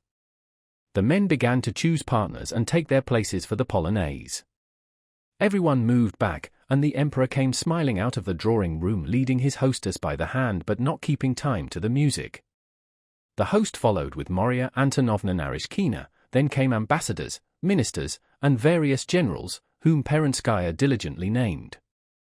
More than half the ladies already had partners and were taking up, or preparing to take up, their positions for the polonaise. Natasha felt that she would be left with her mother and Sonia among a minority of women who crowded near the wall, not having been invited to dance. She stood with her slender arms hanging down, her scarcely defined bosom rising and falling regularly, and with bated breath and glittering, frightened eyes gazed straight before her, evidently prepared for the height of joy or misery. She was not concerned about the emperor or any of those great people whom Perenskaya was pointing out. She had but one thought: is it possible no one will ask me, that I shall not be among the first to dance? Is it possible that not one of all these men will notice me? They do not even seem to see me, or if they do they look as if they were saying, "Ah, she's not the one I'm after, so it's not worth looking at her." No, it's impossible, she thought. They must know how I long to dance, how splendidly I dance, and how they would enjoy dancing with me.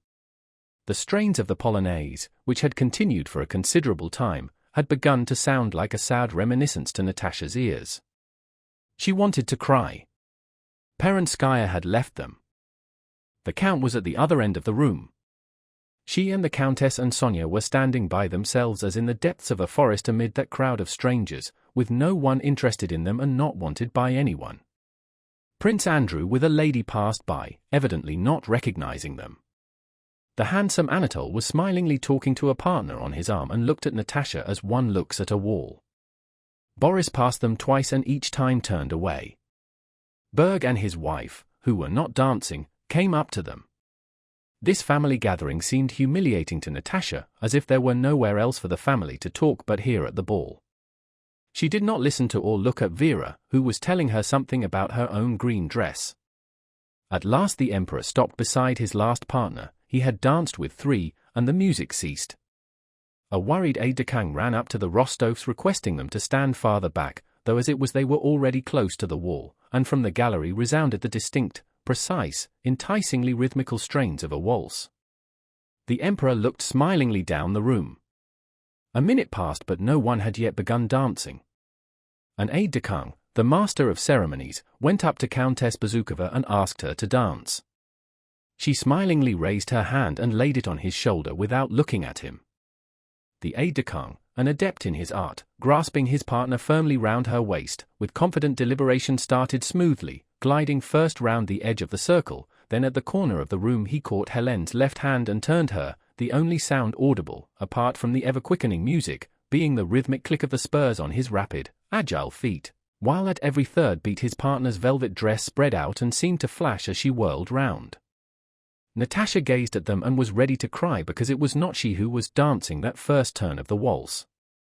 Prince Andrew, in the white uniform of a cavalry colonel, wearing stockings and dancing shoes, stood looking animated and bright in the front row of the circle not far from the Rostovs.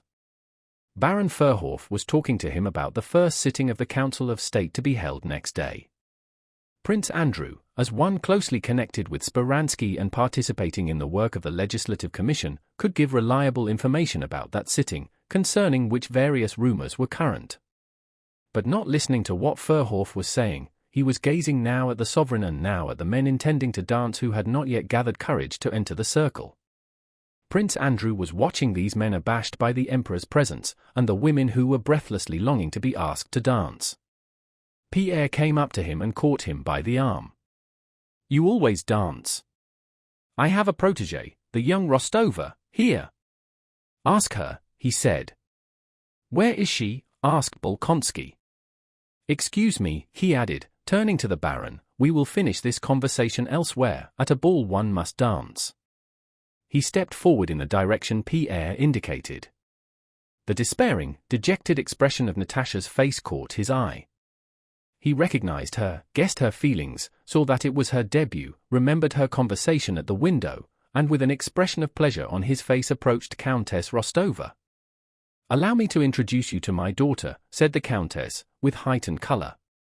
"I have the pleasure of being already acquainted, if the Countess remembers me," said Prince Andrew with a low and courteous bow quite belying Perenskaya's remarks about his rudeness, and approaching Natasha he held out his arm to grasp her waist before he had completed his invitation. He asked her to waltz. That tremulous expression on Natasha's face, prepared either for despair or rapture, suddenly brightened into a happy, grateful, childlike smile. "I have long been waiting for you," that frightened happy little girl seemed to say by the smile that replaced the threatened tears, as she raised her hand to Prince Andrew's shoulder. They were the second couple to enter the circle. Prince Andrew was one of the best dancers of his day and Natasha danced exquisitely. Her little feet in their white satin dancing shoes did their work swiftly, lightly, and independently of herself, while her face beamed with ecstatic happiness. Her slender bare arms and neck were not beautiful, compared to Helene's. Her shoulders looked thin and her bosom undeveloped. But Helene seemed, as it were, hardened by a varnish left by the thousands of looks that had scanned her person, while Natasha was like a girl exposed for the first time, who would have felt very much ashamed had she not been assured that this was absolutely necessary.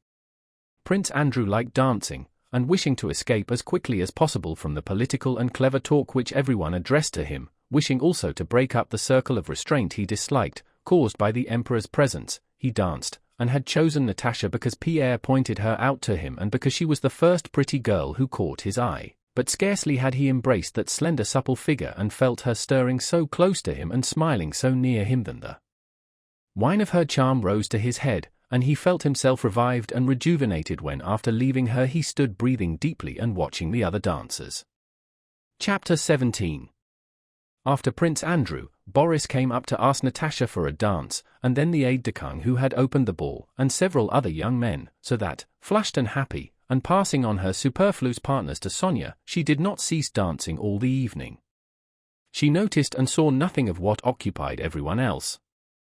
Not only did she fail to notice that the Emperor talked a long time with the French ambassador, and how particularly gracious he was to a certain lady, or that Prince so-and-so didn't said this and that Helene had great success and was honored by the special attention of so-and-so, but she did not even see the Emperor, and only noticed that he had gone because the ball became livelier after his departure. For one of the merry cotillions before supper Prince Andrew was again her partner. He reminded her of their first encounter in the Otradno Avenue, and how she had been unable to sleep that moonlight night, and told her how he had involuntarily overheard her. Natasha blushed at that recollection and tried to excuse herself, as if there had been something to be ashamed of in what Prince Andrew had overheard. Like all men who have grown up in society, Prince Andrew liked meeting someone they're not of the conventional society stamp. And such was Natasha, with her surprise, her delight, her shyness, and even her mistakes in speaking French. With her he behaved with special care and tenderness, sitting beside her and talking of the simplest and most unimportant matters. He admired her shy grace. In the middle of the cotillion, having completed one of the figures, Natasha, still out of breath, was returning to her seat when another dancer chose her. She was tired and panting and evidently thought of declining, but immediately put her hand gaily on the man's shoulder, smiling at Prince Andrew. "I'd be glad to sit beside you and rest, I'm tired, but you see how they keep asking me, and I'm glad of it. I'm happy and I love everybody, and you, and I understand it all," and much, much more was said in her smile. When her partner left her, Natasha ran across the room to choose 2 ladies for the figure. "If she goes to her cousin first and then to another lady, she will be my wife," said Prince Andrew to himself, quite to his own surprise, as he watched her. She did go first to her cousin. What rubbish sometimes enters one's head, thought Prince Andrew, but what is certain is that that girl is so charming, so original, that she won't be dancing here a month before she will be married. Such as she are rare here, he thought, as Natasha, readjusting a rose that was slipping on her bodice, settled herself beside him. When the cotillion was over, the old count in his blue coat came up to the dancers. He invited Prince Andrew to come and see them, and asked his daughter whether she was enjoying herself. Natasha did not answer at once, but only looked up with a smile that said reproachfully, "How can you ask such a question?" "I have never enjoyed myself so much before," she said, and Prince Andrew noticed how her thin arms rose quickly as if to embrace her father and instantly dropped again. Natasha was happier than she had ever been in her life. She was at that height of bliss when one becomes completely kind and good and does not believe in the possibility of evil, unhappiness, or sorrow. At that ball, Pierre for the first time felt humiliated by the position his wife occupied in court circles. He was gloomy and absent-minded. A deep furrow ran across his forehead, and standing by a window he stared over his spectacles, seeing no one. On her way to supper, Natasha passed him. Pierre's gloomy, unhappy look struck her. She stopped in front of him. She wished to help him, to bestow on him the superabundance of her own happiness. "How delightful it is, Count," said she. "Isn't it?" Pierre smiled absent-mindedly, evidently not grasping what she said. "Yes, I am very glad," he said. How can people be dissatisfied with anything, thought Natasha. Especially such a capital fellow as Bezukov. In Natasha's eyes all the people at the ball alike were good, kind, and splendid people, loving one another, none of them capable of injuring another, and so they ought all to be happy. Chapter 18. Next day Prince Andrew thought of the ball, but his mind did not dwell on it long. Yes, it was a very brilliant ball, and then, yes, that little Rostova is very charming. There's something fresh, original, Petersburg-like about her that distinguishes her. That was all he thought about yesterday's ball, and after his morning tea he set to work. But either from fatigue or want of sleep he was ill-disposed for work and could get nothing done. He kept criticizing his own work, as he often did, and was glad when he heard someone coming. The visitor was Bitsky, who served on various committees, frequented all the societies in Petersburg, and was a passionate devotee of the new ideas and of Speransky, and a diligent Petersburg newsmonger, one of those men who choose their opinions like their clothes according to the fashion, but who for that very reason appear to be the warmest partisans. Hardly had he got rid of his hat before he ran into Prince Andrew's room with a preoccupied air and at once began talking.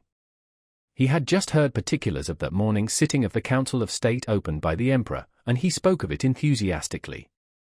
The Emperor's speech had been extraordinary. It had been a speech such as only constitutional monarchs deliver. The sovereign plainly said that the Council and Senate are estates of the realm. He said that the government must rest not on authority but on secure bases. The Emperor said that the fiscal system must be reorganized and the accounts published, recounted Bitsky, emphasizing certain words and opening his eyes significantly. Ah, yes! Today's events mark an epoch, the greatest epoch in our history, he concluded. Prince Andrew listened to the account of the opening of the Council of State, which he had so impatiently awaited and to which he had attached such importance, and was surprised that this event, now that it had taken place, did not affect him, and even seemed quite insignificant. He listened with quiet irony to Bitsky's enthusiastic account of it. A very simple thought occurred to him: what does it matter to me or to Bitsky what the Emperor was pleased to say at the council? Can all that make me any happier or better? And this simple reflection suddenly destroyed all the interest Prince Andrew had felt in the impending reforms. He was going to dine that evening at Speransky's, with only a few friends, as the host had said when inviting him. The prospect of that dinner in the intimate home circle of the man he so admired had greatly interested Prince Andrew, especially as he had not yet seen Speransky in his domestic surroundings, but now he felt disinclined to go to it. At the appointed hour, however, he entered the modest house Speransky owned in the Taurida Gardens. In the parquet dining room of this small house, remarkable for its extreme cleanliness, suggesting that of a monastery, Prince Andrew, who was rather late, found the friendly gathering of Speransky's intimate acquaintances already assembled at 5 o'clock. There were no ladies present except Speransky's little daughter, long-faced like her father, and her governess. The other guests were Gervais, Magnitsky, and Stolypin. While still in the anteroom, Prince Andrew heard loud voices and a ringing staccato laugh, a laugh such as one hears on the stage. Someone, it sounded like Speransky, was distinctly ejaculating "ha ha ha." Prince Andrew had never before heard Speransky's famous laugh, and this ringing, high-pitched laughter from a statesman made a strange impression on him. He entered the dining room. The whole company were standing between two windows at a small table laid with hors d'oeuvre. Speransky, wearing a grey swallowtail coat with a star on the breast, and evidently still the same waistcoat and high white stock he had worn at the meeting of the Council of State, stood at the table with a beaming countenance. His guests surrounded him. Magnitsky, addressing himself to Speransky, was relating an anecdote, and Speransky was laughing in advance at what Magnitsky was going to say. When Prince Andrew entered the room, Magnitsky's words were again crowned by laughter. Stolypin gave a deep bass guffaw as he munched a piece of bread and cheese. Gervais laughed softly with a hissing chuckle, and Speransky in a high-pitched staccato manner. Still laughing, Speransky held out his soft white hand to Prince Andrew. "Very pleased to see you, Prince," he said. "One moment," he went on, turning to Magnitsky and interrupting his story. "We have agreed that this is a dinner for recreation, with not a word about business," and turning again to the narrator he began to laugh afresh. Prince Andrew looked at the laughing Speransky with astonishment, regret, and disillusionment. It seemed to him that this was not Speransky but someone else. Everything that had formerly appeared mysterious and fascinating in Speransky suddenly became plain and unattractive. At dinner the conversation did not cease for a moment and seemed to consist of the contents of a book of funny anecdotes. Before Magnitsky had finished his story, someone else was anxious to relate something still funnier. Most of the anecdotes, if not relating to the state service, related to people in the service. It seemed that in this company the insignificance of those people was so definitely accepted that the only possible attitude toward them was one of good-humored ridicule. Speransky related how at the council that morning a deaf dignitary, when asked his opinion, replied that he thought so too. Gervais gave a long account of an official revision, remarkable for the stupidity of everybody concerned. Stolypin, stuttering, broke into the conversation and began excitedly talking of the abuses that existed under the former order of things, threatening to give a serious turn to the conversation. Magnitsky starting quizzing Stolypin about his vehemence. Gervais intervened with a joke, and the talk reverted to its former lively tone. Evidently Speransky liked to rest after his labors and find amusement in a circle of friends, and his guests, understanding his wish, tried to enliven him and amuse themselves. But their gaiety seemed to Prince Andrew mirthless and tiresome. Speransky's high-pitched voice struck him unpleasantly, and the incessant laughter grated on him like a false note. Prince Andrew did not laugh and feared that he would be a damper on the spirits of the company, but no one took any notice of his being out of harmony with the general mood. They all seemed very gay. He tried several times to join in the conversation, but his remarks were tossed aside each time like a cork thrown out of the water, and he could not jest with them. There was nothing wrong or unseemly in what they said. It was witty and might have been funny, but it lacked just that something which is the salt of mirth, and they were not even aware that such a thing existed. After dinner, Speransky's daughter and her governess rose. He patted the little girl with his white hand and kissed her. And that gesture, too, seemed unnatural to Prince Andrew. The men remained at table over their port, English fashion. In the midst of a conversation that was started about Napoleon's Spanish affairs, which they all agreed in approving, Prince Andrew began to express a contrary opinion. Speransky smiled and, with an evident wish to prevent the conversation from taking an unpleasant course, told a story that had no connection with the previous conversation. For a few moments all were silent. Having sat some time at table, Speransky corked a bottle of wine and, remarking, "Nowadays good wine rides in a carriage and pair," passed it to the servant and got up. All rose and, continuing to talk loudly, went into the drawing-room. 2 letters brought by a courier were handed to Speransky and he took them to his study. As soon as he had left the room, the general merriment stopped and the guests began to converse sensibly and quietly with one another. "Now for the recitation," said Speransky on returning from his study. "A wonderful talent," he said to Prince Andrew, and Magnitsky immediately assumed a pose and began reciting some humorous verses in French which he had composed about various well-known Petersburg people. He was interrupted several times by applause. When the verses were finished, Prince Andrew went up to Speransky and took his leave. "Where are you off to so early?" asked Speransky. "I promised to go to a reception." They said no more. Prince Andrew looked closely into those mirror-like, impenetrable eyes, and felt that it had been ridiculous of him to have expected anything from Speransky and from any of his own activities connected with him, or ever to have attributed importance to what Speransky was doing.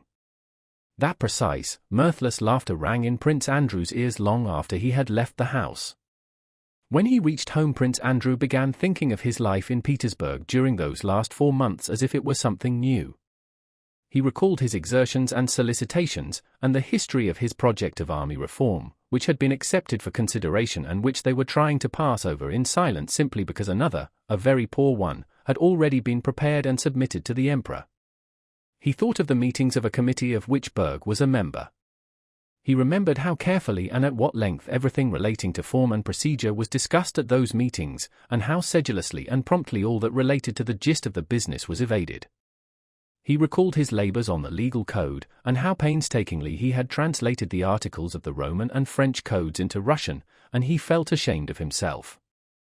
Then he vividly pictured to himself Bogucharovo, his occupations in the country, his journey to Ryazan. He remembered the peasants and Dron the village elder, and mentally applying to them the personal rights he had divided into paragraphs, he felt astonished that he could have spent so much time on such useless work. Chapter 19. Next day Prince Andrew called at a few houses he had not visited before, and among them at the Rostovs with whom he had renewed acquaintance at the ball. Apart from considerations of politeness which demanded the call, he wanted to see that original, eager girl who had left such a pleasant impression on his mind, in her own home. Natasha was one of the first to meet him. She was wearing a dark blue house dress in which Prince Andrew thought her even prettier than in her ball dress. She and all the Rostov family welcomed him as an old friend, simply and cordially. The whole family, whom he had formerly judged severely, now seemed to him to consist of excellent, simple, and kindly people. The old count's hospitality and good nature, which struck one especially in Petersburg as a pleasant surprise, were such that Prince Andrew could not refuse to stay to dinner. Yes, he thought, they are capital people, who of course have not the slightest idea what a treasure they possess in Natasha, but they are kindly folk and form the best possible setting for this strikingly poetic, charming girl, overflowing with life. In Natasha Prince Andrew was conscious of a strange world completely alien to him and brimful of joys unknown to him, a different world, that in the Otradno Avenue and at the window that moonlight night had already begun to disconcert him. Now this world disconcerted him no longer and was no longer alien to him, but he himself having entered it found in it a new enjoyment. After dinner Natasha, at Prince Andrew's request, went to the clavichord and began singing. Prince Andrew stood by a window talking to the ladies and listened to her. In the midst of a phrase he ceased speaking and suddenly felt tears choking him, a thing he had thought impossible for him. He looked at Natasha as she sang, and something new and joyful stirred in his soul. He felt happy and at the same time sad. He had absolutely nothing to weep about, yet he was ready to weep. What about? His former love? The little princess? His disillusionments? His hopes for the future? Yes and no. The chief reason was a sudden, vivid sense of the terrible contrast between something infinitely great and illimitable within him and that limited and material something that he, and even she, was. This contrast weighed on and yet cheered him while she sang. As soon as Natasha had finished, she went up to him and asked how he liked her voice. She asked this and then became confused, feeling that she ought not to have asked it. He smiled, looking at her, and said he liked her singing as he liked everything she did. Prince Andrew left the Rostovs late in the evening. He went to bed from habit, but soon realized that he could not sleep. Having lit his candle, he sat up in bed, then got up, then lay down again, not at all troubled by his sleeplessness. His soul was as fresh and joyful as if he had stepped out of a stuffy room into God's own fresh air. It did not enter his head that he was in love with Natasha. He was not thinking about her, but only picturing her to himself, and in consequence all life appeared in a new light. Why do I strive, why do I toil in this narrow, confined frame, when life, all life with all its joys, is open to me, said he to himself. And for the first time for a very long while he began making happy plans for the future. He decided that he must attend to his son's education by finding a tutor and putting the boy in his charge. Then he ought to retire from the service and go abroad, and see England, Switzerland and Italy. I must use my freedom while I feel so much strength and youth in me, he said to himself. Pierre was right when he said one must believe in the possibility of happiness in order to be happy, and now I do believe in it. Let the dead bury their dead, but while one has life one must live and be happy, thought he. Chapter 20. One morning Colonel Berg, whom Pierre knew as he knew everybody in Moscow and Petersburg, came to see him. Berg arrived in an immaculate brand-new uniform, with his hair pomaded and brushed forward over his temples as the Emperor Alexander wore his hair. I have just been to see the Countess, your wife. Unfortunately she could not grant my request, but I hope, Count, I shall be more fortunate with you, he said with a smile. What is it you wish, Colonel? I am at your service. I have now quite settled in my new rooms. Count Berg said this with perfect conviction that this information could not but be agreeable, and so I wish to arrange just a small party for my own and my wife's friends. He smiled still more pleasantly. I wish to ask the Countess and you to do me the honor of coming to tea and to supper.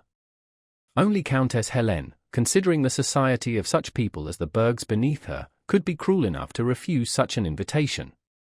Berg explained so clearly why he wanted to collect at his house a small but select company, and why this would give him pleasure, and why though he grudged spending money on cards or anything harmful, he was prepared to run into some expense for the sake of good society, that Pierre could not refuse, and promised to come. But don't be late, Count, if I may venture to ask, about 10 minutes to 8, please. We shall make up a rubber. Our general is coming. He is very good to me. We shall have supper, Count. So you will do me the favor. Contrary to his habit of being late, Pierre on that day arrived at the Bergs' house, not at 10 but at 15 minutes to 8.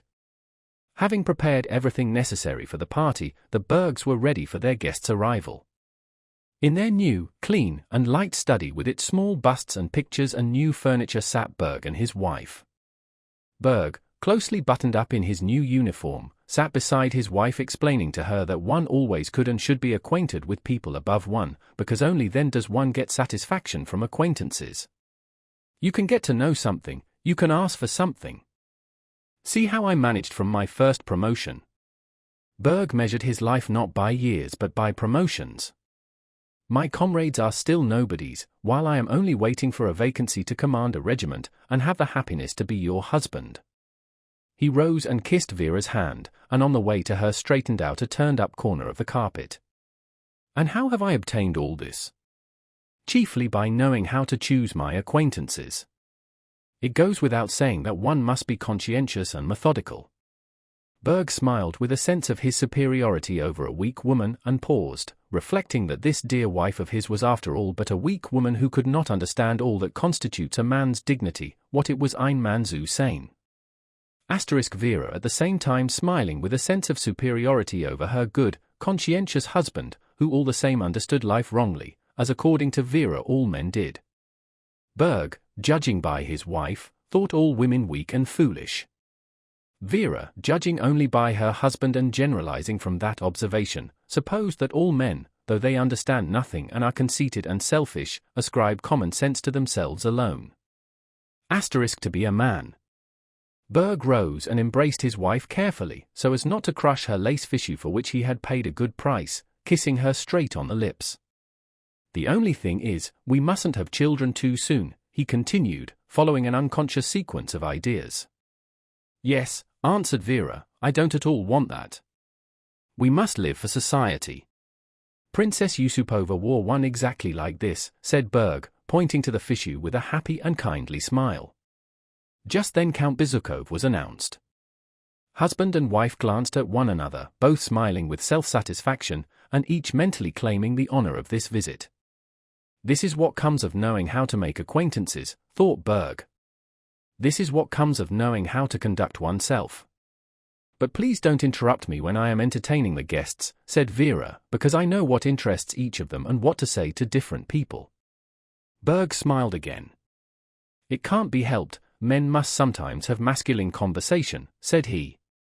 They received Pierre in their small, new drawing room, where it was impossible to sit down anywhere without disturbing its symmetry, neatness, and order, so it was quite comprehensible and not strange that Berg, having generously offered to disturb the symmetry of an armchair or of the sofa for his dear guest, but being apparently painfully undecided on the matter himself, eventually left the visitor to settle the question of selection. Pierre disturbed the symmetry by moving a chair for himself, and Berg and Vera immediately began their evening party, interrupting each other in their efforts to entertain their guest. Vera, having decided in her own mind that Pierre ought to be entertained with conversation about the French embassy, at once began accordingly. Berg, having decided that masculine conversation was required, interrupted his wife's remarks and touched on the question of the war with Austria, and unconsciously jumped from the general subject to personal considerations as to the proposals made him to take part in the Austrian campaign and the reasons why he had declined them. Though the conversation was very incoherent and Vera was angry at the intrusion of the masculine element, both husband and wife felt with satisfaction that, even if only one guest was present, their evening had begun very well and was as like as two peas to every other evening party with its talk, tea, and lighted candles. Before long Boris, Berg's old comrade, arrived. There was a shade of condescension and patronage in his treatment of Berg and Vera. After Boris came a lady with the colonel, then the general himself, then the Rostovs, and the party became unquestionably exactly like all other evening parties. Berg and Vera could not repress their smiles of satisfaction at the sight of all this movement in their drawing room, at the sound of the disconnected talk, the rustling of dresses, and the bowing and scraping.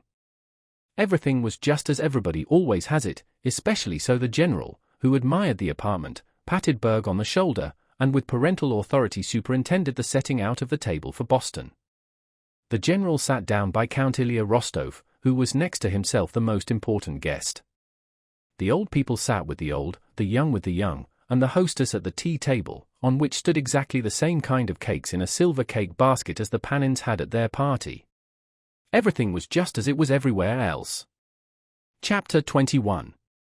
Pierre, as one of the principal guests, had to sit down to Boston with Count Rostov, the general, and the colonel.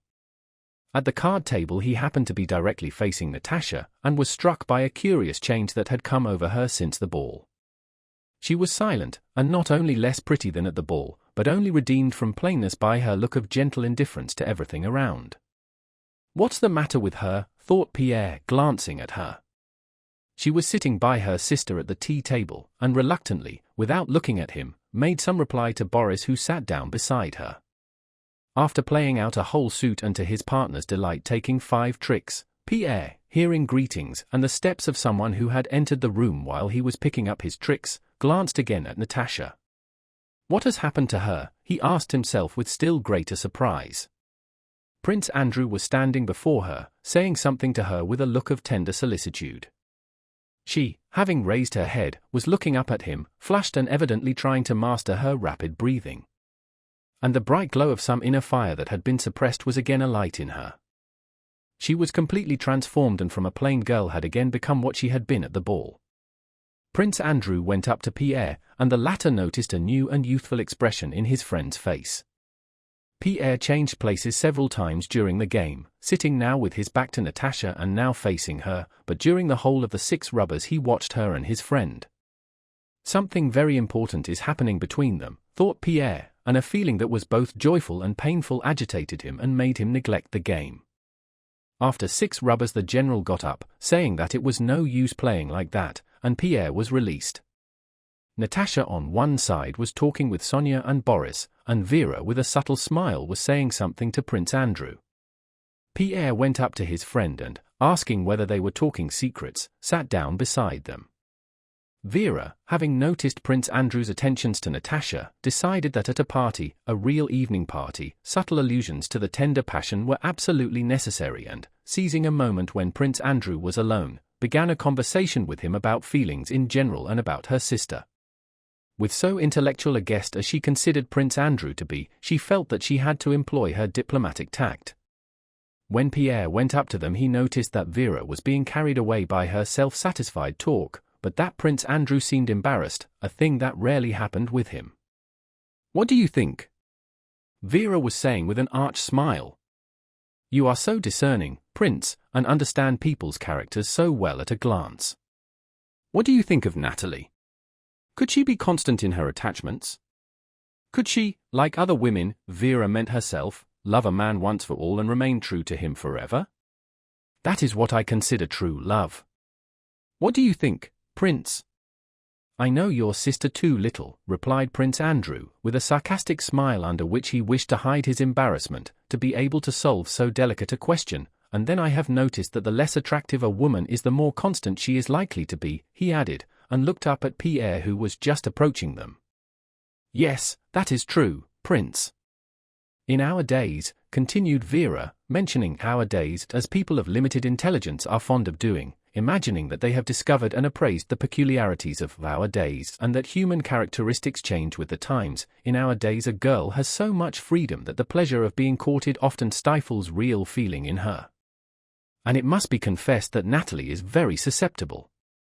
This return to the subject of Natalie caused Prince Andrew to knit his brows with discomfort. He was about to rise, but Vera continued with a still more subtle smile.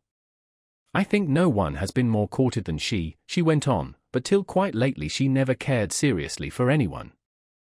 Now you know, Count," she said to Pierre, "even our dear cousin Boris, who, between ourselves, was very far gone in the land of tenderness," alluding to a map of love much in vogue at that time. Prince Andrew frowned and remained silent. "You are friendly with Boris, aren't you?" asked Vera. "Yes, I know him." "I expect he has told you of his childish love for Natasha." "Oh, there was childish love?" suddenly asked Prince Andrew, blushing unexpectedly. "Yes, you know between cousins intimacy often leads to love. Le cousinage ist un dangereux voisinage. Asterisk, don't you think so? Asterisk, cousinhood is a dangerous neighborhood." "Oh, undoubtedly," said Prince Andrew, and with sudden and unnatural liveliness he began chaffing Pierre about the need to be very careful with his 50-year-old Moscow cousins, and in the midst of these jesting remarks he rose, taking Pierre by the arm, and drew him aside. "Well?" asked Pierre, seeing his friend's strange animation with surprise, and noticing the glance he turned on Natasha as he rose. I must have a talk with you," said Prince Andrew. "You know that pair of women's gloves?" He referred to the Masonic gloves given to a newly initiated brother to present to the woman he loved.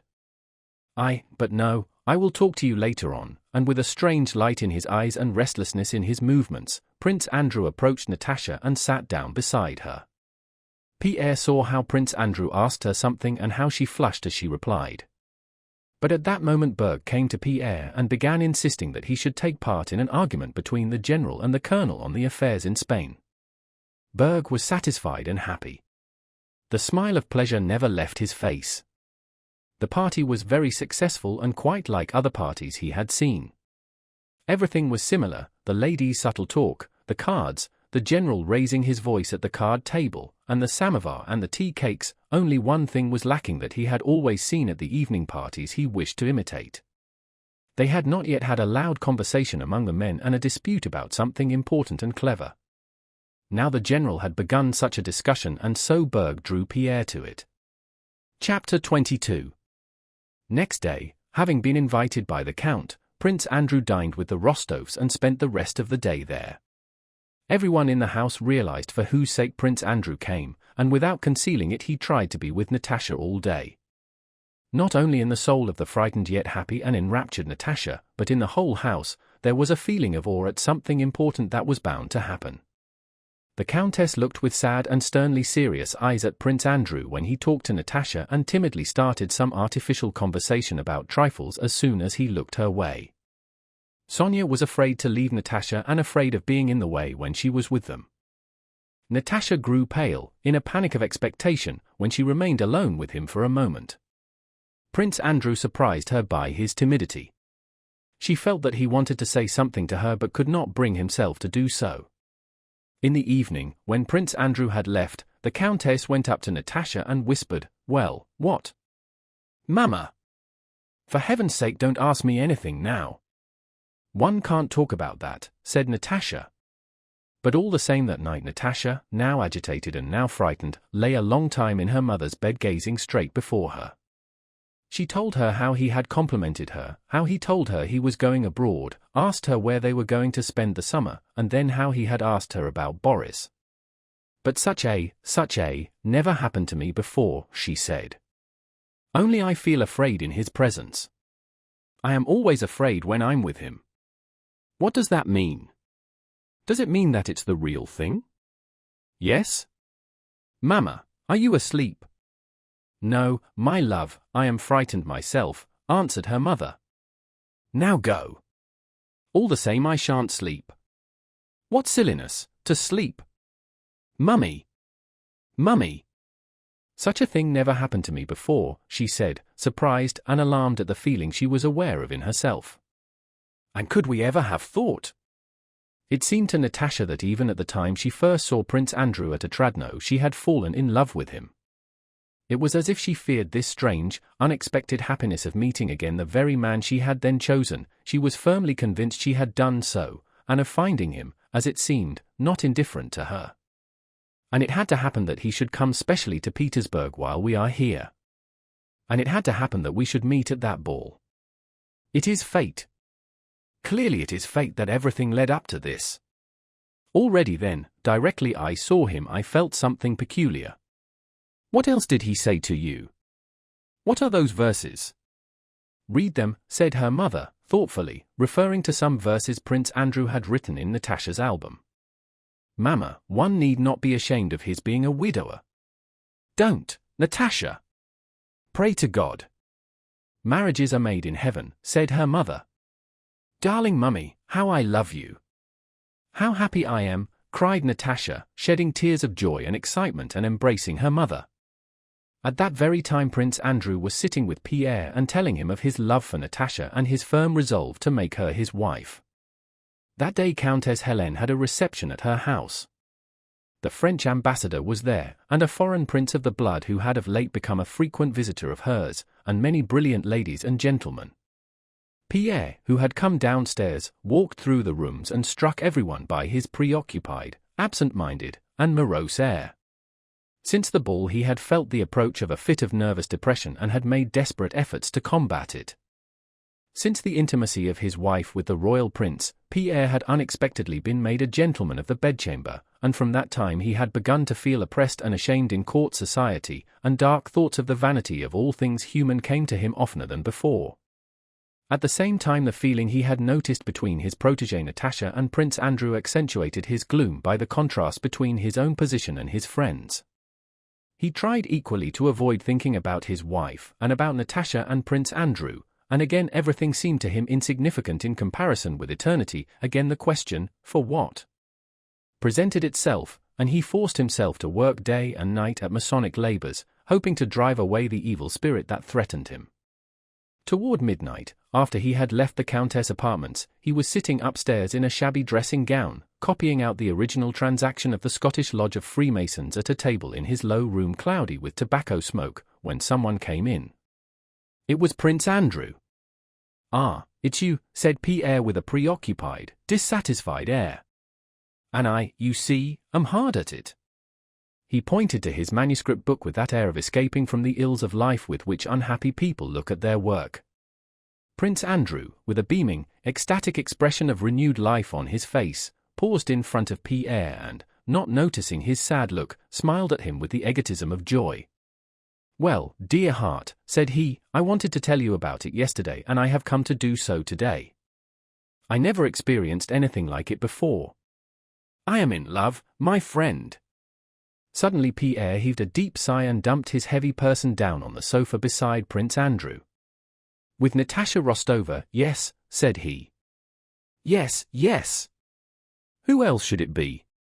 I should never have believed it, but the feeling is stronger than yesterday I tormented myself and suffered, but I would not exchange even that torment for anything in the world. I have not lived till now. At last I live, but I can't live without her. But can she love me? I am too old for her. Why don't you speak?" "I? What did I tell you?" said Pierre suddenly, rising and beginning to pace up and down the room. "I always thought it. That girl is such a treasure, she is a rare girl. My dear friend, I entreat you, don't philosophize, don't doubt, marry, marry, marry.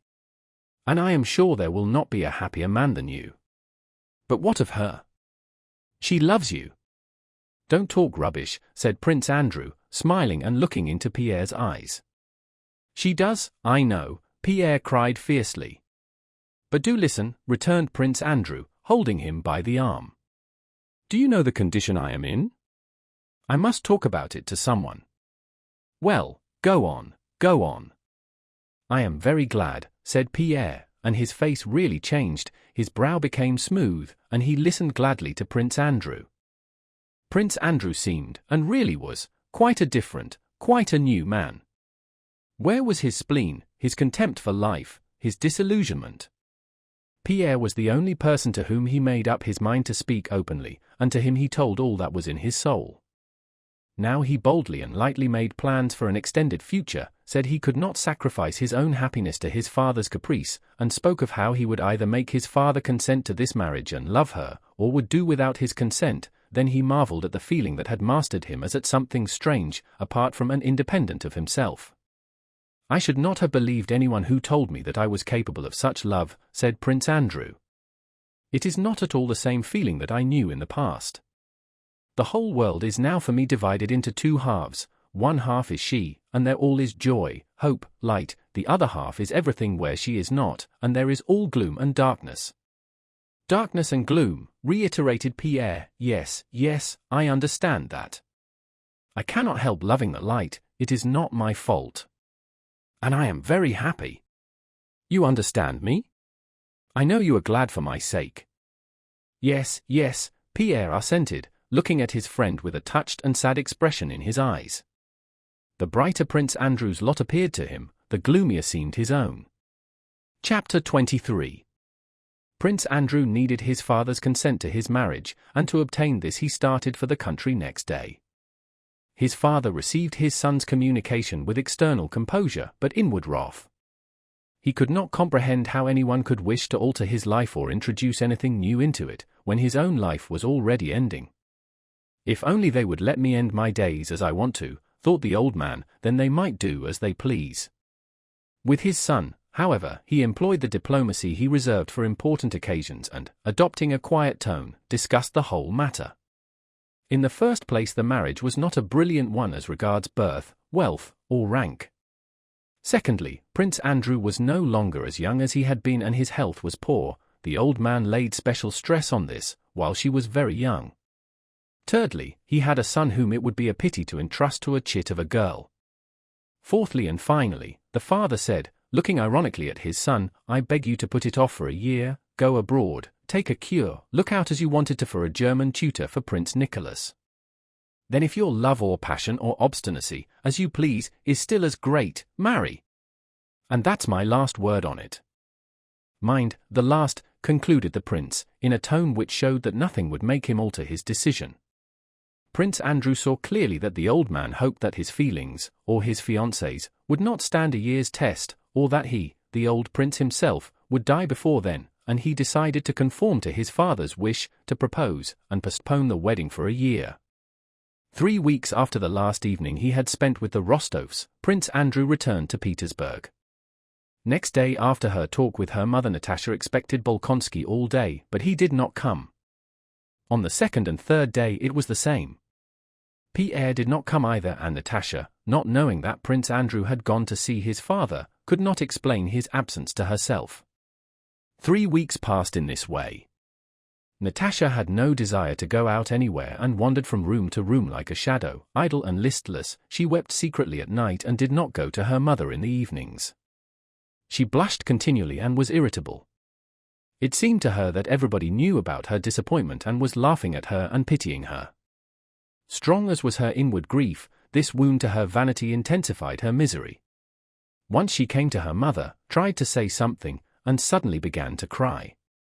Her tears were those of an offended child who does not know why it is being punished. The countess began to soothe Natasha, who after first listening to her mother's words, suddenly interrupted her. "Leave off, Mama. I don't think, and don't want to think about it. He just came and then left off. Her voice trembled, and she again nearly cried, but recovered and went on quietly. "And I don't at all want to get married. And I am afraid of him. I have now become quite calm. The day after this conversation Natasha put on the old dress which she knew had the peculiar property of conducing to cheerfulness in the mornings, and that day she returned to the old way of life which she had abandoned since the ball. Having finished her morning tea she went to the ballroom, which she particularly liked for its loud resonance, and began singing her solfeggio. When she had finished her first exercise she stood still in the middle of the room and sang a musical phrase that particularly pleased her. She listened joyfully, as though she had not expected it, to the charm of the notes reverberating, filling the whole empty ballroom, and slowly dying away, and all at once she felt cheerful. What's the good of making so much of it? Things are nice as it is, she said to herself, and she began walking up and down the room, not stepping simply on the resounding parquet but treading with each step from the heel to the toe. She had on a new and favorite pair of shoes, and listening to the regular tap of the heel and creak of the toe as gladly as she had to the sounds of her own voice. Passing a mirror she glanced into it. "There, that's me," the expression of her face seemed to say as she caught sight of herself. "Well, and very nice too. I need nobody." A footman wanted to come in to clear away something in the room, but she would not let him, and having closed the door behind him continued her walk. That morning she had returned to her favorite mood, love of, and delight in, herself. "How charming that Natasha is," she said again, speaking as some third, collective, male person. "Pretty, a good voice, young, and in nobody's way if only they leave her in peace." But however much they left her in peace she could not now be at peace, and immediately felt this. In the hall the porch door opened, and someone asked, "At home?" and then footsteps were heard. Natasha was looking at the mirror but did not see herself. She listened to the sounds in the hall. When she saw herself, her face was pale. It was he. She knew this for certain, though she hardly heard his voice through the closed doors. Pale and agitated, Natasha ran into the drawing room. "Mama! Bolkonsky has come," she said.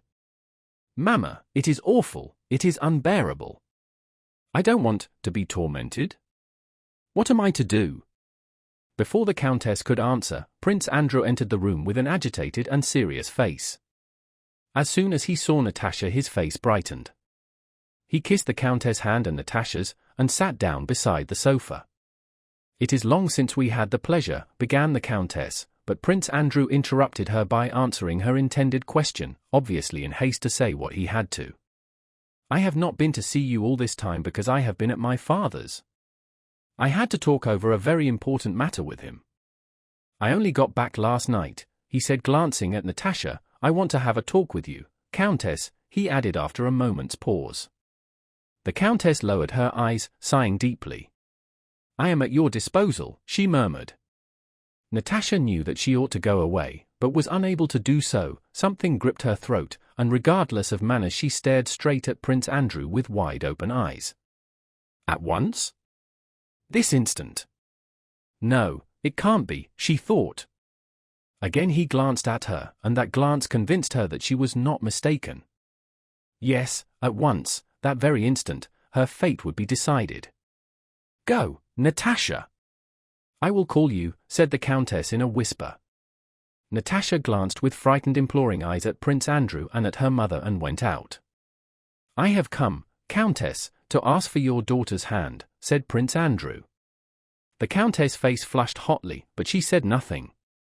"Your offer," she began at last sedately. He remained silent, looking into her eyes. "Your offer," she grew confused, "is agreeable to us, and I accept your offer." "I am glad." "And my husband?" "I hope, but it will depend on her." "I will speak to her when I have your consent." "Do you give it to me?" said Prince Andrew. "Yes," replied the Countess. She held out her hand to him, and with a mixed feeling of estrangement and tenderness pressed her lips to his forehead as he stooped to kiss her hand. She wished to love him as a son, but felt that to her he was a stranger and a terrifying man. "I am sure my husband will consent," said the Countess, "but your father?" "My father, to whom I have told my plans, has made it an express condition of his consent that the wedding is not to take place for a year."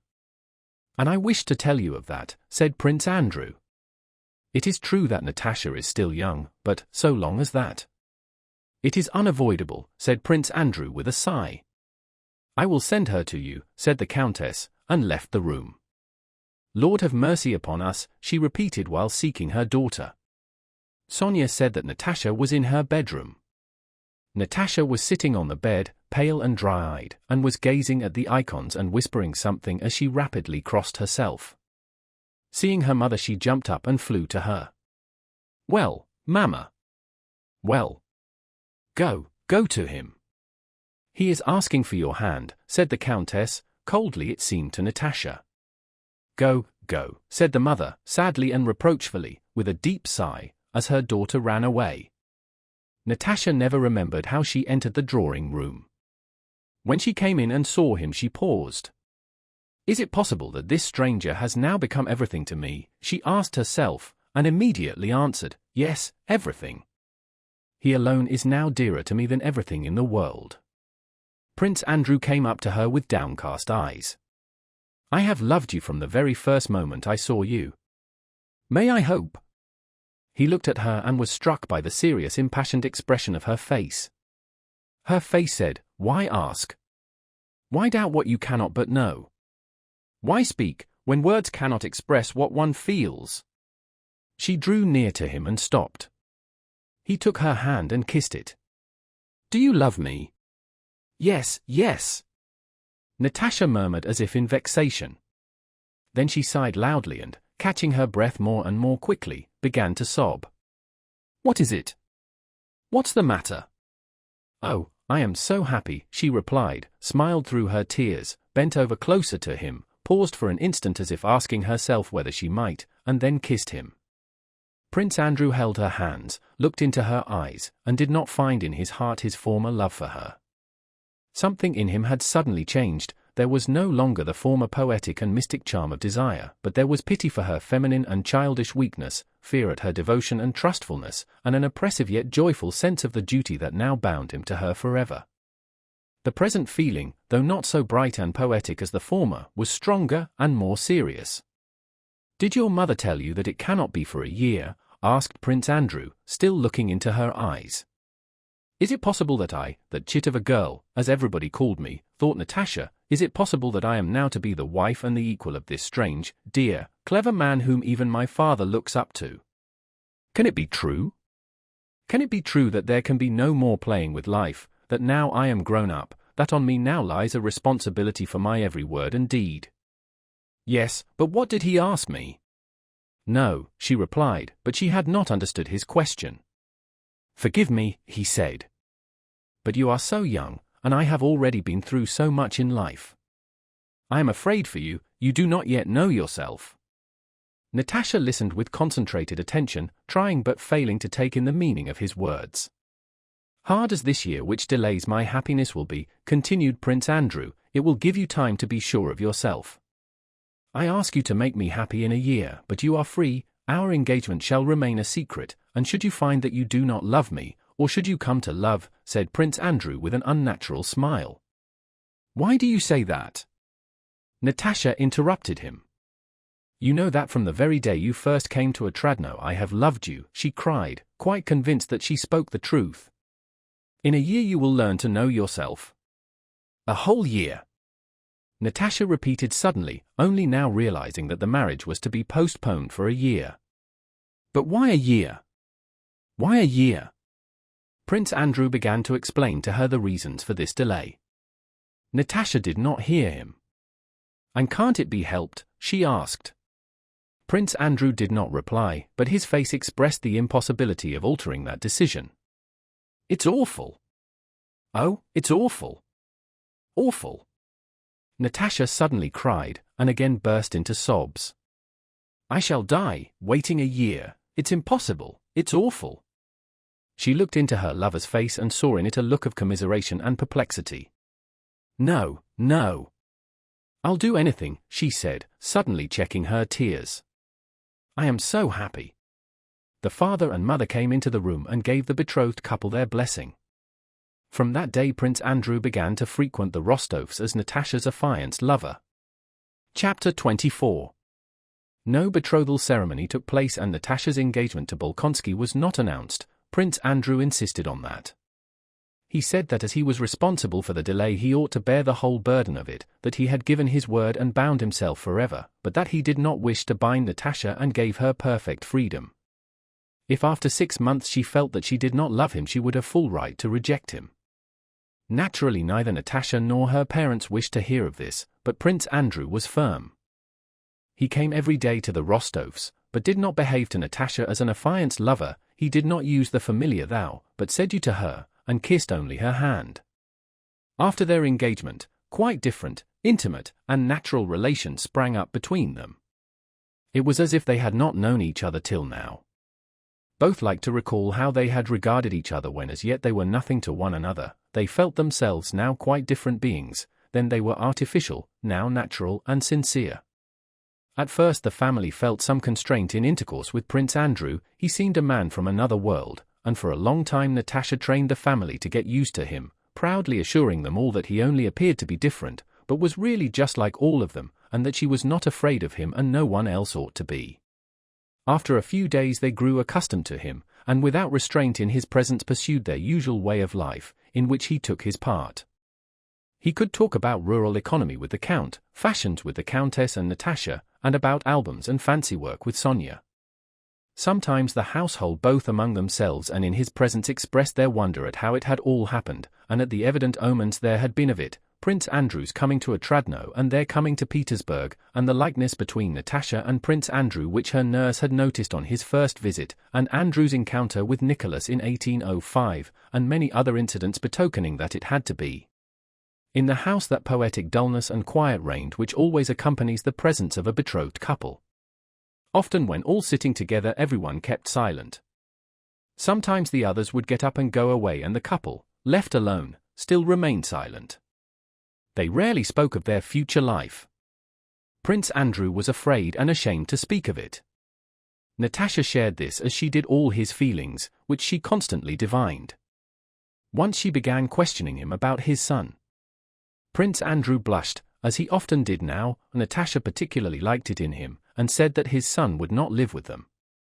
Why not? Asked Natasha in a frightened tone. I cannot take him away from his grandfather, and besides... How I should have loved him, said Natasha, immediately guessing his thought, but I know you wish to avoid any pretext for finding fault with us. Sometimes the old Count would come up, kiss Prince Andrew, and ask his advice about Petya's education or Nicholas' service.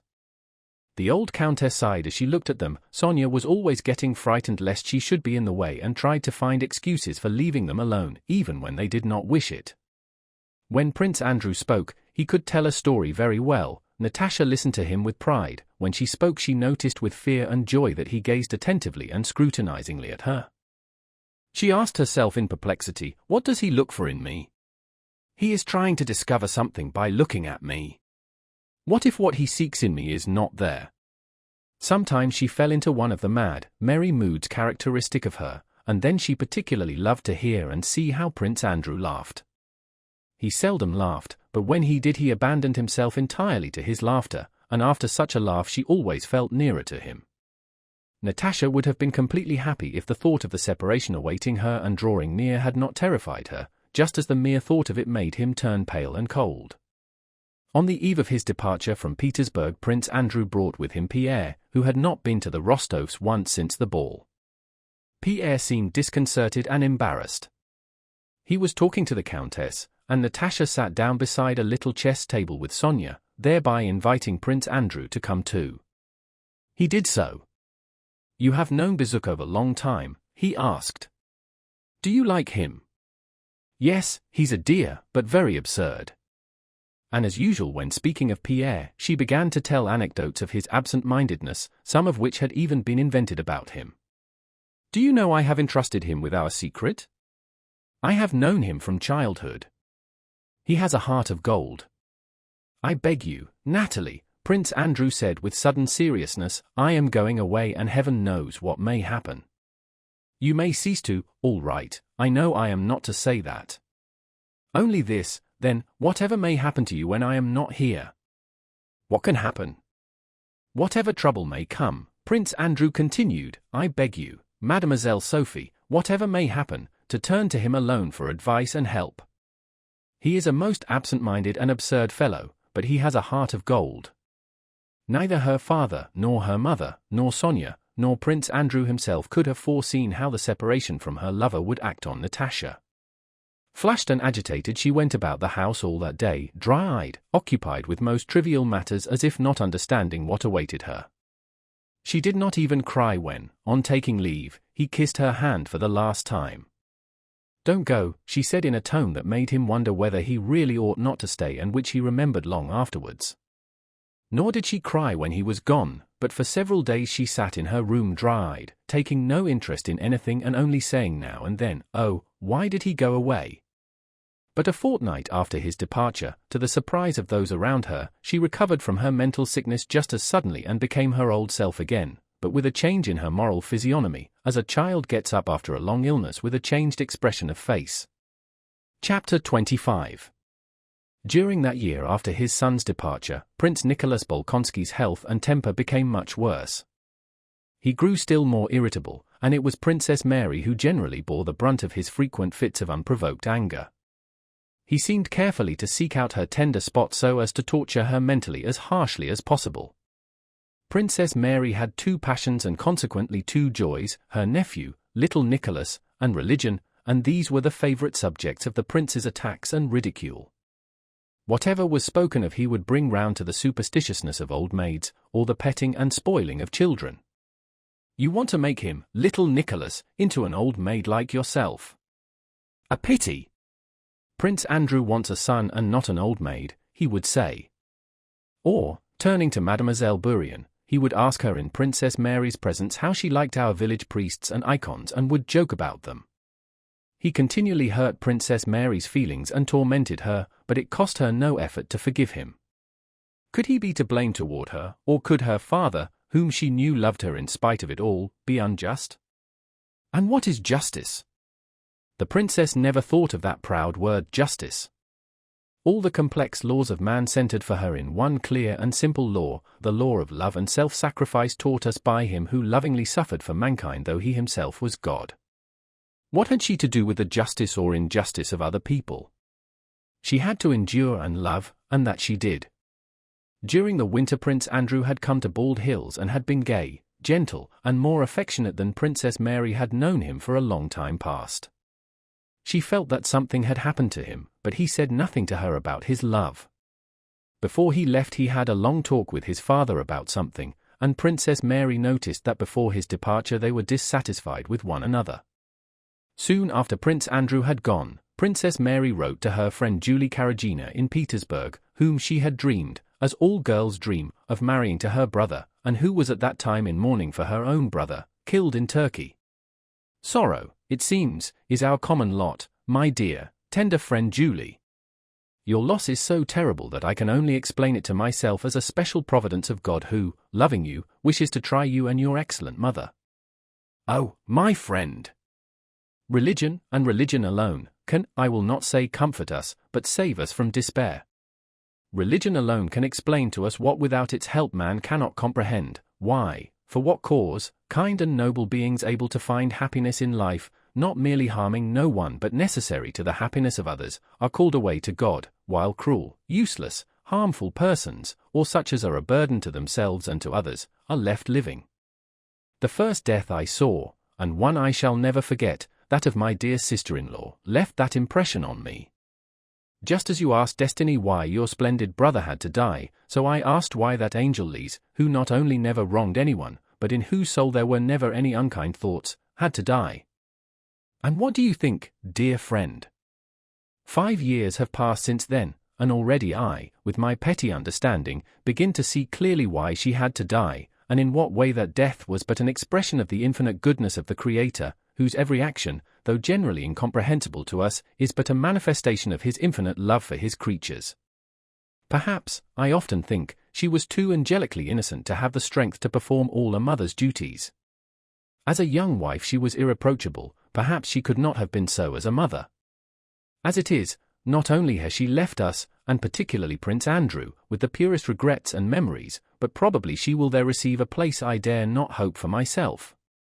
But not to speak of her alone, that early and terrible death has had the most beneficent influence on me and on my brother in spite of all our grief. Then, at the moment of our loss, these thoughts could not occur to me, I should then have dismissed them with horror, but now they are very clear and certain. I write all this to you, dear friend, only to convince you of the gospel truth which has become for me a principle of life. Not a single hair of our heads will fall without his will.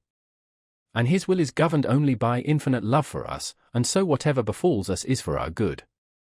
You ask whether we shall spend next winter in Moscow. In spite of my wish to see you, I do not think so and do not want to do so. You will be surprised to hear that the reason for this is Bonaparte. The case is this: my father's health is growing noticeably worse, he cannot stand any contradiction and is becoming irritable. This irritability is, as you know, chiefly directed to political questions. He cannot endure the notion that Bonaparte is negotiating on equal terms with all the sovereigns of Europe and particularly with our own, the grandson of the great Catherine. As you know, I am quite indifferent to politics, but from my father's remarks and his talks with Michael Ivanovich I know all that goes on in the world and especially about the honors conferred on Bonaparte, who only at Bald Hills in the whole world, it seems, is not accepted as a great man, still less as Emperor of France. And my father cannot stand this. It seems to me that it is chiefly because of his political views that my father is reluctant to speak of going to Moscow, for he foresees the encounters that would result from his way of expressing his views regardless of anybody.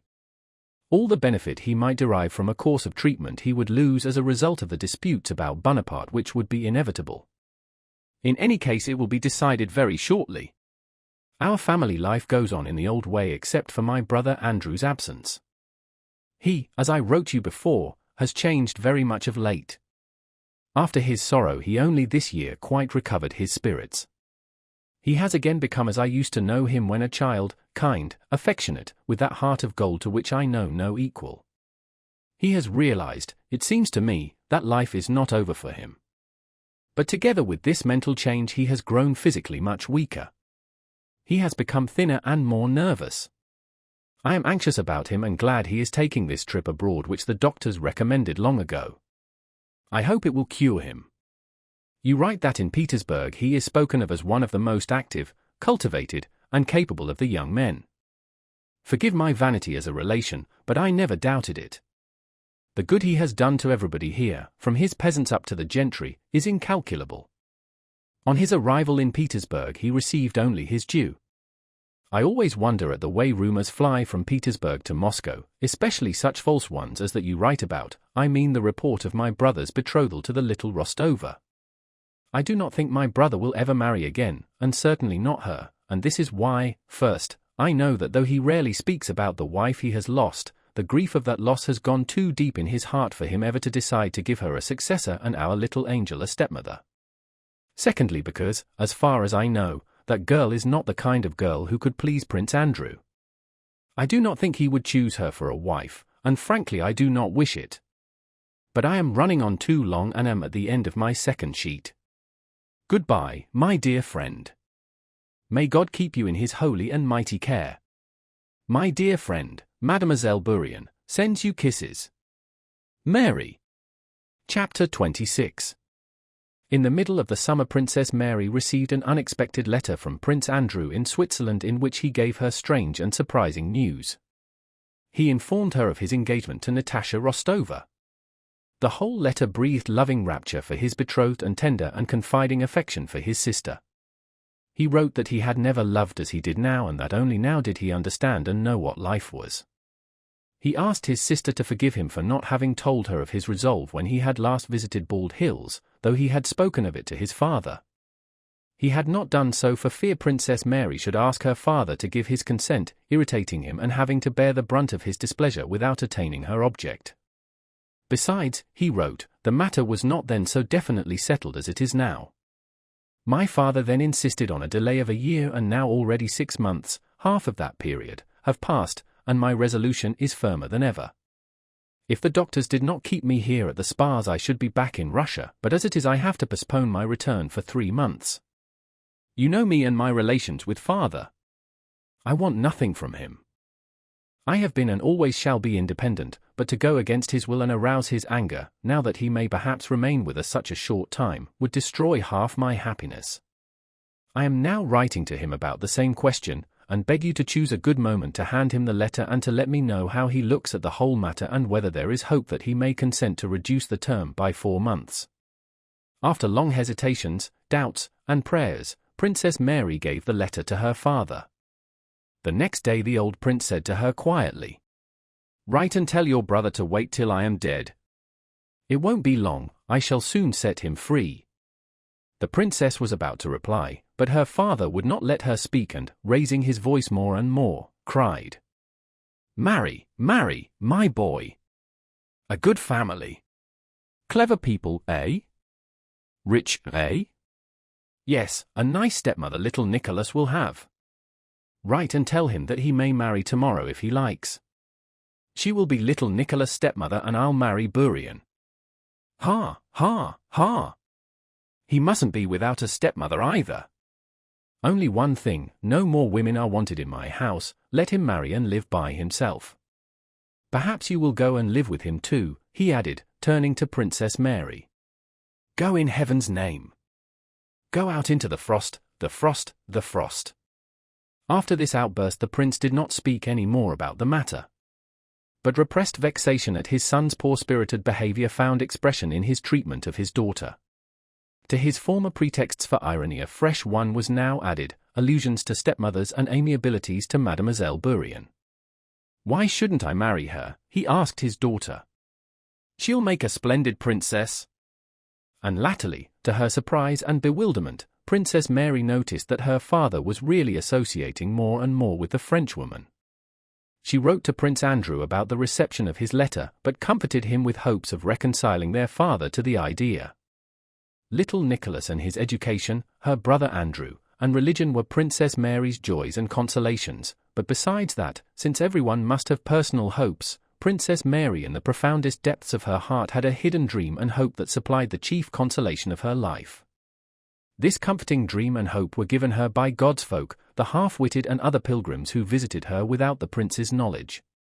The longer she lived, the more experience and observation she had of life, the greater was her wonder at the short-sightedness of men who seek enjoyment and happiness here on earth, toiling, suffering, struggling, and harming one another, to obtain that impossible, visionary, sinful happiness. Prince Andrew had loved his wife, she died, but that was not enough. He wanted to bind his happiness to another woman. Her father objected to this because he wanted a more distinguished and wealthier match for Andrew. And they all struggled and suffered and tormented one another and injured their souls, their eternal souls, for the attainment of benefits which endure but for an instant. Not only do we know this ourselves, but Christ, the Son of God, came down to earth and told us that this life is but for a moment and is a probation, yet we cling to it and think to find happiness in it. How is it that no one realizes this, thought Princess Mary. No one except these despised God's folk who, wallet on back, come to me by the back door, afraid of being seen by the prince, not for fear of ill usage by him but for fear of causing him to sin. To leave family, home, and all the cares of worldly welfare, in order without clinging to anything to wander in hempen rags from place to place under an assumed name, doing no one any harm but praying for all, for those who drive one away as well as for those who protect one, higher than that life and truth there is no life or truth. There was one pilgrim, a quiet pockmarked little woman of 50 called Theodosia, who for over 30 years had gone about barefoot and worn heavy chains. Princess Mary was particularly fond of her. Once, when in a room with a lamp dimly lit before the icon, Theodosia was talking of her life. The thought that Theodosia alone had found the true path of life suddenly came to Princess Mary with such force that she resolved to become a pilgrim herself. When Theodosia had gone to sleep, Princess Mary thought about this for a long time, and at last made up her mind that, strange as it might seem, she must go on a pilgrimage. She disclosed this thought to no one but to her confessor, Father Akinfi, the monk, and he approved of her intention. Under guise of a present for the pilgrims, Princess Mary prepared a pilgrim's complete costume for herself, a coarse smock, bast shoes, a rough coat, and a black kerchief. Often, approaching the chest of drawers containing this secret treasure, Princess Mary paused, uncertain whether the time had not already come to put her project into execution. Often, listening to the pilgrims' tales, she was so stimulated by their simple speech, mechanical to them but to her so full of deep meaning, that several times she was on the point of abandoning everything and running away from home. In imagination she already pictured herself by Theodosia's side, dressed in coarse rags, walking with a staff, a wallet on her back, along the dusty road, directing her wanderings from one saint's shrine to another, free from envy, earthly love, or desire, and reaching at last the place where there is no more sorrow or sighing, but eternal joy and bliss. I shall come to a place and pray there, and before having time to get used to it or getting to love it, I shall go farther. I will go on till my legs fail, and I'll lie down and die somewhere, and shall at last reach that eternal, quiet haven, where there is neither sorrow nor sighing, thought Princess Mary. But afterwards, when she saw her father and especially little Coco, Nicholas, her resolve weakened. She wept quietly, and felt that she was a sinner who loved her father and little nephew more than God.